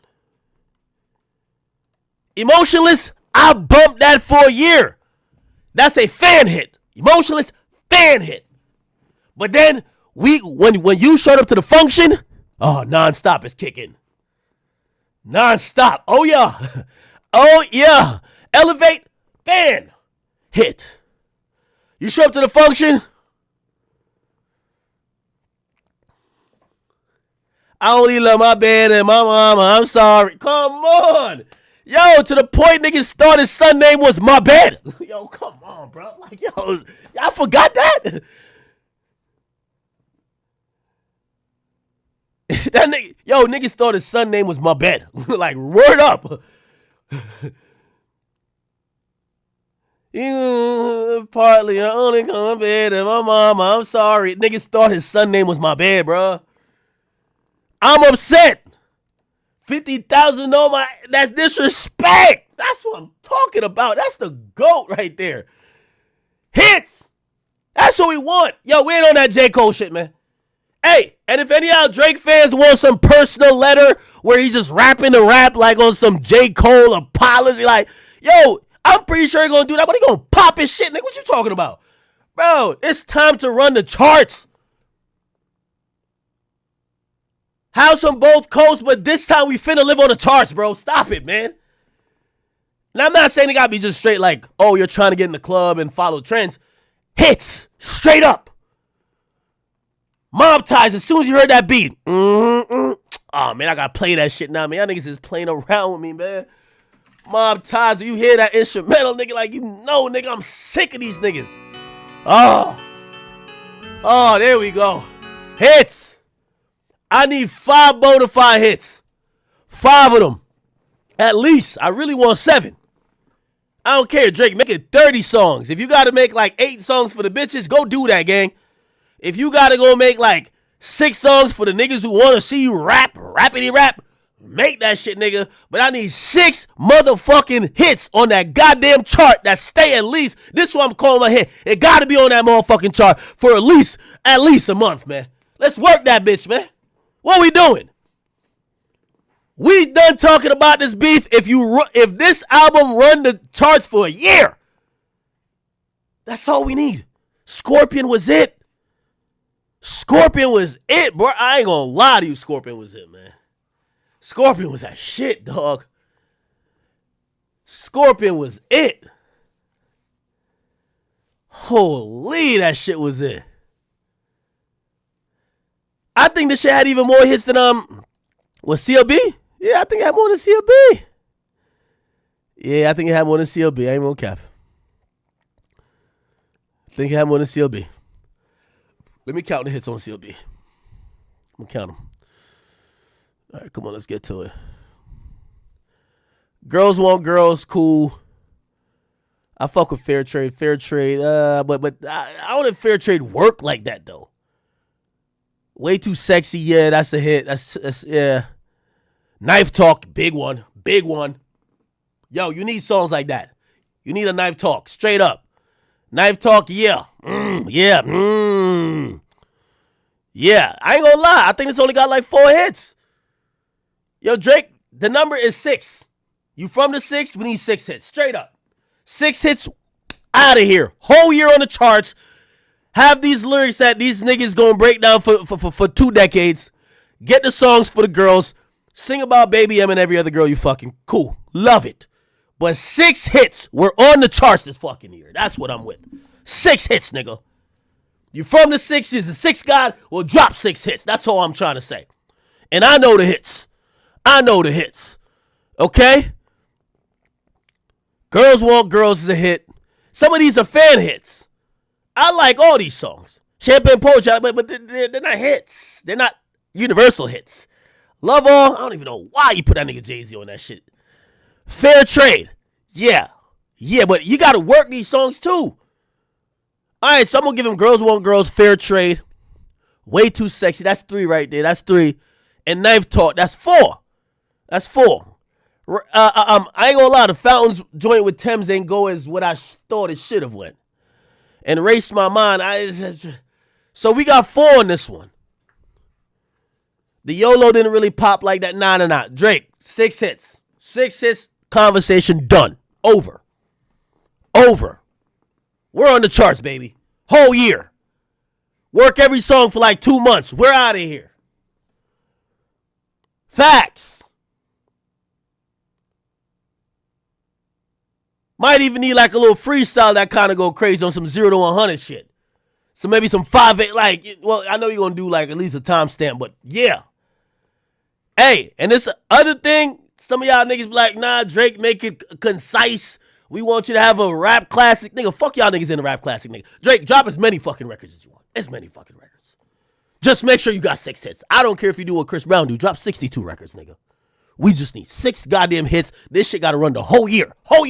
If this shit drop in the next 2 months and we forget about it by October, I won't forget about it. But if the people, we got to drop something that's going to be talked about for the whole year. Yes.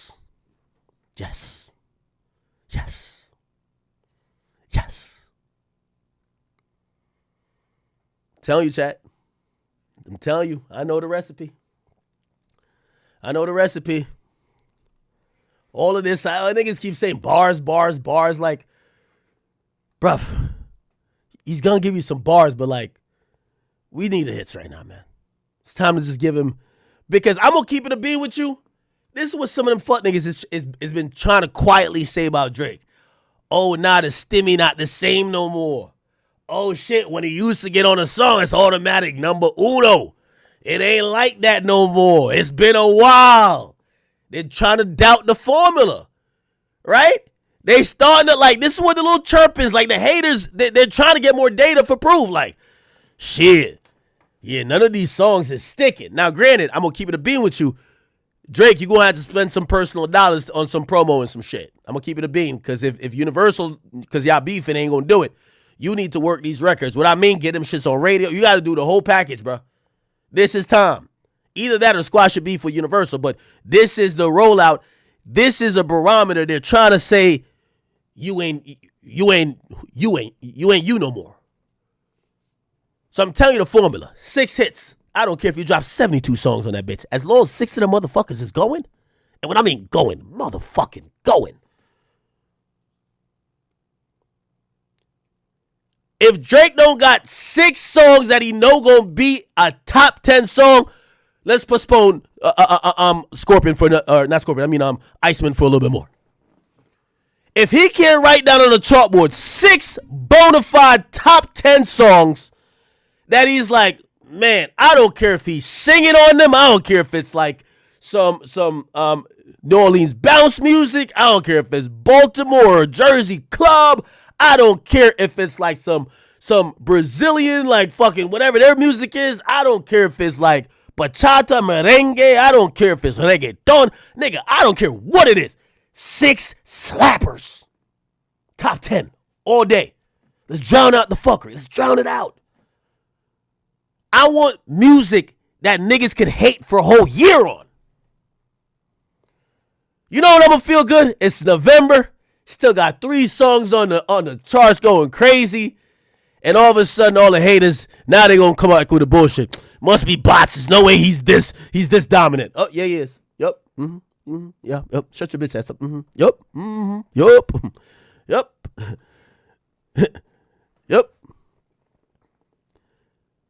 And dare I say, it's time to, I think he's still tied with Michael Jackson, or it's time to pass the nigga.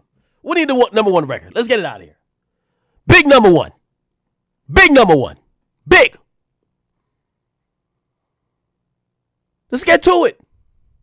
Let's get to it, man. This is why I'm patient. Everybody keep asking Iceman update, Iceman update.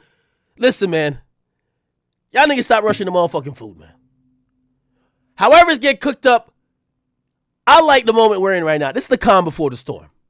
He's been really quiet recently. Nigga ain't saying nothing. No, I haven't seen a duck lip in week. Pause. It's not like I'm looking or nothing like that. I'm just saying. I ain't see shit. That's good. That's good. He's quiet. He's building. Yes. Yes. Pretty quiet. Yeah. Yeah. I like this. No more selfies in the mirror. It's time to put classics in the booth. Let him cook. I like this one. I like it. I like it. I like it right now. Just chill. Just chill. Let me tell you this. This is a moment Drake will never get back. This is the anticipation moment. There's no other album. Shout out to Ye. You know, we love Ye. By the way, Ye's had an amazing comeback. We're going to talk about it in a second. But this anticipation, obviously also this pressure, it's a once-in-a-lifetime thing. It's going to come soon. It's going to come soon. But let him bask in it. And what I'm encouraged by, let him disappear. Let him do his thing. Whenever you pop up, it's time. It's time. So, again, just my personal thing. I want to run. Yo, haven't you realized all the haters of Drake? They never wanted to talk numbers until the last year. Oh, man. Now they want to talk numbers. But did you know that so-and-so had the most streamed hip-hop song? You know, and it's... Now we're talking numbers? As soon as Drake start being the most streamed rapper on Spotify monthly once again, all y'all got is numbers. You can't win with them. Fuck it, Drake. Let's beat their asses. We gonna be on the charts. We're gonna be on the charts, baby. Okay? Okay. Catch us on the charts. That's what I gotta say. Catch us on the goddamn charts. All right, man. Speaking of somebody who seemingly will be on the charts. Ye Pac Shakur. Have y'all seen Ye's concert? He did a concert in SoFi Stadium last night. And Jesus Christ. I should have streamed last night, but really just for this. Look at this presentation here, people.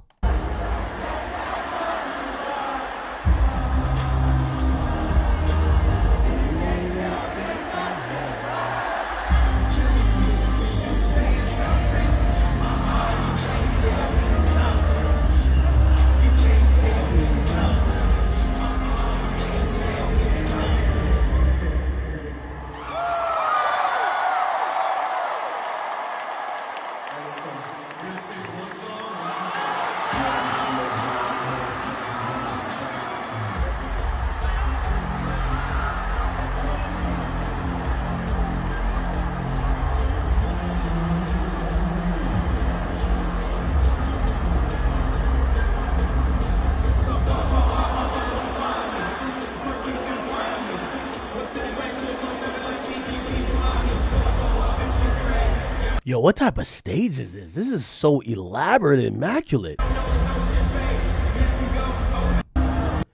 Now, respectfully, I've never said Kendrick Lamar is a bad performer. I think he's actually a pretty good performer. You know, I keep it 100 always.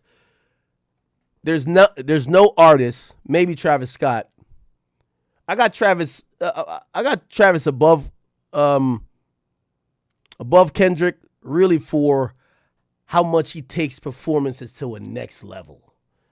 I think Kendrick is a really good performer, but you know, he's not taking ideas and doing what this is. Travis is probably the closest. But Ye is on a completely different stratosphere than anyone in the world. You know why? Because Ye has this mindset of, I'm not doing this concert for bread. Ye's going to spend all the money. Like this stage right here, I wouldn't be surprised if this stage right here costs him $500,000. $500,000 for this shit right here, bro. I'm pretty sure. Niggas stages and production. They're not doing that for one show, bro. Or it might cost him $1 million, actually. Yeah, it's probably $1 million. This is probably $1 million. Yeah, it's probably $1 million. $1 million to make this happen. He's not a guy who's like, oh, let me just skimp on production and skimp on, like, you know, stage design just to, like, cash out. Look at this shit. Look at this. Look at this.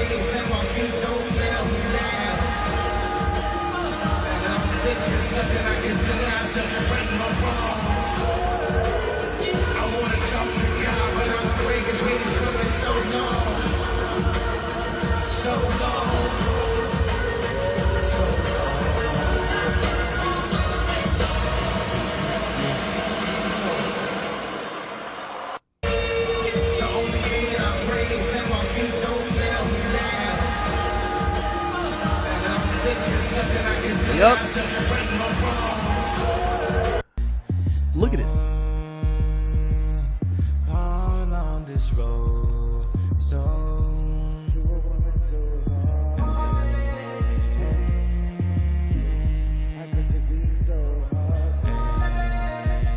Hey man, Ye is the GOAT.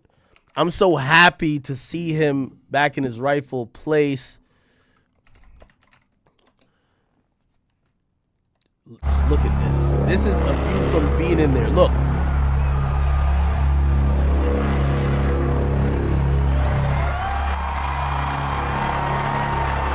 This was the intro. Holy.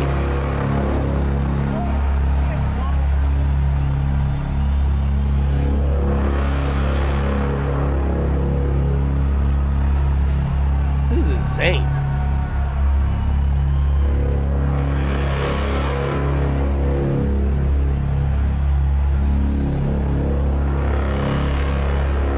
Wow, that's insane.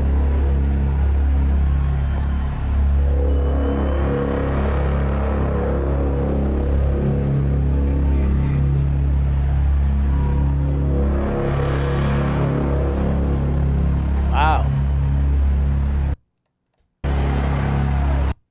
It's like a volcano.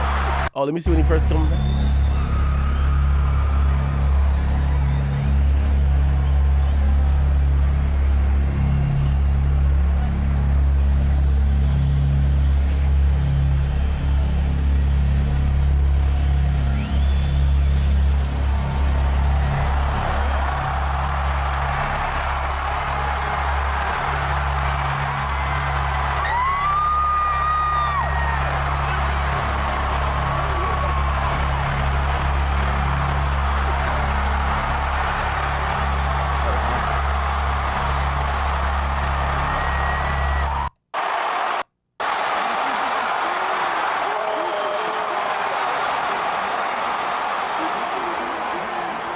This stage is fucking ridiculous.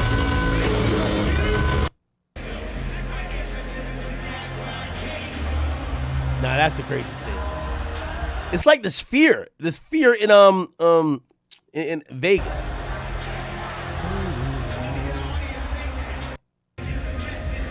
Nah, Ye's the GOAT.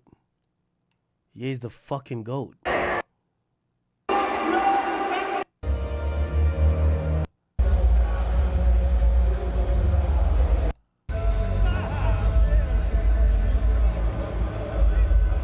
I'm gonna lie to you. When niggas doing shit like this, just take people's money. This is too good.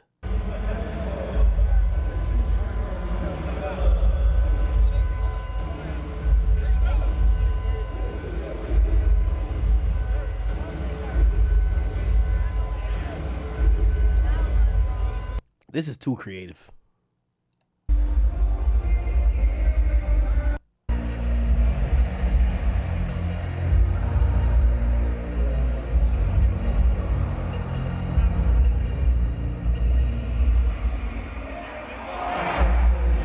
Look at the light show.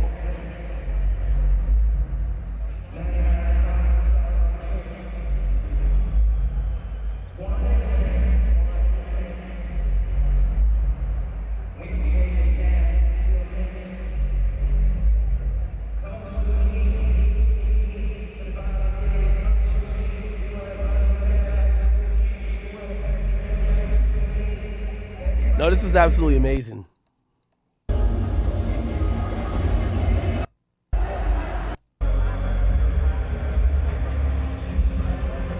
Jesus. Apparently he was in a studio with Travis.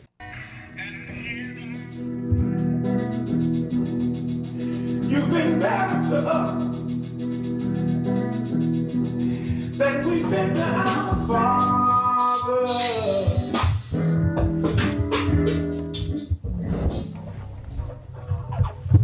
She could play piano to me. I want to play this chopper.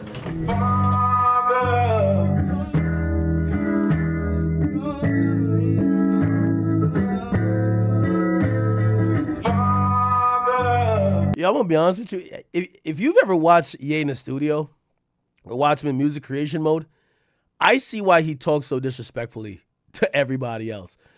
Because some people just come in and they only do his rap. He's like the whole process, and his process is so different from everybody else.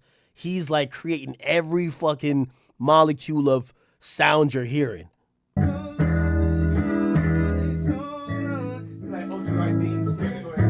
I just want to say thank you, Lord. This maybe could have like some drums, like the I Am a God drums. Mm-hmm. And some I couldn't figure it out. So he's like. Y'all feel like Travis Scott is under pressure being in the studio with Ye. He seems cool though. Is Travis producing? Does Travis produce a little bit?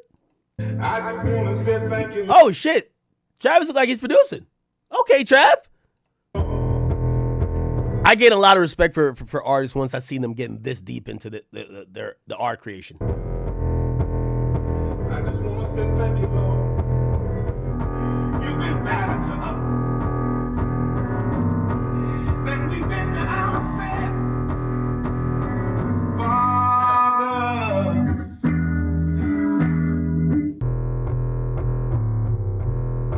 you've been better to us. Look at Ye looking like Morpheus in here. They ain't wanna let me in. Now I'm back to life like an EpiPen. Now my wife in the leopard skin. But first check me out, then check me in. Now, do again. You see this coat, nigga? Check me in. You see this coat, nigga? Check me. You see this coat, nigga? Check me in. All right, punch me in after what I just said.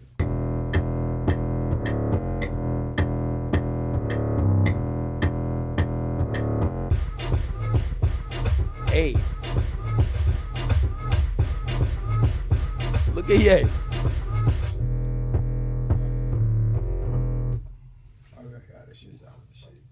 Yo, Ye is the perfect example of if you become obsessed enough with your passion, you could do anything in this world, man. I really think nobody loves music more than this nigga. I literally feel like nobody loves music more than him. It's just even the way his body's moving. Pause.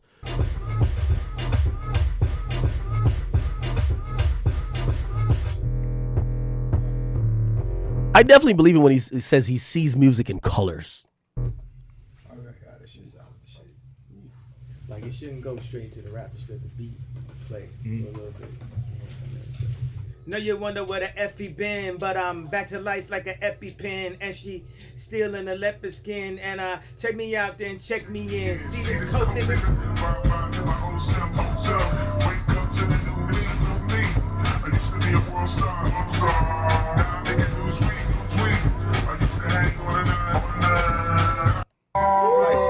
I ain't gonna lie, man. Shout out to Ye. This is on. Coat nigga, bye to my old self. Wake up to the new me. Nah, Ye's too creative, bro. To be a world. Sing good. And make love good. Used to live up in the 7. Now I bought 2 streets. OST. By the way, I'm very happy that him and Trav are making music again. I'm glad, I know he had exploded on Trav before, but I'm glad Trav took the high road and realized, man, Ye's Ye. And not saying you should excuse everything or everything a nigga say about you, but I'm glad to see them working together. I love that. I love that. I love that. The King Drive.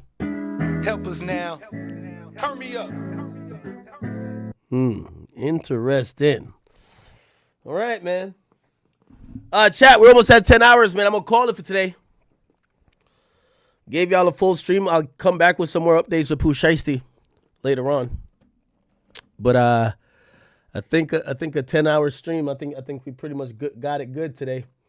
I do got to read your donations, so thank you guys for submitting any super chats.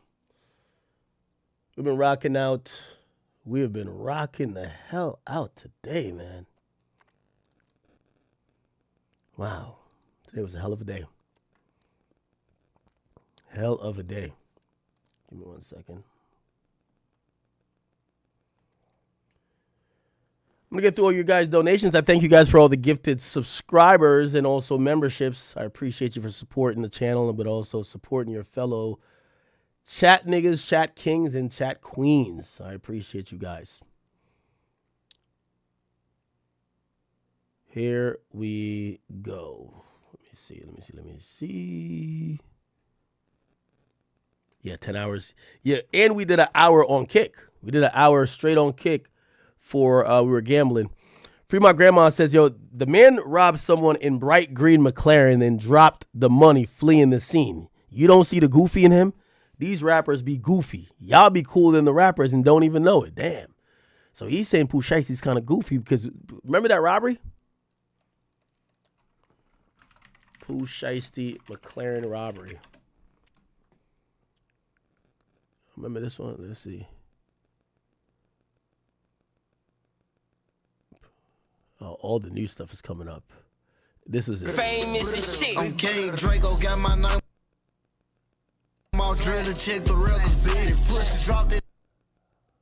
Song about me, he get found without his dick. Send off a band by my little cousin, they fake and they'll call it quit. They make me mad enough, I spent through it. Famous as shit. I'm King Draco, got my. Oh, I get it now. Shiesty shot him through the window. You know, I never analyzed this video. Shiesty is here. Shiesty is in a lime green McLaren. He's in some bright clothing, and he shoots the guy in his ass cheek right here. And you're gonna see the dude. Let me just mute this. You're gonna see the dude limp around, and he's kind of like holding his ass. Look like Martin Lawrence in Bad Boys 3 or whatever. This is the guy, and he's like, "What the fuck? Is you shooting my ass, nigga?" Shiesty even opened the door because he's thinking about, should I finish the job? Like, yo, maybe I gotta just clean this nigga out. Pause. Right? This is it right here. Oh yeah, Shiesty shot him right here. Bang. The dude's running, he's grabbing his ass. You're gonna see him like check his ass to see if it's bleeding. Shiesty opened the door, he was about to go double back. I think he got the pole right here. Nah, Shiesty's a bad man, bro. Nah, he's a bad man. Shit. Up Early TV, thank you for the 9-month membership. He says nothing bigger than the chat. Zan Set 8047 said, man, Gucci been a rap. Man, look up Gucci snitching. What? He said snitching on Jeezy on Rap City. With what?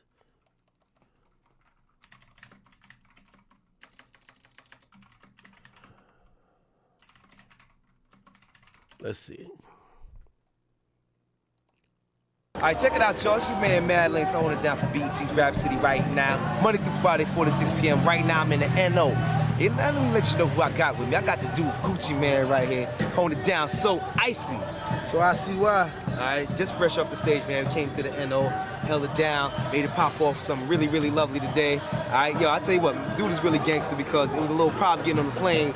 And like, between Mad Links, Hakeem Taylor, and Gucci Man, we got everybody on that motherfucker, man. So big shouts out to Air Train for trying to shut it down. Could not happen, though. All right, so Gucci Man, let's just talk serious business, man. There's a lot going on with you right now. Hell yeah, dog. Shit got hell crazy. All right, so, all right, just on Rap City not that long ago. And a lot of cats in the streets, especially with you involved in a very serious situation. There's like actually like, you know, some legal charges against you right now. Yeah. Okay, can you talk about what's going on with that? No, little shit, small shit to a giant that I can't, you know what I'm saying, get over. Okay. You know what I mean, or whatever, but shit happens. Okay. You know what I mean, just on the, you know what I mean, like Game say, on the path to be a rap legend, a lot of shit gonna got nothing be in the way, you know what I'm saying? All right, no doubt. And I'm definitely on the path to be a rap legend. Very hard, day and night.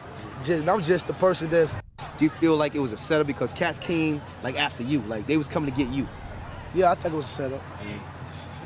Do you have any indications on who it might be? Have you heard anything on the streets? Just whatever you feel in your own heart? Well, you know what I'm saying? Like I say, ain't too many people got the motive to do some shit like that. I just like a detective, learn, you know what I'm saying, look at the motive, who has motive to do it. And this fuck nigga, the only nigga has motive. Jeez. Yeah. Okay. Straight up. So it's real. Was that snitching?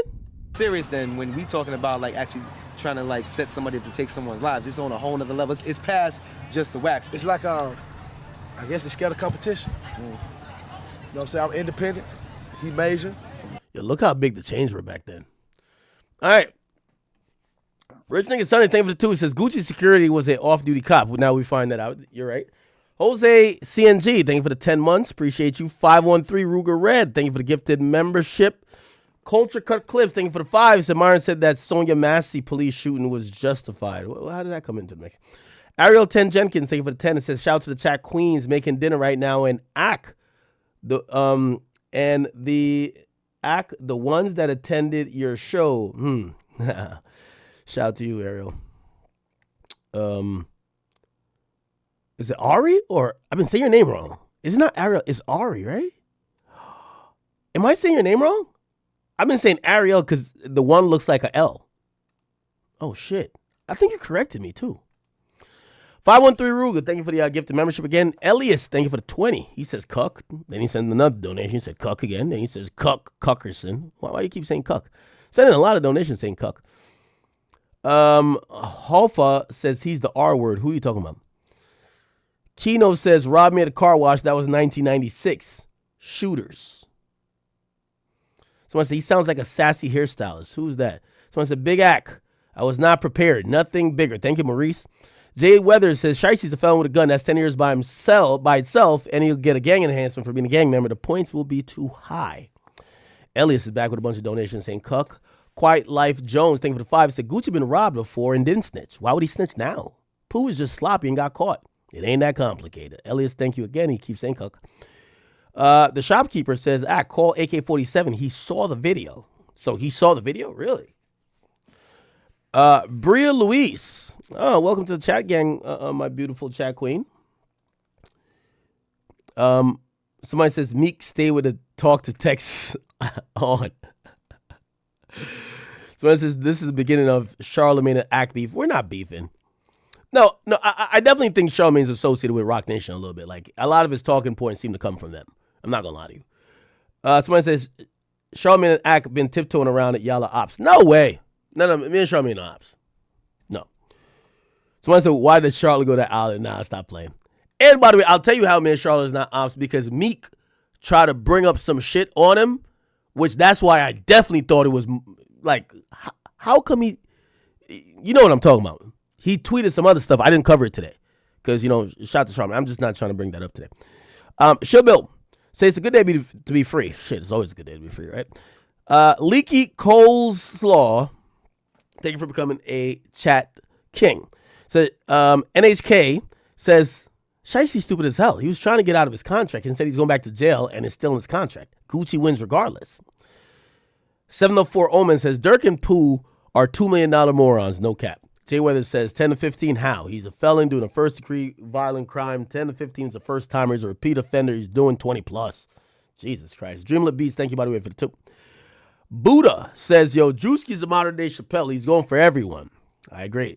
Someone said, go to sleep. You deserve it. I haven't been streaming recently, frequently, so you guys deserve it, okay? Valquan says, Flacco exposed Drake Hill Killer on YouTube. Talk about that. Okay, I think I'll do that before. It will get us to over 10 hours. But I think I'm going to call Munchie B. Remember I told him I was going to call him? So I want to react to Flacco exposed on Frank. Who's Frank? It said, Flacco just dropped 30. I'm having the police call you out. That you're not really like that is crazy. Cairo says, react to Flacco exposed Pooh C. Who's that? Flacco just dropped Drake Hill's Killer. Someone said, don't say too much. Might Kung Fu Kenny listen to everything you're saying. He's just plotting. Somebody said, tell him to send you his check since you overly going to promote like a motherfucker. Somebody says, and what? All right. Elliot says, who is this person? By the way, Marcel, thank you for the 14. Canadian says, I wonder if Ebros are going to try to holler at Jay to get Cole on the show. Going to Hot 97, who directly affects the spins and narrative, is not the same as their dusty YouTube views, respectfully. Let me try to call Munchie B. It's important that I get Munchie B on.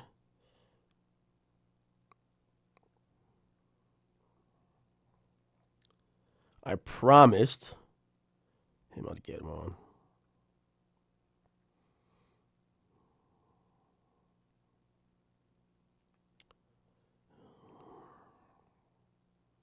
All right, here we go.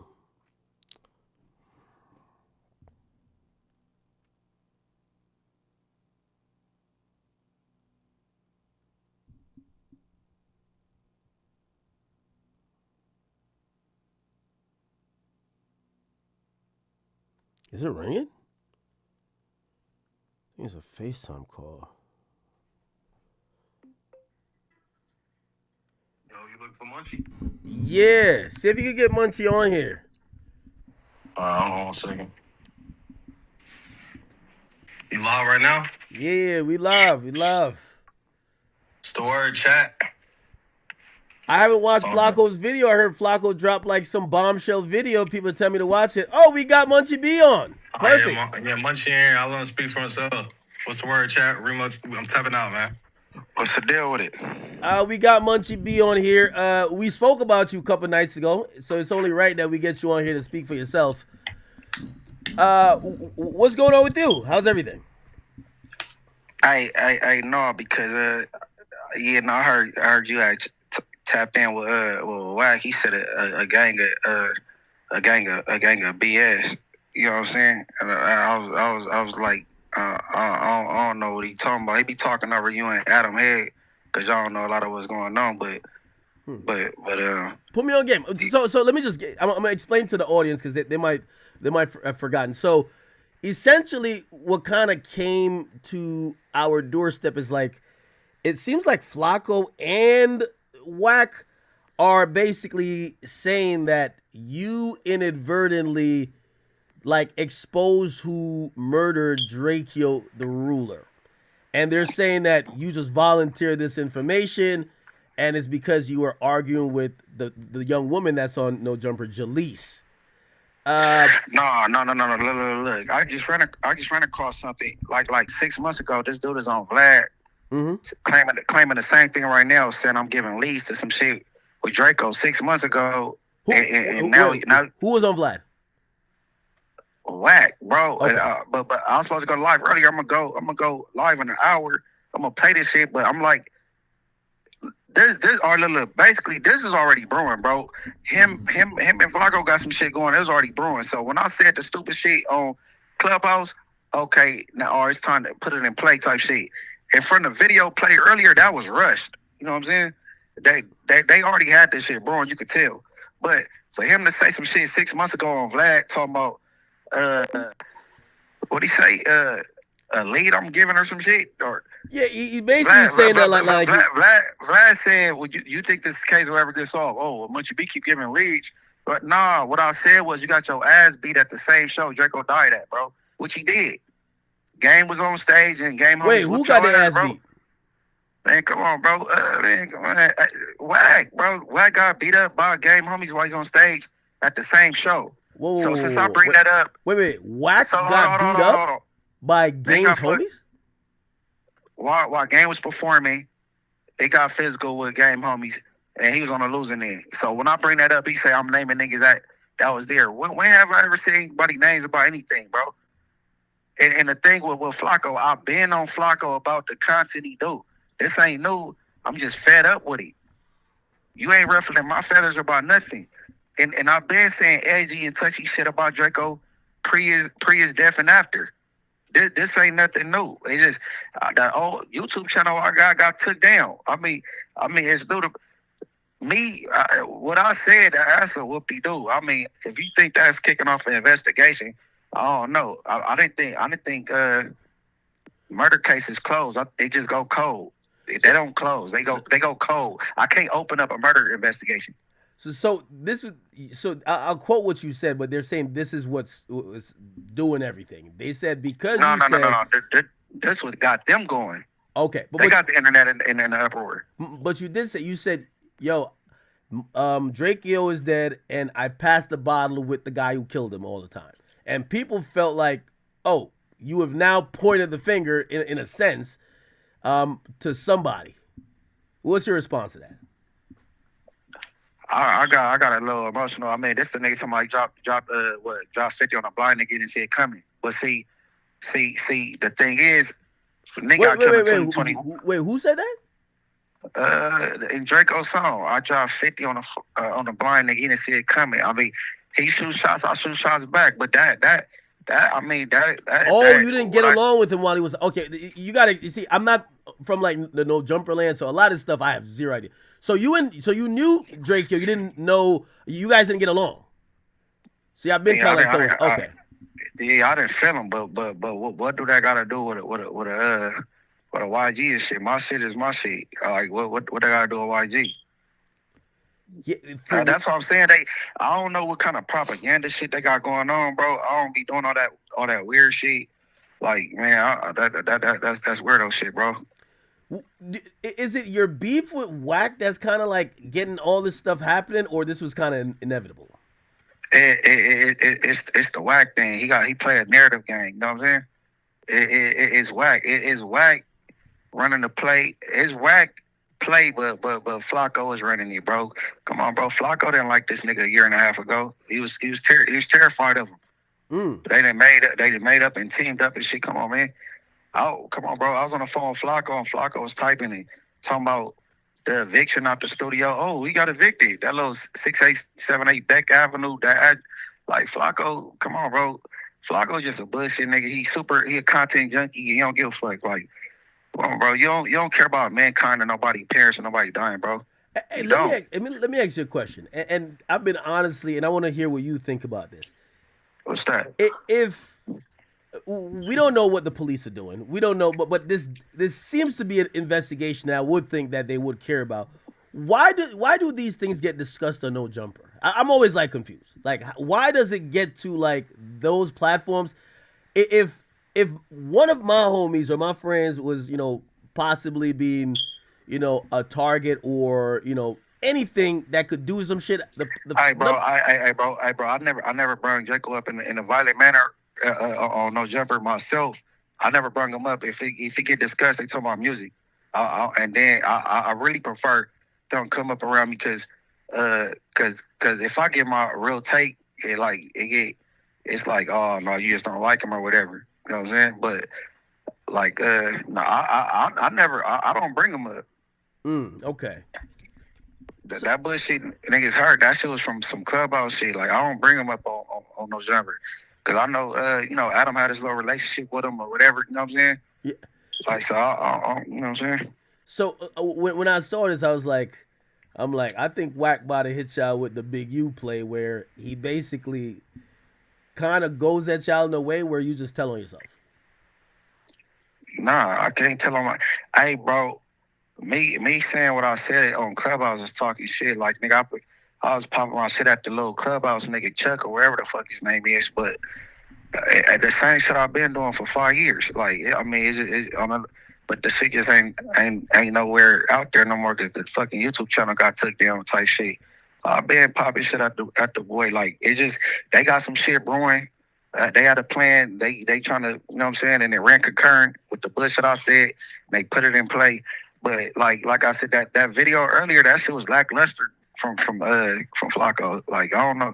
I think he trying to do what he did with the Young Dog video and get them numbers again. But Draco not Young Dog, bro. He regional. Like, I think he on some content shit, bro. And what Wack is personal. You know what I'm saying? Have you tried to or is it beyond squashing stuff with Wack? Oh, hell no. I don't want to deal with that, dude. Hell no. If he never brought me up, I don't have to bring him up. Hey, look, if you try GBT, who up more, Munchie or what's the nigga, Wack? Wack be on Clubhouse rooms, every Adam and Wack show. I come up everywhere, bro. If I'm such a little nigga, why you bring me up so much? Yeah, I mean, it's not to the point that you and Wack would ever get into it, right? Like physically, nothing, right? But y'all work in the same building. Nigga don't never run into Wack. All right, bro. I see. He tell you a lot of shit, and like you like, like you go with it, but that dude, come on, man. Well, here's the thing: we don't know no other side of the story. It's my first time talking to you. We don't know no other side of the story. Like put it like no. But see your supporting cast. I heard. I think one of them name was AJ. Like it was hollering at you, and they was talking some real shit. I think his name was AJ. Yeah. But I'm like, okay, they not. You know what I'm saying? They not done. Like, bro, it should be obvious, bro. Like, what do you mean? Give me an explanation. Because obviously, Wack sometimes he's doing his bullshit, is whatever. I feel like he kind of knows how to get a narrative kind of going and popping. But what do you think? Do you think he's just coming on to lie all the time? Man, bro, the man had a fake phone call with a fake Inglewood family and acting like he was talking to somebody from my hood, bro. Then he got a story about my mama going up to the hood park with the police and the church escort. Well, some shit talk. Hey, bro, he just come with like propaganda. He don't give a fuck how big the lie is, bro. He knows some of it go stick, some of it ain't. Like he know how this internet shit work. You know what I'm saying? That nigga is burnt the fuck out. He never mentioned to you he got his ass whooped at the once upon a time in LA shit. I've never heard that Wack's been in an altercation. I think the closest was the Big U thing, and he said he backed out. He backed out on them. What about Nipsey Bodyguard knocking him out there rolling loud? He said that was a myth. That was a myth. So you didn't see that? You didn't see that on camera when he was getting up off the ground? Yeah, there is a video that looked like something happened, but we never seen like the punch. But he talked to Jason Lee about it. And he said, "Damn, he got hit hard." Oh, really? Oh, okay. I didn't see that. See, I'm gonna do a compilation on this shit. Hey, but no, I don't ever gotta bring Wack up, bro. He be bringing me up. If he don't bring me up, I would never bring the nigga up, bro. I ain't got to. Okay, all right, so let me clarify because I think this is the biggest thing, and I know I reacted to this, so I want to say it and clarify, then you can clarify. So basically, you were never trying to throw YG under it because that's how, when Wack was talking to me, that felt like that was the intended takeaway. Like, yo, I told you this nigga's trying to throw his homie under the bus. So there was never a time you were trying to throw YG under the bus for anything with Drake, right? Hell no, but how would I do that? And why'd you never even mention the nigga ever? Could somebody find something on the internet where he even mentioned his name? Well, that's the thing. I think that's when Flacco kind of started hinting like, oh, it's a famous LA rapper. And then people like, oh, it got to be YG. Nah, see, Flacco saying because I got upset with him is YG. I've been getting pissed off at Flacco. Like, I done brought him on street TV, sitting down with people that want to knock him out, like the dude Cartoon 5'3", and like get some understanding. Like, but I ended up finding out like he don't want to understand. He gets strictly with the troll shit. You know what I'm saying? Like he on a mission, but like man, Flacco. I don't know, but nah, I ain't throw nobody under the bus. I never said nobody name or none of that shit, bro. And I never even heard in my life I ever heard YG even say Draco name on the internet or in a song ever. That's what I was saying. I don't know where, but I guess like maybe Draco was disrespecting like his neighborhood or something like that. Never. It's nowhere, bro. The song is called Ingleweird. Yeah. YG's not from Inglewood, bro. My homie got killed. Not YG homie. My homie got killed. Well, what the fuck they gotta do with YG? That's what I'm saying. It's just the internet. They run with narratives. Oh. I ain't never heard it. If somebody else could find it. So do you think that maybe why YG don't get involved with our shit? I don't do Nipsey. That's YG bestie. That's his big bro. Like what is we talking about? I don't understand. Do you think Wack was trying to get you in trouble with maybe people from the law? Oh, the law, nah, really? Yeah, because he keep bringing up my court date. Oh, you got an open case. So what? Who gives a fuck? Like, whatever. I got an open case, but Wait a minute, you I think see Wack that trying to get you locked up? He ain't trying to get you locked up. Wack wouldn't do that. He trying to beg you a nigga. It's crazy that he got a name. Big you a nigga. For real. Okay, but what do you mean? What do you think is his strategy? He thinks you're gonna go do something, or you're gonna go say something. I mean, hey, look. Okay, let's say if he thought I was throwing somebody under the bus. If you just like this pyro dude, like I'm a blood also. Why you don't go tap in to dudes over where I'm from and get that figured out? I mean, but why you go on the internet and then you display all your, you know what I'm saying, your grievances right here, and you know you talk about all this legal shit and my up and coming case like that matters. Like, I mean, I don't know. I used to be confused on how people, you know, anytime I went to court, it was for myself or to support. I don't go to court just to grin at people. Like, shit, 600, dude. Like, I don't like that. I don't know, man. But you know, to each his own. Wait, that's Wack's friend, right? 600. So he just goes to court. Maybe he's a court reporter. No. He goes 600 goes to court to troll Big U. Really? Just to sit and look at him. Like, if you go to court, you either there to support or you there for yourself. Not to go smile at somebody's face because they're in a bad situation. Okay, I understand that too. By the way, I will say this: I've been doing a lot more fact checking of Wack recently. Like even today, he brought some paperwork. I had to go check it myself. So I do get what people are saying. That sometimes Wack will come on here. He might mention something that I'm not that knowledgeable about, and he kind of gets it off, and then people might look at it like, "Yo, bro, he's not telling the whole truth, or he's telling one side." So these days, I'm trying to fact check everything more and more. Right. Yeah, but that's why I told Adam. I said it need to be like a third person on the Adam and Wack show in case he say something to go over your head or you quite don't understand. They could be like, "Nah, that ain't right." But he know he could get that off. You know what I'm saying? Okay, and then he mentioned. I'll tell you the things he mentioned when it came to you. So he said that. Okay. So this case, he says you work for the GRID program, which means you're working with the police. Okay, so or if he's so tapped in and exposures, I'm from Inglewood, bro. The city of Inglewood don't believe in GRID. They got the SoFi Stadium, the Intuit Dome, the forum right there. Like they don't even want to address a gang problem. You know what I'm saying? That's gonna scare people off. They don't have GRID there. At once upon a time, I was doing gang prevention and intervention.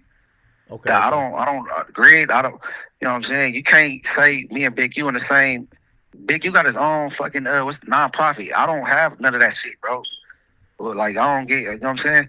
See, he is quick to like. You know, he don't know what he's talking about. So officially, you've never been on payroll for the police in terms of trying to prevent or report crimes in the neighborhood, because that's kind of what his implication. Man, I've always been a person of interest, bro. Police don't want to work with me, nigga. I've always been, hey, bro, listen. I always been a person of interest. And anybody that's like really from out this way, they'll tell you that, bro. Except for Wack. You know what I'm saying? Like, I've always been a person. Man, if 600 wouldn't lie and be dick right, 600 to tell you. 600, no. What's gang prevention? Gang prevention and intervention is like you going to talk to the kids, or you dealing with the community. So like they just say it's a funeral in my hood or something. Maybe I say I'm a part of second call, and they're like, okay, the Crips is having a funeral in your hood. Like, man, just make sure your homies don't come over there and smack you because they see all that blue. You know what I'm saying? Just give him my hand where I can lend it. I mean, I don't deal with police, bro. I don't like. You know what I'm saying? But that's gang prevention and intervention, like shit like that. So it's basically just trying to like avoid situations and stuff like that. De-escalate shit. Why does Wack attack you this much? What does he want to happen? He wants to see you crash out, you think? Yeah, put a nigga in a trick bag or something, like some shit like that. But I mean, I ain't going for it. That's why I don't even. That's why I told him, man, Adam, man, stop answering them calls on Tuesdays because nigga be tipping a bottle. I could saying some shit I ain't supposed to say or some dumb shit and fuck around, be viral, something like, you know what I'm saying? He know what he be doing, bro. Hey, he also says something about like some peanut butter shit. What is that? It's a rumor that got passed on to Nipsey, and Nipsey tweeted this shit and it went viral. Like, but I mean, I ain't never met an eyewitness to that shit. I ain't never, you know what I'm saying? Or shit, I've been trying to get the nigga that they try to say did whatever to come out forever. He ain't never spoke. So Nipsey had tweeted about you back in the day. Why did you have beef with him? Because of his story. He had the Sloss and Tees before it was the Marathon store. Like, the homies went in there and fucked it over, and, you know what I'm saying, all that extra shit. Oh. Right. Yeah, it stemmed from there, and then, you know.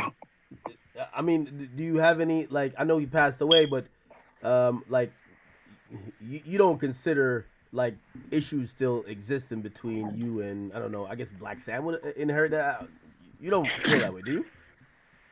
I mean, I guess Black Sam ain't feeling me. I would guess he wouldn't want to. I know he don't feel me or whatever, but, you know what I'm saying? I don't know why me and Black Sam would be in the same room or whatever. I don't speak on Black Sam. But, hey, that's another, like, Wack went off because he thought I was defending Black Sam. Because I guess he want to say Black Sam is snitch, but, I mean, I don't know. I just said shooting in the air is a misdemeanor. That's all I know. Shit, niggas do that every 4th of July. And I guess he trying to say, how did he? I don't know, man. I let him do his exposure thing, man. Yeah, I'm not gonna lie.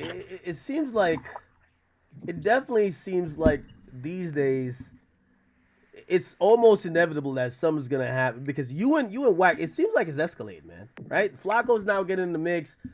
You know, they're constantly bringing up cases, this and third. I'm kind of worried where this is gonna go. Do you kind of have any caution when you're going to No Jumper, when you're, you know, moving around at all? Caution, like what you mean? Like what you mean about what you mean?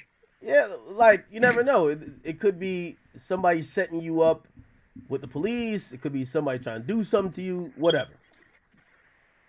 Yeah, I'll be pretty much I'll be comfortable. I'll be there 4 or 5 hours on live, just chilling. Because I've seen this thing. I'm watching the Adam and Wax show, and it starts off where I think you had called in and you said, "Yo, ask so and so if they press me," and I'm like, "When did this happen?" So y'all are talking about a lot of stuff that's happening off camera, but it comes on camera. Yeah, I called in because someone that be with Wack a lot, almost all the time, he's off camera, and it's a story that he's supposed to have pressed me. That Wack burned to the internet, so I knew he was gonna be there, so I called, say, "Hey, tell him to get on camera." You know what I'm saying? And put it on Paru that he pressed me. And Wack, he just, "Hey, oh, fuck your mama. Yo, throw that." He was confused like a motherfucker. I bet the nigga wasn't gonna get on camera and confirm nothing. But, you know, like, shit like that, man. That nigga be lying, man. He a propaganda king. So I mean, where do you think this is gonna go? Because it feels like the bigger thing is you and Wack. He's now saying that, oh, you're kind of telling on people. You're saying that's not true. I'm glad you came on here to clear some stuff up. You've never pointed a finger at nobody. You're just talking some shit. It wasn't you affirming nobody did nothing, and you never pointed nobody out. And yes, Wack is trying to dunk with it, but you know. Yeah, well, I see what Wack like a lot of people on that. Like he keep trying to like call a little whistle, like, yeah, the Bloods, the homies, yeah, and it ain't gonna work. Like, I'm good in my community. I'm straight over there. You know what I'm saying? After I go live tonight, I'm going to the city. You know what I'm saying? They're gonna hang out. It's like, so I don't know what he trying to pull, but it ain't gonna work. Are you gonna react? So I heard Flacco put out a video. I haven't watched it. It looks like it's long. Are you gonna react to it? Yeah. I'm on my way. I'm on my way in 10 minutes. Morals Over Money TV. I'm about to go live in like a little after 9. Hell yeah. Oh, okay. Hell yeah. That was bunk, bro. That was bunk, bro. That was bunk. He talking about they got to the security. And the security said, "What up, Blood?" Like, so what? Live Nation security is Bloods too?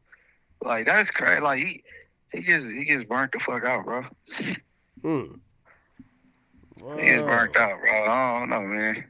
I think he need to go back to North Dakota with that shit, man. Yeah, I want to watch your breakdown. So, what's the name of the channel? Morals Over Money? Morals Over Money TV. And you're going live like in about 30 minutes. Yeah. 30, 40 minutes and we live. All right, I'm gonna tune in. I'm glad I got a line to you again. Anytime, I don't like one-sided conversations. I know sometimes people are gonna just accuse me of I just know Wack more than everybody else, right? So Wack is the easiest person to get on the phone. But if Wack says something about you, you could call up too. Like you could absolutely clear the air. And I don't want to turn my platform into a propaganda machine where it's just piling on to one person and that person don't get to defend himself. If you get what I mean. Yeah, no. I understand. That's what's up. All right, then.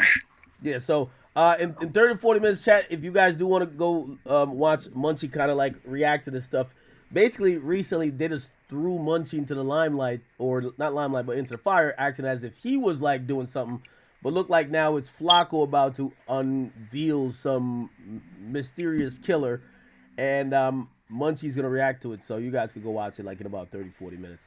Yeah. All right, Munchie. Anything else? No, that's about it. Morals Over Money TV. Everybody go subscribe over there. I'm about to be live in 30, 40 minutes. All right, chat. You guys go check that out in about 30 to 40 minutes. Shit, I'm going to be watching my damn self. All right, Munchie, I'm going to hit you. Yeah. All right, bet. Seemed like a reasonable guy, right? Seemed like a reasonable guy.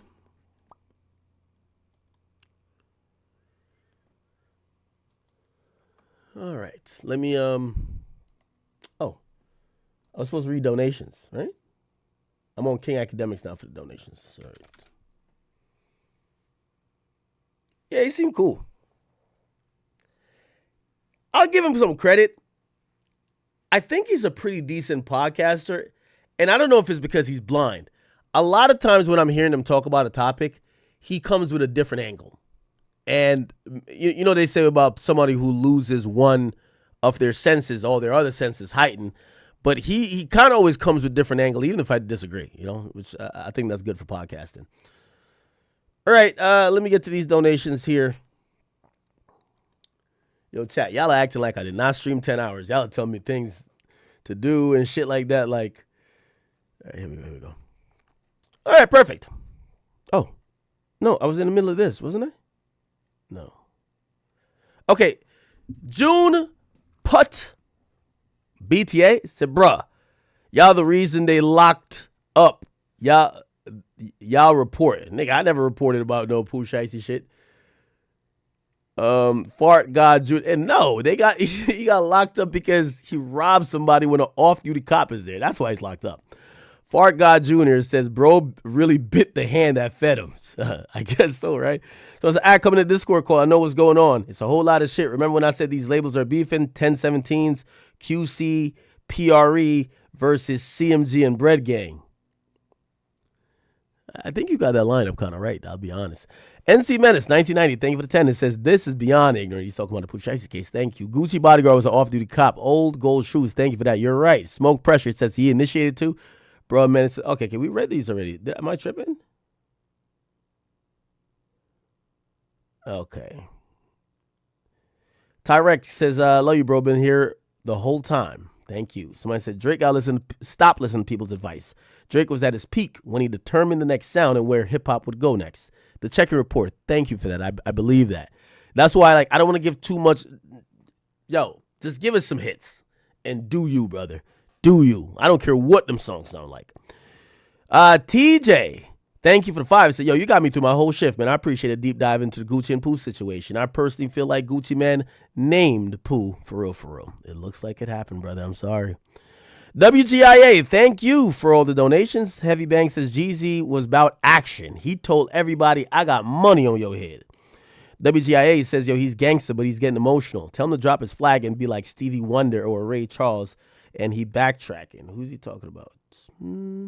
Somebody says, getting arrested for the same style of crime months after being released on April Fools, nonetheless, is crazy work. The feds are trolling this guy.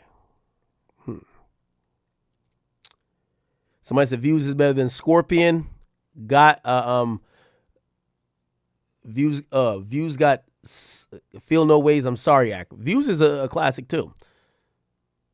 Somebody says Kendrick tour should have been called the We Hate Drake tour. Yeah, of course. Somebody said $10 a minute to speak to you and Whack. What? Flocko dropped the Drake Hill video. Oh, I think that's what I was going to watch. Y'all want to watch it? Tyrell says, thank you for the 10. It says, Ack, what's the statute of limitations on being considered a street dude? Like, how many years you got to be removed from the street to be still considered a street dude? I'd probably say 7. I think 7 is the magic number for if you haven't done anything that would be considered in a racketeering pattern, you can't get charged in a RICO in the last 7 years. So once the finesse 2 times, might have to snatch up Jay Prince Jr. next. Don't give him no ideas. Someone says it's not his first time being kidnapped. That don't make you weak. We know how that ended, by the way. Someone said Pee Wee Longway did not tell. And someone said we're going to talk about Meek and See the God and going at it. I did. Someone says it's allegedly on video, his page, and thank you. We did go at those pages. Someone said let me find out that CW is Charleston White, confidential informant. Somebody said obviously sell weed. Tape now out. Easter weed tomorrow. That's Detroit Nug. Someone said the person who was choked out was Gucci security, who's an off-duty police. If you choke out a police officer, you're done. No, I think that was a cameraman. Someone said Whack lies so much. It's crazy. That's so paperwork been on Reddit for 3 years. The Whack presents something that's already out. Someone said hold that L, Shiesty, lame ass move. Someone said Seti Nash was the first reported. Then after TMZ started believing it. Yeah, I think Seti Nash was first. Someone said Gucci got the worst luck signing artists. Damn. Yeah, it's true. Either they die or they rob them, right? Someone said W Feds, get these vagabonds off the streets. That's your mom in HD. Ann Cooper says call Whack. We did. GA Power says Govan was the biggest cheerleader when they took the ring. Now he thinks daddy should be ashamed of himself. Street ain't shit. I didn't get fully what that meant. So I said, Ack is basically talking to the nigga who got them busted because he's the one who confirmed there was a video. Yes, that was Hernandez Govan who did that, right? TTND4L, he says, play Drake Hill, the Ruler, Ingleweird. That's the song he dissed Munchie, and also the flow that Kendrick stole for GNX. And K-Wood says, 8 clowns don't make you look weak. Stop with the capping. Chris Toggle says, everyone looking for handouts. It's not Gucci's responsibility to pay for the funeral. If you overdose on a drug, didn't the artist have his own money or family? LLD says, ain't no deadline or revenge. PRE 1017. For all those who saying Gucci's a snitch, I must not know how the feds work. Kari Chronicles say that. Kari Chronicles also say, I must not remember the dude that killed Young Dolph. Ben said this happened. We all thought it was bullshit. Okay, he's talking about Hernandez Govan. Someone said, call King 47 instead. Nobody wants to hear this clown Govan. Him and Seti Nash brought this to the internet. 2 rats. What? You calling him a rat?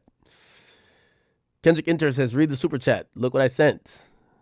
Shout out to you, Kendrick Inter. King Buck, thank you. He says, FDO2 going to be fire whenever he gets out.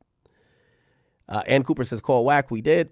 Smoke Peacher says, okay, we read all of those. Thank you, guys. Do y'all want to watch some of this Flocko video? Let's watch the murder of rapper Draco the Ruler has been unsolved until today. What the hell? Because in this video, why Flocko got a bunch of red rags? Like, what is going on, man? Revealing the name of the person who killed Draco the Ruler. I'm revealing the face of the person who killed Draco the Ruler. And I'm breaking down in grave details how they were able to kill Draco the Ruler at a packed-out festival. Chaos at a packed concert featuring rap. Chat, we're going on Kick. Everybody go to Kick. We're going to watch the rest of this on Kick. Thank you, guys. We've been rocking for a good while, man. But I need everybody we're finishing this up on Kick. I'm going to react to this one on Kick. And, yeah. Thank you guys for tuning in. We had a hell of a long stream today, but the rest of this is going to be on Kick. So please head on over. I'll see you there.